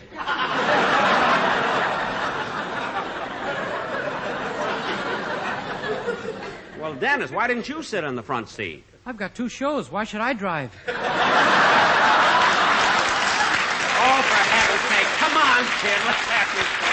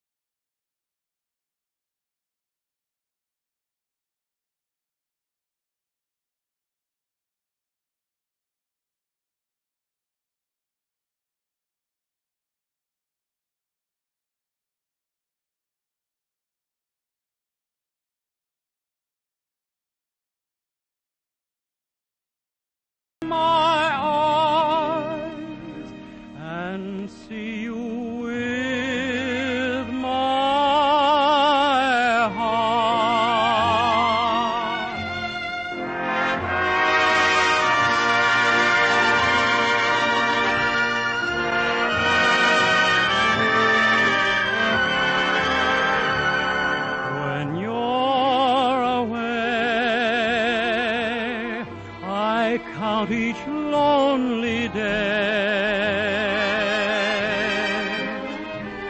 And through the years, those moments when we're apart, I'll close my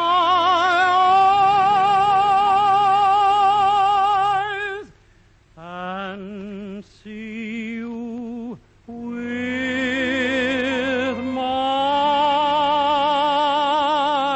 heart.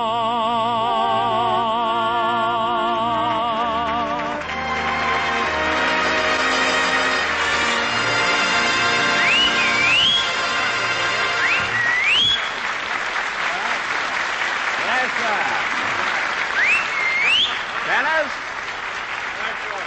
Dennis, that was a lovely song. I'm glad you're going to sing it on the program. You really... Dennis, what are you taking your shoes off for? Isn't it time to make the wine?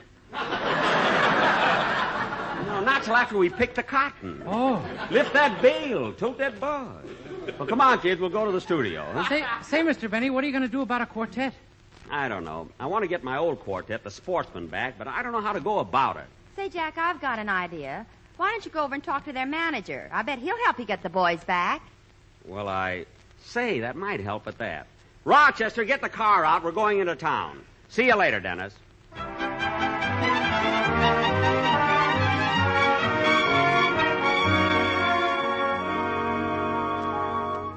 Rochester, try the starter again.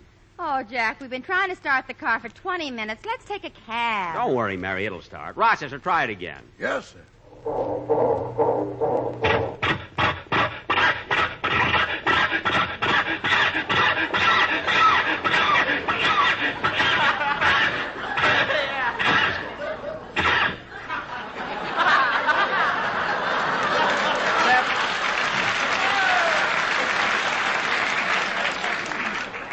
Step on the starter again, Rochester. Yes, sir.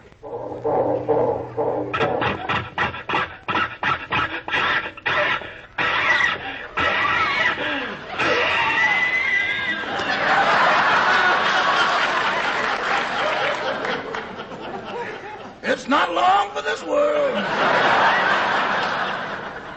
Rochester, maybe there's something wrong with the spark plug. I don't think so. I cleaned them both this morning. Oh, we'll try it once more. If it doesn't work this time, we'll take a cab. Yes, sir.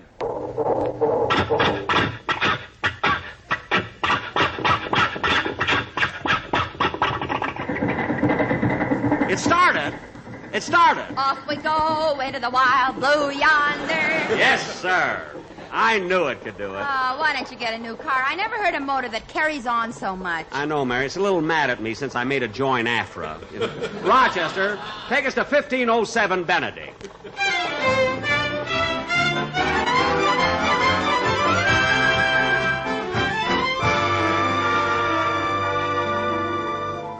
Well, this is their manager's house, Mr. Stewart. I wish I'd sent my lawyer to sort of pave the way for me. Pave the way? Yeah, you know, talk to him first to see how he feels. Say, Mary, you can do that. Oh, but Jack... Go ahead, ring the bell. I'll hide behind the hedge. Oh, okay. Yes? How do you do? My name is Mary Livingston, and I work for Jack Benny. Oh. Well, go around to the back door. I'll give you a cup of coffee.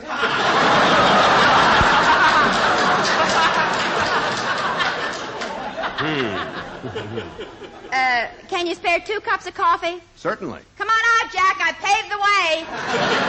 Very funny, very funny. Now, look, Mr. Stewart, I didn't come here only for coffee. I came here to talk to you about the quartet. Well, come right inside and we'll talk it over. Good. Come on, Mary. Well, I'll wait in the car. Okay, this won't take long.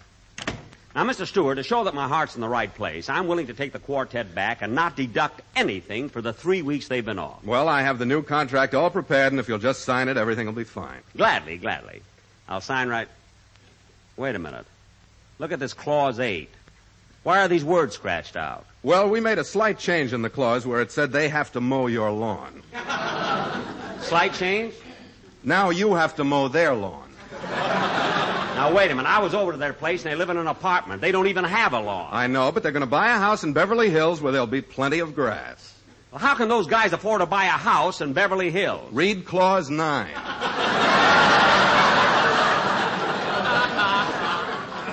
Let me see. I, Jack Benny, party of the first part, agree to pay to the party of the second part $5,000 a week if I... $5,000? Look, if I pay them that much money, they'd have to be the stars of the show. Read Clause 12.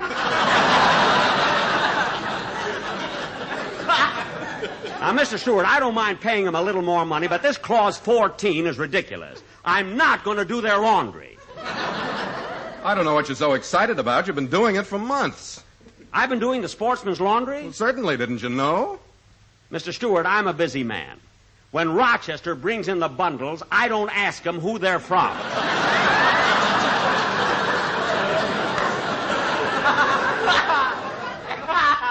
If you stand around asking questions, your water gets cold.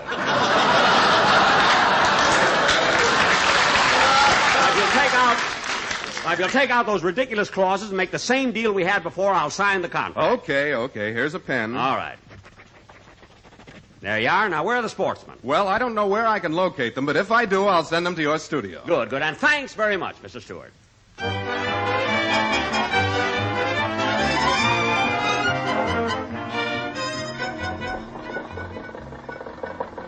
Okay, Rochester, here we are. Let us out right here.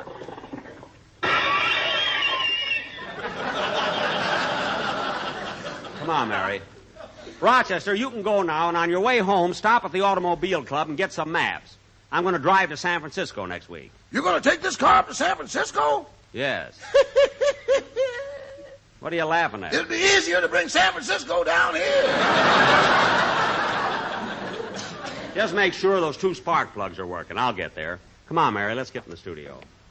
Jack, why are we going to San Francisco? Well, we're going to do our broadcast next Sunday for the San Francisco-Oakland Newspaper Guild. I like San Francisco, Mary. The weather's so crisp, the scenery's so beautiful, and the Golden Gate. Stop trembling. It's only painted that color. I know, but it's so nice to... Hello, Mr. Benny. Pardon the intrusion. Well, hello.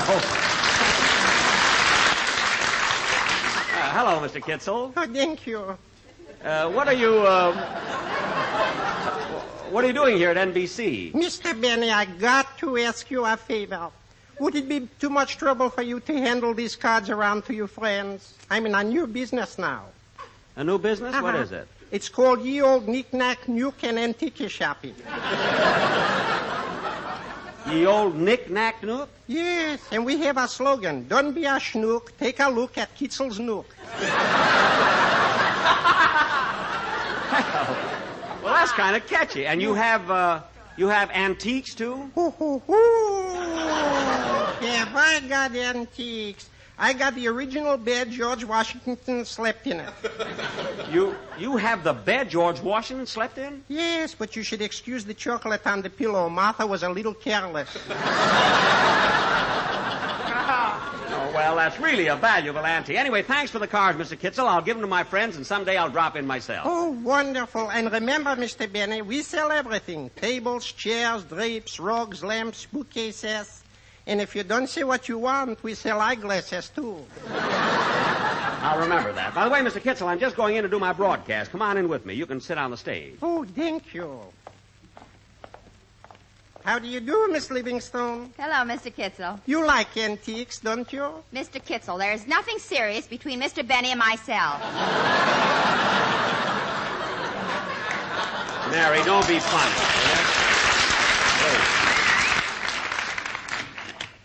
Oh, my goodness, look at the clock. The program's already started. Let's hurry. Hey, here's another one, Don. Ask me why fat men always wear suspenders. Okay. Why do fat men always... Hold it. I'm here now. You can sit down. Sit down. Look, Buster, why did you stop me right when I was in the middle of a joke? What? I got the audience in the palm of my hand. I was telling gags and singing songs, and they love me. They love me. Now, wait a minute, Phil. Quiet. Don't call me Phil. They think I'm Al Jolson. Al Jolson? When April showers may come your way, yeah. They bring the flowers, those pretty little flowers. Mammy, can't you hear Joel say, boy, coming home? I'm coming home, Mammy. Phil! Mammy, don't stop me, Jackson. I got him rolling. It's downhill from here. How do you like that? He was out all night, can't get up off his knees, and he thinks he's Jolson. All right, Phil. If you think you're such a great comedian, go ahead and tell that fat man joke I interrupted. All right, thanks, Bub. Come on, Donzie. Ask me why a fat man always wears suspenders. Okay, Phil. Why does a fat man always wear suspenders? Because he's afraid his stomach will make his belt buckle. Belt? Buckle? You heard me. Those things on the side of your head ain't bookends. I know, and Don, I'm surprised that you fell for a joke like that. You, of all people, should know why fat men wear suspenders. Well, I don't wear suspenders or a belt either. And what keeps your pants up? The NBC censor. Oh, Wilson, you take up half the stage, but you're worth it.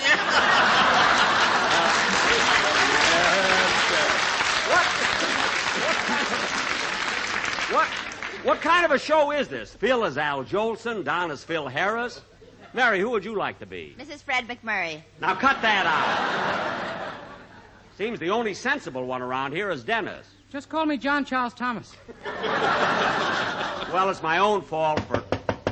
Thank heaven, and I don't care who it is. Come in. Well, look who's here. My old quartet, the Sportsmen.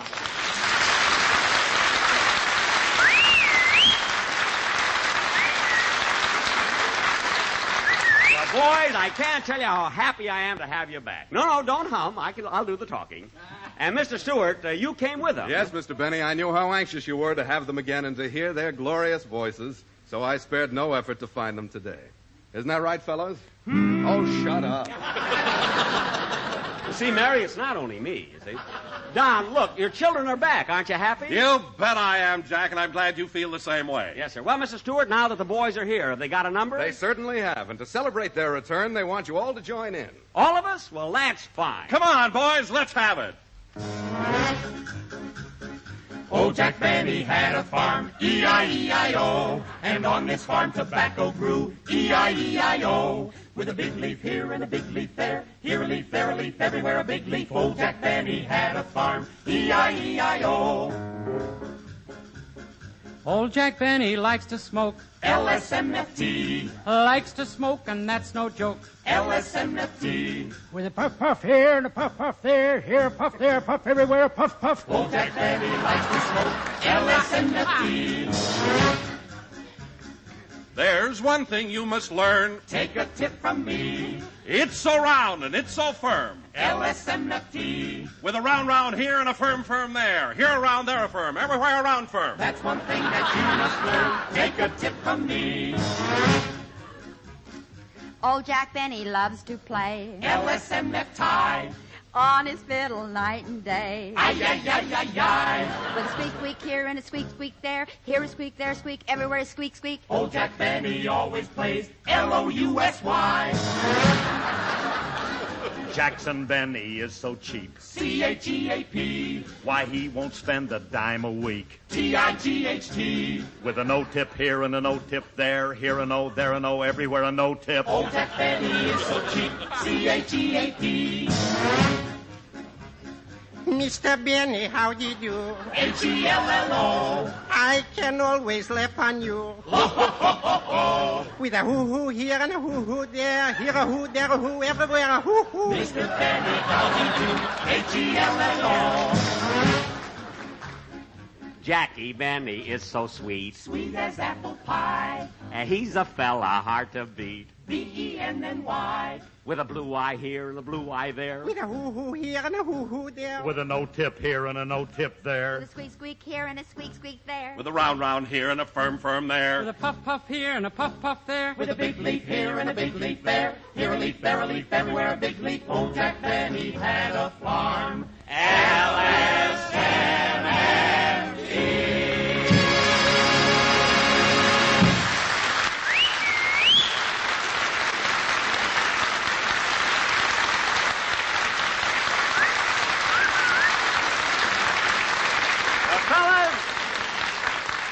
Fellas, that was absolutely wonderful. I'm glad you're back, and from now on, I'll let...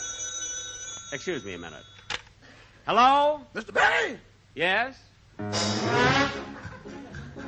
Mr. Benny has a car. T-R-A-S-H. It's a car that won't go far. C-R-A-S-H. With a no clutch here and a no brake there. Here a nick, there a knock, everywhere a nick knock. Rochester! I'm not finished yet. You are too, and goodbye. I like my car, I like my cast, I like my quartet, and Phil, I even like your lousy band. Let's hear 'em.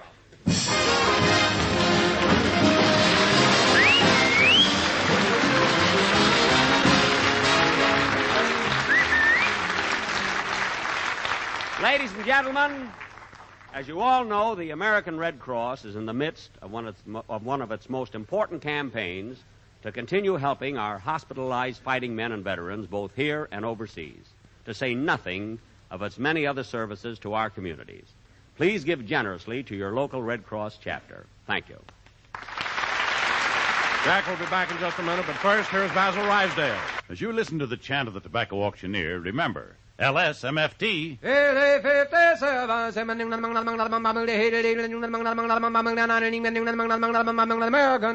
Lucky Strike means fine tobacco. And in a cigarette, it's the tobacco that counts. Listen to the words of a man who really knows tobacco, Mr. Charles L. Belvin of Durham, North Carolina. He's been an independent tobacco buyer for 16 years, and he said, "The makers of Lucky Strike buy good, ripe, mild tobacco.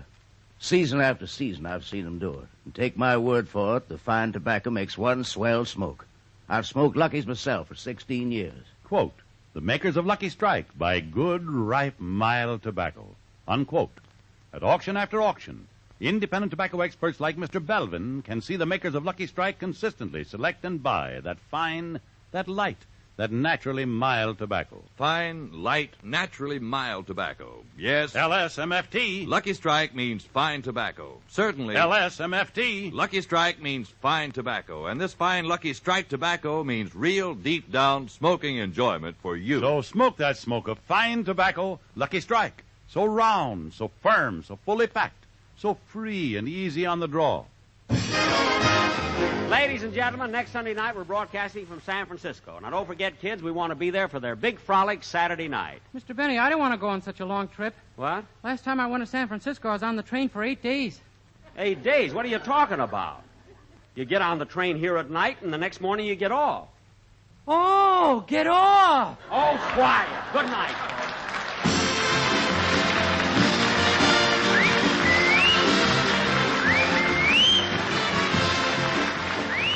NBC, the national broadcasting company. The national broadcasting company. The national broadcasting company. The national broadcasting company. The Jack Benny Program, presented by Lucky Strike. LSMFT. Lucky Strike means fine tobacco. Listen. Season after season, I've seen the makers of Lucky Strike buy fine, ripe, mellow leaf. Tobacco that makes a swell smoke. James Monroe Ball, ace tobacco auctioneer, said that. Quality tobacco. Fine tobacco with real flavor. Smooth and mild. For myself, I picked Lucky's. Smoked them for 15 years. Herbert T. Highsmith, independent tobacco buyer, said that. Yes, at auction after auction, independent tobacco experts can see the makers of Lucky Strike consistently select and buy that fine, that light, that naturally mild tobacco. Remember, LSMFT. Lucky Strike means fine tobacco. So for your own real deep down smoking enjoyment, smoke that smoke of fine tobacco, Lucky Strike. So round, so firm, so fully packed, so free and easy on the draw.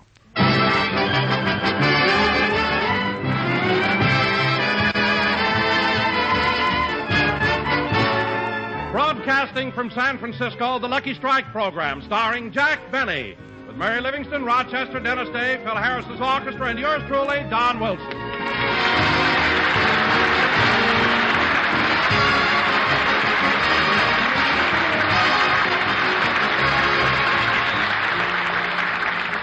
Ladies and gentlemen, on last Tuesday night in Los Angeles, with bands playing and trumpets blaring, the star of our show boarded a special car on the Lark. And on Wednesday morning, after a night of excitement and anticipation, finally arrived in San Francisco and was met at the station by a red cap. And here he is, Jack Benny.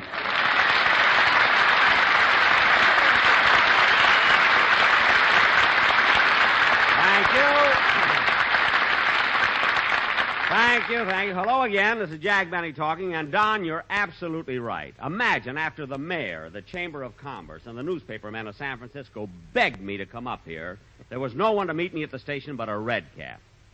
I was so mad I carried my own bag. And I'm going to stay mad till I get back on the train. Well, anyway, Jack, even though you didn't get a reception at the station, at least you had the honor of coming to San Francisco in a private car. Well, Don, it wasn't exactly a private car. It was more like a... Drawing room? Well, it wasn't exactly a drawing room. It was more like a... Compartment? What's a compartment?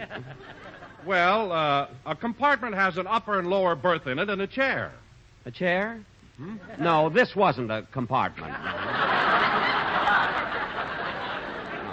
Forget about it now. By the way, how did you come up here? Oh, I came up on the TWA bus. The TWA bus? Don, the TWA is an airliner. It flies. Not when I'm on it.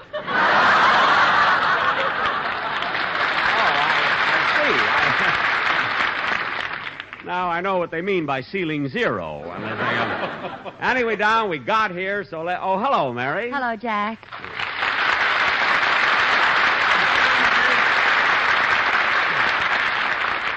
Mary, I don't know what's come over me, but I've never seen you look so pretty before. Your complexion so clear, your cheeks so rosy. Have you got on your new makeup? No, you've got on your new glasses. Oh, yes. And Mary, I had these glasses made especially for San Francisco.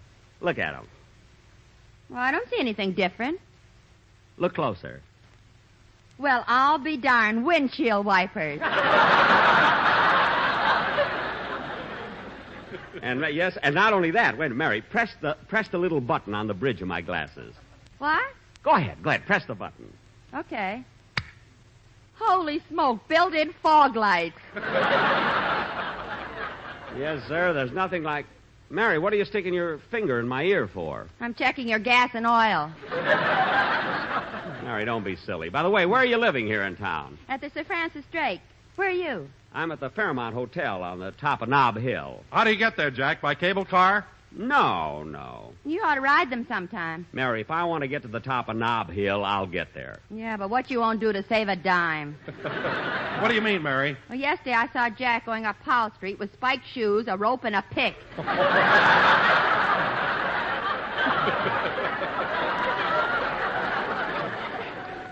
Well, I made it, didn't I? Yes, but when you got to the top of the hill, you didn't have to yodel. Look, I wasn't yodeling. Then how come you got fan mail from 3 goats in Berkeley? Because they got fountain pens that write under milk. I can go along with a gag, you know. Honestly, Jack, every time you come to San Francisco, you have more trouble. What are you laughing at, Mary? Well, yesterday we were taking a drive to Oakland. You mean over the Bay Bridge? Yes. When we got to the toll gate, I reached over to pay the man, and before I knew it, Jack flew out of the car, jumped into the bay, climbed up back on the bridge, handed the man the quarter, and said, "Butterfingers." Yeah. And, Jack, you want to know something? What? That man told me he dropped it on purpose. He knew you'd jump in after it.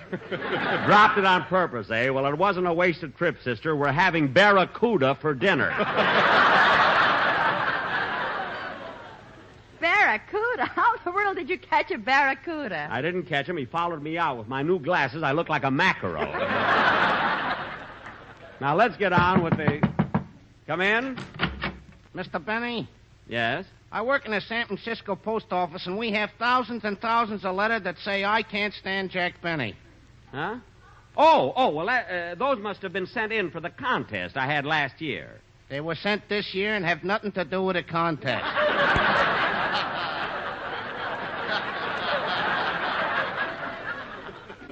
Well, I'll pick them up before I leave San Francisco. I wish you'd hurry. One of them is ticking.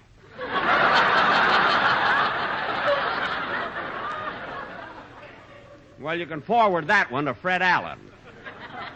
That's who it came from. Now, cut that out.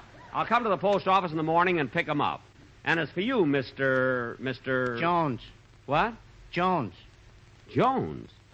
Jones? Yeah. Well, I want to shake your hand, Mr. Jones. I really do. Jack, what are you so excited about? Who is he? I don't know, but he's the first guy I've met in San Francisco. His name isn't DiMaggio. That's my first name. All right, get out.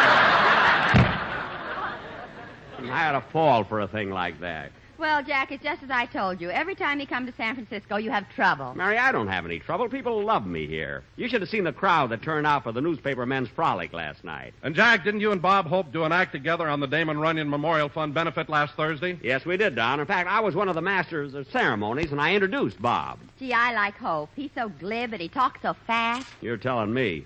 When I introduced him, I said, "Ladies and gentlemen, this is Bob Hope."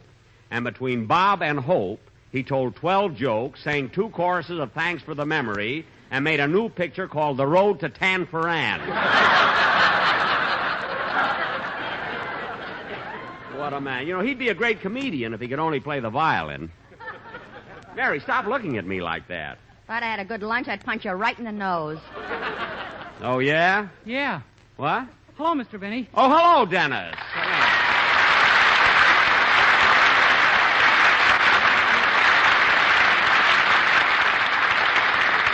Well, Dennis, I haven't had a chance to talk to you since you got in town. Where are you living here? Oh, I've got a wonderful suite with 16 bathrooms. A suite with 16 bathrooms? Where? In the basement of the Fairmont Hotel. Oh, well, are you comfortable there? Yes, but I can never get to sleep. Why not? All night long, a man with a whisk broom keeps brushing me off. Oh. Too bad, Dennis. It was such a good line, too. And you know what, Mr. Benny? What? Going without sleep has made me lose an awful lot of weight. What do you mean, kid? Well, this morning I weighed myself 4 times, and the arrow always pointed to 0. What? I don't weigh anything. No, there's something wrong, Dennis. Maybe after you put in your penny, you wiggle around too much when you stand on the scale. Oh, stand on it. Yes, you have to stand on it. Now, come on, Dennis. Everybody's here anxious to hear you sing, so let's have your song. Okay. Well, Mr. Benny, you know, when I put my penny in the weighing machine, a card came out with my picture on it. Your picture? Yeah, and guess who I look like? Who? Betty Grable. What? I can't understand what Harry James sees in me. I can't either. Go ahead and sing, will you, kid? Go ahead.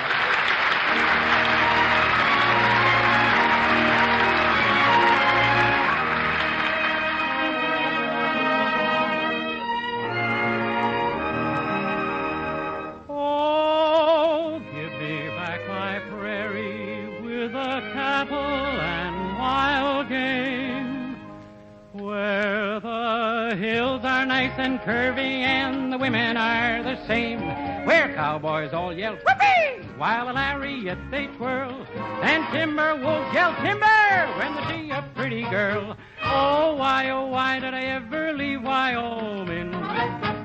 Why did I ever have to go? Oh, why did I ever leave Wyoming? 'Cause there's a sheriff back there looking for me high and low, and home on the range. Back home in old Wyoming, folks are acting mighty strange. Since they started social climbing, how they've changed the good old range. Our farm is now a dude ranch, and there's carpet on the trails. The cowboys wear tuxedos, and the horses all wear tails.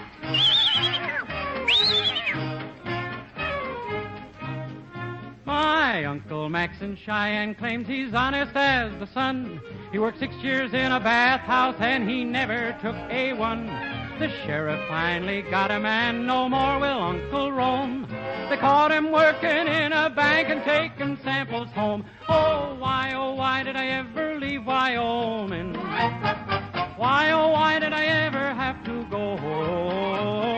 Why did I ever leave Wyoming? 'Cause there's a sheriff back there looking for me high and low, and high and low, and on the road to Mandalay. Whoops, sorry. That baritone must have picked the key.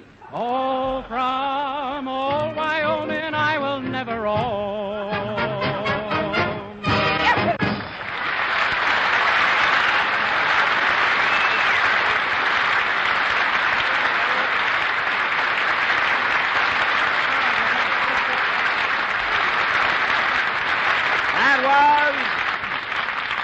Wyoming, sung in San Francisco by Dennis Day, who lives in Los Angeles and was born in New York. And now... Gee, what a trip just to sing a song. Yes, a trip. Say, Dennis. Dennis, we looked for you on the train. Why didn't you come up with us from Los Angeles? Well, I had to wait a couple of days because my mother and father wanted to come. I thought I'd treat them to a little vacation. Oh, did you drive up in your car? No, we took the night train. Mother slept in the lower berth, and my father and I shared the upper. You and your father in an upper berth?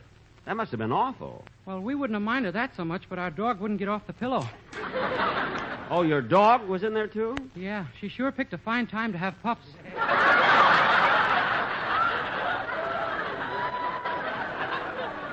Well, it's your own fault, Dennis. Why in the world did you bring your dog to San Francisco? Oh, I hated to leave her at a time like that. Oh. Well, it's nice of you to be so considerate, and congratulations, by the way.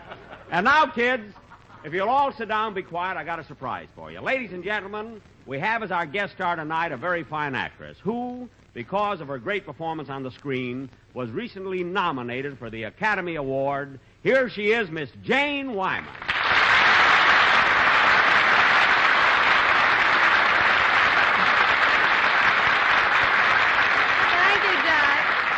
It was very nice of you to say that. Well, I meant it, Janie. I thought you gave a sterling performance in the yearling. That's yearling. Oh, yes. I thought you gave a sterling performance in the yearling. I mean, sterling. Well, Janie, it must have been a great personal satisfaction for you being nominated for the Academy Award. Oh, it was, Jack. I was never so excited in my life. Well, Janie, how did you feel about Olivia de Havilland winning the Oscar? Well, Jack, I thought she deserved it. I think Olivia gave the finest performance of the year. Well, I know, but weren't you even a teensy-weensy bit jealous when somebody else got the Oscar? No, not at all. Gee, that's funny. When Frederick March won it, I could have spit right in his eye.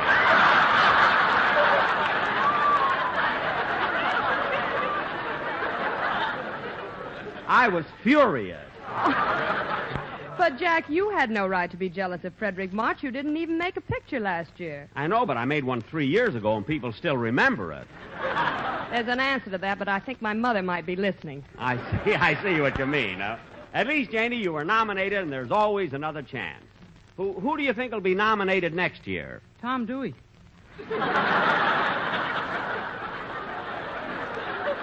Oh, go feed your pups. Janie, you may not know this, but next year I'm going to make a picture that will be so sensational. Hello, Janie. How are you? Why, Mary, it's good to see you again. You look wonderful. Now, in this picture, I play the part... Janie, isn't San Francisco an exciting town? It certainly is, Mary. And the shops have so many new fashions. In this picture, I play the part... Did you see the new spring clothes they're showing here? See them. I've already bought 2 of the darlingest suits at Mason Mendelssohn's. In this picture... You know, I got a dream of an evening gown at Magnus. It's chartreuse, and the bodice is covered with sequins. In this picture, I play the part of a chartreuse, and there... Mary.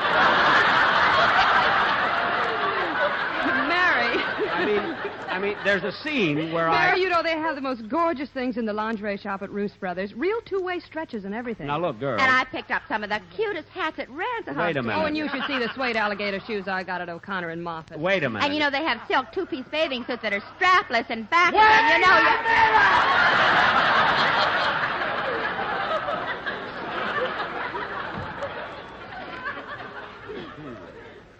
Now, in this picture, what'd you say about strapless bathing suits?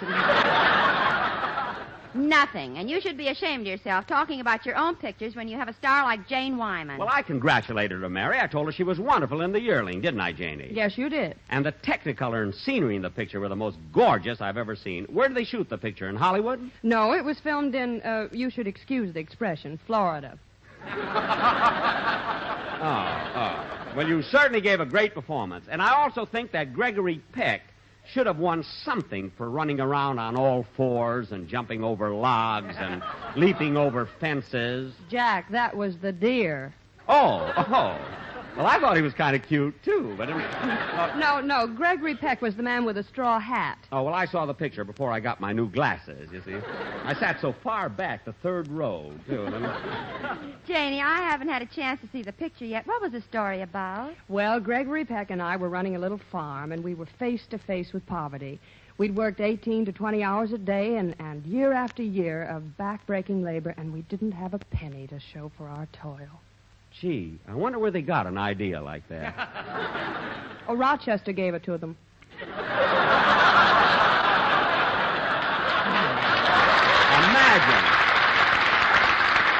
Imagine him selling his diary, isn't it? What were some of the things you and Gregory Peck raised on the farm? Well, there were potatoes, yams, cotton, and our best crop was tobacco. Well, it took a long time, but you finally got around to me. Oh, you're Don Wilson, aren't you? Yes, ma'am. Don Wilson, in the flab. Look, Don, we were just discussing... Jane, what are you staring at Don like that for? Now, I thought San Francisco had a bay.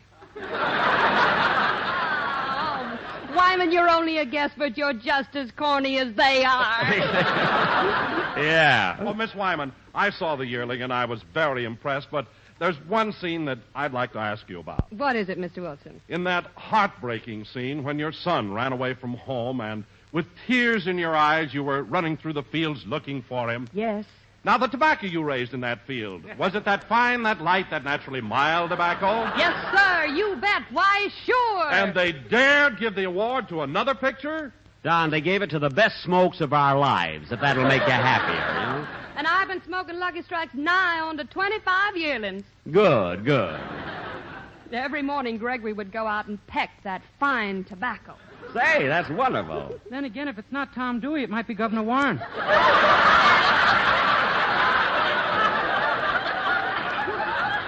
What? And when Gregory pecked that fine tobacco, it was made into Lucky Strikes that are so round, so firm, so fully packed. Don. So free and easy on the draw. Don. Mr. Wilson, Nob Hill. You got in your commercial. It's time for a band number. Come on, let's dance, everybody.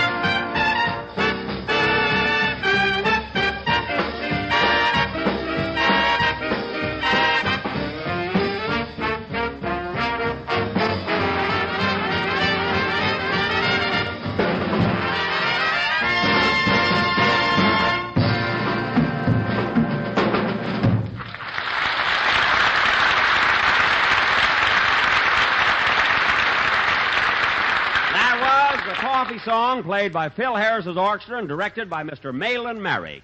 That is your name, isn't it? Yes, sir. Well, Mr. Merrick, it was nice of you to fill in for Mr. Harris since he couldn't be with us today. And I want to tell you that I've never heard Phil Harris's band sound so good. How long have you studied music? 1 week.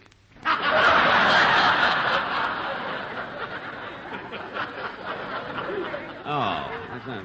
Well, what made you decide so recently that you wanted to lead an orchestra? Well, I'm a conductor on a cable car, and I don't know how long they're going to last.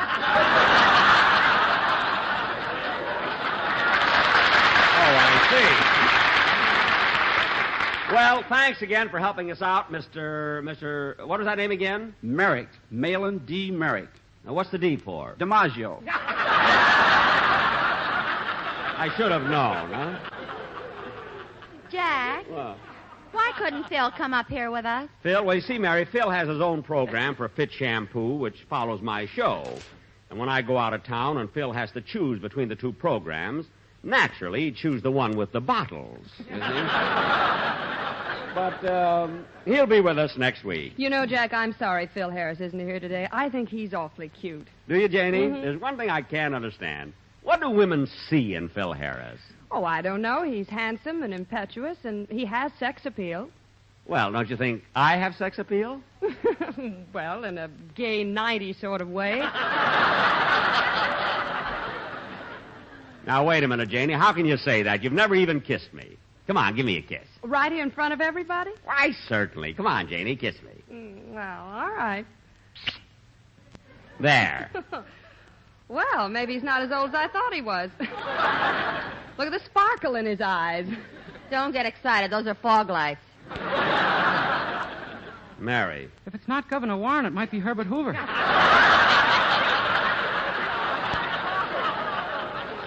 What? Don't you read the papers? Oh, quiet. Jack hasn't read anything since Monday except Newsweek because his picture's on the cover. You said it. And if I do say so myself, I look pretty good. Go on. I sent out laundry that looked better than that. Mary, you're just jealous because Newsweek magazine didn't put your... Come in. Hello, Mr. Benny. Pardon the intrusion. Well, Mr. Kitzel.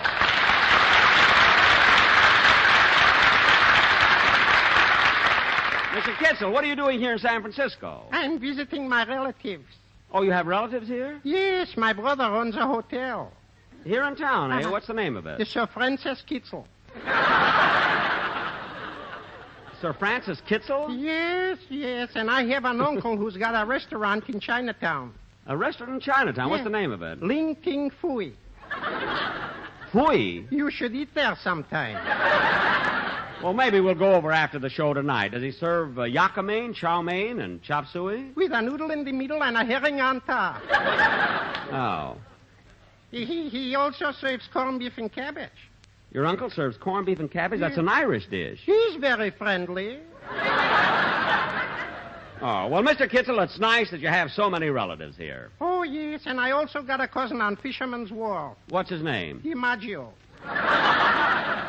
Well, look, which one of the DiMaggios is your cousin, Joe, Vincent, or Dominic? Morris. Yes.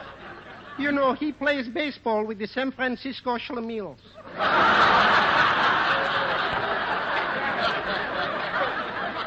Well, Mr. Kitzel, it was certainly nice to see you again. Well, as they say at 10 for M, mutual. Yes, sir. I got to be running along now. Oh, just a minute. Before you go, I want you to meet our guest star, Miss Jane Wyman. Hello, Mr. Kitzel.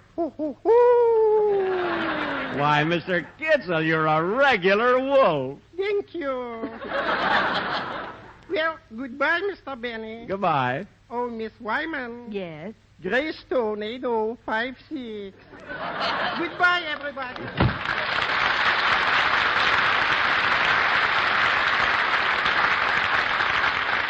Hey, isn't he a cute guy, Janie? Well, Janie, we certainly had an exciting week up here, didn't we? We certainly did, Jack. And I want to thank you very much for being on my program and also for appearing at the newspaper frolics last night. Oh, it was lots of fun, and I always enjoy coming to San Francisco. Me, too. Herbert Hoover lives in Palo Alto. I know. Dennis, why don't you pay attention to what we're... Pardon me. Hello? Hello? Hello? Hello? Who is this? Your favorite brunette. Rochester!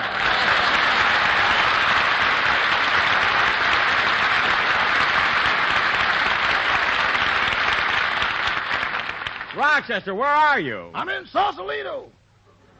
Sausalito? What are you doing there? Nothing. Nothing? That's the main industry here.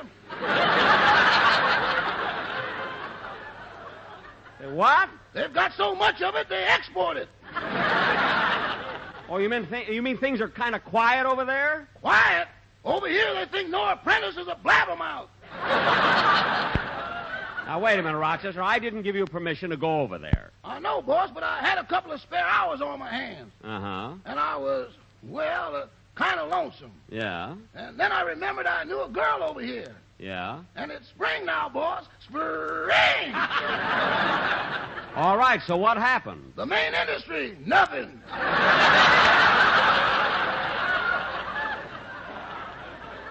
Well, look, Rochester, were there any calls or messages for me at the hotel? A few, boss. What were they? Well, the hotel barber came up to the room about 10 minutes after you left. The barber? Yeah, I got a shave and you got a haircut. Rochester, how could he give me a haircut when I wasn't even... Oh, well...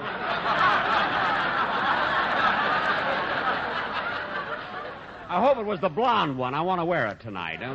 See you later, Rochester. So long, boss. So long. Oh, say, boss. Now what? My girl and I have been listening to the program. What'd you think of it? Are you sure you've got a contract for the next 3 years? Yes. Lovely, lovely. Never mind. Goodbye. Goodbye. Well, I guess you can't fool all of the people all of the time. Playboy.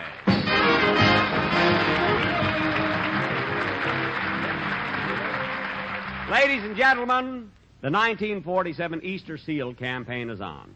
Crippled children can become useful citizens if we give them the help they need while they are young and growing, such as clinical care, schooling, camping, vocational guidance, and finally a job.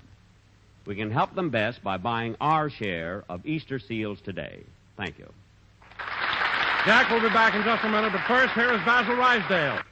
As you listen to the chant of the tobacco auctioneer, remember, LSMFT. At 59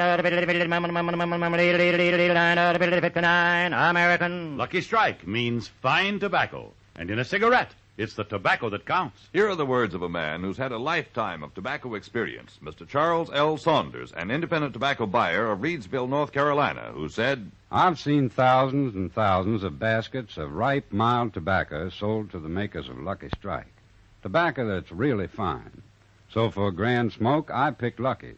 Smoked them for 21 years. Independent tobacco experts like Mr. Saunders speak from their own experience, for they can see the makers of Lucky Strike consistently select and buy that fine, that light, that naturally mild tobacco. Fine, light, naturally mild tobacco. Real Lucky Strike tobacco. Yes. LSMFT. Lucky Strike means fine tobacco. First, last, always. LSMFT. Lucky Strike means fine tobacco. And fine tobacco means real deep-down smoking enjoyment for you. So smoke that smoke of fine tobacco, Lucky Strike. So round, so firm, so fully packed, so free and easy on the draw. Ladies and gentlemen, I want to thank everybody here in San Francisco for being so nice to us. Also, Janie Wyman, who appeared on the program through the courtesy of Warner Brothers, who are the producers of that new picture, Cheyenne. Be sure to listen in next Sunday when we will have as our guests Mr. Samuel Goldwyn and Hoagie Carmichael. What about Herbert Hoover? Dennis. Good night, folks. This is NBC, the national broadcasting company. This is NBC, the national broadcasting company. This is NBC, the national broadcasting company. This is NBC, the national broadcasting company. The Jack Benny Program, presented by Lucky Strike. At 59 American. LSMFT. Lucky Strike means fine tobacco. Here's what independent tobacco experts say about the fine tobacco bought by the makers of Lucky Strike. Mild tobacco with real flavor and mellowness. Tobacco you can't beat for top smoking enjoyment. Floyd Clay, top-flight tobacco warehouseman, said that. Fine, ripe smoking leaf that makes a smooth, mild smoke. I've smoked Lucky's myself for 22 years. Lucian Purdom, ace tobacco auctioneer, said that. Yes, friends. At auction after auction, independent tobacco experts can see the makers of Lucky Strike buy that fine, that light, that naturally mild tobacco. So for your own real deep-down smoking enjoyment, remember... LSMFT. Lucky Strike means fine tobacco. Real Lucky Strike tobacco. So smoke that smoke of fine tobacco, Lucky Strike. So round, so firm, so fully packed, so free and easy on the draw.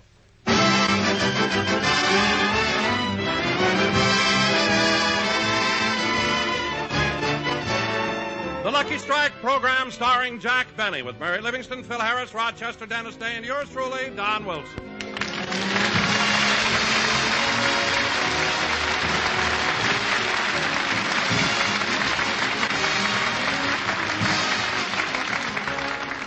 And now, ladies and gentlemen, let's go back to this morning and look in on Jack Benny at his home in Beverly Hills. Let's see. Maybe behind this chiffonier. I'll move it and look. Nope, not here. Maybe behind the sofa. Gee, not here either. Oh, Rochester! Yes, boss? Are you sure you hid the Easter eggs in this room?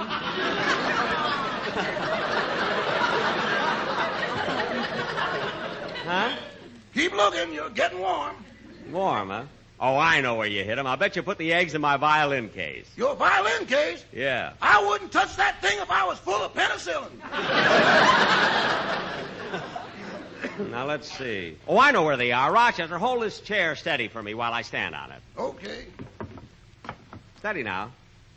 Yep. Yeah, here they are. 4 eggs. Doggone, I never thought you'd find the ones I hid in the chandelier.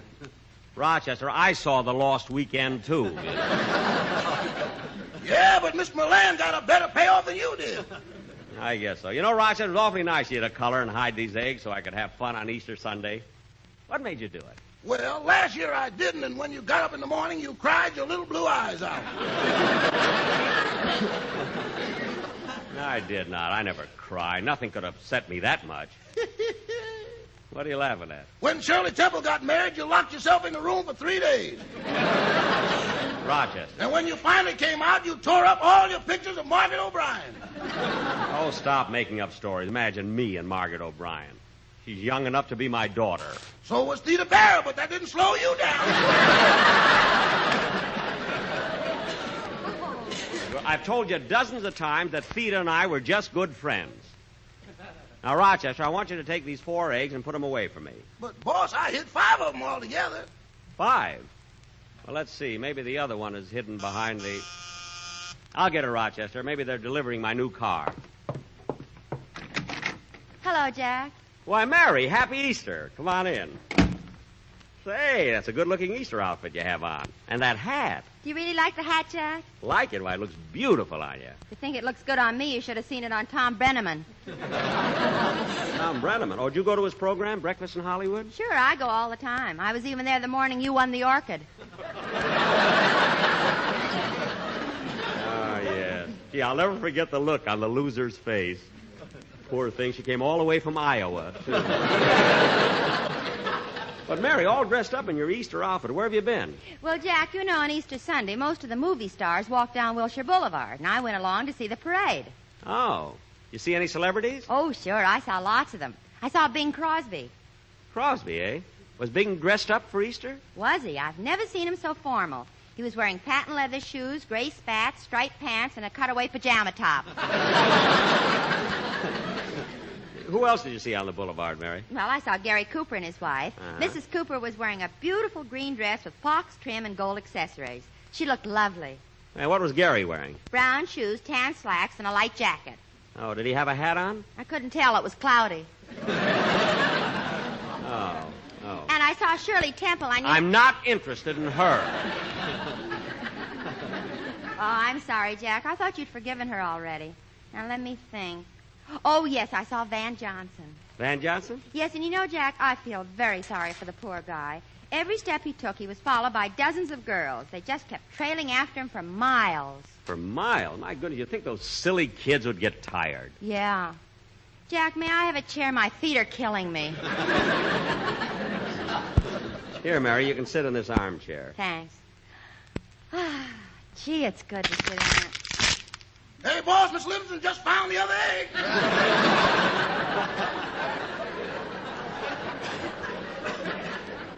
Well, hurry, Rochester. Get her a towel and...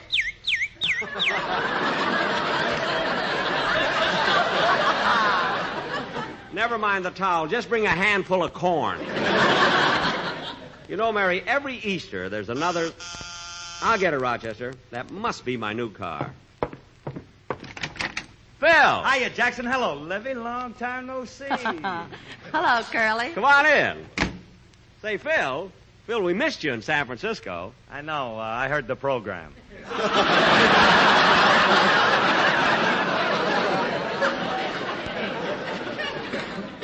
What? You need me, Jackson. You need me. Phil. Like Scotch needs soda, your program just don't fizz without the kid, Jackson. Phil, I need you like a moose needs a hat rack. Believe me. Anyway, you should have been up there with us, Phil. We had a wonderful time. San Francisco's such a swell town. You don't have to tell me about Frisco, Livy. I organized my first band there. You what, Phil? I started my first band up there. San Francisco's sure gone through a lot. Your band and the earthquake. They can take it, can't they? Gee whiz, I'll never forget my first band, Jackson. It was just a little 3-piece outfit, a saxophone, piano, and drums. And then we added Frankie, my guitar player. Say, Phil, how'd you happen to hire Frankie? Well, we didn't exactly hire him. You see, we was playing at a wedding, and they couldn't afford to pay us, so they gave us the groom.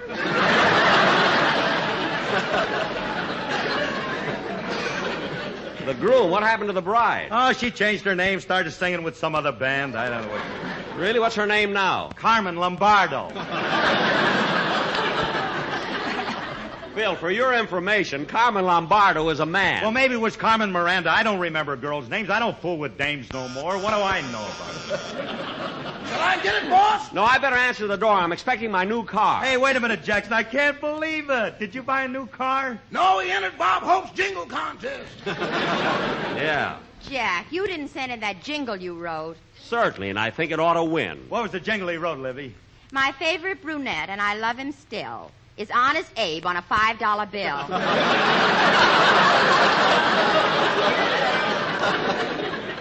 Well, I thought that was pretty good. Go ahead and answer it, Rochester. Okay. Boss, it is your new car. It's a beautiful light gray color. Uh-oh, my mistake. It's Mr. Wilson in a new suit. Oh, well, steer him. Show him in, Rochester. Hello, Jack, Mary, Phil. Hello, Don. Great, kid. Gosh, Don, you sure look handsome in your Easter outfit. Yeah, Donzie, where'd you buy that nifty-looking suit? Oh, same place I get all my clothes, at Hart, Schaffner, Marks, and O'Reilly. All right. Don't you mean just Hart, Scheffner, and Marks? Oh, when I buy a suit, they call in extra help. That I can understand. The fellow who makes your pants was an engineer on Boulder Dam. But, Don, we were just talking about being up in San Francisco. Did you have a good time up there? Oh, did I? You know, Jack, I love that town. They have the most wonderful restaurants and the best food in the world. They certainly have. I ate at John's Rendezvous, then I ate at the Tonga Room, then I ate at the Popagaya Room in the Fairmont, then I ate at Roberts and the Nugget, and then I ate at Omar Khayyam. Gee. And then on the second day, I ate at... What? The next day, I was eating at the Mark Hopkins, and right in the middle of dinner, they ran out of food. The Mark Hopkins? No, San Francisco. Oh. Well, speaking of food has made me hungry. Hey, let's go out in the kitchen, kids, and get some sandwiches. What? Oh, you Yes, see? yes, for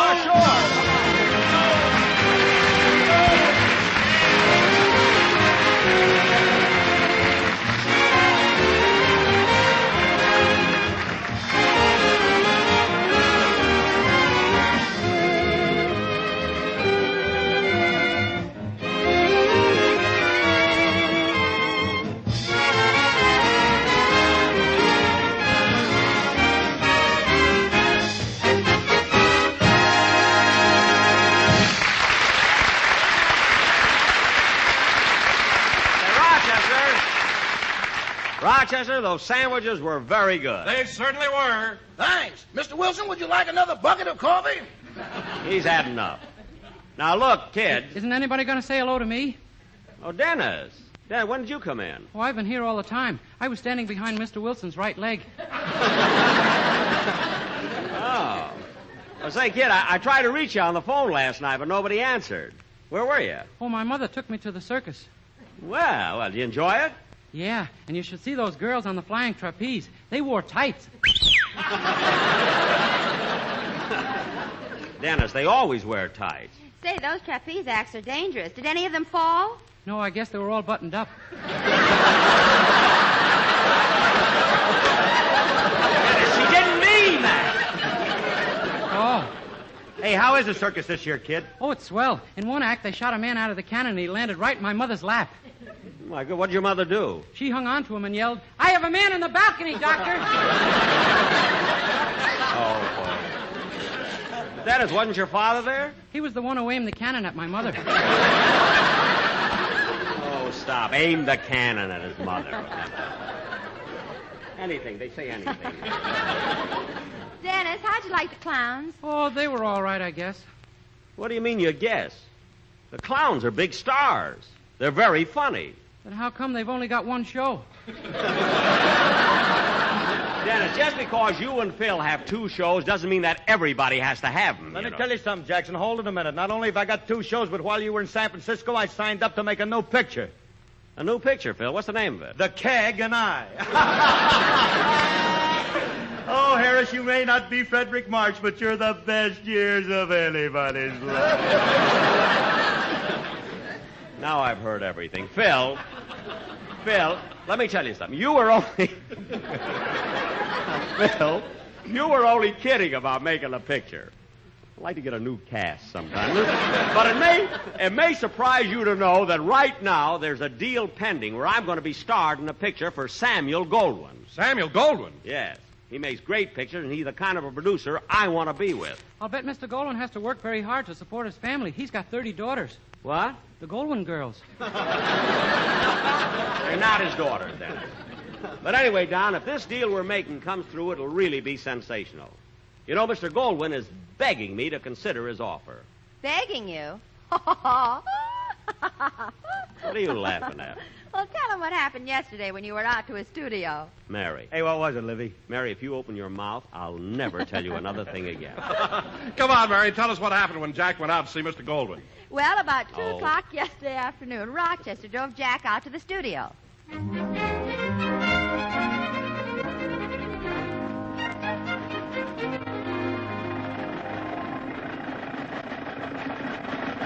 There's the main gate, Rochester. I'll get off here.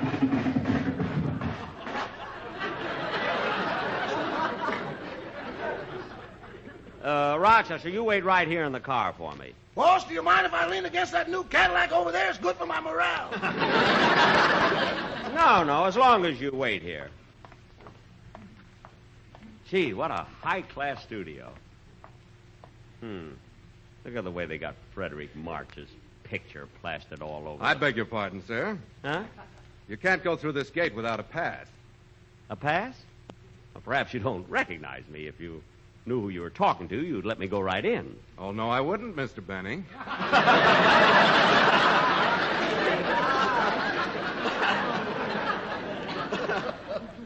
Oh, well, maybe I have a pass in my wallet. I'll take a look. Well? Wait till I open it.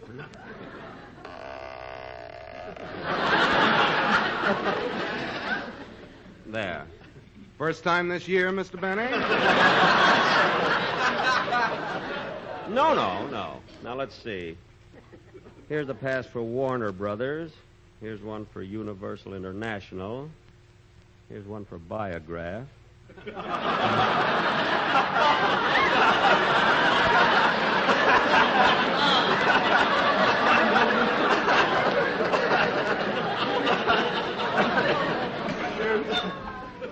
Oh, here's something I don't need anymore. See, my draft card. You know, you can tear them up now, you know. You could have torn that one up in 1918. You don't have to be so... Oh, wait a minute. Here it is. Gate pass to Samuel Goldwyn Studios. Now, Mr. Goldwyn's office is right through that door. You go right down the hall and turn to the left. Thank you. Da-da-dee-da-dum, da-dee-da-dum, da-dum, da-dee-da-da-dum. Oh, hello. Hello, Mr. Benny. Da-dum, dum, dee-da-dee-dee, bum-ba-bum. Hello. Hello, Mr. Benny. Dum, dee-da-dee-da-dum, da-dee-da.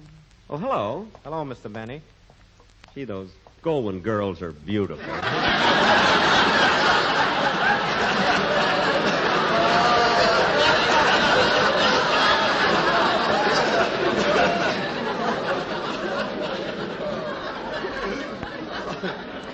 Now, let's see.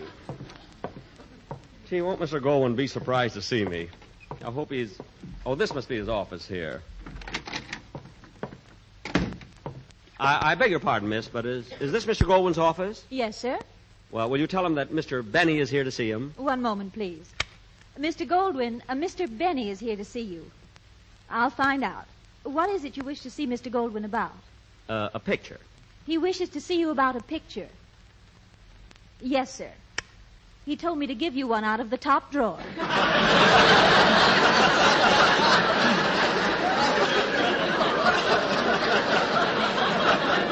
No. You misunderstood. You see, I want to talk to him about making a picture. You see, a movie. Oh, just a moment. Yeah. Mr. Goldwyn, Mr. Benny wants to talk to you about making a picture. Yes, sir. Mr. Goldwyn is busy right now. Would you care to wait? Well, thank you.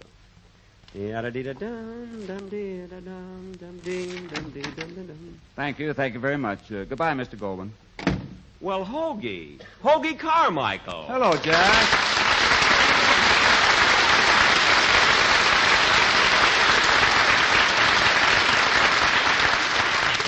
Gosh, Hoagie, here I am waiting to go into the office, and you came out. I didn't know you were in there. I've been in that Goldwyn's office since 10 o'clock this morning. Since 10 o'clock this morning, eh? What were you doing in there all the time? I was just trying to convince him that my name is Hoagie and not Hugo. Oh, yes. It happened at the Academy Award ceremonies when Mr. Goldwyn accidentally called you Hugo instead of Hoagie, but it was just a slight mistake. A slight mistake? Jack, for 25 years, I built up the name of Hoagie. Hoagie Carmichael. And it wasn't easy. I remember when I first started writing songs, I used to sit up nights, no food, hardly enough money to pay the rent. I was ready to quit, but my wife encouraged me. She said, Hoagie, you can do it. My mother encouraged me. She said, Hoagie, don't give up. My friends encouraged me, Hoagie, stick to it. And they were right. I can remember those great songs. Stardust by Hoagie Carmichael. Lazy Bones by Hoagie Carmichael. Old Buttermilk Sky by Hoagie Carmichael. They were all great, Hoagie. And who gets all the credit? Some no-talent jerk named Hugo.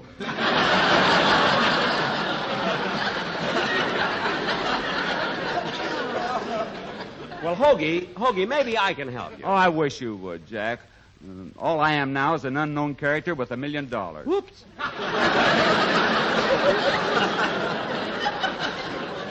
Did you say something, Jack? No, it's just that when I hear figures like that, something happens in my stomach. You know? You mean just because I said $1 million? Whoops. I did it again. But getting back to you, Hoagie, don't worry. Hoagie, I'll clear up your name for you. I've got a big listening audience, and if you want to come on my program and do one of your songs, I'll let everybody know it was written by Hoagie Carmichael, not Hugo. Gosh, if you do that, I'd be very grateful, Jack. I tell you what I'll do. I'll sing Old Buttermilk Sky with a special arrangement that will include your quartet, the Sportsmen. My quartet? No, I don't think that would be... Now, just a minute. I've got a copy of it right here. Let me show you what I mean. Try to visualize it, Jack. What? Well, here's the way it would go. The introduction starts with full orchestra.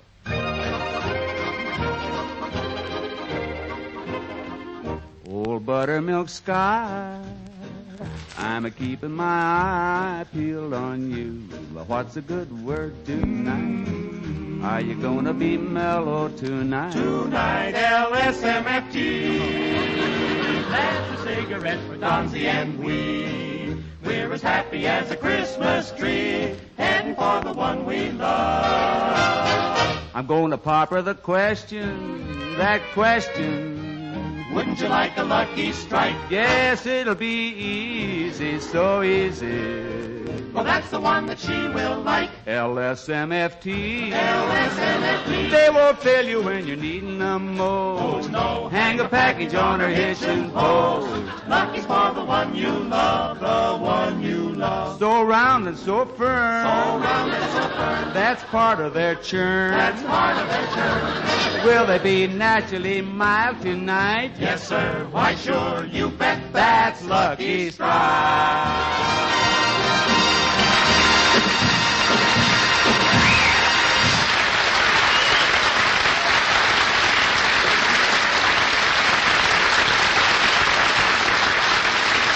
What do you think, Jack? Could you visualize what I'm telling you? Could I? Hoagie, I could even hear the applause.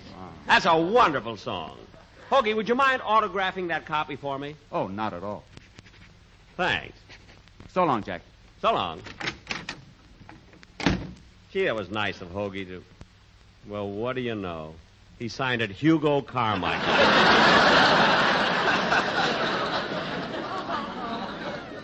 He really is confused, you know. Mr. Goldwyn is waiting. Oh, yes, thank you. Mr. Goldwyn? Thanks. Mr. Goldwyn? Come right in. Oh.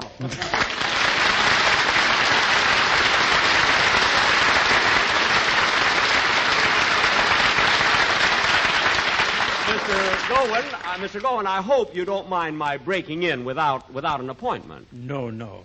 It's always nice to see you. Sit down, Bob.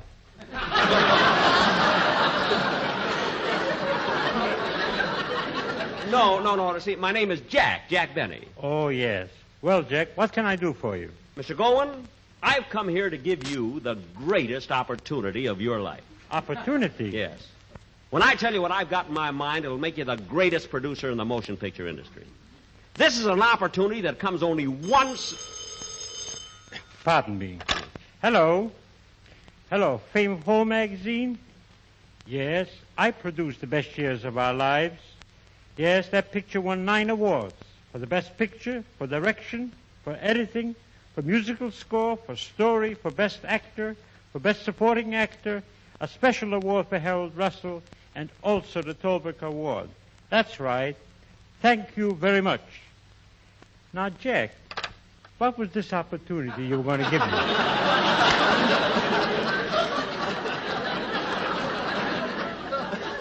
Well, let's put it this way. Mr. Goldwyn, your studio won many Academy Awards this year, and I thought maybe you'd like to win them again next year. I certainly would. What is your suggestion? Well, have you ever thought of making a picture starring Jack Benny?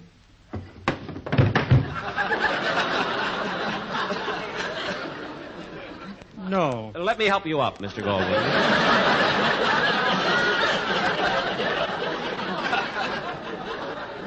No, let me rest here a while.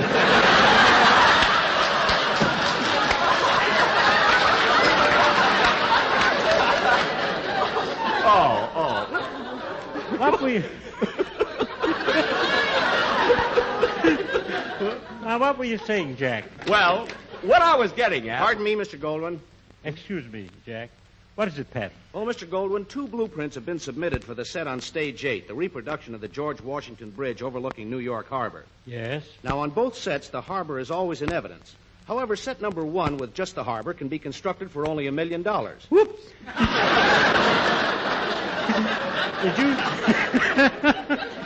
Did you say something, Jack? No, not a thing. On the other hand, in set number 2, we can build the harbor, the bridge, and the skyline for an extra $1 million. Whoop. So you see, it's entirely up to you, Mr. Goldwyn, whether you want to spend $1 million. Whoops. Or $2 million. Whoops. What's the matter with you, Jack? You sound like a tugboat. I'm sorry. Pat, I'll take number 2. Yes, Mr. Goldwyn. Now, what were you talking about? Mr. Jack? Goldwyn, I'm not going to beat around the bush. If you make a picture with me, I'm sure we'll win the Academy Award next year. I've got hidden talents.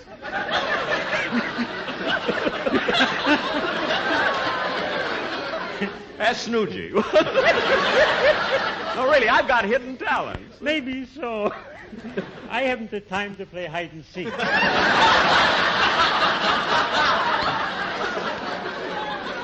But, Mr. Goldwyn... Now, look, Jack, I'm a busy man. I know you are, Mr. Goldwyn, but it isn't as though I'm pleading for a job. I've made lots of pictures. Call up Warner Brothers. They'll be very happy to recommend me to you. They'll be happy to recommend me to anybody. I mean, look, Mr. Goldwyn, if you'd only think it over, I promise you... Pardon me, Mr. Goldwyn. What is it now, Pat? We got to do something about the picture we're shooting on Stage 5. The script we have now is a little dated. The hero was a bombardier on a B-29. You're right. We should change it to something post-war, something civilian. Well, why don't you make him a tail gunner on a Studebaker? Let me help you up, Pat. He's a comedian. We'll talk about it later. Tail gunner on a Studebaker. Well, I thought it was very funny, didn't you? Maybe so, Jack. In fact, I think you're very good on the radio. Radio. I want pictures. Mr. Goldwyn, you gotta help me. I want to win an Academy Award. Jack, let's talk about it some other time. What? I'm way behind my appointments. I spent a whole morning talking to Hoagie. Hoagie? Yes, Hoagie Michelson. No, Mr. Goldwyn, that's Hoagie Carmichael. Oh, yes. Yeah, now getting back to me, Mr. Goldwyn, why can't you produce a picture that'll make me win the Academy Award? Why? Tell me why. Well, Jack, maybe I can. Let me see how I look without those thick glasses that you have on. Take them off. All right. There. Now, see how I look with my glasses off? See how blue my eyes are? You know, that'll help if we make it in Technicolor. And look how long my lashes are. Real, too. As a matter of fact, Mr. Goldwyn... You can put your glasses back on. Mr. Goldwyn went out to lunch. But how could he leave? I was standing against the door. He jumped out the window. Out the window? Let me see. He didn't get away, boss. I caught him. Well, hold him. I'll be right down.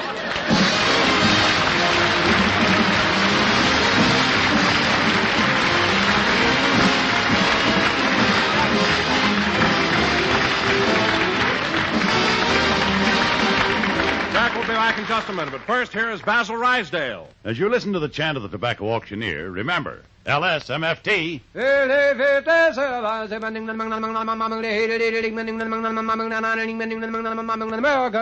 Lucky Strike means fine tobacco, and fine tobacco is what counts in a cigarette. So listen to the words of a man who really knows fine tobacco, Mr. William Curran of Durham, North Carolina. For 24 years, a tobacco auctioneer. He said, At more than 1,000 auctions, I've seen the makers of Lucky Strike buy fine tobacco that's sweet and mild, chock full of smoking enjoyment.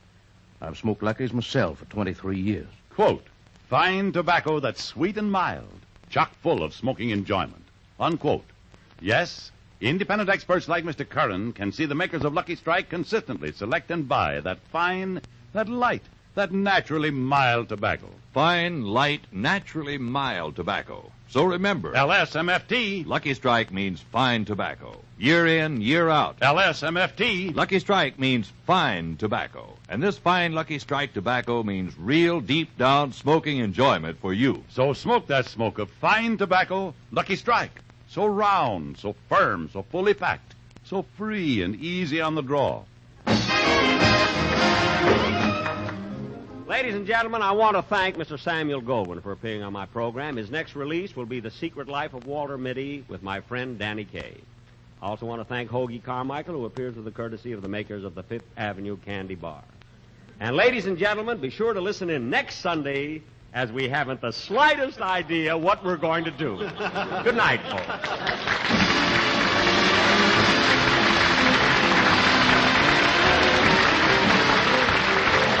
This is NBC, the national broadcasting company. This is NBC, the national broadcasting company. This is NBC, the national broadcasting company. This is NBC, the national broadcasting company. The Jack Benny Program, presented by Lucky Strike.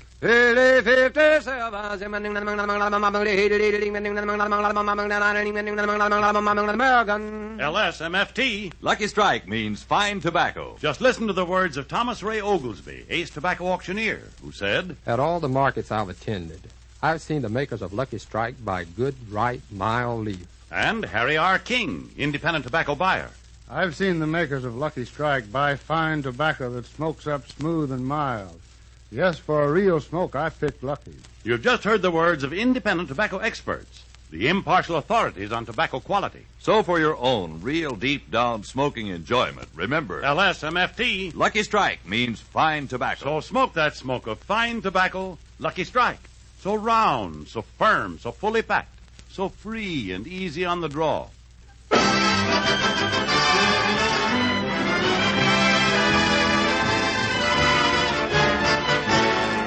The Lucky Strike program, starring Jack Benny, with Mary Livingston, Phil Harris, Rochester, Dennis Day, and yours truly, Don Wilson.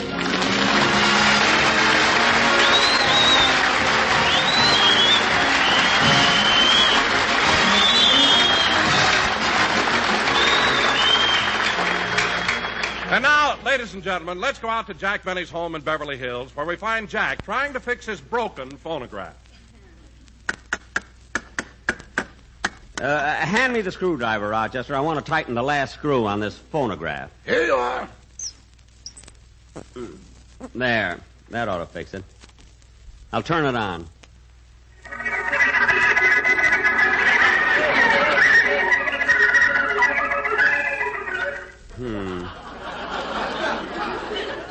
That was too fast. What record was that? Bing Crosby singing White Christmas.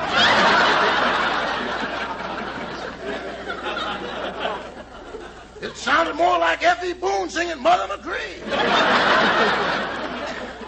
Yeah. Yeah, I can't understand what's wrong with this phonograph. It's never given me trouble before. Well, boss, maybe if I took this and...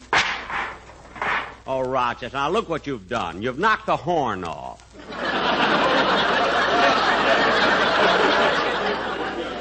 And you tipped over the dog, too. This is Be Kind to Animals Week. I'm sorry, boss. Let's take another look at the motor and see what's wrong. Okay. Hey, wait a minute. Here's a loose wire, and I see where it's supposed to go. I'll just take it and plug it in. Pull out the plug! Pull out the plug!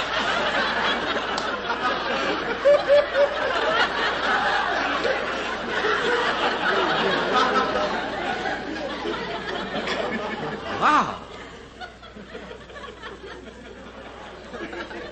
Wow, what a shock. It was enough to make my hair stand on end. You want me to go in your room and see?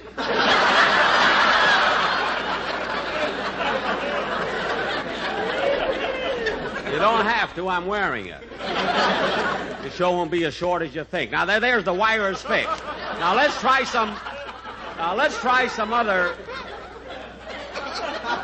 Let's try some other records. Let's try some other record. What have we got in that album? Let me see.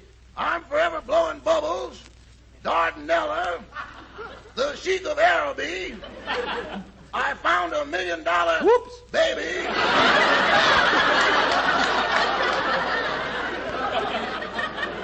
Oh.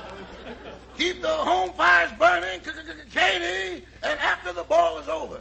No, I don't want to spoil those. Play some of the old ones. Go ahead. Boss, any records older than these are on cylinders. Put some of these on. I want to try it out. Yes, sir. Shall we put in a new needle? No, Roger. The needle we have was guaranteed to play 1,000 records. We've only used it 873 times. What a memory. Memory nothing. Count the notches in the side of the phonograph. Now, let's turn it on and see if the record changer is working there. Yes, sir.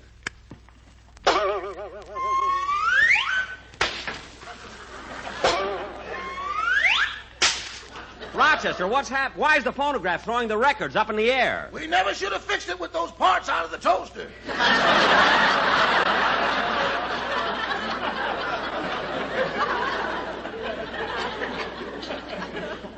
Well, I think that... Come in. Hello, Jack. What are you doing? Rochester and I were just fixing...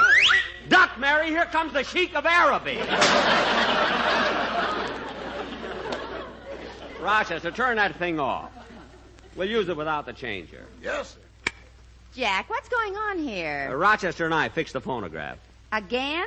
Why don't you get rid of that old thing and buy a new one? Mary, this phonograph isn't so old. Go on. Edison's fingerprints are still on it. What? And she means Edison, the boy. Look, Mary, the phonograph works all right now. I mean, I not only fixed it, but I modernized it and brought it right up to date. I'll bet you did. Well, if you don't believe it, try it yourself. All right. Have you got 2 nickels for a dime? Oh, Mary, put in the dime. Be a sport. No, it plays 3 records that way. If you put in a quarter, you get a sandwich, a cup of coffee, and a guide to the movie star's home. We haven't perfected that yet. Go ahead, Mary, put in the dime. I'll take your word for it. Say, Jack, am I the first one here for rehearsal? Yeah, but the others will be here pretty soon. By the way, Mary, I haven't seen you in a couple of days. What's new? Oh, nothing much. Oh, I got a letter from Mama yesterday. A letter from your mother? Well, what does the happy Chandler of Plainfield have to say? I'll read it to you. Go ahead. My darling daughter, Mary, just a few lines to let you know that we are all well and hope you are the same. We've been very busy with the spring planting. Your sister Babe helped Papa with the plowing. She did a swell job, but I'll be glad when the horse gets better.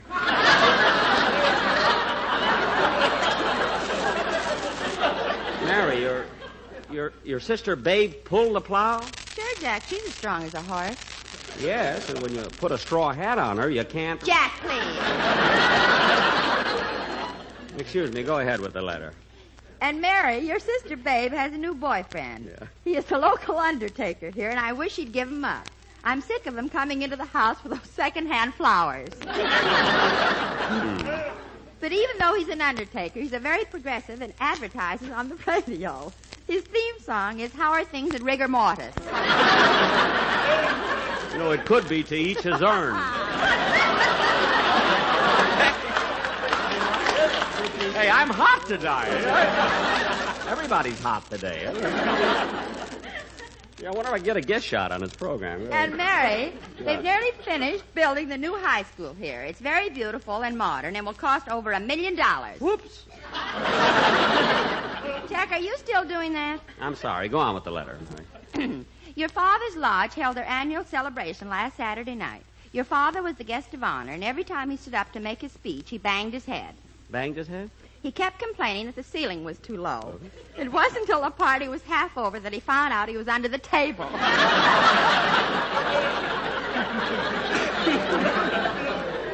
Oh. So, he made his speech to 3 cockroaches and a midget who'd come in out of the rain. Your mother's a regular Milton Berle.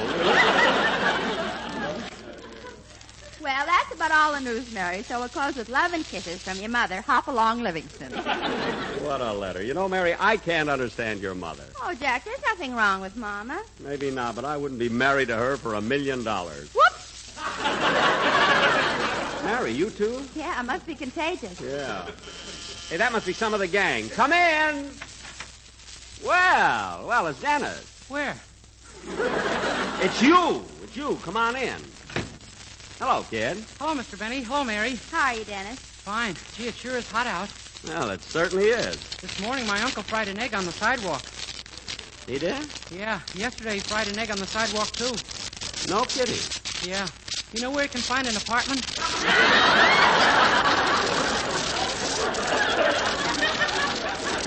Oh, so that's the reason. Gee, I feel sorry for your uncle.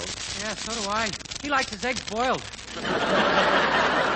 Oh, fine. Dennis, it's really a shame that your uncle has to live out on the street. Yeah, what a place to spend a honeymoon. All right. Now, look, Dennis, the scripts aren't here yet, so we can run over your song before rehearsal. What number are you going to do? Well, I made a record of a new song, and I brought it with me. Would you like to hear it? Sure, kid, sure. Put it on the phonograph. Okay.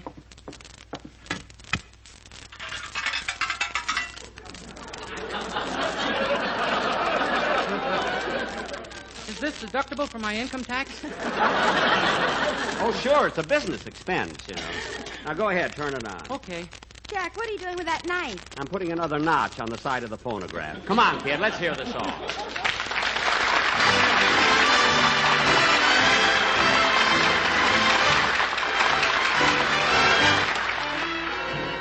When am I gonna kiss you good morning? Just like I kissed you good night. How can it be a beautiful morning if you are not in my sight? I'm not the kind who goes for all those hit-and-run kisses. I won't be satisfied until we're Mr. and Mrs. When am I gonna kiss you good morning? Just like I kiss you good night. I'd like to kiss you good morning, just like I kiss you good night. When can I put the ring on your finger? When will we do it upright? We hide away in some cafe, the candlelight's bewitching.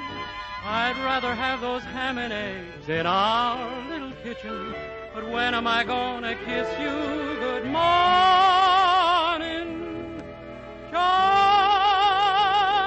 like I kiss you good night.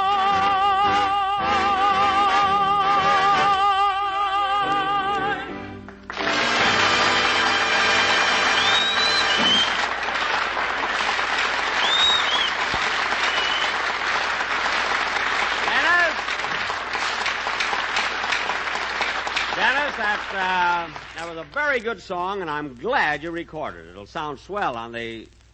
Dennis, where'd you get that sandwich? It came out of the phonograph. Well, what do you know? It works. Yeah, but not very well. Huh? What a sandwich. A slice of ham between two records. Well, that's sort of a double-decker.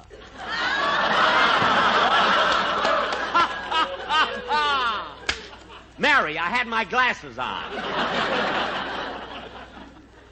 Anyway, that was a good joke. I thought it was corny. Oh, you did, eh? Yeah, you want to make something out of it? Yes. Hit him again, Mary. Dennis, just because my humor goes over your head, don't think that you... Come in! Well, here's Phil, Don, and the quartet. Hello, fellas. Hiya, Jackson. Hello, Jack. Well, boys, as soon as the scripts get here, we can start rehearsal. Okay. Hey, by the way, Phil. Phil, you look wonderful. Nice color in your cheeks and everything. Yes, sir. You can congratulate me, Jackson. I'm a changed man. A changed man? Jackson, I finally realized I was on the wrong road. I had to do something. Well, what made you realize it? Well, the other night I went to bed like I always do. I had a good night's sleep, and when I got up in the morning, I staggered all over the room, reached for a chair, and fell flat on my face. When did that happen? Thursday morning. Phil, that was the earthquake.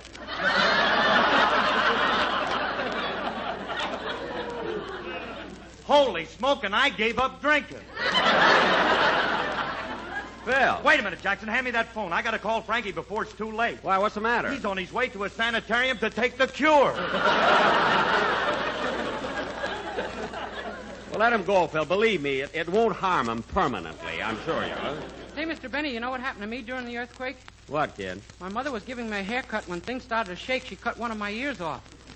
You know what? She cut one of my ears off. You've got two ears. Now, yes. Now, cut that!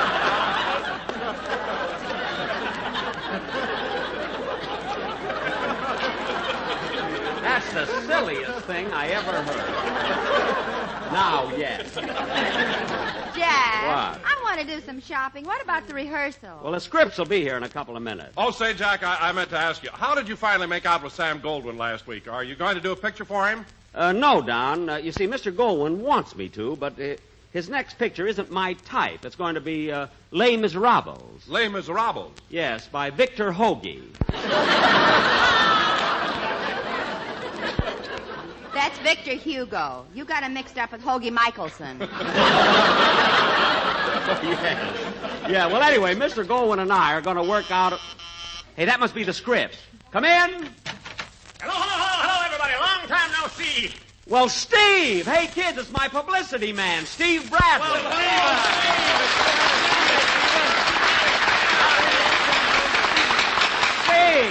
Steve, what brings you around? What's up? Benny, I'm worried. We're going to do something about your publicity. Publicity? Yes, and last week I conducted a popularity poll, and compared to the poll I made 3 years ago, you've only moved up one place.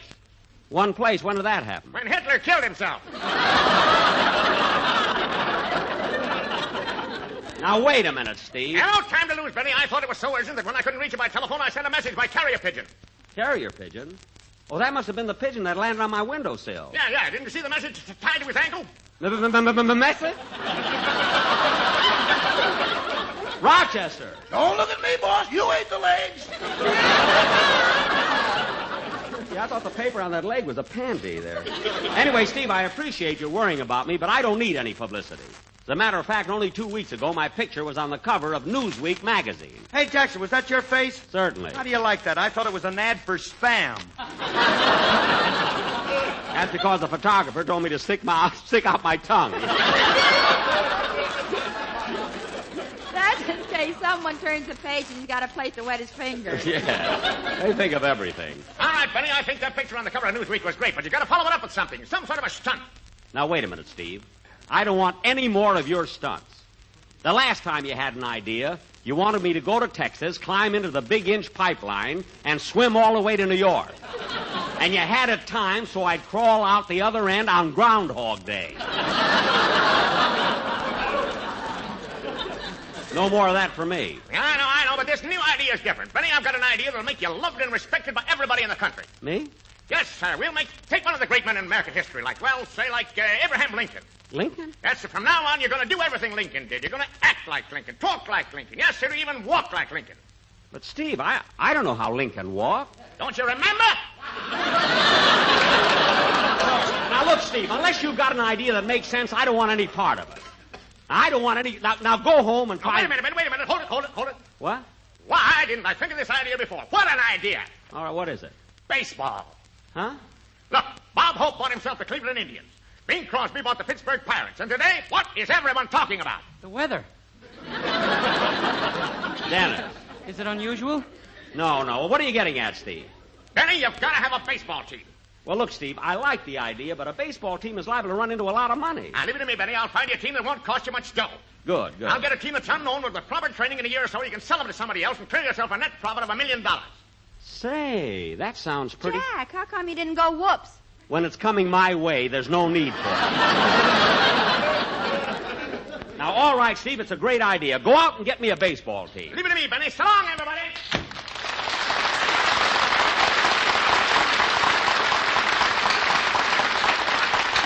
Hey, you know, kids, I think Bradley's got a good idea with that baseball team. He certainly has, Jack. And look at the commercials you can do.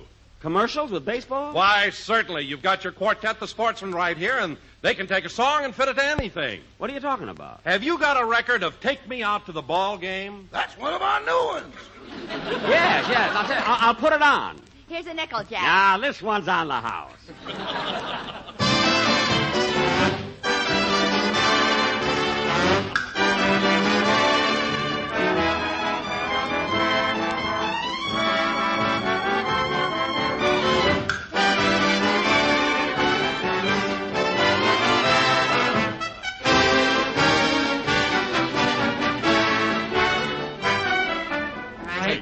Out to the ball game, take me out with the crowd. Buy me a package of Lucky Strikes. That's the cigarette everyone likes. So let's puff on a Lucky. Just remember the name, for it's 1, 2, 3 Lucky Strikes at the old ball game. Yes, folks, here we are at the American League Stadium in Goldsboro, North Carolina, and the old ball game is tied up. It's the last half of the ninth, and the bases are loaded. Speedy Riggs is on first, F.E. Boone is on second, and Greenberg's on third. And now, coming up to bat is Basil Rysdale. He's warming up. He's swinging 2 big tobacco leaves. He steps up to the plate now. Wait a minute. He's walking up to the umpire, and he says... Give me a light, Bud. He steps back in the batter's box, and here comes the pitch. Look at that ball, so round, so firm, so fully packed. So free and easy on the throw. It's a long fly going to left field. It's going over the fence and lands in the tobacco field out there with that fine, that light, that naturally mild tobacco. Take me out to the ball game. Take me out with the crowd. The score for a Lucky is 2-1. You'll smoke and you'll cheer and you'll have so much fun. So let's puff on a Lucky. Just remember the name, for it's LSMFFT at the old ball game.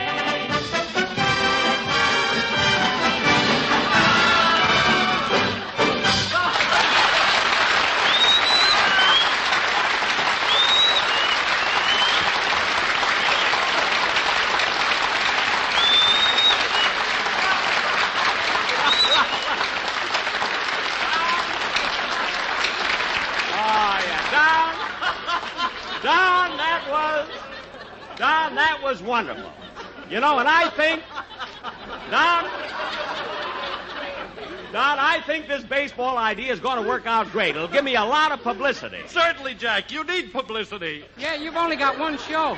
Anyway, I think Steve Bradley is right. If having a baseball team is good for Hope and Crosby, it's good for me, too. You want to know something, Jackson? I used to play baseball. In fact, I was on a team where every player was the band leader. Really, Phil? Yeah, but they threw me out. Why? Every time I slid into third base, I'd spike Jones. No wonder you can't get the first base, Harris. When they handed out brains, they threw you a curve. Phil, nobody threw you a curve. You just sat in the bleachers too long without a hat. That's all. Believe me. You know, Mr. Benny, a bunch of my friends came over to my house yesterday and asked me to play baseball. Oh, did you play? Yeah, but every time I hit the ball, I broke a window. What? I broke 7 windows. Well, kid, you must have played too close to the house when you went outside. Oh, outside.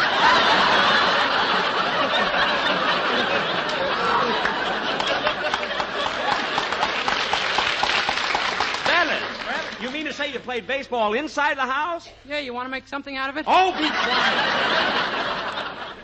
Jack, why don't you stop kidding around? I got some shopping to do. Let's get on with the rehearsal. Mary, we can't. The scripts aren't here They yet. aren't? No. Well, why don't you call up NBC and see what's wrong? All right, I will. Take me out to the ball game. Take me out with the crowd. I know a way to save 80 cents. I'll drill 2 holes and we'll look through the fence.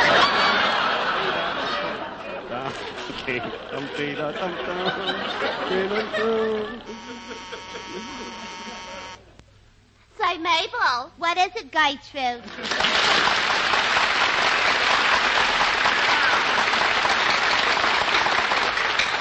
Your outside line is flashing. You get it, will you?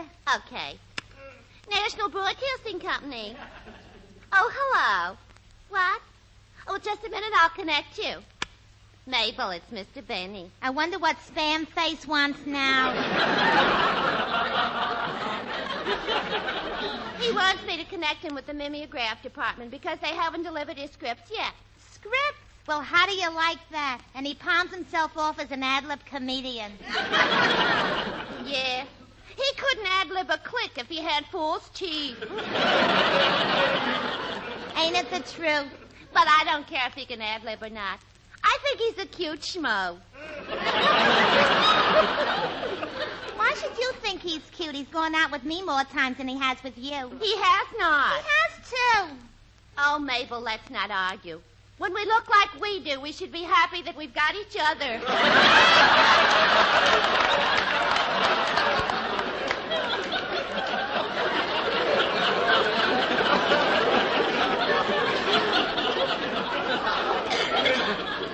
Well, I don't know about you, but I'm expecting Mr. Benny to pop the question any day now. Pop the question?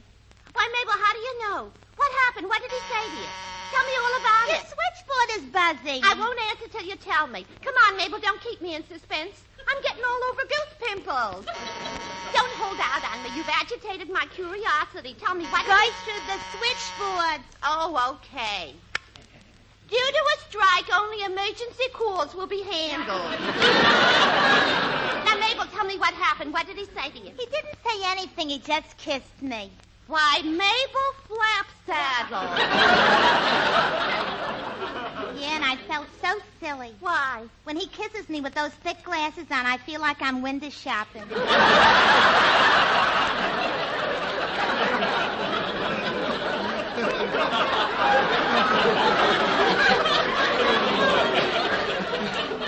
Honey, I know just what you mean. You do? Yeah.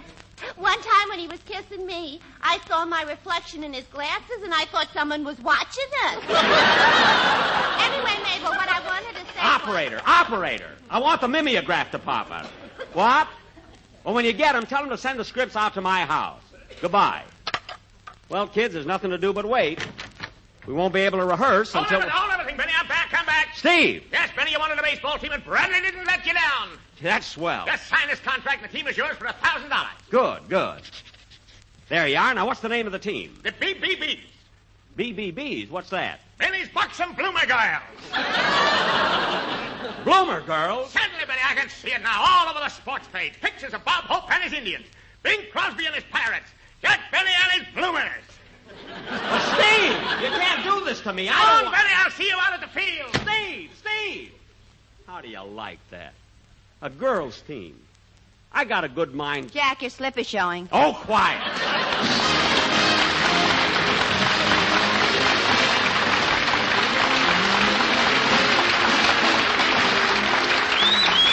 Jack will be back in just a minute, but first, here's Basil Rysdale. As you listen to the chant of the tobacco auctioneer, remember, LSMFT. At 57,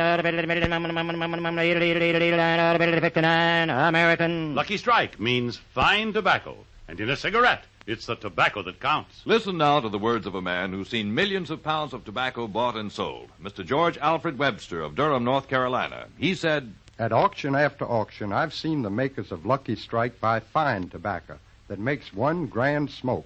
I've smoked Lucky's myself for 29 years. Those were the words of a man who really knows tobacco. Yes, independent experts like Mr. Webster can see the makers of Lucky Strike consistently select and buy that fine, that light, that that naturally mild tobacco. Fine, light, naturally mild tobacco. Remember, LSMFT. Lucky Strike means fine tobacco. No doubt about it. LSMFT. Lucky Strike means fine tobacco. And this fine Lucky Strike tobacco means real deep down smoking enjoyment for you. So smoke that smoke of fine tobacco, Lucky Strike. So round, so firm, so fully packed, so free and easy on the draw.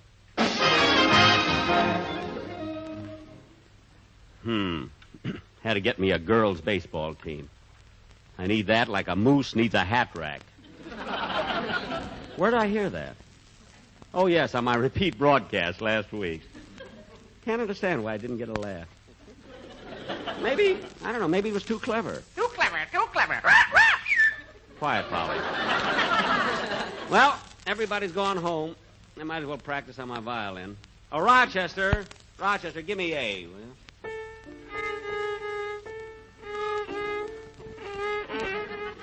That's close enough.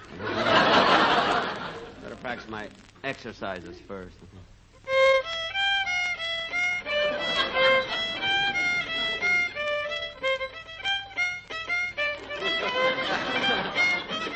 No, I better not jazz it up yet. I'm not ready for it yet.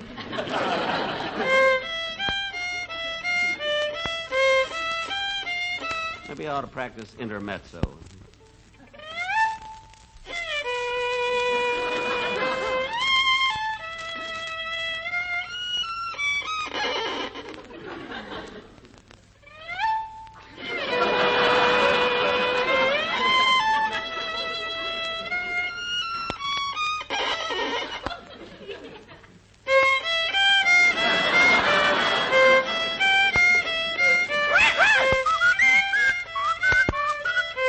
This is NBC, the national broadcasting company.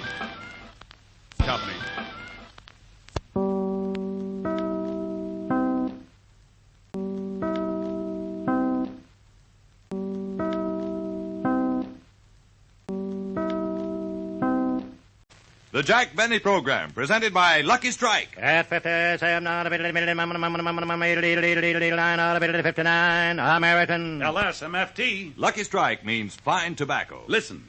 Season after season, I've seen the makers of Lucky Strike buy fine, mild, ripe tobacco. Henry L. Snell, tobacco warehouseman, said that. At auctions for over 19 years, I've seen the makers of Lucky Strike buy fine, good-tasting tobacco. John L. Cummins, tobacco auctioneer, said that. Yes, at market after market, independent tobacco experts can see the makers of Lucky Strike consistently select and buy that fine, that light, that naturally mild tobacco. Remember, LSMFT. Lucky Strike means fine tobacco, and fine tobacco means real deep-down smoking enjoyment for you. So smoke that smoke of fine tobacco, Lucky Strike. So round, so firm, so fully packed, so free and easy on the draw.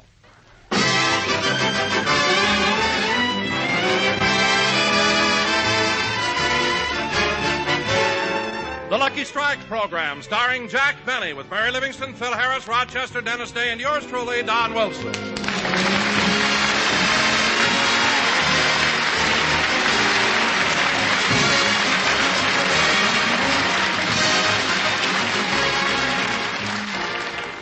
Ladies and gentlemen, over these many years that I've been introducing our scintillating star, my one regret has been that I'm not a poet. For if I were, I would paint a word picture with colorful phrases. What a beautiful thought, Don.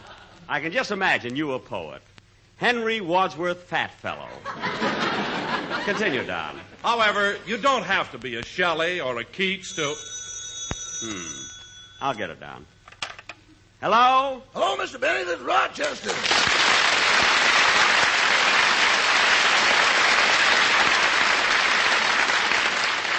Rochester, you certainly picked a fine time to call. Why aren't you listening to the program? That's why I called, boss. There's something wrong with the radio. Oh, well, maybe there's a break in the electric cord. You know, the one that runs from the radio to where we've got it plugged in. I thought of that, boss, so I traced it. I started at the radio, went around the baseboard, up to the windowsill, out the window, across the driveway, through the hedge, and right to the plug on Mr. Coleman's back porch.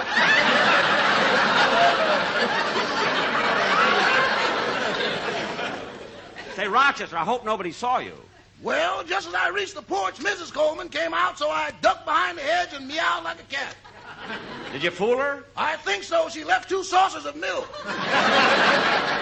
2? Yeah, one had a note on it. This one's for Mr. Benny.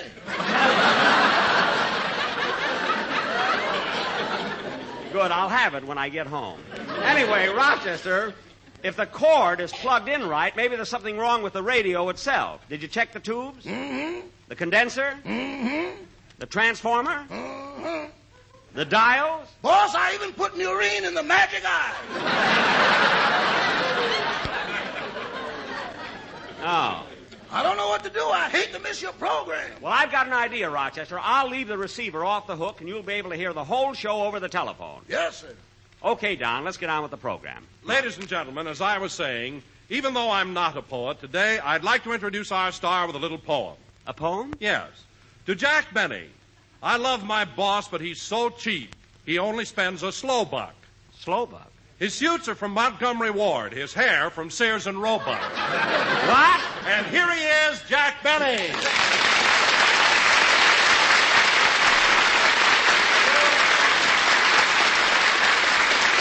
Thank you. Hello again. This is Jack Benny talking. Hair from Sears and Roebuck. Don, I can write poetry, too. As a matter of fact, I have one about you. Oh, about me? Yes. Reynolds flew around the world in a plane that was made to order. But if he tried to fly around you, he wouldn't get south of the border. Oh, Jackson, your name may not be John Greenleaf, but you're much wittier. Yes, sir. Oh, Jack, how can you compare flying around the world with me? I'm not so fat. You're not, eh? Don, there's a 3-hour difference in time between your belt buckle and back pocket. Next week, it'll be 4 hours. Hey, Jackson, if you really want to Wait a minute, Phil. Wait a minute. I want to see what Rochester thought of that joke. Hello? Hello? Hello? Rochester, hello? Hello? Hello? Rochester, I just told a joke. Where were you? I had to answer the door. The man from the cleaners was here. Oh, what did he want? He found a 50-cent piece on the floor, and he wondered if it came out of your suit. I told him it wasn't yours. Rochester, what makes you so sure it didn't fall out of my suit? Oh, boss, come now. What? Before you send a suit to the cleaners, you loosen the lining, finger the cuffs, turn all the pockets inside out, and then run the lid through the sieve 3 times. Oh, stop making things up. And if you want to hear the program, you better stay at the phone. Yes, sir. And by the way, the mailman was here and just left a package. A package? From Sears and Roebuck. You can be a blonde again. Good, good. That's the one that makes me look like Nelsonetti. Now I've got to get on with the show, so don't hang up. Now, Phil, what were you talking about? Well, I was just going to say, Jackson, if you want to get some class on the program, how about doing something different, something entertaining like, like letting Livy and me sing a song together. Hey, that sounds like a pretty good idea. You'll sing with Phil, won't you, Mary? No, thanks. I sang with Phil before. What about it? I didn't mind him singing about turnip greens, but he kept time by hitting me on the head with a ham hock. Oh. All right, Livy, all right. So if that's the way you want to feel about it, don't sing with me. I just thought it would be nice to have a trio. Trio? You and Mary would make a nice trio? Yeah. Look, Phil, let me explain something to you. 1 is a solo, 2 is a duet. Now, if you add a 3rd person, you've got a trio. Oh. And if you add a 4th person, you have a quartet. Uh-huh. Now, Phil, if you had 4 people and you found a 5th, what would you have? Throw me that lead again, will you,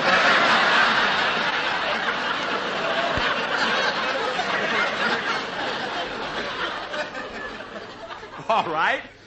If you had 4 people and you found a 5th, what would you have? A quintet. I fooled you that time, didn't I, Jack? Why, Phil, that's right. If you had a 5th, you'd have a quintet. Yeah, but they'd all be loaded. I knew it. Mary, I don't blame you for not wanting to sing with them. Phil knows absolutely nothing about music. I do, too. Phil, what you know about music, you could write on an ice cube with a branding iron. Believe me. What are you laughing at, Mary? Did you see the way the arranger has to write the music so Phil can read it? No, how? An 1/8 note is a diamond, a 1/4 note is a heart, a 1/2 note a club, and a whole note a spade. Phil, you have your music written out in diamonds, hearts, clubs, and spades? Certainly. How do you read it? Well, it's simple. Look, here, I'll show you. Now, look at this sheet of music. See? Well, that makes no sense at all to me. Sure it does, Jackson. Take this bar, for instance. Now, you see those notes right here? One right after the other? Oh, you mean the scale? Scale? What's that? What's that? Phil, what do you call this? That's a flush. A flush. Well, look, Phil, what about this next bar? It has 2 notes, then a space, and then 2 more notes. That's an inside straight. An inside straight. You mean you draw to it? If you play a violin, if you play a trumpet, you blow to it. Mary, stop helping us.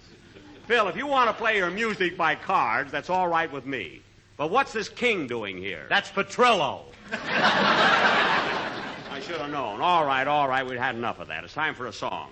Dennis. Dennis, what are you yawning about? I didn't get any sleep last night. My mother and father had a big argument. An argument? Yeah, it was all about you. My mother said you were a jerk. Then my father got up and said you were a great guy and a fine example of a man. Your father said that? May he rest in peace.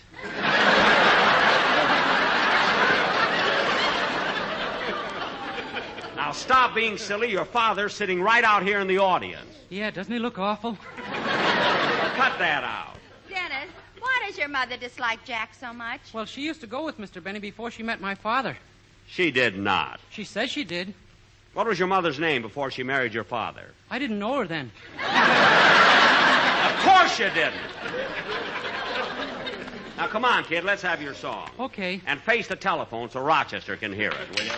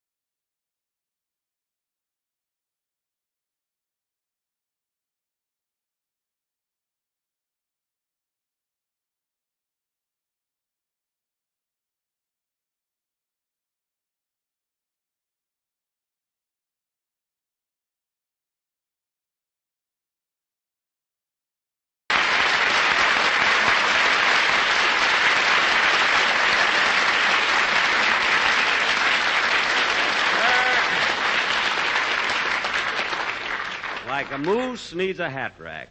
I can't understand why that didn't get a laugh. Norman Krasner liked it. And that was Dennis Day singing his latest Victor recording, Man, you can get killed around here. That was Dennis Day singing his latest Victor recording, Mam'zelle. And now, ladies and gentlemen, everything falls down on us, no rehearsals, anything happens, you know. Ladies and gentlemen, for our feature attraction tonight, we're going to present our version of the Universal International picture based on Betty McDonald's bestseller, The Egg and I. In our interpretation... Jack, you can't do The Egg and I. Fred Allen did it last week. I heard it, Don. But this won't conflict with the way Allen did it. You see, we're going to do a comedy version. Anyway, folks, in our play tonight, I will be Fred McMurray, and Mary Livingston will be Claudette Colbert. What part am I going to play, Jack? Well, Don, the scene takes place on a farm, so you can play the part of our pig. Oh, Jack, every time you do a farm sketch, I play the part of a pig. I want to do something else. Well, what would you like to be, Don? A canary. Don, you a canary? Beep, beep, beep, beep, beep, beep, beep. Well, that's not so bad. All right, Don, you can be the canary, but in order for people to believe it, do you happen to have a yellow suit? Yellow suit? No, I haven't. Oh. Well, why don't you step out in the street and put on a taxi cab? And now for... Oh, wait a minute. Before we start, I want to go to the telephone and see if Rochester is enjoying the show. Hello? Hello?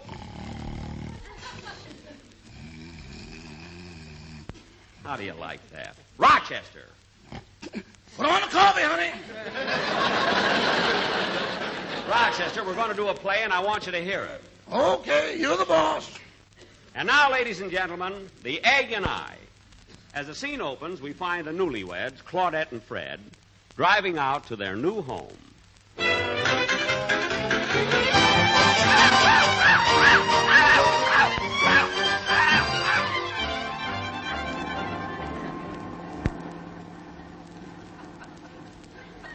Gee, Claudette, I hope you like the new farmhouse I bought. Oh, I know I will, Mr. McMurray. Oh, you can call me Fred. We've been married a week now. Remember after the preacher said, I pronounce you man and wife, we turned to each other and shook hands? Oh, yes. And gee, you were nervous. I was not nervous. You were, too. You put the ring on the preacher's finger and gave me $10. $10? Gee, I was nervous. Anyway, it sure was a wonderful wedding. All our friends were there, the music played softly, and we made a lovely-looking couple as we marched down the aisle. Yes, but don't you think it would look nicer if I had carried the flowers? They were bluebells. They went so well with my eyes. But, darling, wasn't it exciting as we drove away from the church with those shoes tied in back of the car? Yeah. I wonder what made them bounce like that. My mother was still in them. Oh, yes. I cut her loose when we went through Anaheim. They can always use another smudge pot there. Well, here we are. Look, darling, there's our new home. Gee, it sure looks run down. Yeah, but we'll fix it up. There's the man from the real estate office. Oh, Mister. Yes? I just bought this house. You're the man from the real estate office, aren't you? Yes, Nelson's the name. I'm here to show you around. Gee, what a peculiar style of architecture this house has. It's not French Normandy. Is it early American? No, crummy colonial. Well, let's go inside. Come on, honey. All right. I'm talking to my wife. Oh, follow me. Here's the front door.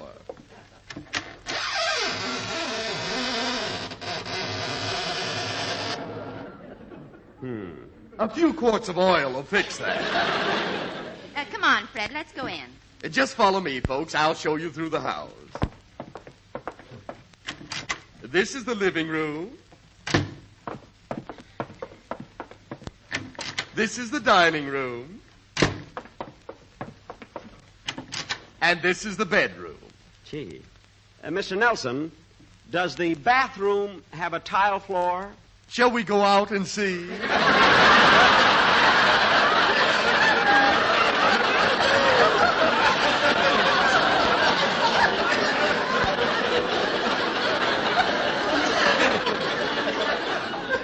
Oh.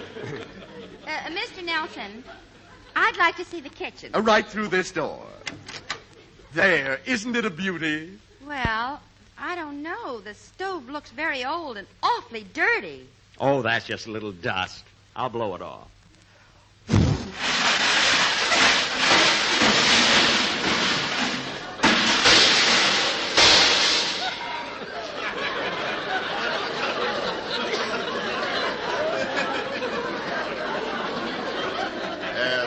Mister, have you tried Sen-Sen?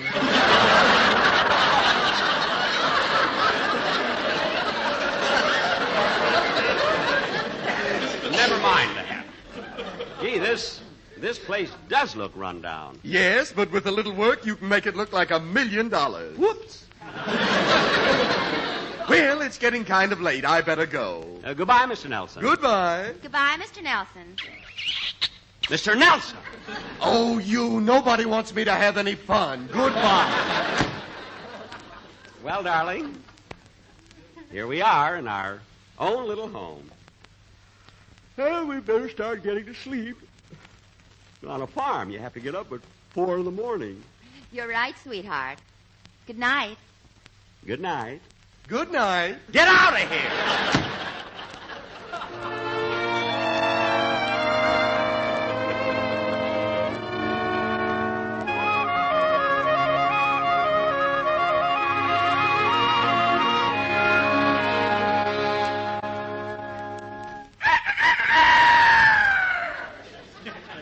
Darling.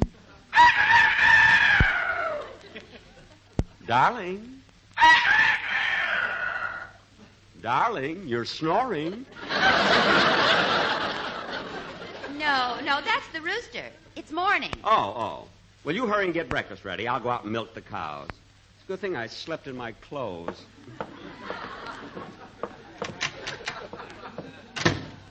My, it's pitch dark this early in the morning.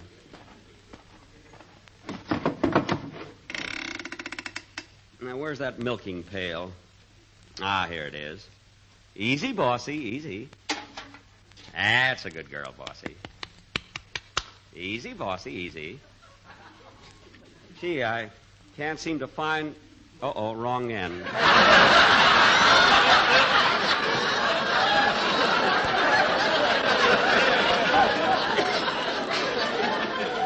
Now. Easy, bossy, easy.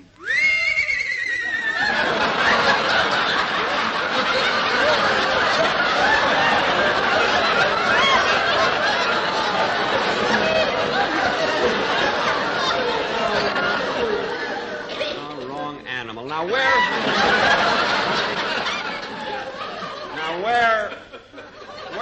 where's that cow? Ah, there you are, bossy. Now hold still while I fix the pail and stool. There. That's a good girl. Oh, la, la, la, la.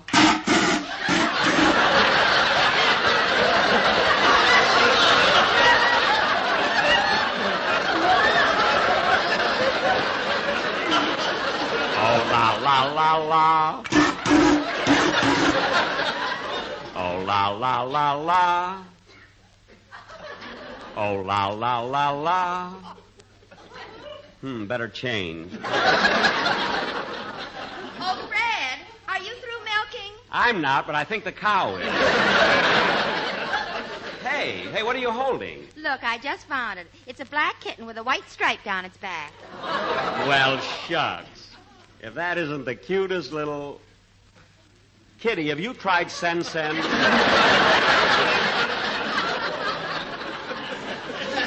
Now, Claudette, don't stand around. We've got to feed the animals. Okay. Beep, beep, beep, beep, beep, beep. Oh, look, Fred, isn't it cute the way our canary follows us around? Yeah. Now, shoo, canary, shoo, shoo. We got to feed the chickens. Here, chick, chick, chick, chick, chick, chick, chick, chick, chick, chick, chick. Come on, chick, chick, chick, chick. Here's some corn for you. Oh, Fred, look at that hen sitting on the nest. Where? Oh, yes.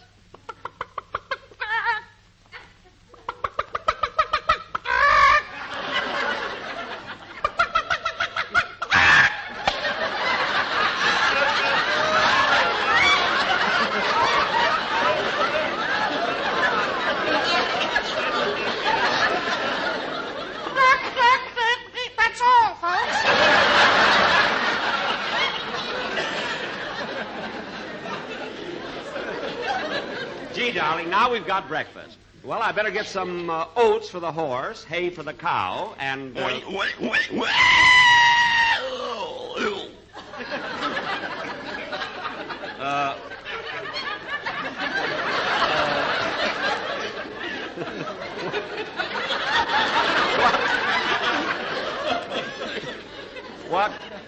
What happened? Our canary stepped on the pig and killed it.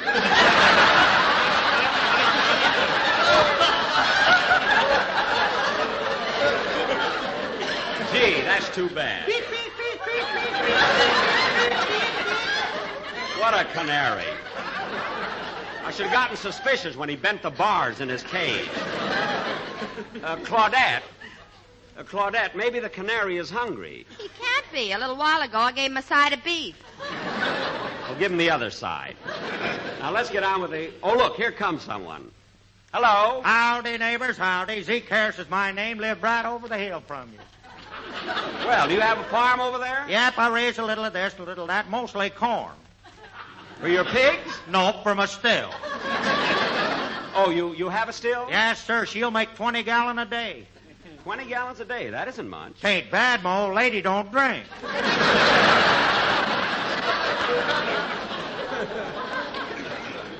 We just moved in here, Zeke. How long you been living around this section? Well, now, let me see here. I moved here in 1918. That's 1947. That's 15 years. Wait a minute, Zeke. From 1918 to now is 29 years you've lived here. Well, we don't count the 14 years of Prohibition as living. Oh, got any children? Yep, I got 2 sons, but we ain't seen them since they run away with the circus. That was 10 years ago. Sure missed the boys.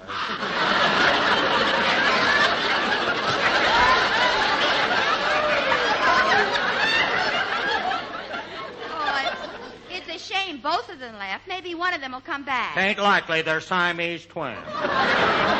Oh, Siamese twins, eh? Yep, they're pretty attached to each other. Oh, Zeke, if you just had a partner, you'd be another one of them Lum and Abners. By the way, Zeke, is that field over there part of your farm? Yep, that's the place where I raise the tobacco. That's my hired hands out there picking it. Where? Right over there. Reuben, we've been thinking what a sad world this would be if we had no Betty Grable and no LSMFT. Reuben, we've been working, raising those tobacco sprigs to make a pack of Lucky Strike for Effie Boone and Speedy Riggs. Well, once they went down to the city just to see a burly Q, they came back and brought a sample round and firm with eyes of blue. Reuben, we're not joking. Makes no difference where we roam. We will always keep on smoking Lucky's till the cows come home.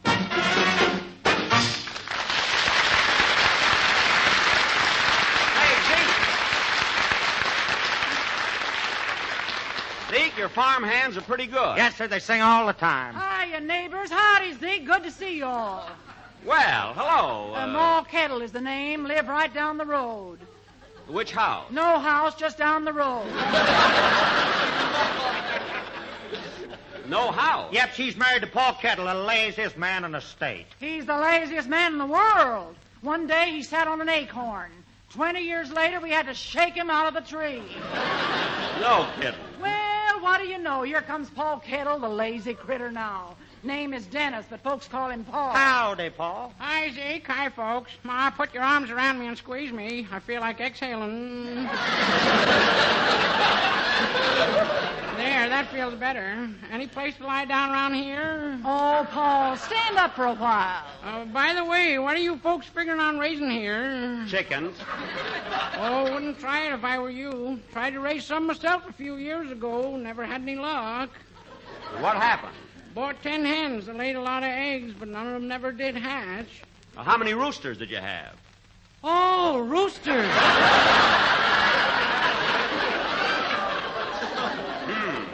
Well, I guess I better be going along now. Gotta go home and help my pig write a letter. Your pig writes a letter? Yeah, I just tell him how to spell, and he already has the pen and ink. Oh, Pa Kettle, you may be a hick, but... Why don't you finish? Too lazy. Well, look, my wife and I are just going in to have breakfast. Why don't you folks come in and join us? That's okay with me. Me too. Pick me up, Ma. Well, come on, let's all go in and... Hey, wait a minute. What happened to Zeke? Where's Zeke Harris? Oh, he had to run along. He's got his own show. What? I can stay till Wednesday.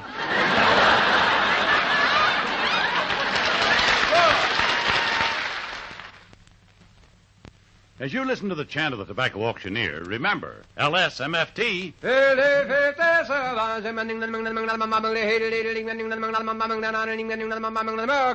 Lucky Strike means fine tobacco. And in a cigarette, it's the tobacco that counts. Mr. Porter G. Wall, Sr. of Pilot Mountain, North Carolina, has been an independent tobacco buyer for 29 years, and he said, I've seen plenty of good, fine tobacco bought by the makers of Lucky Strike at auction after auction. Tobacco that's really fine. For 14 years now, I've smoked Lucky's myself. Quote, I've seen plenty of good, fine tobacco bought by the makers of Lucky Strike. Unquote. Remember, independent tobacco experts like Mr. Wall can see the makers of Lucky Strike consistently select and buy that fine, that light, that naturally mild tobacco. Fine, light, naturally mild tobacco. LSMFT. Lucky Strike means fine tobacco. Yes. LSMFT. Lucky Strike means fine tobacco, and fine tobacco means real deep down smoking enjoyment for you. So smoke that smoke of fine tobacco, Lucky Strike. So round, so firm, so fully packed, so free and easy on the draw. This is NBC, the